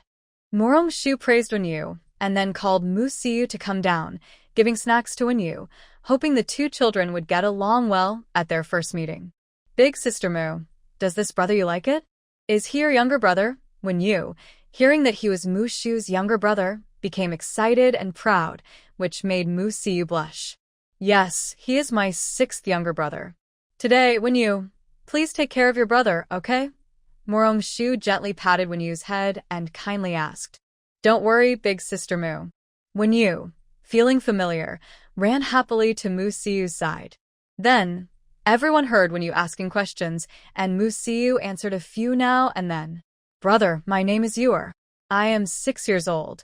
Brother, are you holding snacks made by big sister Mu? Brother, which school do you study at? My third uncle is very talented. Would you like to come to my house and study with me? Brother, do you like lotus roots? We grow a lot at home. Later, we can go see the uncles digging lotus roots and catch fish together. At this moment, when Jing admired his little nephew, his older brother and sister-in-law were not like this, so why was there such a confident and lively boy from the Wen family? But then he thought his second brother seemed to have this kind of personality. Sure, do you want to go now? Or rest for a while and then go after lunch? When Jing asked, worried that Murong-shu might be tired. Let's go now. We still want to dig lotus roots and catch fish for lunch. Murong-shu knew Song Yenji's restless personality very well. Yes, let's go now, Song Yenji immediately agreed. I'll go with you. Lu Ruyun also refused to rest. They arrived at the lake where the lotus roots were being dug. From afar, the lake was covered with large, green lotus leaves, like big umbrellas providing shade, creating a cool world beneath the water. Murong-shu felt much cooler, and the air around was filled with the fresh scent of soil and lotus leaves. Occasionally, a gentle breeze brought a cool feeling. Although she didn't go into the water herself, watching the farmers dig lotus roots was a summer pleasure. Wenyu and Mu-siu were more interested in catching fish. Murong-shu thought boys should have such fun, so she let them go into the water to catch fish. This is what childhood should be like. For the first time, Siu experienced this kind of life. He felt very grateful to his fifth sister. If it had been someone else in the Mu family, they would have said, You're not feeling well. Don't go into the water. What if you get sick? But his fifth sister never told him he couldn't do something. She always said, You're very capable. You're great. Give it a try. Keep going. Lunch was made from local ingredients. There were stir-fried lotus root slices, osmanthus sticky rice lotus root, and bone soup, fried lotus root balls, and chicken with lotus leaves. Some dishes were made following Murong-shu's instructions to the cook, so everyone could enjoy them. The most popular dish was the osmanthus sticky rice lotus root. Kids and young women liked it, especially Wenjing, who loved sweet food.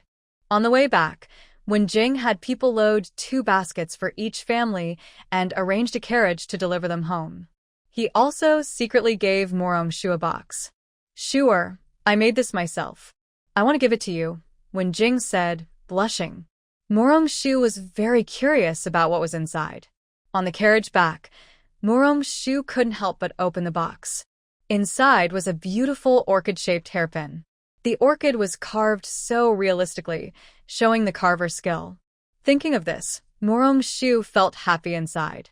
Miss Song's carriage hit someone."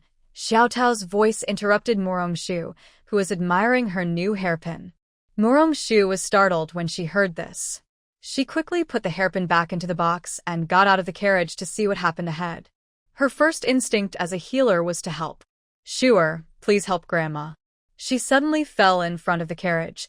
Song Yanran's voice was trembling with tears. Seeing Morongshu finally found her main focus. "Cousin, don't panic. I'll check on Grandma right away." Morongshu gently patted her cousin's hand to comfort her. Only then did Song Yanran loosen her grip, and she held Lu Ruyan's hand instead. "Yanran, don't be nervous. Let Shuer take a look. Everything will be fine," Lu Ruyan said, feeling nervous herself, but trying to comfort Song Yanran. "Did the carriage hit this lady?" Morongshu asked the coachman of Rong Yanran. "Miss Biao didn't hit anyone." At this turn, a lady suddenly appeared. I quickly pulled the horse, but she fainted directly. "I really didn't hit her." The coachman was almost crying. He felt very wronged. "Don't be nervous. I'm not blaming you. I'm just trying to understand what happened." After hearing that the lady wasn't hit, Morongshu relaxed and knelt down to check her pulse. Since fainting from an injury is different from fainting for other reasons, Morongshu confirmed this with the coachman earlier. "Sure, how is the lady now?" Song Iran looked worried as she saw Morongshu's changing expressions after checking her pulse. "Xiao Tao, go to the carriage and bring some water. Cousin, get some soft cakes. The softer, the better. Sister Yen Yen, go get a teacup." After checking the pulse, Morongshu arranged tasks for everyone. "Fifth sister, here you go." Marusiu handed her own water bottle to Morongshu. Song Yuran and Lu Ruyan's maids quickly brought everything Morongshu asked for. Morongshu dissolved the cakes in the teacup with water and fed the lady. After 3 cups, she slowly opened her eyes. Seeing a few pretty girls around her, one still feeding her, she felt very grateful and hoarsely said, "Thank you for saving me." "Ma'am, do you feel better now?" "Drink some more water," Morongshu said, noticing her hoarse voice, and fed her some water again. After eating and drinking and resting a little, the lady's condition improved a lot. Everyone learned that she fainted because she hadn't eaten for nearly 2 days and was tired from traveling. When asked further, she explained she was in the capital looking for her son. Her son went to the city 3 months ago to prepare for exams. But shortly after he left, her fiancé came to break off the engagement and married her son's cousin. She was driven to a thatched hut at the village edge. Her uncle's family thought her son wouldn't pass the exam. Now that her son married the daughter of Lord Wang, they believed he would definitely succeed in next year's exam, so they dared to treat her like this. "They are too much." "Ma'am, we are also going to the city. Please come with us," Song Iran said, feeling angry after hearing her story, and invited her to join them. "Your kindness in saving me is too great. I don't want to trouble you again." The lady sincerely felt embarrassed to bother them further. "Is the lady well educated?" Hearing her speak, Morongshu knew she was a cultured person. "My father was a scholar and my husband was a student, so I have read some books. Ma'am, please come into the city with us. Once it gets dark, it will be hard to enter," Lu Ruyan urged after hearing about her situation. But the lady was really hesitant. She didn't know where her son was studying, and she had planned to stay outside the city gate, waiting until morning to ask around. "Ma'am, come with us. I am a doctor, and your health needs rest. Once inside the city, we can help you find your son." Morongshu saw her difficulty and guessed her worries, so she persuaded her by talking about health and finding her son. "Yes, ma'am, we can send people to help find your son." More people mean faster results, Song Iran added, still feeling sorry for her. That's right, ma'am. Please come into the city with us. Your health really isn't good enough to walk anymore. Sometimes, fate brings people together, so take care of yourself until you find your son. Lu Ruyan also wanted to bring the lady into the city. Seeing that the young girl sincerely invited her, the lady finally nodded in agreement. If needed, she could part ways with everyone once they reached the city. Considering her health, Song Iran offered her carriage, and she went to squeeze into another carriage with Lu Ruyan. Back on the carriage, Murong-shu was thinking about where to place the lady. Clearly, she didn't want to go into the city earlier because she might not find her son today and had no place to stay. Fifth sister, why are you worried after getting on the carriage? Are you thinking about where to settle the lady? Murong-shu asked, noticing her sister's concern. Yes, Suyu. You are so clever. You always know what I think. Murong-shu praised her younger brother without hesitation. Big sister, what do you think about the Silver Phoenix Tower? Murong-shu asked seriously. Murong-shu's eyes lit up. She suddenly remembered that the Silver Phoenix Tower was hiring staff for their beauty cream. It was perfect, good food and lodging included. When they got off the carriage, she planned to ask the lady about it. That's perfect. Suyu, you're so smart, Murong-shu exclaimed happily. Grandmother is literate, and her son is also educated. She might not want other jobs, so why not let her help organize the accounts for now? This can be a temporary solution. Later, if her son wants to continue, she can do so. If not, she can stop.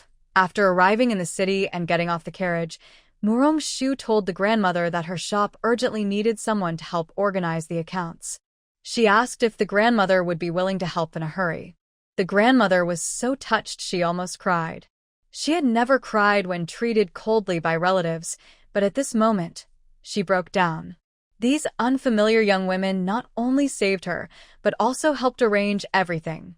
She promised to carefully help Miss Murong organize the accounts and find her son as soon as possible.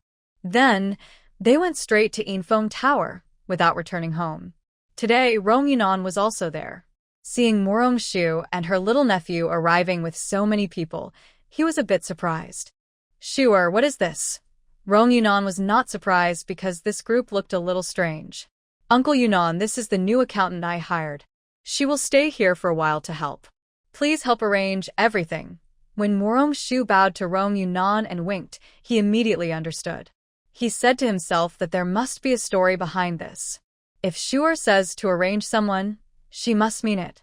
Now that her asthma was under control, Murong-shu's words were more powerful than an imperial decree. Not only could she arrange one person, but she could also arrange 100. After arranging for the grandmother, Murong-shu and Lu Ruyan and Song Yanran discussed briefly. They planned to find her son for the grandmother tomorrow. They sent the servant who was carrying lotus roots back to report what happened on the way to Wenjing. Early the next morning, Wenjing returned with Wenyu ahead of schedule. For Wenjing, everything related to Murong-shu was very important. The Wen family was the top civil official family, and Wen Shofu had many students. After Wenjing took over this matter, he quickly found out about the grandmother's son. Her husband's family name was Han, and his name was Han Su. After coming to the capital, he was recommended by a friend to study under Mr. Liu at Qingshan Academy. He had already written to his mother some time ago, but they might have missed each other. Han Su is currently renting in Zhuangyuan Alley, very close to Qingshan Academy. He walked there in about 15 minutes each day. Zhuangyuan Alley was named because some students once stayed there, and one of them achieved the highest imperial exam rank, earning the title of Zhuangyuan, which is why the alley got its name. After receiving the exact news, Wenjing went straight to the Mu residence. Murong-shu didn't expect to find him so quickly and couldn't help but feel amazed that, in this era, without communication devices, such rapid news travel was still possible. When Wenjing arrived at the Mu house, Song Yuran was there too. Hearing that her son had been found, she also wanted to go see him. So, the three of them went together to Infeng Tower. The lady of the house, who was under 40, had previously been mistaken for older because she had been living outdoors and traveling to Beijing. After some rest, she still looked like a beautiful woman. Since her husband's family name was Han, everyone in the shop called her Lady Han. Murong-shu and Song Iran also felt it was more proper to call her Lady Han, so they all did. When Lady Han heard that her son's location had been found, her eyes filled with tears. However, she still had work to finish today. She discussed with Murong-shu, "Miss Mu, may I go see my son first? I will come back to check the accounts afterward." "Don't worry, Lady Han. Actually, we came to take you to Zhuangyuan Alley to find Mr. Han." Murong-shu saw that Lady Han was very nervous, so she agreed to her request and decided to accompany her. "That would be too much trouble. I am already very grateful that you helped me find Shuer. How can I trouble you to take me there?" Lady Han was very thankful, not only for helping her find her son, but also for offering to take her. "Meeting is fate. Please don't be so polite. Seeing you reunite with Mr. Han in person is what will put us at ease," Murong-shu said, holding Lady Han's hand gently. "Miss Mu." Lady Han choked up a little. She truly didn't expect Murong-shu and Song Yiran to be so kind and warm. "All right, let's get going quickly. Mr. Han should be finishing school soon," she said. When she heard her son was about to finish school, Lady Han also became a bit impatient. When their carriage arrived at Zhuangyuan Alley, they saw Han Su being blocked at his door by a young woman. Han Su looked impatient, while the woman appeared shy. Song Iran's carriage was in front, so she saw this scene as soon as she got off. When she recognized the woman bothering Han Su, she couldn't help but laugh. "Oh, I wonder who this is. It's Miss Lee, right? The Miss Lee, who's been staying at home reflecting on her mistakes. Why is she here, in Zhuangyuan Alley? Did she come here to reflect? Song Iran, I don't care what you think. I'm talking to Mr. Han, and I didn't bother you." Miss Lee believed she would need to check the almanac today, but unexpectedly met Song Iran. The Lee family and the Song family are sworn enemies. "Yesterday, it wasn't my business, but today it suddenly is. I'm here to find him," Song Iran said, pointing at Han Su, who was opposite Miss Lee. Hearing that Song Iran was looking for Han Su, Miss Lee immediately got angry. She pointed at Song Iran and said, "Song Iran, don't go too far. Why are you trying to compete with me for young Master Han? I won't let you." Song Iran was stunned. "Who am I? Where am I? Why am I here?" It was Miss Lee who liked Han Su. Could Han Su really be so blind? He liked Miss Lee. That woman is so unlucky. Just got rid of a former daughter-in-law who only cared about wealth, and now it seems another difficult daughter-in-law is coming. Miss Lee, il repeat, Han Su has a fiancé. "Please stop bothering him," Han Su said, then directly opened the door and went inside, leaving Song Iran and Miss Lee outside. Han Su was really annoyed by Miss Lee. Now another girl, Song Iran, was involved, and he lumped her together with Miss Lee. "Hey, Song Iran wanted to curse. Does Han Su think I am the same as Miss Lee now? Look at you, you made Han Su leave. I was talking to him nicely, but Song Iran, don't think you can compete with me," Miss Lee said angrily and stormed off. Left behind, Song Iran was standing there, feeling frustrated. What is going on? At this moment, Murong-shu helped Lady Han down from the carriage. Jing followed behind. Seeing her cousin looking angry, Murong-shu mischievously said, "Iran's sister, let's knock on the door and give Han Su a piece of our mind." Having spent more time with Murong-shu, Song Iran understood what she meant by giving a piece of their mind. She looked up at Lady Han, who nodded in support, then turned her sadness into strength and knocked on the door. Han Su didn't want to pay attention to the knocking outside, but the person kept knocking insistently. Reluctantly, Han Su opened the door and said irritably, "No matter which family you are from, stop bothering me. I already have a fiancé." Suddenly opening the door, Han Iran was knocking enthusiastically and almost punched Han Su in the face. Luckily, she stopped in time, or she would have had no way to explain herself. "Young Master Han, I didn't come to see you. Someone else wants to meet you," Song Iran deliberately teased. "No matter who it is, please pass on the message that I only want to focus on studying right now." Han Su truly didn't want to see anyone. His mother's letter had stopped, and he was worried. He also had a fiancé, so he wouldn't do anything ungrateful. Even if it meant offending others, he would do it. Sewer, have you even stopped seeing your mother? What else do you want Miss Song to tell me? Morong-shu helped Han Yang forward, and Song Iran stepped aside.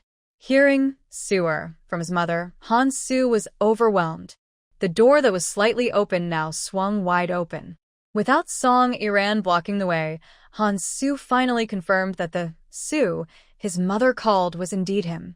Mother, why are you in the capital? Han Su was very surprised. He never expected his mother, who had stopped writing to him, to appear before him now. Sewer, I will tell you about these things slowly. First, please invite Miss Morong, Miss Song, and Mr. Wen inside.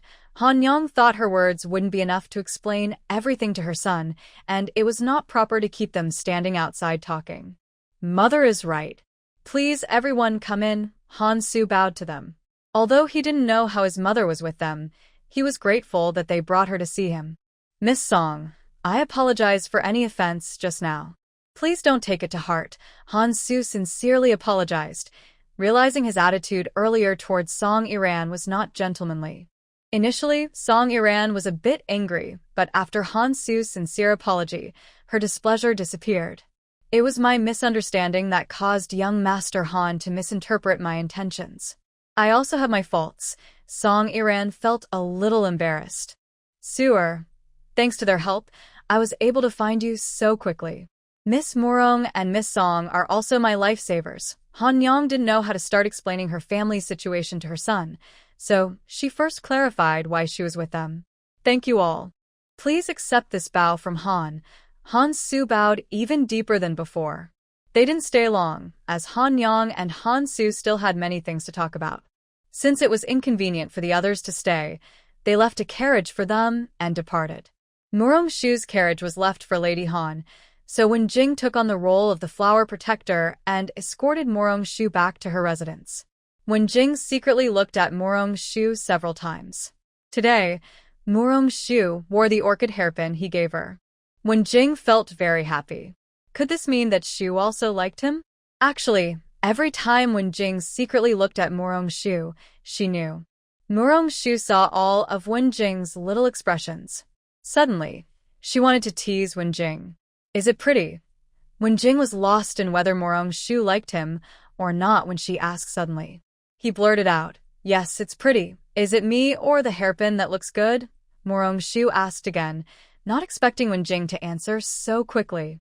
Shu is more beautiful. Wen Jing replied, then realized what he had just said. His face turned red. He thought his answer was too impulsive and wanted to explain, Shu, I didn't mean that. I want to say, do you mean I don't look good compared to the hairpin? Morong-shu saw Wen Jing stammering and asked with a smile. It turned out that the talented Mr. Wen also had times when he couldn't explain himself clearly. No, Shu, the hairpin is not as good as you, Wen Jing hurriedly explained, afraid Morong-shu would misunderstand. So, does you think I look good too? Morong-shu smiled sweetly as she looked at Wen Jing. In Ziyu's heart, Shu has always been the best. Wen Jing finally expressed his true feelings. Although a bit shy, he let Morong-shu know his feelings. Wen Jing's words made Morong-shu blush immediately. She had wanted to tease Wen Jing, but instead, Wen Jing flirted with her. The person who was charming without realizing it answered her seriously.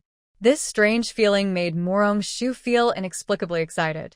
At this moment, their hearts were slowly drawing closer.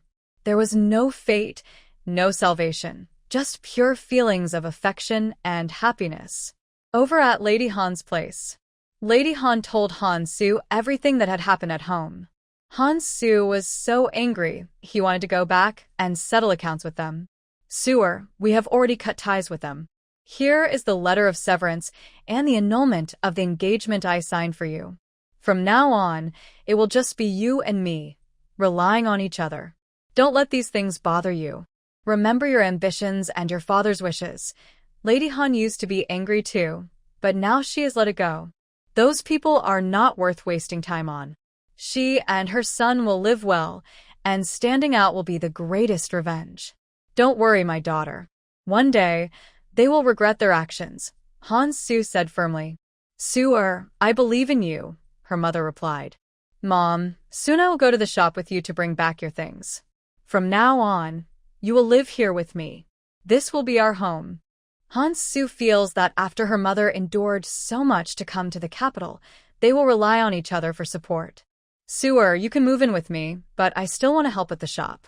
We need this job right now, and I really enjoy what I do. It makes me feel useful. Mom, you've always been very capable. If you want to help at the shop, then just continue working there, Han-soo said, originally wanting her mother to live with her, but she was persuaded otherwise. Sewer, don't worry. Miss Moo is very kind. I am very grateful for her help when I was in trouble. We can't repay her now, but I am happy to help her if I can. Han's mother sincerely wanted to stay and help Miss Moo. Even without pay, she was willing. Mom, rest assured.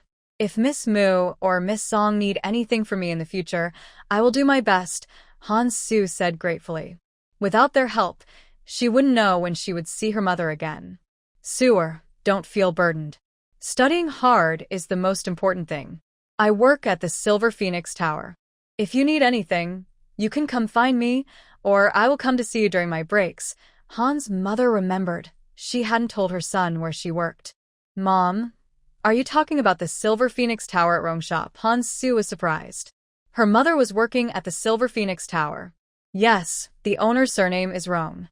Part of the shop is for Miss Moo to sell beauty creams. Mom mainly helps Miss Moo with bookkeeping. I don't work for the entire Silver Phoenix Tower, Han's mother explained. She had only been there a few days, but knew some details. Mom, Rong's family is the richest in the capital. Their business is very diverse. When people mention Rong's family, everyone knows them. This isn't just gossip. Rong's family really has a large business. I don't know much about that. After Miss Moo and Miss Song saved me, they arranged for me to work there. Everyone is very nice, and I enjoy working there, she added. Does Mom know which family Miss Moo and Miss Song belong to? Han-soo thought that anyone in charge of the Silver Phoenix Tower must be someone important. Miss Moo is the young lady of the general's residence, and Miss Song is her cousin. At that time, her mother fainted in front of her carriage. Miss Song is a very kind and lively girl. Han-soo thought about Song Yenron's warmth and brightness, her playful attitude when teasing second Miss Lee, and how he had misunderstood her and felt annoyed. He couldn't help but smile. Sewer, what are you laughing at? Did I say something wrong? Han's mother was a bit confused by her son's sudden laughter. It's nothing, Mother. I will rest the day after tomorrow, and I will come to see you then. Mother is doing well here. Sewer, studying is important. Mother, reading should be balanced with rest and play. Finally, mother and son agreed. Han-soo personally saw his mother onto the carriage. Only after the carriage disappeared around the corner did Han-soo turn back. 3 days later, Qingshan Academy had its weekly day off. Han-soo arrived early at Infeng Tower. Although his mother kept telling him she was doing well there, Han-soo still felt a little worried. When Han-soo reached Infeng Tower, it was not yet open. The shopkeeper opened the door and saw a young man dressed like a scholar waiting outside. He thought Han-soo was here to queue for the new face powder, as today was the day it was released each month. Young master, you're here very early. We just opened, and the face powder won't be available for a while. You can take a number first, then go have breakfast and come back. The shopkeeper thought Han-soo didn't know the rules and was worried he hadn't eaten, so he offered advice. Thank you, second brother. I'm not here to buy anything. I'm here to find someone, Han-soo quickly explained, knowing the shopkeeper misunderstood him, so he wouldn't bother him to get a number. Please come in and sit, young master. If you tell me who you're looking for, I've been here for 3 years and know everyone. The shopkeeper became more enthusiastic when he heard Han-soo was here to find someone. I want to see Madame Han. She is my mother, Han-soo said politely with a slight bow. So you're the son of Madame Han from Qingshan Academy. Please wait a moment. I'll go call Madame Han. You're very early, young master. The shopkeeper warmly invited Han-soo to sit, and then went to call her in the backyard. From the moment he entered, Han-soo felt that the shopkeeper was friendly and talkative. In this capital city, genuine kindness is rare. It seems the Rong family truly has a good reason to be the top officials in the city. Lady Han heard her son was coming to see her, so she didn't even have time for breakfast and went straight with the servant. Sewer, why are you here so early? Have you eaten breakfast? Lady Han saw that her son looked even thinner than a few days ago and felt very worried. He arrived so early, so he probably hasn't eaten yet. I haven't eaten breakfast. I wanted to see you earlier, Han Su said shyly. Oh, I told you I am fine here. Why are you still worried? Come, let's go to the backyard. Later, I will get you a breakfast too, Lady Han said, knowing her son's personality. She wanted him to see for himself that she was really fine, so he could feel at ease. Lady Han, you should take young Master Han first. I will go get breakfast now and bring it to both of you later, said the servant who had just come to call her, smiling.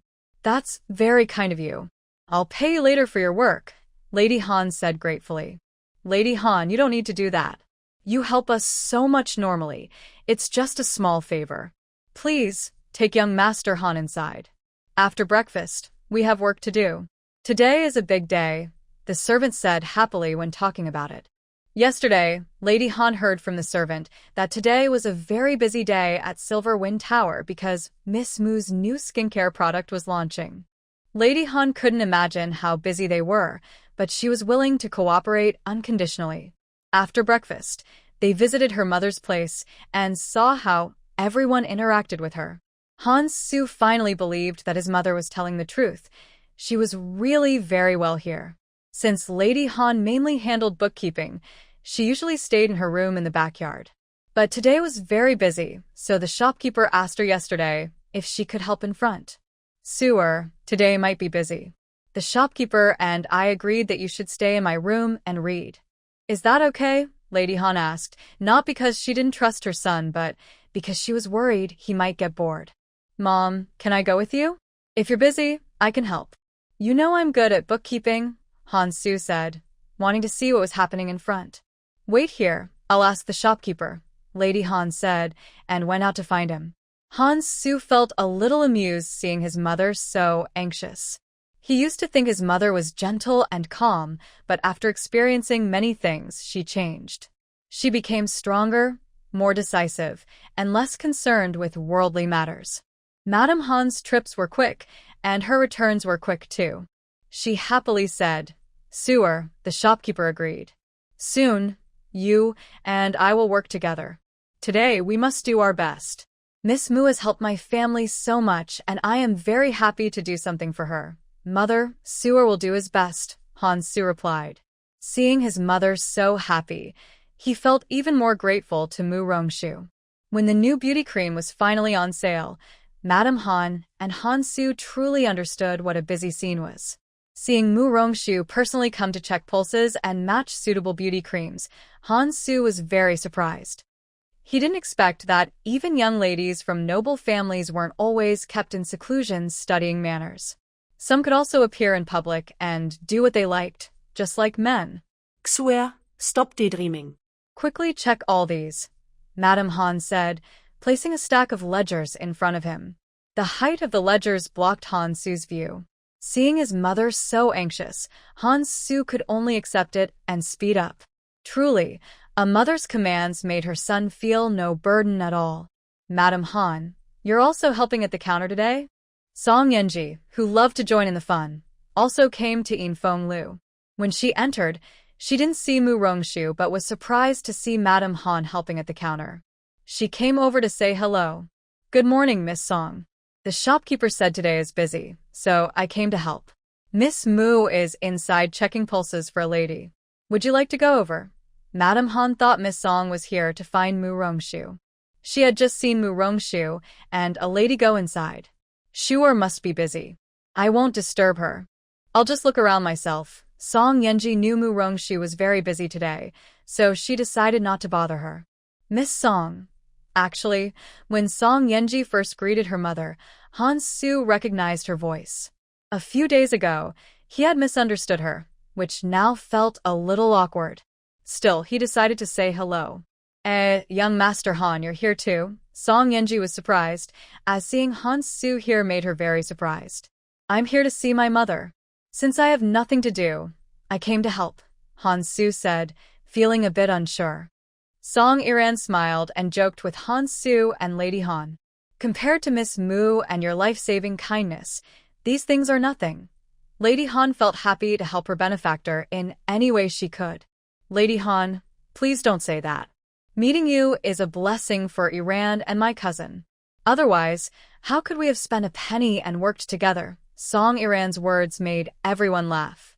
Han Su noticed that this cheerful and bright girl also had a special charm. The popularity of the beauty cream lasted until the last bottle was sold out. Thanks to Han Su's help, Lady Han's accounts were also smoothly checked. The shopkeeper was very happy and said, "Young Master Han is really impressive. If he hadn't helped, we probably would have had to work late today." Morong Shu finished her work and learned from Song Iran that Han Su had also helped out all day. She went directly to the counter to thank Lady Han and Han Su, inviting them to dinner. "Miss Mu, is it okay for Suer to go?" Lady Han didn't think much. She assumed Han Su was just a young man and didn't know if there were any rules about men and women in noble families. "Lady Han, it's not just young Master Han.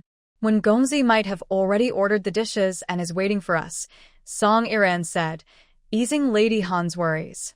"Mother, since Miss Mu sincerely invites us, let's go together." Han Su saw that Morong Shu was truly inviting them. He was willing to go. Although he was a scholar, he was not narrow-minded. "Thank you, Miss Mu, for the invitation. My son, and I will trouble you," Lady Han said happily.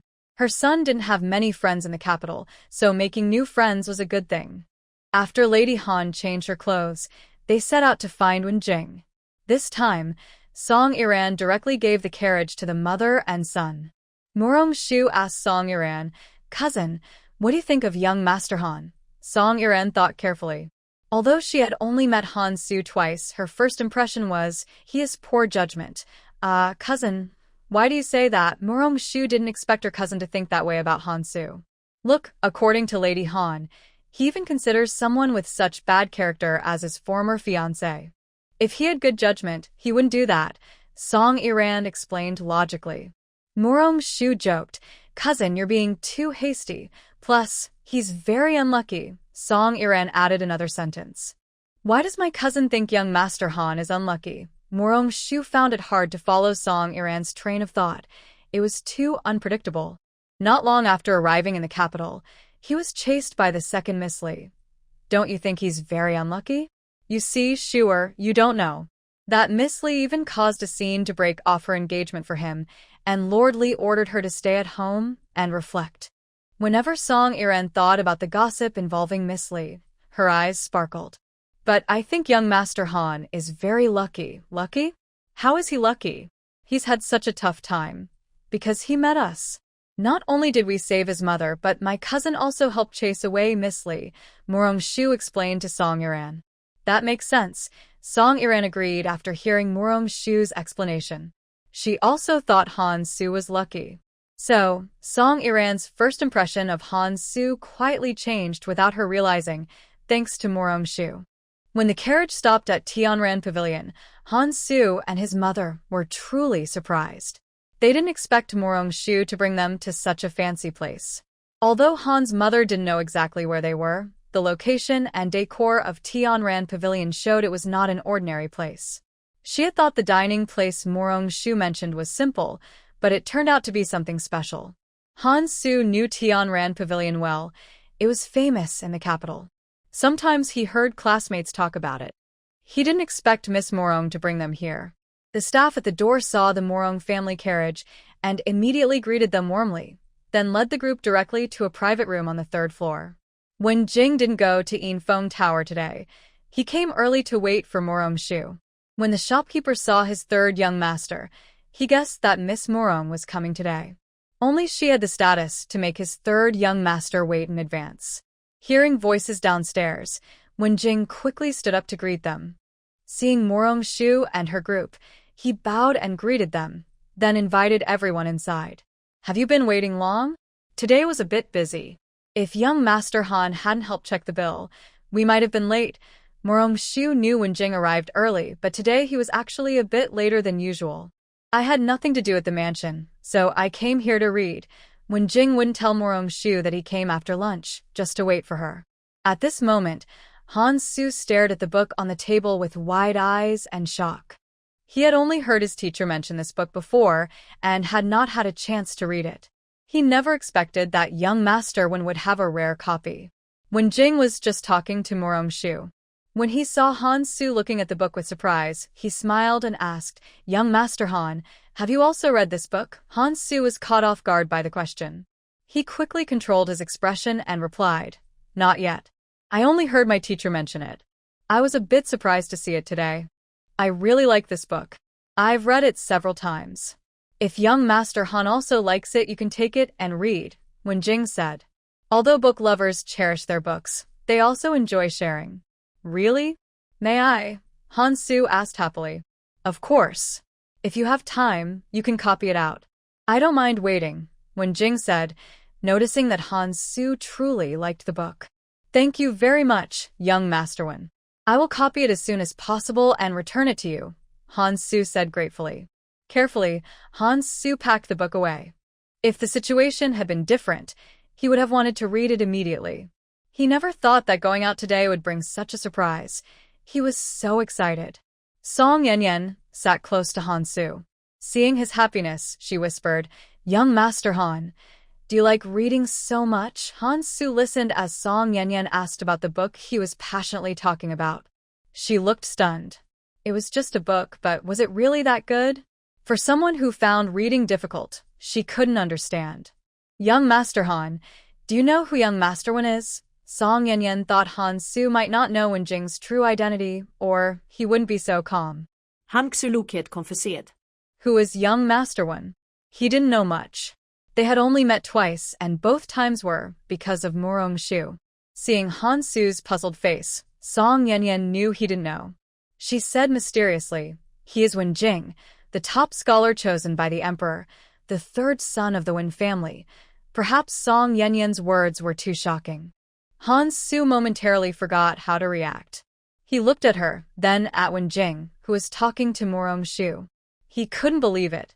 Wen Jing, the third young master, was famous in the academy. His teacher praised him endlessly, calling him a genius and a hero in the hearts of students. Wen Jing was also Han Su's idol. Now his idol was sitting right in front of him. Excited feelings couldn't be suppressed. Han Su's hands trembled even during the whole meal. Just finished eating, I was suddenly interrupted by a hurried voice.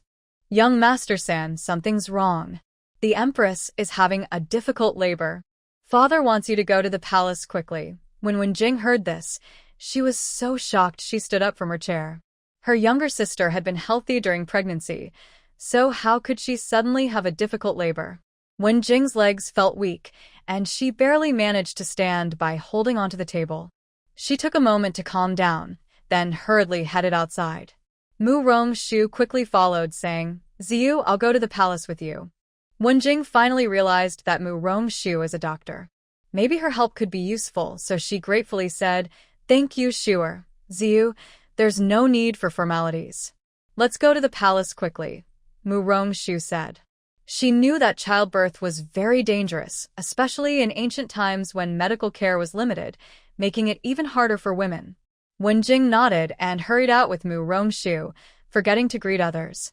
Lady Han was completely stunned. She couldn't believe the powerful people she knew. How could the Empress be so distant and unreachable? Han Su, however, knew the relationship between the Wen family and the Empress. Seeing his mother look confused, Han Su stepped forward to support her and said, "Mother, young Master Wen and Miss Mu have urgent matters. Let's go back first. Lady Han, don't worry. Young Master Wen is the Empress's third brother. Since Shuer and the third young master are going to the palace, they should be fine. I'll send you back first," Song Yanran explained, noticing her worried expression. "Thank you, Miss Song." Han Su was about to say they didn't need her to send them, but he heard his mother agree. He thought she might still be a bit confused and hadn't fully reacted. Since Silver Phoenix Tower and the Song residence are on the same road, Song Yanran decided to first take Han Su home, then Lady Han. Only after the carriage arrived at Zhuangyuan Alley did Han Su realize what was happening. As soon as he got off the carriage, he heard Miss Li's voice. "Young Master Han, you're back. I've been waiting for you all afternoon. Song Yanran originally didn't plan to get out of the carriage, but she stretched her foot out. Lady Han looked at the girl's curious expression and smiled as she watched her step down. Miss Lee was happily watching Han Su, but when she saw her rival Song Yanran and Han Su both get out of the same carriage, she suddenly became very angry. Song Yanran, why are you riding in the same carriage as young Master Han? Miss Lee, please look carefully. This is my carriage, Song Yanran said with a helpless roll of her eyes. I was on good terms with young Master Han before. Why are you interfering? Miss Lee thought Song Yanran was deliberately opposing her. Miss Lee, be careful with your words. Han and Miss Lee are not familiar. Han Su truly didn't know Miss Lee well, especially after she blocked him twice. Young Master Han, you didn't act like this when you saw me before. Since Song Yanran appeared, you've changed. Miss Lee looked at Han Su with a very wronged expression. Han Su was really overwhelmed. Could Miss Lee be imagining things? Miss Lee, if your eyes are not good, go see a doctor. Song Yanran's words successfully angered Miss Lee. Song Yanran, we'll see about this, Miss Lee said harshly, then left with her maid, stomping off angrily. It was all Song Yanran's fault for causing trouble, otherwise, young Master Han would have been moved by her sincerity long ago. Now that the main person had left, there was no more excitement. Song Yanran and Han Su said goodbye and prepared to get back into the carriage, but Han Su called out to her. Miss Song, I'm sorry for bothering you today. I really have nothing to do with Miss Lee, Han Su said, not wanting Song Yanran to misunderstand. Young Master Han, don't blame yourself. Miss Lee and I are incompatible. We argue every time we meet. It's not your fault. But you should be careful. Miss Lee has a fiancé, so don't let this affect your reputation, Song Yanran advised, wanting to protect Han Su's career. Thank you for your reminder, Miss Song.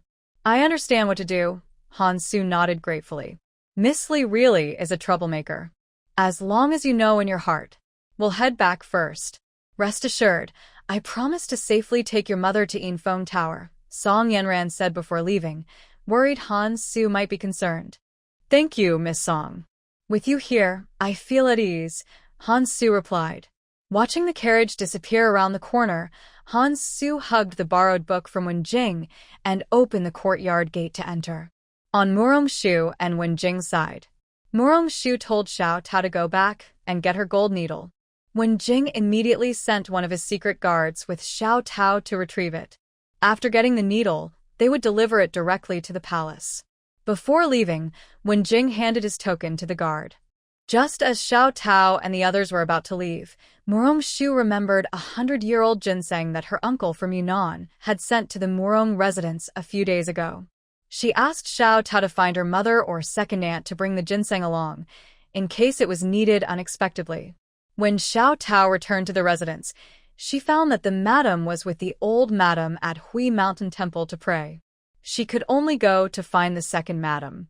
Rong Qing, upon hearing that it was her young niece who needed it, took Xiao Tao and the guard to Rong's house to get an even older ginseng. When Wen Jing and Murong Shu arrived at the palace, the courtyard of Empress Wen Qing was crowded with people. Besides the emperor and the noble consort, Wen's brothers were also there. The usually aloof emperor looked anxious, walking back and forth in the courtyard. The empress's painful voice kept coming from the inner hall, and the emperor was on the verge of losing control. Prime Minister Wen and Wen Ji, along with Wen Yi, looked very pale. Their most beloved daughter/sister was suffering inside, possibly even in danger of her life. The imperial doctors were discussing a plan. The noble consort stood at the door, looking anxious, wishing she could go in and suffer with Wen Qing. Third brother, you finally arrived. Wen Yi was the first to notice Wen Jing and Murong Shu entering. Hearing him speak, everyone else turned to look at Wen Jing and Murong Shu. Just as Wen Jing and Murong Shu were about to bow, the emperor said, Miss Mu, I hear your medical skills are good. Could you go in and help the empress? I only ask for her safety. Being able to say such words, Murong Shu's first impression of the emperor was very good. Your Majesty, rest assured, I will do my best. Wen Yi sighed in relief when he saw Murong-shu enter the inner hall. He inexplicably felt that Murong-shu had a way. At this moment, Prime Minister Wen looked much older. His youngest daughter was inside, and as a father, he felt helpless. Third young master, the gold needle and ginseng are here. The guard arrived just in time. Everyone except Wen Jing looked confused. Gold needle and ginseng? Go inside and tell Miss Murong that the gold needle and ginseng are here, Wen Jing told the young palace maid nearby. The maid dared not act on her own and looked nervously at the emperor. Quickly go inside and report. What is the emperor doing? Didn't you hear what the third young master said? The emperor was very angry at this moment. His empress was inside waiting for help. The young palace maid was so scared she almost cried. She hurried inside to report to Murong-shu. After arriving at the sleeping hall, Murong-shu first checked the empress's pulse. The situation wasn't too bad. Wen Qing was already in pain and almost fainting. Empress, please bear with me for a moment. I need to feel your belly to check on the baby, Murong-shu said gently to comfort the empress. The empress thought she was a doctor and was curious about who she was when she heard Murong-shu's voice, but she nodded. Your Majesty, I am Murong-shu, the daughter of General Murong. Today, Ziyu brought me here. Don't be afraid, I have learned medical skills from my master. I will check on you first. Please save some strength, okay? Murong-shu's first step was to calm the worried mother. Although Wen Qing had never seen Murong-shu before, she was not unfamiliar with her. When she heard that her third brother brought her and that she knew medical skills, Wen Qing felt much more at ease. Thank you, Miss Murong, she said, then turned to the maid nearby. Let everyone listen to Miss Murong. Murong-shu didn't expect the empress to cooperate so well. Now she was pretty sure about the empress's condition, but she still wanted to do a quick check to see how the baby was doing. Your Majesty, I have a secret technique from Tianmen Mountain that can further confirm the baby's condition. May I ask you to let everyone leave so I can examine you? Murong-shu asked. She believed the empress could communicate. Wen Qing was surprised at first, but when she heard it was a secret technique from Murong-shu's master, she knew it couldn't be shared outside. She told the maid, let everyone step back and listen to Miss Murong. The maid hesitated for a moment, but dared not disobey her lady's order. She bowed to Murong-shu. Thank you, Miss Murong, for taking care of our lady. Then she led everyone out. Murong-shu took a blindfold from her space hospital and gently put it on Wen Qing.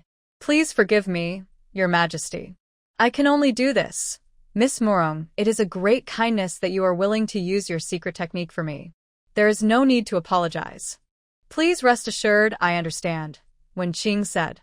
Since Murong-shu was her third brother's chosen person, Wen Qing wouldn't say a word against her. Murong-shu quickly used the space hospital's ultrasound machine to examine Wen Qing. The baby was fine inside her belly, but the baby's position was not ideal. She remembered her grandfather's teaching about a special needle technique to correct fetal position, so she decided to try it. Of course, a cesarean section would be the fastest way, but in ancient times, medical conditions were poor and sterilization was not strict, which would increase the risks of surgery. Your Majesty, the princess is doing well. I have a way to help her give birth smoothly. Don't be afraid, the process will take some time. I will apply the needle now. I will go call others to help. Murong-shu explained her plan to the empress. Thank you, Miss Murong. I trust you. Wen Qing was very excited to hear she could give birth smoothly and trusted Murong-shu even more. Your Majesty, please rest first. I will go call people inside, Murong-shu said, and left the sleeping hall. Why are you all outside? The empress is inside giving birth. Is something wrong with Qing? The emperor saw so many people outside and suddenly felt very worried. Your Majesty, Miss Murong is checking on the empress. We are asked to wait outside, the maid explained, knowing the emperor cared deeply for the empress, so she hurried to reply. Miss Murong is checking on the empress. The emperor asked Wen Jing in surprise. Shu'er is using a secret technique from Mount Tianmen to check on the empress. Please stay calm, Your Majesty. Wen Jing, who knew Murong-shu well, believed she wouldn't do anything without confidence. Since she asked everyone to leave, She must be using a special technique.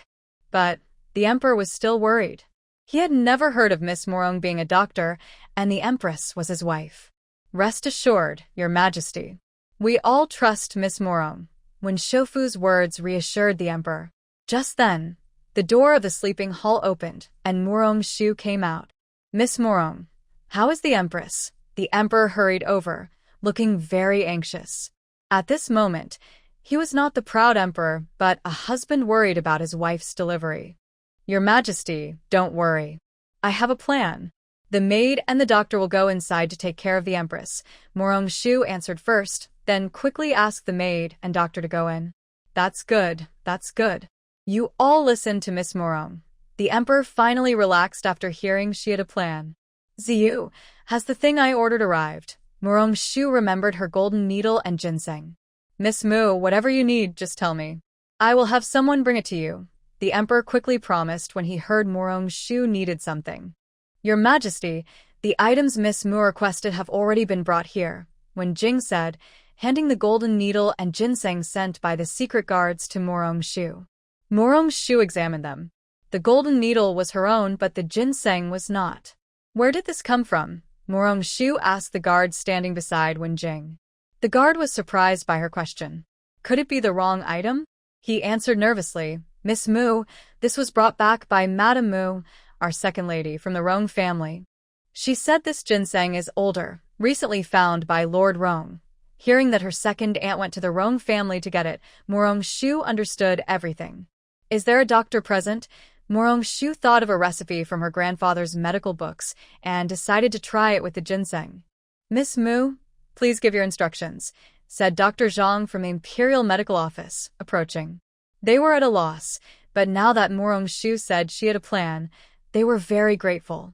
Otherwise, if the Empress had trouble, they would be responsible. Please help cut this ginseng into slices. I will write a prescription to boil it together for the Empress to take.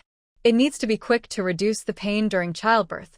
Miss Mu, please write the prescription. Dr. Zhang was very interested in this kind of remedy. Morong Shu was about to ask if they had ink, paper, and a brush when Wen Jing had already taken out a pen. It turned out that when she mentioned a prescription, the clever Shaolin had gone to get the writing tools. Morong Shu dictated. Wen Jing wrote it down, then ordered someone to start boiling the medicine immediately. Morong Shu wasn't sure if the people here could enter the delivery room, especially the emperor. Before entering the sleeping hall, she asked, Your Majesty, if you need to go in later to encourage the Empress, would you mind? Your Majesty, what did you say? I can go in too? I want to be with the Empress now. Qing'er must be very scared, the Emperor said. When he heard he could go in, he wanted to rush in immediately. He had been wanting to go in for a while but held back, worried that his nervousness might affect the Empress's labor. Of course you can, but not now. I need to go in first to check on the Empress. Once the medicine is ready, I will send it over. I will call you in when the time comes. Morong Shu saw that the Emperor cared so much about the Empress and was willing to go inside. Her impression of the Emperor improved a little. After entering the sleeping hall, Morong Shu noticed that the Empress's contractions had become more frequent. Wen Qing's hair was sweaty from the pain. Morong Shu took out a gold needle and gave her a few acupuncture points. Wen Qing felt the pain was less intense than before. The Imperial Hospital worked quickly, and soon the medicine Morong Shu prepared was brought in. Morong Shu instructed someone to give the medicine to the Empress. After waiting for about half a quarter of an hour, Morong Shu removed the earlier inserted gold needle. The familiar pain suddenly returned, and Wen Qing couldn't help but cry out. Outside, the Emperor grew more anxious. Seeing the worried consortly at the door, he said, Go inside and ask when I can come in. Consortly, already very worried about the Empress, hurriedly pushed the door open after receiving the Emperor's order. Seeing the Empress inside, Consort Li's eyes filled with tears of sympathy, but she remembered the Emperor's command. Miss Mu, has the Emperor asked if he can come in? Consort Li held the Empress's hand, wishing she could take the pain herself. Qing'er, you must hold on. With Miss Mu here, everything will be fine. Don't cry anymore.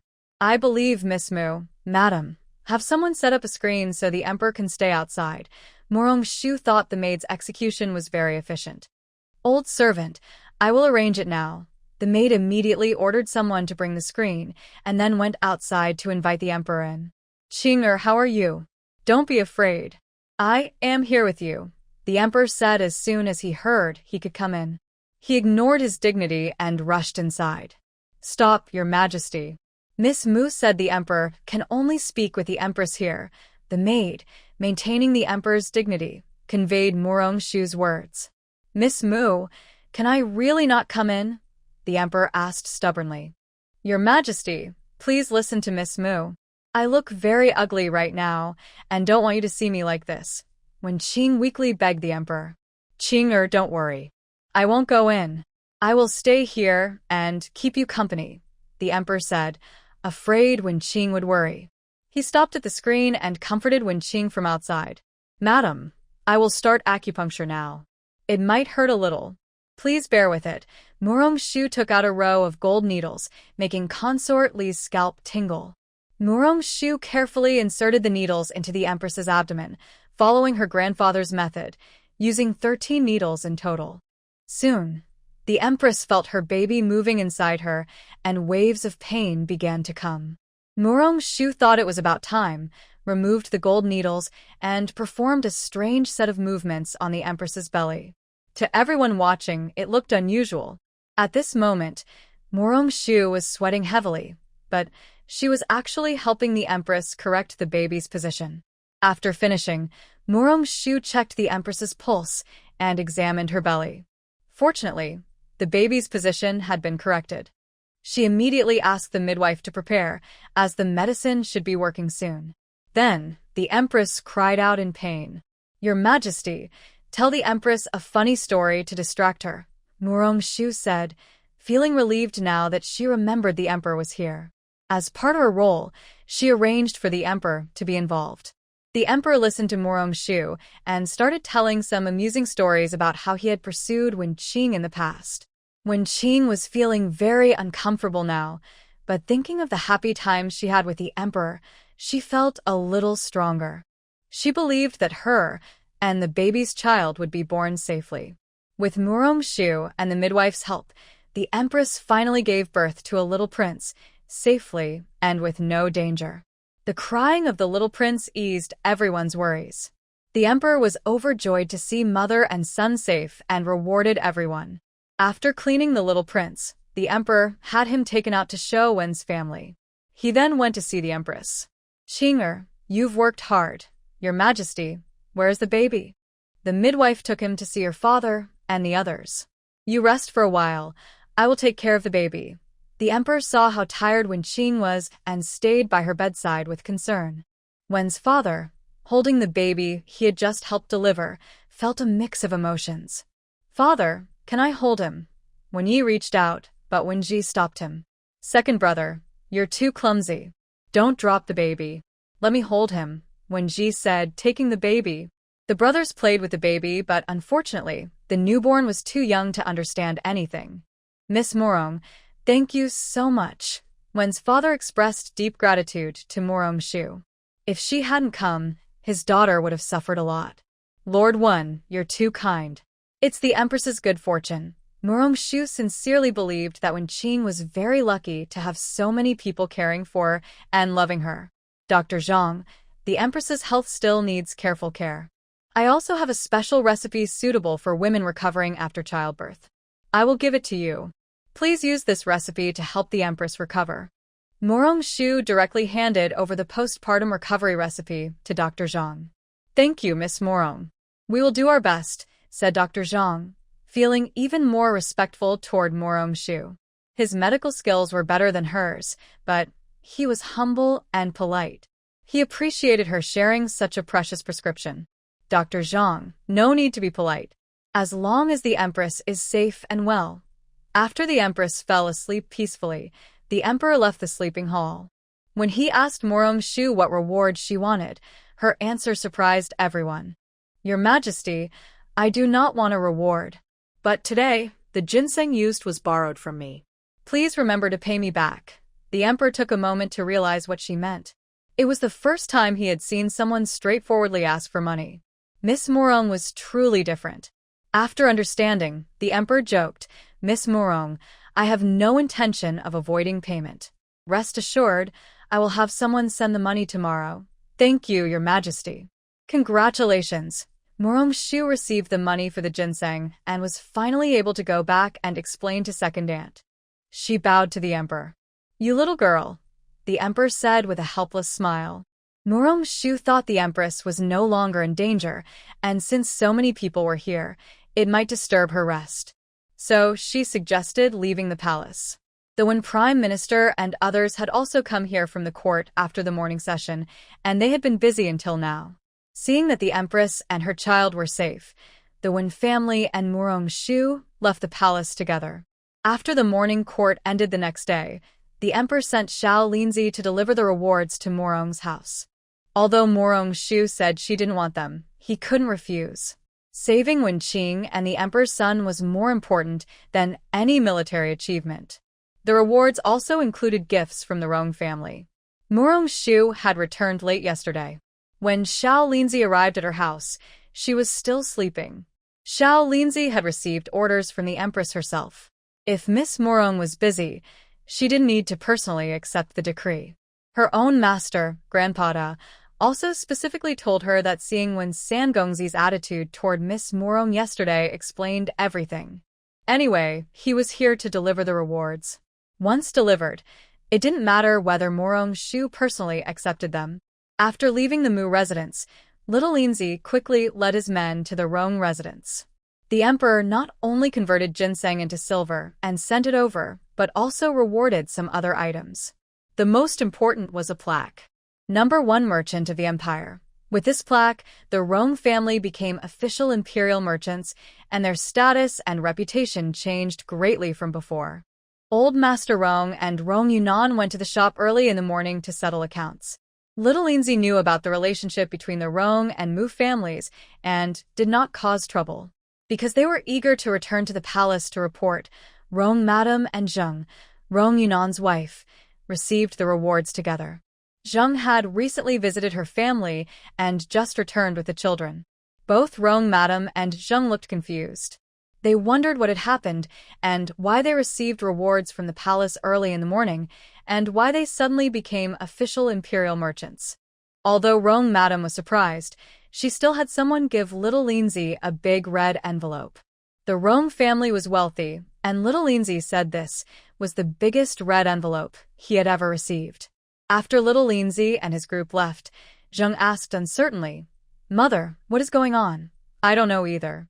"Hurry and call Old Master and Yunnan back," Rong Madam said, looking confused herself. She had no idea what had happened.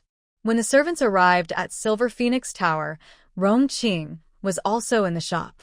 Hearing the report, he and others hurried back to the Rong house. "Madam, did anyone from the palace come?" Old Master Rong asked anxiously as soon as he entered. "Old Master, the people from the palace have left. They gave a box of silver notes, some rewards, and a plaque." Rong Madam pointed to these items in the main house to show him.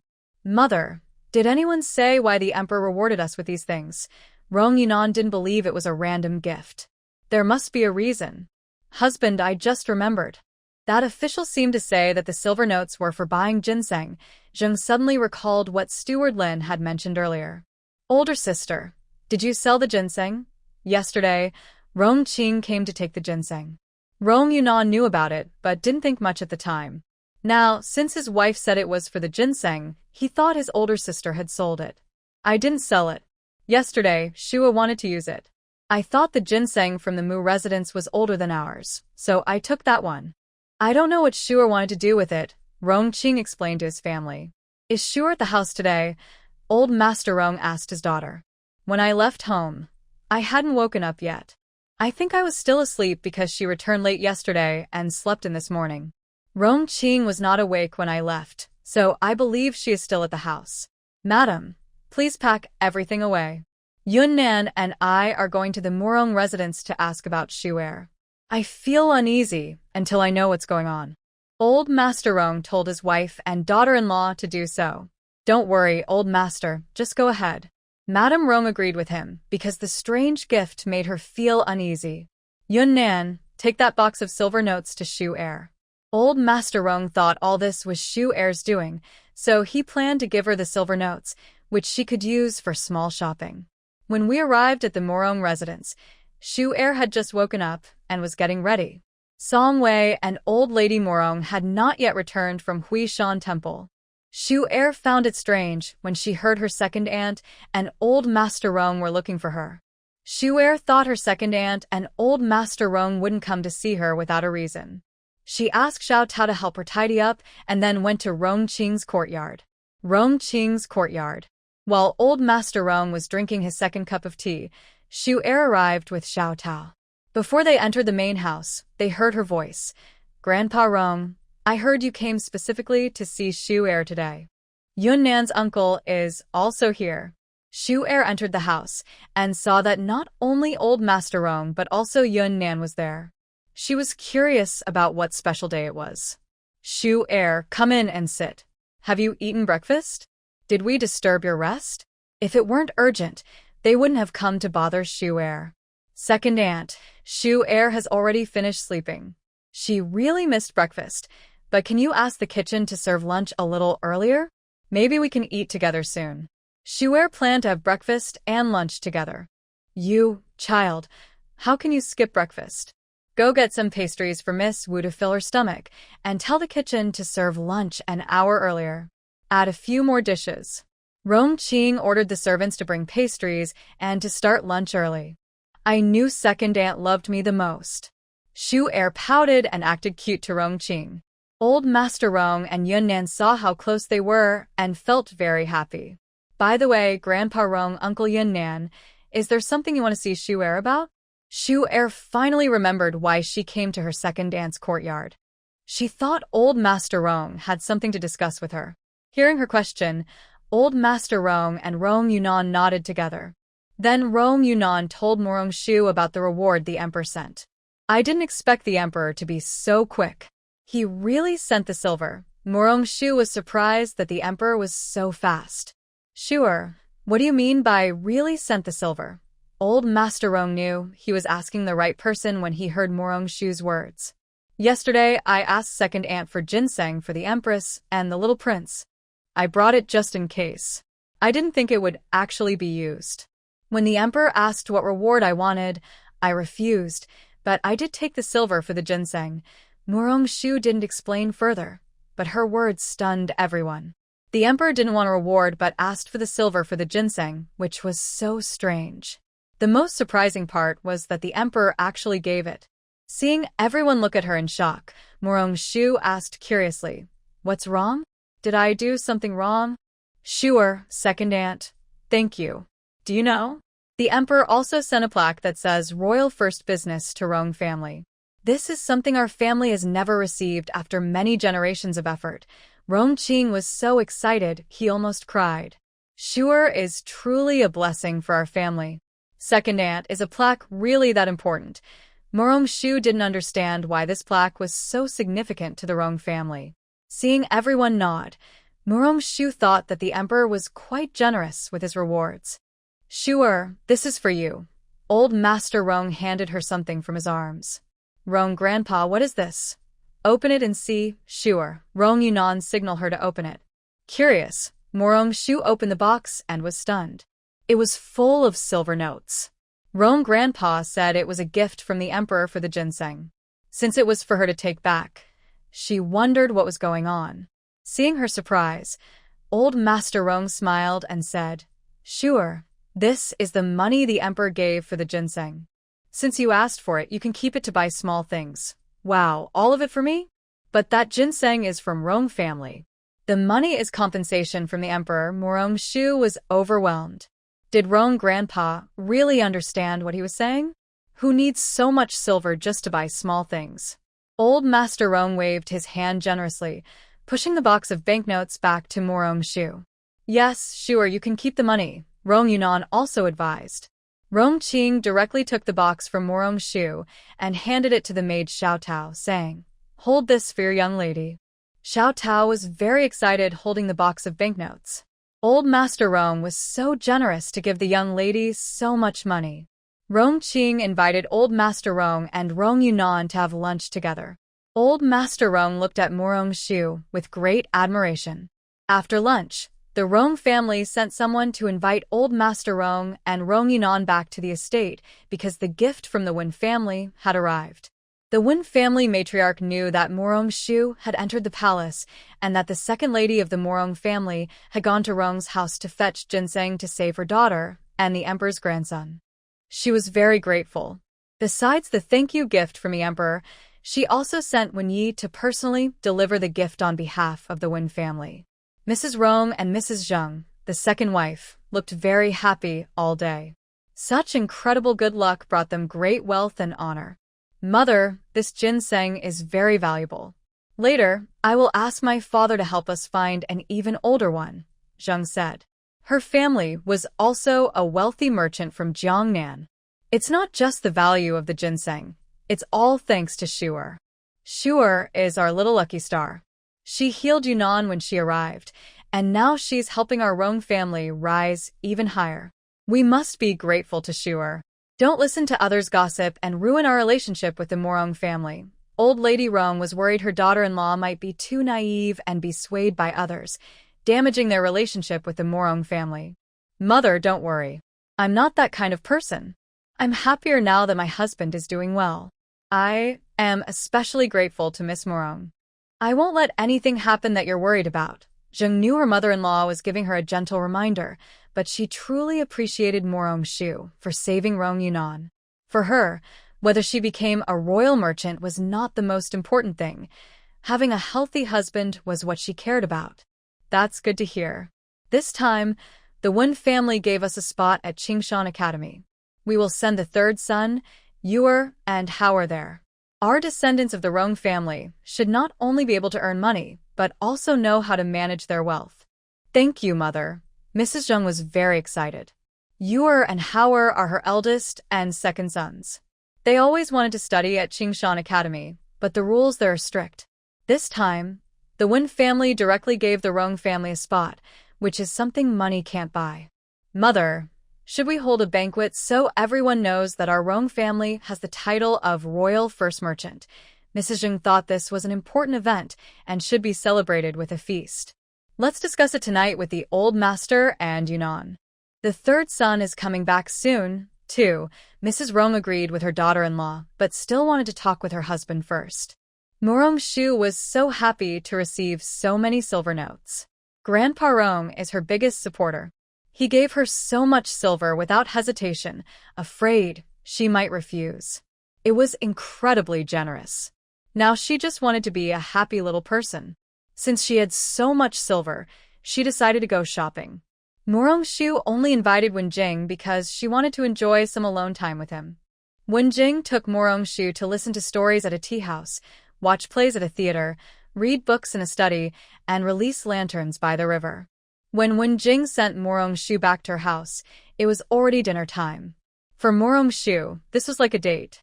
That evening, Mu Si returned from her shift. Rong Qing told her husband everything that happened today. Our Shu is amazing. The Empress and the little prince are safe, and the Emperor is very happy, Mu Si said, feeling that the Emperor was smiling during the morning court. Yes, ever since Shu came back, our family has been getting better and better. I think Shu is our good luck. Rong Qing believed Morong Shu was their little lucky star. Sir, the old master is so generous. Can you ask him to give me some pocket money, like a box of silver notes? Mu Si was impressed by how generous old Master Rong was to his niece. Husband, that was money given to Shu as pocket money. If you're not afraid of others laughing, I can ask my father to give you some, too. Rong Qing knew her husband was joking. What's so funny? No one in the capital envies me for marrying the lady. I can enjoy life. Mu Si was shameless in front of Rong Qing, and their relationship was very good. Husband, you can't say that out loud. Rong Qing felt a bit embarrassed by Mu Si's words. Haha, they're just jealous of me. If they had someone to rely on financially, they might be even happier than I am. My husband, you talk nonsense again. If mother hears you, she'll scold you. Muse often gets scolded by Lady Mu for talking too much. Mother isn't home, so how would she know?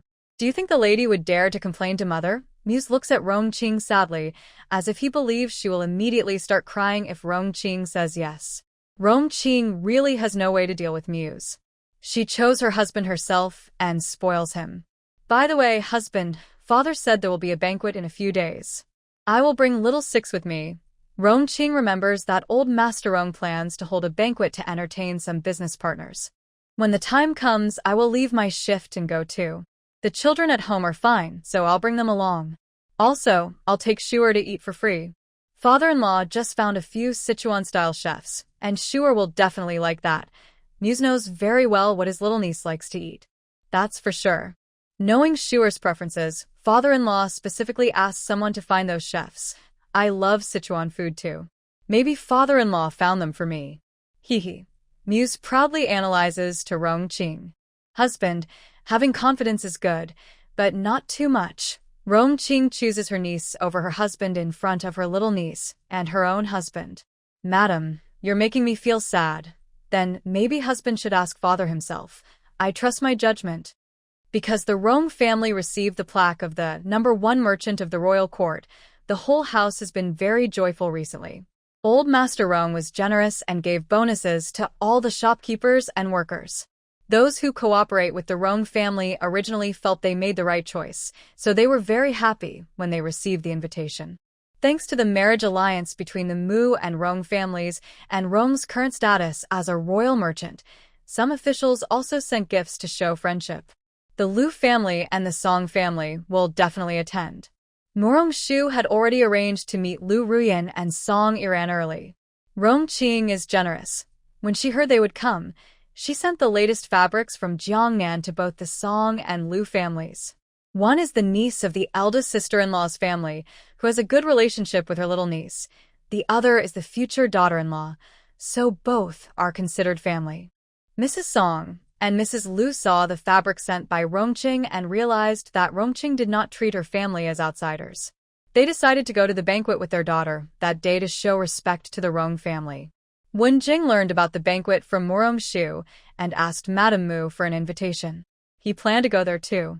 When Murong-shu met Han Su at Infeng Tower, she also invited him. When Han Su heard that Wen Jing would attend, he immediately agreed.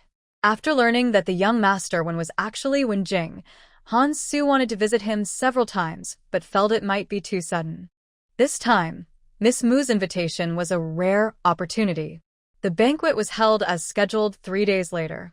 The Rong family was surprised by how many people came. Fortunately, Mrs. Rong had already asked Rongqing to come back early to help. Otherwise, she was worried she and Madame Zheng might not manage well. Rongqing was talented in business. After marrying Mu Si and following Song Wei, she learned how to deal with official ladies. This made her very helpful during the banquet. Early in the morning, Mu Tao followed her young lady's instructions and woke Mu Rongshu. When Mu Rongshu arrived at Rongqing's courtyard, she was a bit surprised. Why are you up so early, Shua? Mother and second Annie got up early, so how can I be late? I heard from second uncle that grandfather Rong found many skilled chefs this time. Of course, I want to go early, Mu Rongshu said, acting spoiled. You're early today. Mother said she would send someone to call you later. Song Wei came to pick up her sister-in-law, but Mu Rongshu was already there. Good morning, Mother. We're going early to help. I also made plans with friends. Grandfather Rong doesn't have any unmarried daughters, so I must go early to help. Rong family was so kind to her, she wanted to help. Shuer is becoming more sensible, they said. It's all thanks to Mother and second Annie's good teaching, she replied. You're such a good child, they said. After packing up with gifts and bringing the children who were free that day, they went to Rong's house. Mrs. Rong was very grateful when she saw her daughter and Song Wei had arrived. The Mu family's lady of the house personally came to visit, which made Rong's family proud. They warmly welcomed everyone inside. Soon after, Madame Wen, along with Wen Jing and Wen Yu, arrived. Madame Wen's arrival surprised the Rong family. They thought only Wen Jing would come with an invitation, but Madame Wen also came. The Rong family underestimated Wen Qing and Morongshu's importance in the Wen household. Although the Rong family is a merchant family, they have a talented daughter who has now received a royal reward. Their status naturally improved. Without Murong-shu's connection, Madam Wen wouldn't have come personally, but because of Murong-shu, everything became normal. Big Sister Murong, you misses you very much. Little Wen hadn't seen Murong-shu in a long time. As soon as she saw her in the yard, she ran over happily. Big Sister also misses you. Brother, you came today too. You can play together later. Murong-shu held the little girl, feeling a warm sense of closeness every time she saw her. Uncle Sen really didn't lie to me. When the little girl heard that Murong-shu was here, she instantly became happy. The last time they played in the countryside was very fun. Don't you miss Sister Song and Sister Lu? Song Iran and Lu Ruyun came over together. Hello, Sister Song. Hello, Sister Lu. Of course you misses you. I haven't seen Lu Ruyun in a long time. Because Lu Ruyun was preparing for her wedding, she had been out less often, so the little girl spent more time with Murong-shu and Song Iran. Because Sister Lu is about to marry into Murong-shu's family, she's quite busy. Song Iran gently explained while patting the little girl's head and smiling. Mother, you are also like Sister Murong. Can I marry into Sister Murong's family? The innocent words of the little girl made everyone laugh. Wen Jing secretly thought, good nephew, why not be bolder? Let Murong-shu marry into the Wen family, then you can be with her every day. Song Iran secretly glanced at Murong-shu and Wen Jing after hearing the little girl's words. They are a perfect match, talented and beautiful, a match made in heaven. Why is this little girl causing trouble? Let Uncle San handle it. Mrs. Rong and Rong Qing hosted the ladies in the main courtyard. Murong-shu took a few people to stroll in the garden. The Rong family is truly the richest in the capital. The garden is beautifully designed, with scenery at every step. They enjoyed the walk and found it quite interesting. Han Su was the last to arrive. He was delayed by some matters today. When the servants saw he was a scholar looking for Murong-shu and Wen Jing, they thought he was a young master from the Murong family and brought him directly to find them. After greeting everyone, Han Su followed Wen Jing. As they strolled through the garden, Han Su asked questions. Some previous confusions were instantly cleared up after Wen Jing explained, and he suddenly understood everything clearly. Lu Ruyun saw Han Su for the first time. She quietly asked Song Iran, Iran, who is this young man Han? He is the son that Lady Han came to the capital to find. Isn't it a good match? I told you, my rival Miss Li has her eyes on him. She's crying and making a fuss to marry him. Lord Li is worried about the embarrassment, so he's made her stay home to think things over. But it seems it didn't work. I happened to see her trying to block Han Su the other day. That's really a coincidence. And Lady Han fainted right in front of your carriage. Strictly speaking, you are destined to meet. Although Lu Ruyun was meeting Han Su for the first time, her words and manners showed she thought highly of him. It's quite a coincidence. And she's interested in him too. Song Iran lowered her voice and told Lu Ruyun. Young Master Han is handsome and talented. He must be good at studying at Qingshan Academy. It's no wonder Miss Li likes him. Ruyun, you make it sound like that too, Song Iran said seriously after Lu Ruyun's reminder. She carefully looked at Han Su again. The more she looked, the more handsome he seemed. Han Su was the kind of person who looks steady and calm. At first glance, he doesn't seem extraordinary, but the more you look, the more appealing he becomes. Today's glance made Han Su stay in Song Iran's heart. Why are you so lost in thought? Let's go. We need to catch up with Shuer. Lu Ruyun saw Song Iran deep in thought and took her by the arm to chase Murong-shu.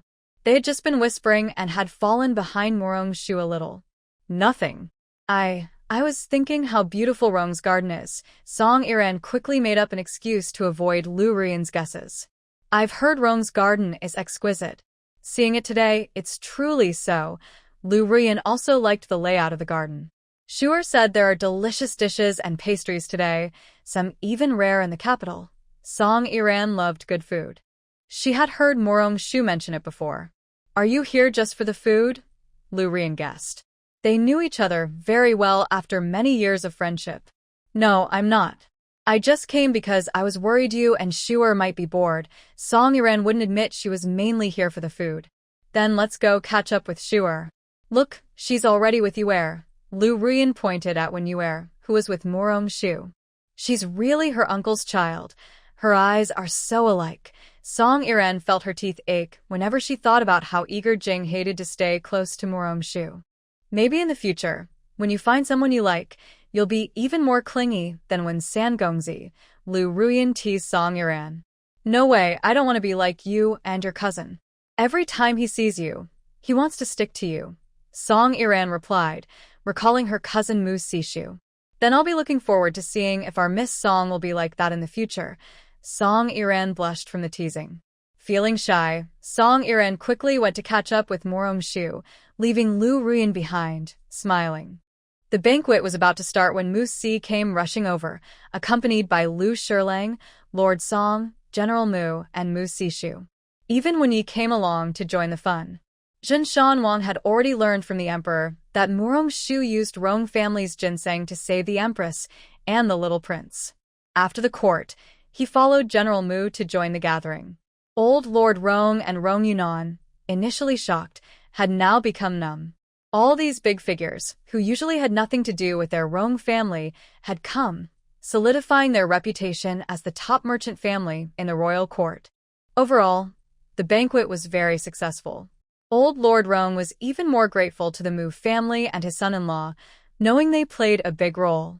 After the banquet, Old Lord Rong sent people to deliver several carts of gifts to Morong Shu and the Mu family. Morong Shu and a few others planned to go picking in the outskirts of the city in a few days. Autumn was the best time to enjoy the joy of harvest. Today, Morong Shu saw Jin Shanwang and remembered that the princess needed a follow-up checkup.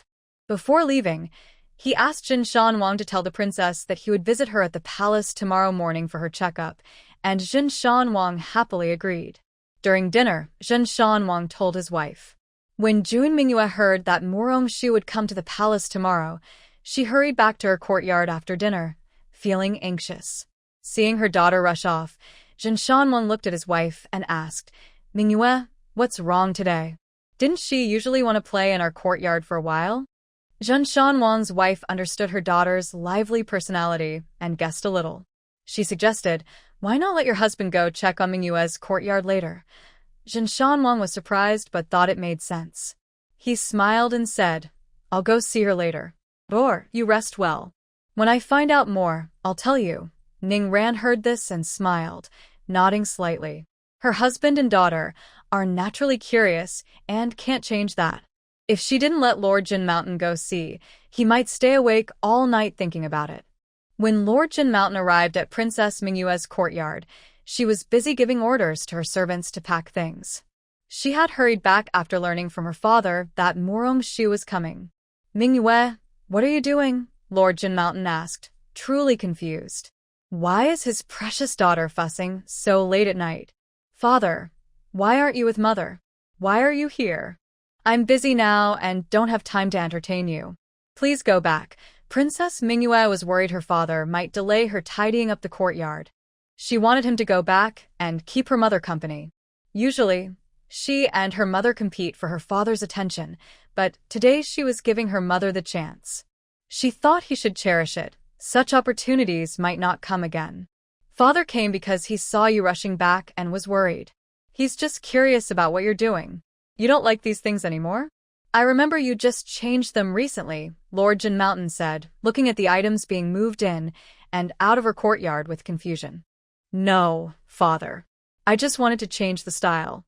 Shuer is coming tomorrow to check her pulse for the princess. She's working hard, so I brought her here to rest. Shuer probably doesn't like these things, so I changed some to what she prefers," Mingyue explained naturally. Lord Jin Mountain listened, feeling his mouth twitch. He shouldn't have come. His daughter liked to fuss, so let her do as she pleased. He came out of curiosity but had to leave helplessly. Princess Mingyue and her maidservants stayed up late tidying the courtyard. Although she stayed up all night, she finally felt satisfied with her work. The next day, she overslept. Early in the morning, her maid, Xiang Sao, saw her princess sleeping soundly and couldn't bear to wake her. Morong Shu had already arrived at the mansion, but Mingyue only hurriedly got up when she saw her. Xiangsao, why didn't you wake me earlier? Oh no, Shuer is here and I didn't go to greet her. I wonder if she's angry, Mingyue said as she dressed, talking to herself. The young maid Xiangsao didn't dare speak. She was worried about her princess, not knowing she had guests coming. The lady looked at her worried princess and began to comfort June Mingyue. That's good, but we need to hurry. Otherwise, Shuer will be gone after her checkup, and that wouldn't be good, June Mingyue urged her maid who was helping her get ready. Please wait a moment, princess. I'll be done soon, the maid, Xiangsao, said, speeding up her work. When June Mingyue finished dressing and arrived at her mother's courtyard with her people, Murong-shu had already finished checking the pulse of Princess Ningran. Mother, Shuer, I'm here. Are you busy?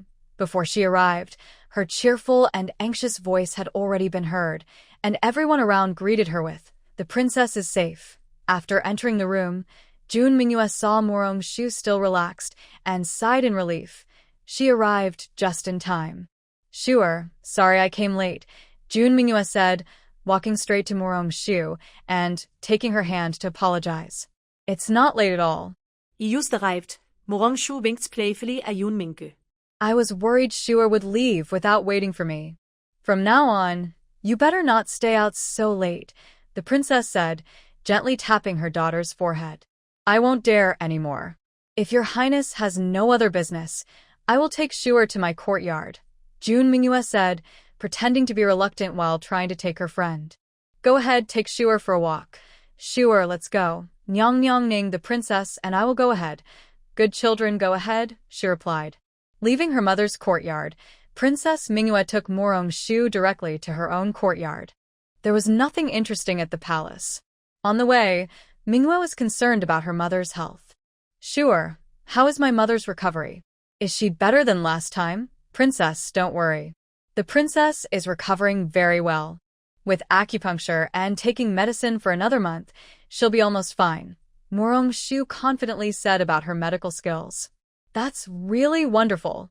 Shuer, thank you so much. Hearing that her mother was getting better, Princess Mingyue was very excited and grateful to Murong-shu. I only prescribed the medicine and did acupuncture. It was Aunt Ning who gave the medicine, and she suffered through it too. The one who truly endured hardship was Aunt Ning, Murong-shu said, feeling she had only done her duty as a healer, while the patient was the one who endured the treatment. How can it be the same? Over the years, Mother Consort has suffered so much, and it's all because of Shuer Mother Consort that she had the chance. Princess Mingyue disagreed with Murong-shu. Without excellent medical skills, patients not only suffer but also waste time. If those needles could help Father Emperor and Mother Consort, that would be great. Both Father and I would be happy. Princess Mingyue's words made Murong-shu laugh. Princess, if the prince hears you say that, he might be very sad. Murong-shu held back her laughter and teased Princess Mingyue. Shuer, don't worry. Everyone here is my people. No one will go to report to Father Emperor. He won't find out. Princess Mingyue said this and then realized it might not be appropriate, but it was okay. For Mother Consort, Father Emperor wouldn't blame her. Princess Mingyue's words made everyone laugh. No one here dared to complain to the king of Zhen Mountain. With how much the prince favored the princess, complaining would be like inviting trouble. Murong-shu entered Princess Mingyue's courtyard and found it decorated very elegantly, which surprised her a bit. From what she knew about Princess Mingyue, she thought she was a cheerful and generous woman. But the decor of the courtyard seemed a little mismatched with her personality. Maybe she was wrong in her guess. If she knew that Princess Mingyue had just decorated it for her yesterday, she would be very surprised. Shia, look. That's the persimmon tree I planted with Father Emperor. It bears many persimmons every year. I climb up to pick the ones at the top. These persimmons are so sweet. When I finish, I'll send some to you. Princess Mingyue pointed to the persimmon tree in the yard and said to Murong-shu. Making persimmon cakes would be nice too. Seeing the bright yellow persimmons on the tree, Murong-shu suddenly craved persimmon cakes. Shuer, you also like persimmon cakes? Grandma makes very delicious ones. In a few days, I'll ask Grandma to make some, and I'll personally deliver them to you. Hearing that Morong-shu liked persimmon cakes as well, Princess Mingyue was very happy. Finally, someone shared her love for them. Princess, I've invited Yenran and Rian to go picking in the suburbs in a few days. Would you like to come along? Morong-shu remembered their plan to pick fruit yesterday and decided to invite Princess Mingyue today. I want to go too. I've had nothing to do lately, and I can't stay in the mansion anymore. Hearing she could go have fun, Princess Mingyue was very happy. All morning, Morong-shu and Princess Mingyue chatted together. In the end, Princess Mingyue couldn't help but ask about Morong-shu's relationship with Wenjing. Sure, do you and young Master Wen have feelings for each other? Yes, I think so. I feel happy when I'm with him. Morong-shu believes she and Wenjing are mutually interested. Sure, I know young Master Wen is very handsome, but there's a rumor that he won't live long. Are you really prepared for that? Princess Mingyue is genuinely worried about Morong-shu. The rumors about young Master Wen are well known throughout the capital. Princess, have you forgotten that I am a healer?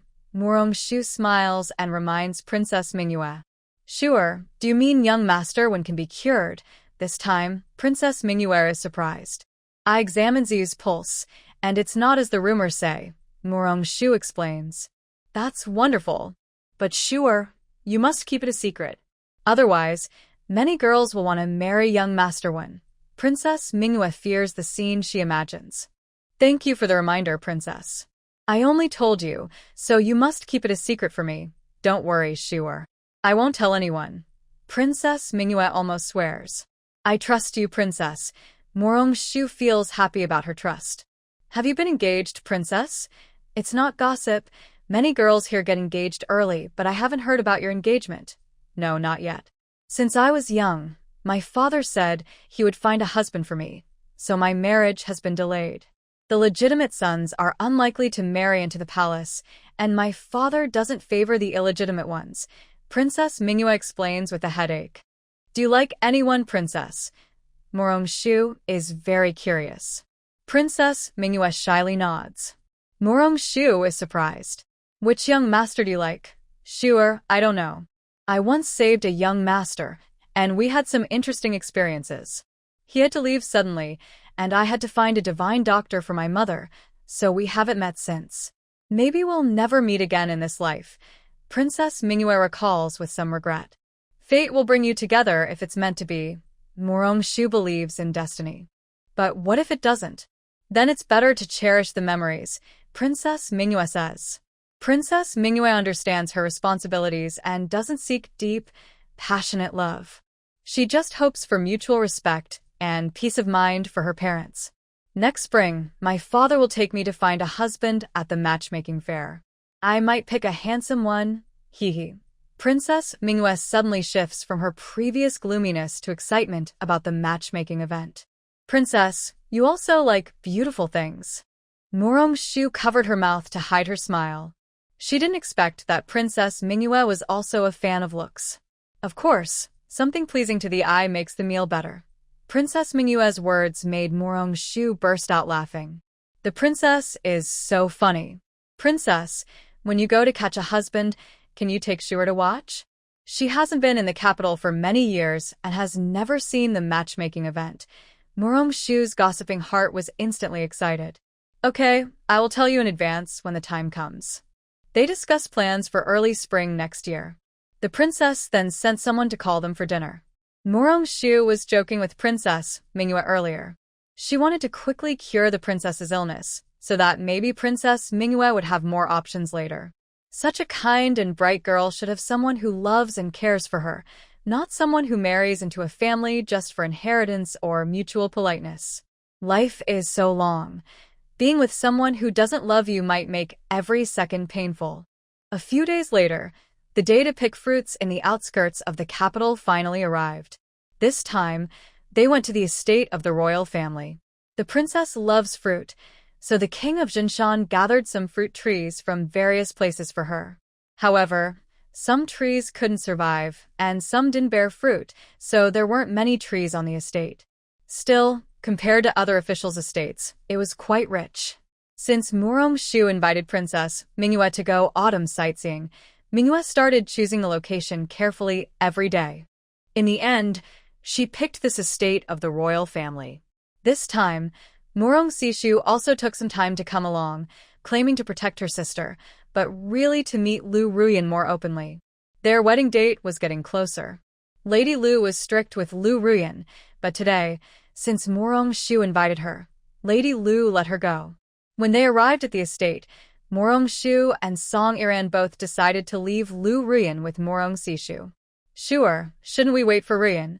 Princess Manhwa initially didn't realize and thought Lu Ruyan was walking too slowly. Princess, let's not worry about Ruyan. Otherwise, brother will dislike us, Song Iran said with a smile. Song Iran's words made Princess Manhwa realize that Lu Ruyan had her fiancé with her. Forget it, they should walk faster, so as not to disturb her. Over with Lu Ruyan. Ruyan, I'm sorry. I've been so busy lately that I haven't had time to be with you. Mu Sishu truly feels guilty and thinks he owes Lu Ruyan an apology. Brother Sishu, I am also very busy. Even if you have time, mother wouldn't let me go out every day, Lu Ruyan says shyly. Ruyan, do you miss me? Mu Sishu blushes with embarrassment. I am busy every day showing off my wedding dress, so I don't have time to think about anything else. Lu Ruyan admits she doesn't have the courage to say she misses him in front of Mu Sishu. Ruyan, it won't be long before we can be together every day. Mu Sishu eagerly looks forward to his little girl coming to marry him. Yes, Ruyan knows. Lu Ruyan feels very shy, but also happy inside. She realizes that her brother Sishu has been thinking about her every day. Mu Sishu notices everyone ahead, but only he and Lu Ruyan are behind. He reaches out and takes her hand. The girl's hand is soft, and his big hand fits perfectly around it. Lu Ruyan feels a little shy and worried that Murong Shu and the others might turn around and call her. Although she loves the warmth of Mu Sishu's palm, she still wants to pull her hand back. But every time she tries, Mu Sishu holds it tighter. Brother Sishu, you should let go first. It wouldn't be good if Shuer and the others see. Lu Ruyan is really worried about feeling awkward. Fool, don't you realize they're deliberately making us stay behind? Mu Sishu says. It's because we're walking too slowly, Lu Ruyan responds. Today, will you stay with me? We haven't gone out together in a long time. Mu Sishu looks at Lu Ruyan with a pitiful expression. Lu Ruyan can't bear to see her brother Sishu like that. She can only obediently let him hold her hand. Mu Sishu secretly feels very grateful to his sister because this autumn outing gave him the chance to be here with the girl he likes. When will brother Qingchuan return? Lu Qingchuan is Lu Ruyan's eldest brother. He went out some time ago and hasn't come back yet. Mu Sishu worries he won't return in time for his wedding. Big brother sent a letter the day before yesterday. He will handle things there next month and then come back, Lu Ruyan says, thinking Mu Sishu is worried about her brother. He's been gone so long. He should be back soon, Mu Sishu says, but he has more to say. If you don't come back, Ruyan, how will you marry me? Mother personally sent the letter. Big brother will be back soon, Lu Ruyan replies. Once Big brother returns, I will visit him myself, Mu Sishu promises. Yes, Big brother will be very happy to see you, Lu Ruyan says happily. Mu Sishu nodded at Lu Ruyan, but didn't agree with her words. Her sister was about to be taken away, and not hitting herself was already kind. So, the whole morning, Mu Sishu took Lu Ruyan around alone. Others came to pick herbs, especially Jun Mingyue and Song Yanyan, who were very excited. Their cheerful laughter could be heard all over the village.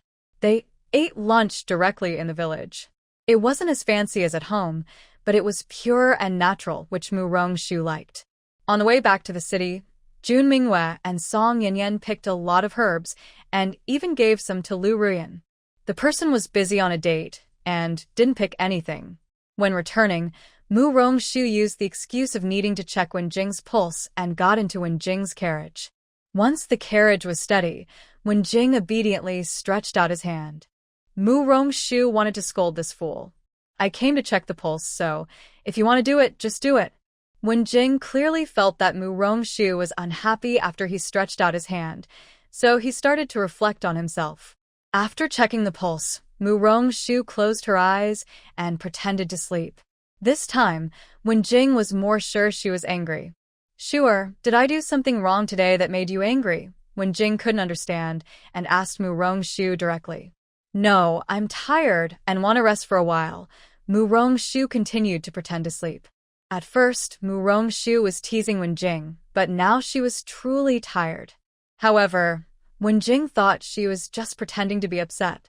Sure, here, this is for you. Wenjing handed over a warm jade that he had been holding all day but hadn't had a chance to give. What is this? Mu Rongshu's fatigue instantly disappeared, and she asked curiously. This is the newest warm jade mined from a mountain. It's good for women to wear in winter. I drew the pattern myself. Do you like it? Wenjing asked carefully. Yes, yes. Mu Rongshu nodded wildly. Nothing made her happier than receiving a gift from someone she liked. Sure, I'm glad you like it. Seeing Mu Rongshu happy, Wenjing also felt better. It turns out that caring for someone can influence your mood. Is there anything you can't do? Mu Rongshu was really curious. Did ancient people learn everything so thoroughly? There are many things. If Shuer likes, I can learn them all. Wenjing was afraid he didn't know enough and worried Mu Rongshu wouldn't like him. Ziyu is already very talented. There's no need to learn more. Mu Rongshu thought that if something couldn't be done, it simply couldn't be. People aren't all-powerful and can't do everything. Do you really think I'm amazing, Shuer? Wenjing suddenly wanted to know how Mu Rongshu viewed him. Of course. I think Ziyu is the most impressive and handsome person I've ever seen. Wenjing had heard many compliments before, but this was the first time a woman praised his looks directly. Do you like that? Wenjing blurted out the question that came to his mind. There was a moment of silence inside the carriage. After Mu Rongshu realized what Wenjing asked, she smiled and answered. Unmatched handsomeness. I like you very much. Wenjing was first surprised, then overjoyed and called out, Shuer. Mu Rongshu looked at Wenjing's reaction and almost wanted to laugh. Shuer, I like you too. Wenjing also wanted Mu Rongshu to know that he liked her. I know. I knew from the first time you gave me that jade pendant, Mu Rongshu said with a smile. Wenjing was surprised this time. He didn't expect Mu Rongshu to realize his feelings so early. He felt a bit regretful inside. Why didn't he confess sooner? Seeing Wenjing's regretful look, Mu Rongshu suddenly felt more balanced and teased. Young Master Wen, are you regretting now? Yes, I regret not telling Shuer my feelings earlier. And then I wouldn't have to love in silence alone. Wenjing was completely open now. He didn't feel shy about saying these words. Thinking about how Wenjing had believed for so long that she didn't like him, Mu Rongshu felt a little sorry for him. Ziyu, I am willing to give you a chance. Let's try it, okay? If it doesn't work out, we can part peacefully. Mu Rongshu expressed her thoughts. It won't, Shuer. We are definitely a good match. I will change anything you don't like. I have no bad habits, and the Wen family rules don't allow for concubines, so we are surely suitable, Wenjing said anxiously when he heard Mu Rongshu say they might not be a good match. Ziyu, don't get too excited. I'm just making a guess. Maybe my ideas are a bit different, but I want to ask for your opinion. Let's try to get along first, okay? Can we just not get engaged for now? Wenjing believes that as long as he treats Mu Rongshu well, Shuer will eventually agree. He has waited for many years and no longer cares about the delay. Then it's settled, Mu Rongshu asked uncertainly. I'm all ears for Shuer. Wenjing acts as if Shuer is the most important, showing his loyal and devoted nature. Mu Rongshu thought for a moment. What is their relationship now? In ancient times, she wouldn't know how to describe it. In modern terms, they could be called boyfriend and girlfriend. Will Shuer dislike me for being idle all the time? Wenjing wanted to know how Mu Rongshu viewed him. Not at all. Ziyu just wants you to be happy. To Mu Rongshu, Wenjing is from a top noble family. Even if he never worked, the Wen family could support him. Before, I couldn't serve in the court because of my health. Now I feel much better. I want to find something to do. I want to be Shuer's support in the future and have the ability to protect her. At this moment, Wenjing is determined to give Mu Rongshu a better life. His health has improved, and Shuer cares for him. It's time for him to return to the court. He was once the top scholar in the imperial examination. The emperor had given him an official position, but later, due to health issues, he stayed at home to recover and didn't go to court. If Ziyu wants to do this, just go ahead. Shuer supports you. Shu thinks that a man who seriously works on his career is the most handsome. Ziyu, can I discuss something with you? Shuer, there's no need to be so formal with me. It's like this. I remember that Tianran Pavilion is part of the Wen family's business, right? Could you ask the madam if I can send Heir Zhu to learn about managing the shop? Shu said shyly. She wasn't sure if her request was too much. I can decide that. Tianran Pavilion is managed by me. You can send Heir Zhu whenever you want. Heir Zhu is Wen Jing's servant, Xiao Tao's brother. That's wonderful. I've always liked Tianran Pavilion. So Ziyu manages it? You're so impressive. Reading books and managing the shop, Shu spoke sincerely, but Wen Jing's face turned red. Being praised so openly and passionately by the girl he liked made Wen Jing feel shy. His Shua was truly adorable. Ziyu, why is your face red? Are you feeling unwell? While they were talking, Shu suddenly noticed Wen Jing's face turning red. She thought Wen Jing was feeling unwell again and quickly reached out to check his pulse. At this moment, Wen Jing's face was even redder. Shuer had just held his hand, and her hand was so soft. He wanted to hold her hand again. There's no problem with your pulse. Maybe it's just too hot in the carriage, Shu said to herself as she finished checking his pulse. Shuer, I'm fine. Shu looked at Wen Jing and suddenly saw him smile. She understood. Wen Jing was feeling shy. Ziyu, you're not shy, are you? How? How could I be? Wen Jing felt very guilty. This time, Shu playfully held Wen Jing's hand and said with a smile, getting used to it after holding hands a few times. Wen Jing nodded seriously, agreeing with her words. His serious expression made Shu secretly smile. Wen Jing held Shu's hand, and his palms were sweaty from nervousness. Shu found his nervousness very cute. Shuer, I heard that your second brother is also planning to try his luck this year, Wen Jing asked, showing concern for Shu's family. Yes, Uncle said that my second brother plans to give it a try this year. Shu was talking about her eldest uncle's son, Mu Siheng, who was the second in the family, so she called him her second brother. I have some books that could help him prepare. I'll send someone to deliver them later, so he can read when he has free time. That's great. Second brother will be very happy. By the way, Ziyu, if you have extra copies, you can also send one to young Master Han. Their mother and son are not having an easy time. Shu thought the notes from the top scorer would be very useful. I'll sort them out. Half for your second brother, and half for young Master Han. That way, they can take turns reading. That's a good idea. It will give them a sense of urgency when reading, knowing others are waiting to read too. Shu thought Wen Jing's idea was very clever. They were happily chatting when Xiao Tao's voice came from outside the carriage, saying, Miss, we've arrived at Juzi Street ahead. We'll have to part ways with young Master Wen now. Juzi Street was the fork in the road between the Murong and Wen families. Both Wen Jing and Shu felt that time had passed too quickly. Wen Jing held Shu's hand a little tighter, reluctant to part, wishing to go to the Murong residence. Seeing Wen Jing's unwilling expression, Shu softly said, How about I send the books tomorrow? Hearing Jing's words, she was surprised and nodded happily. Shuer meant they might meet again tomorrow, and she was looking forward to it. Jing reluctantly let go of her hand. Shu quickly got out of the carriage, kissed Jing briefly, then pushed open the door and hurriedly left the scene. Miss, take your time. What if you fall? Outside the carriage, Xiao Tao's worried voice was heard. Inside the carriage, Jing looked at her in disbelief. Shuer just kissed him? He touched the spot where she had kissed him and smiled foolishly.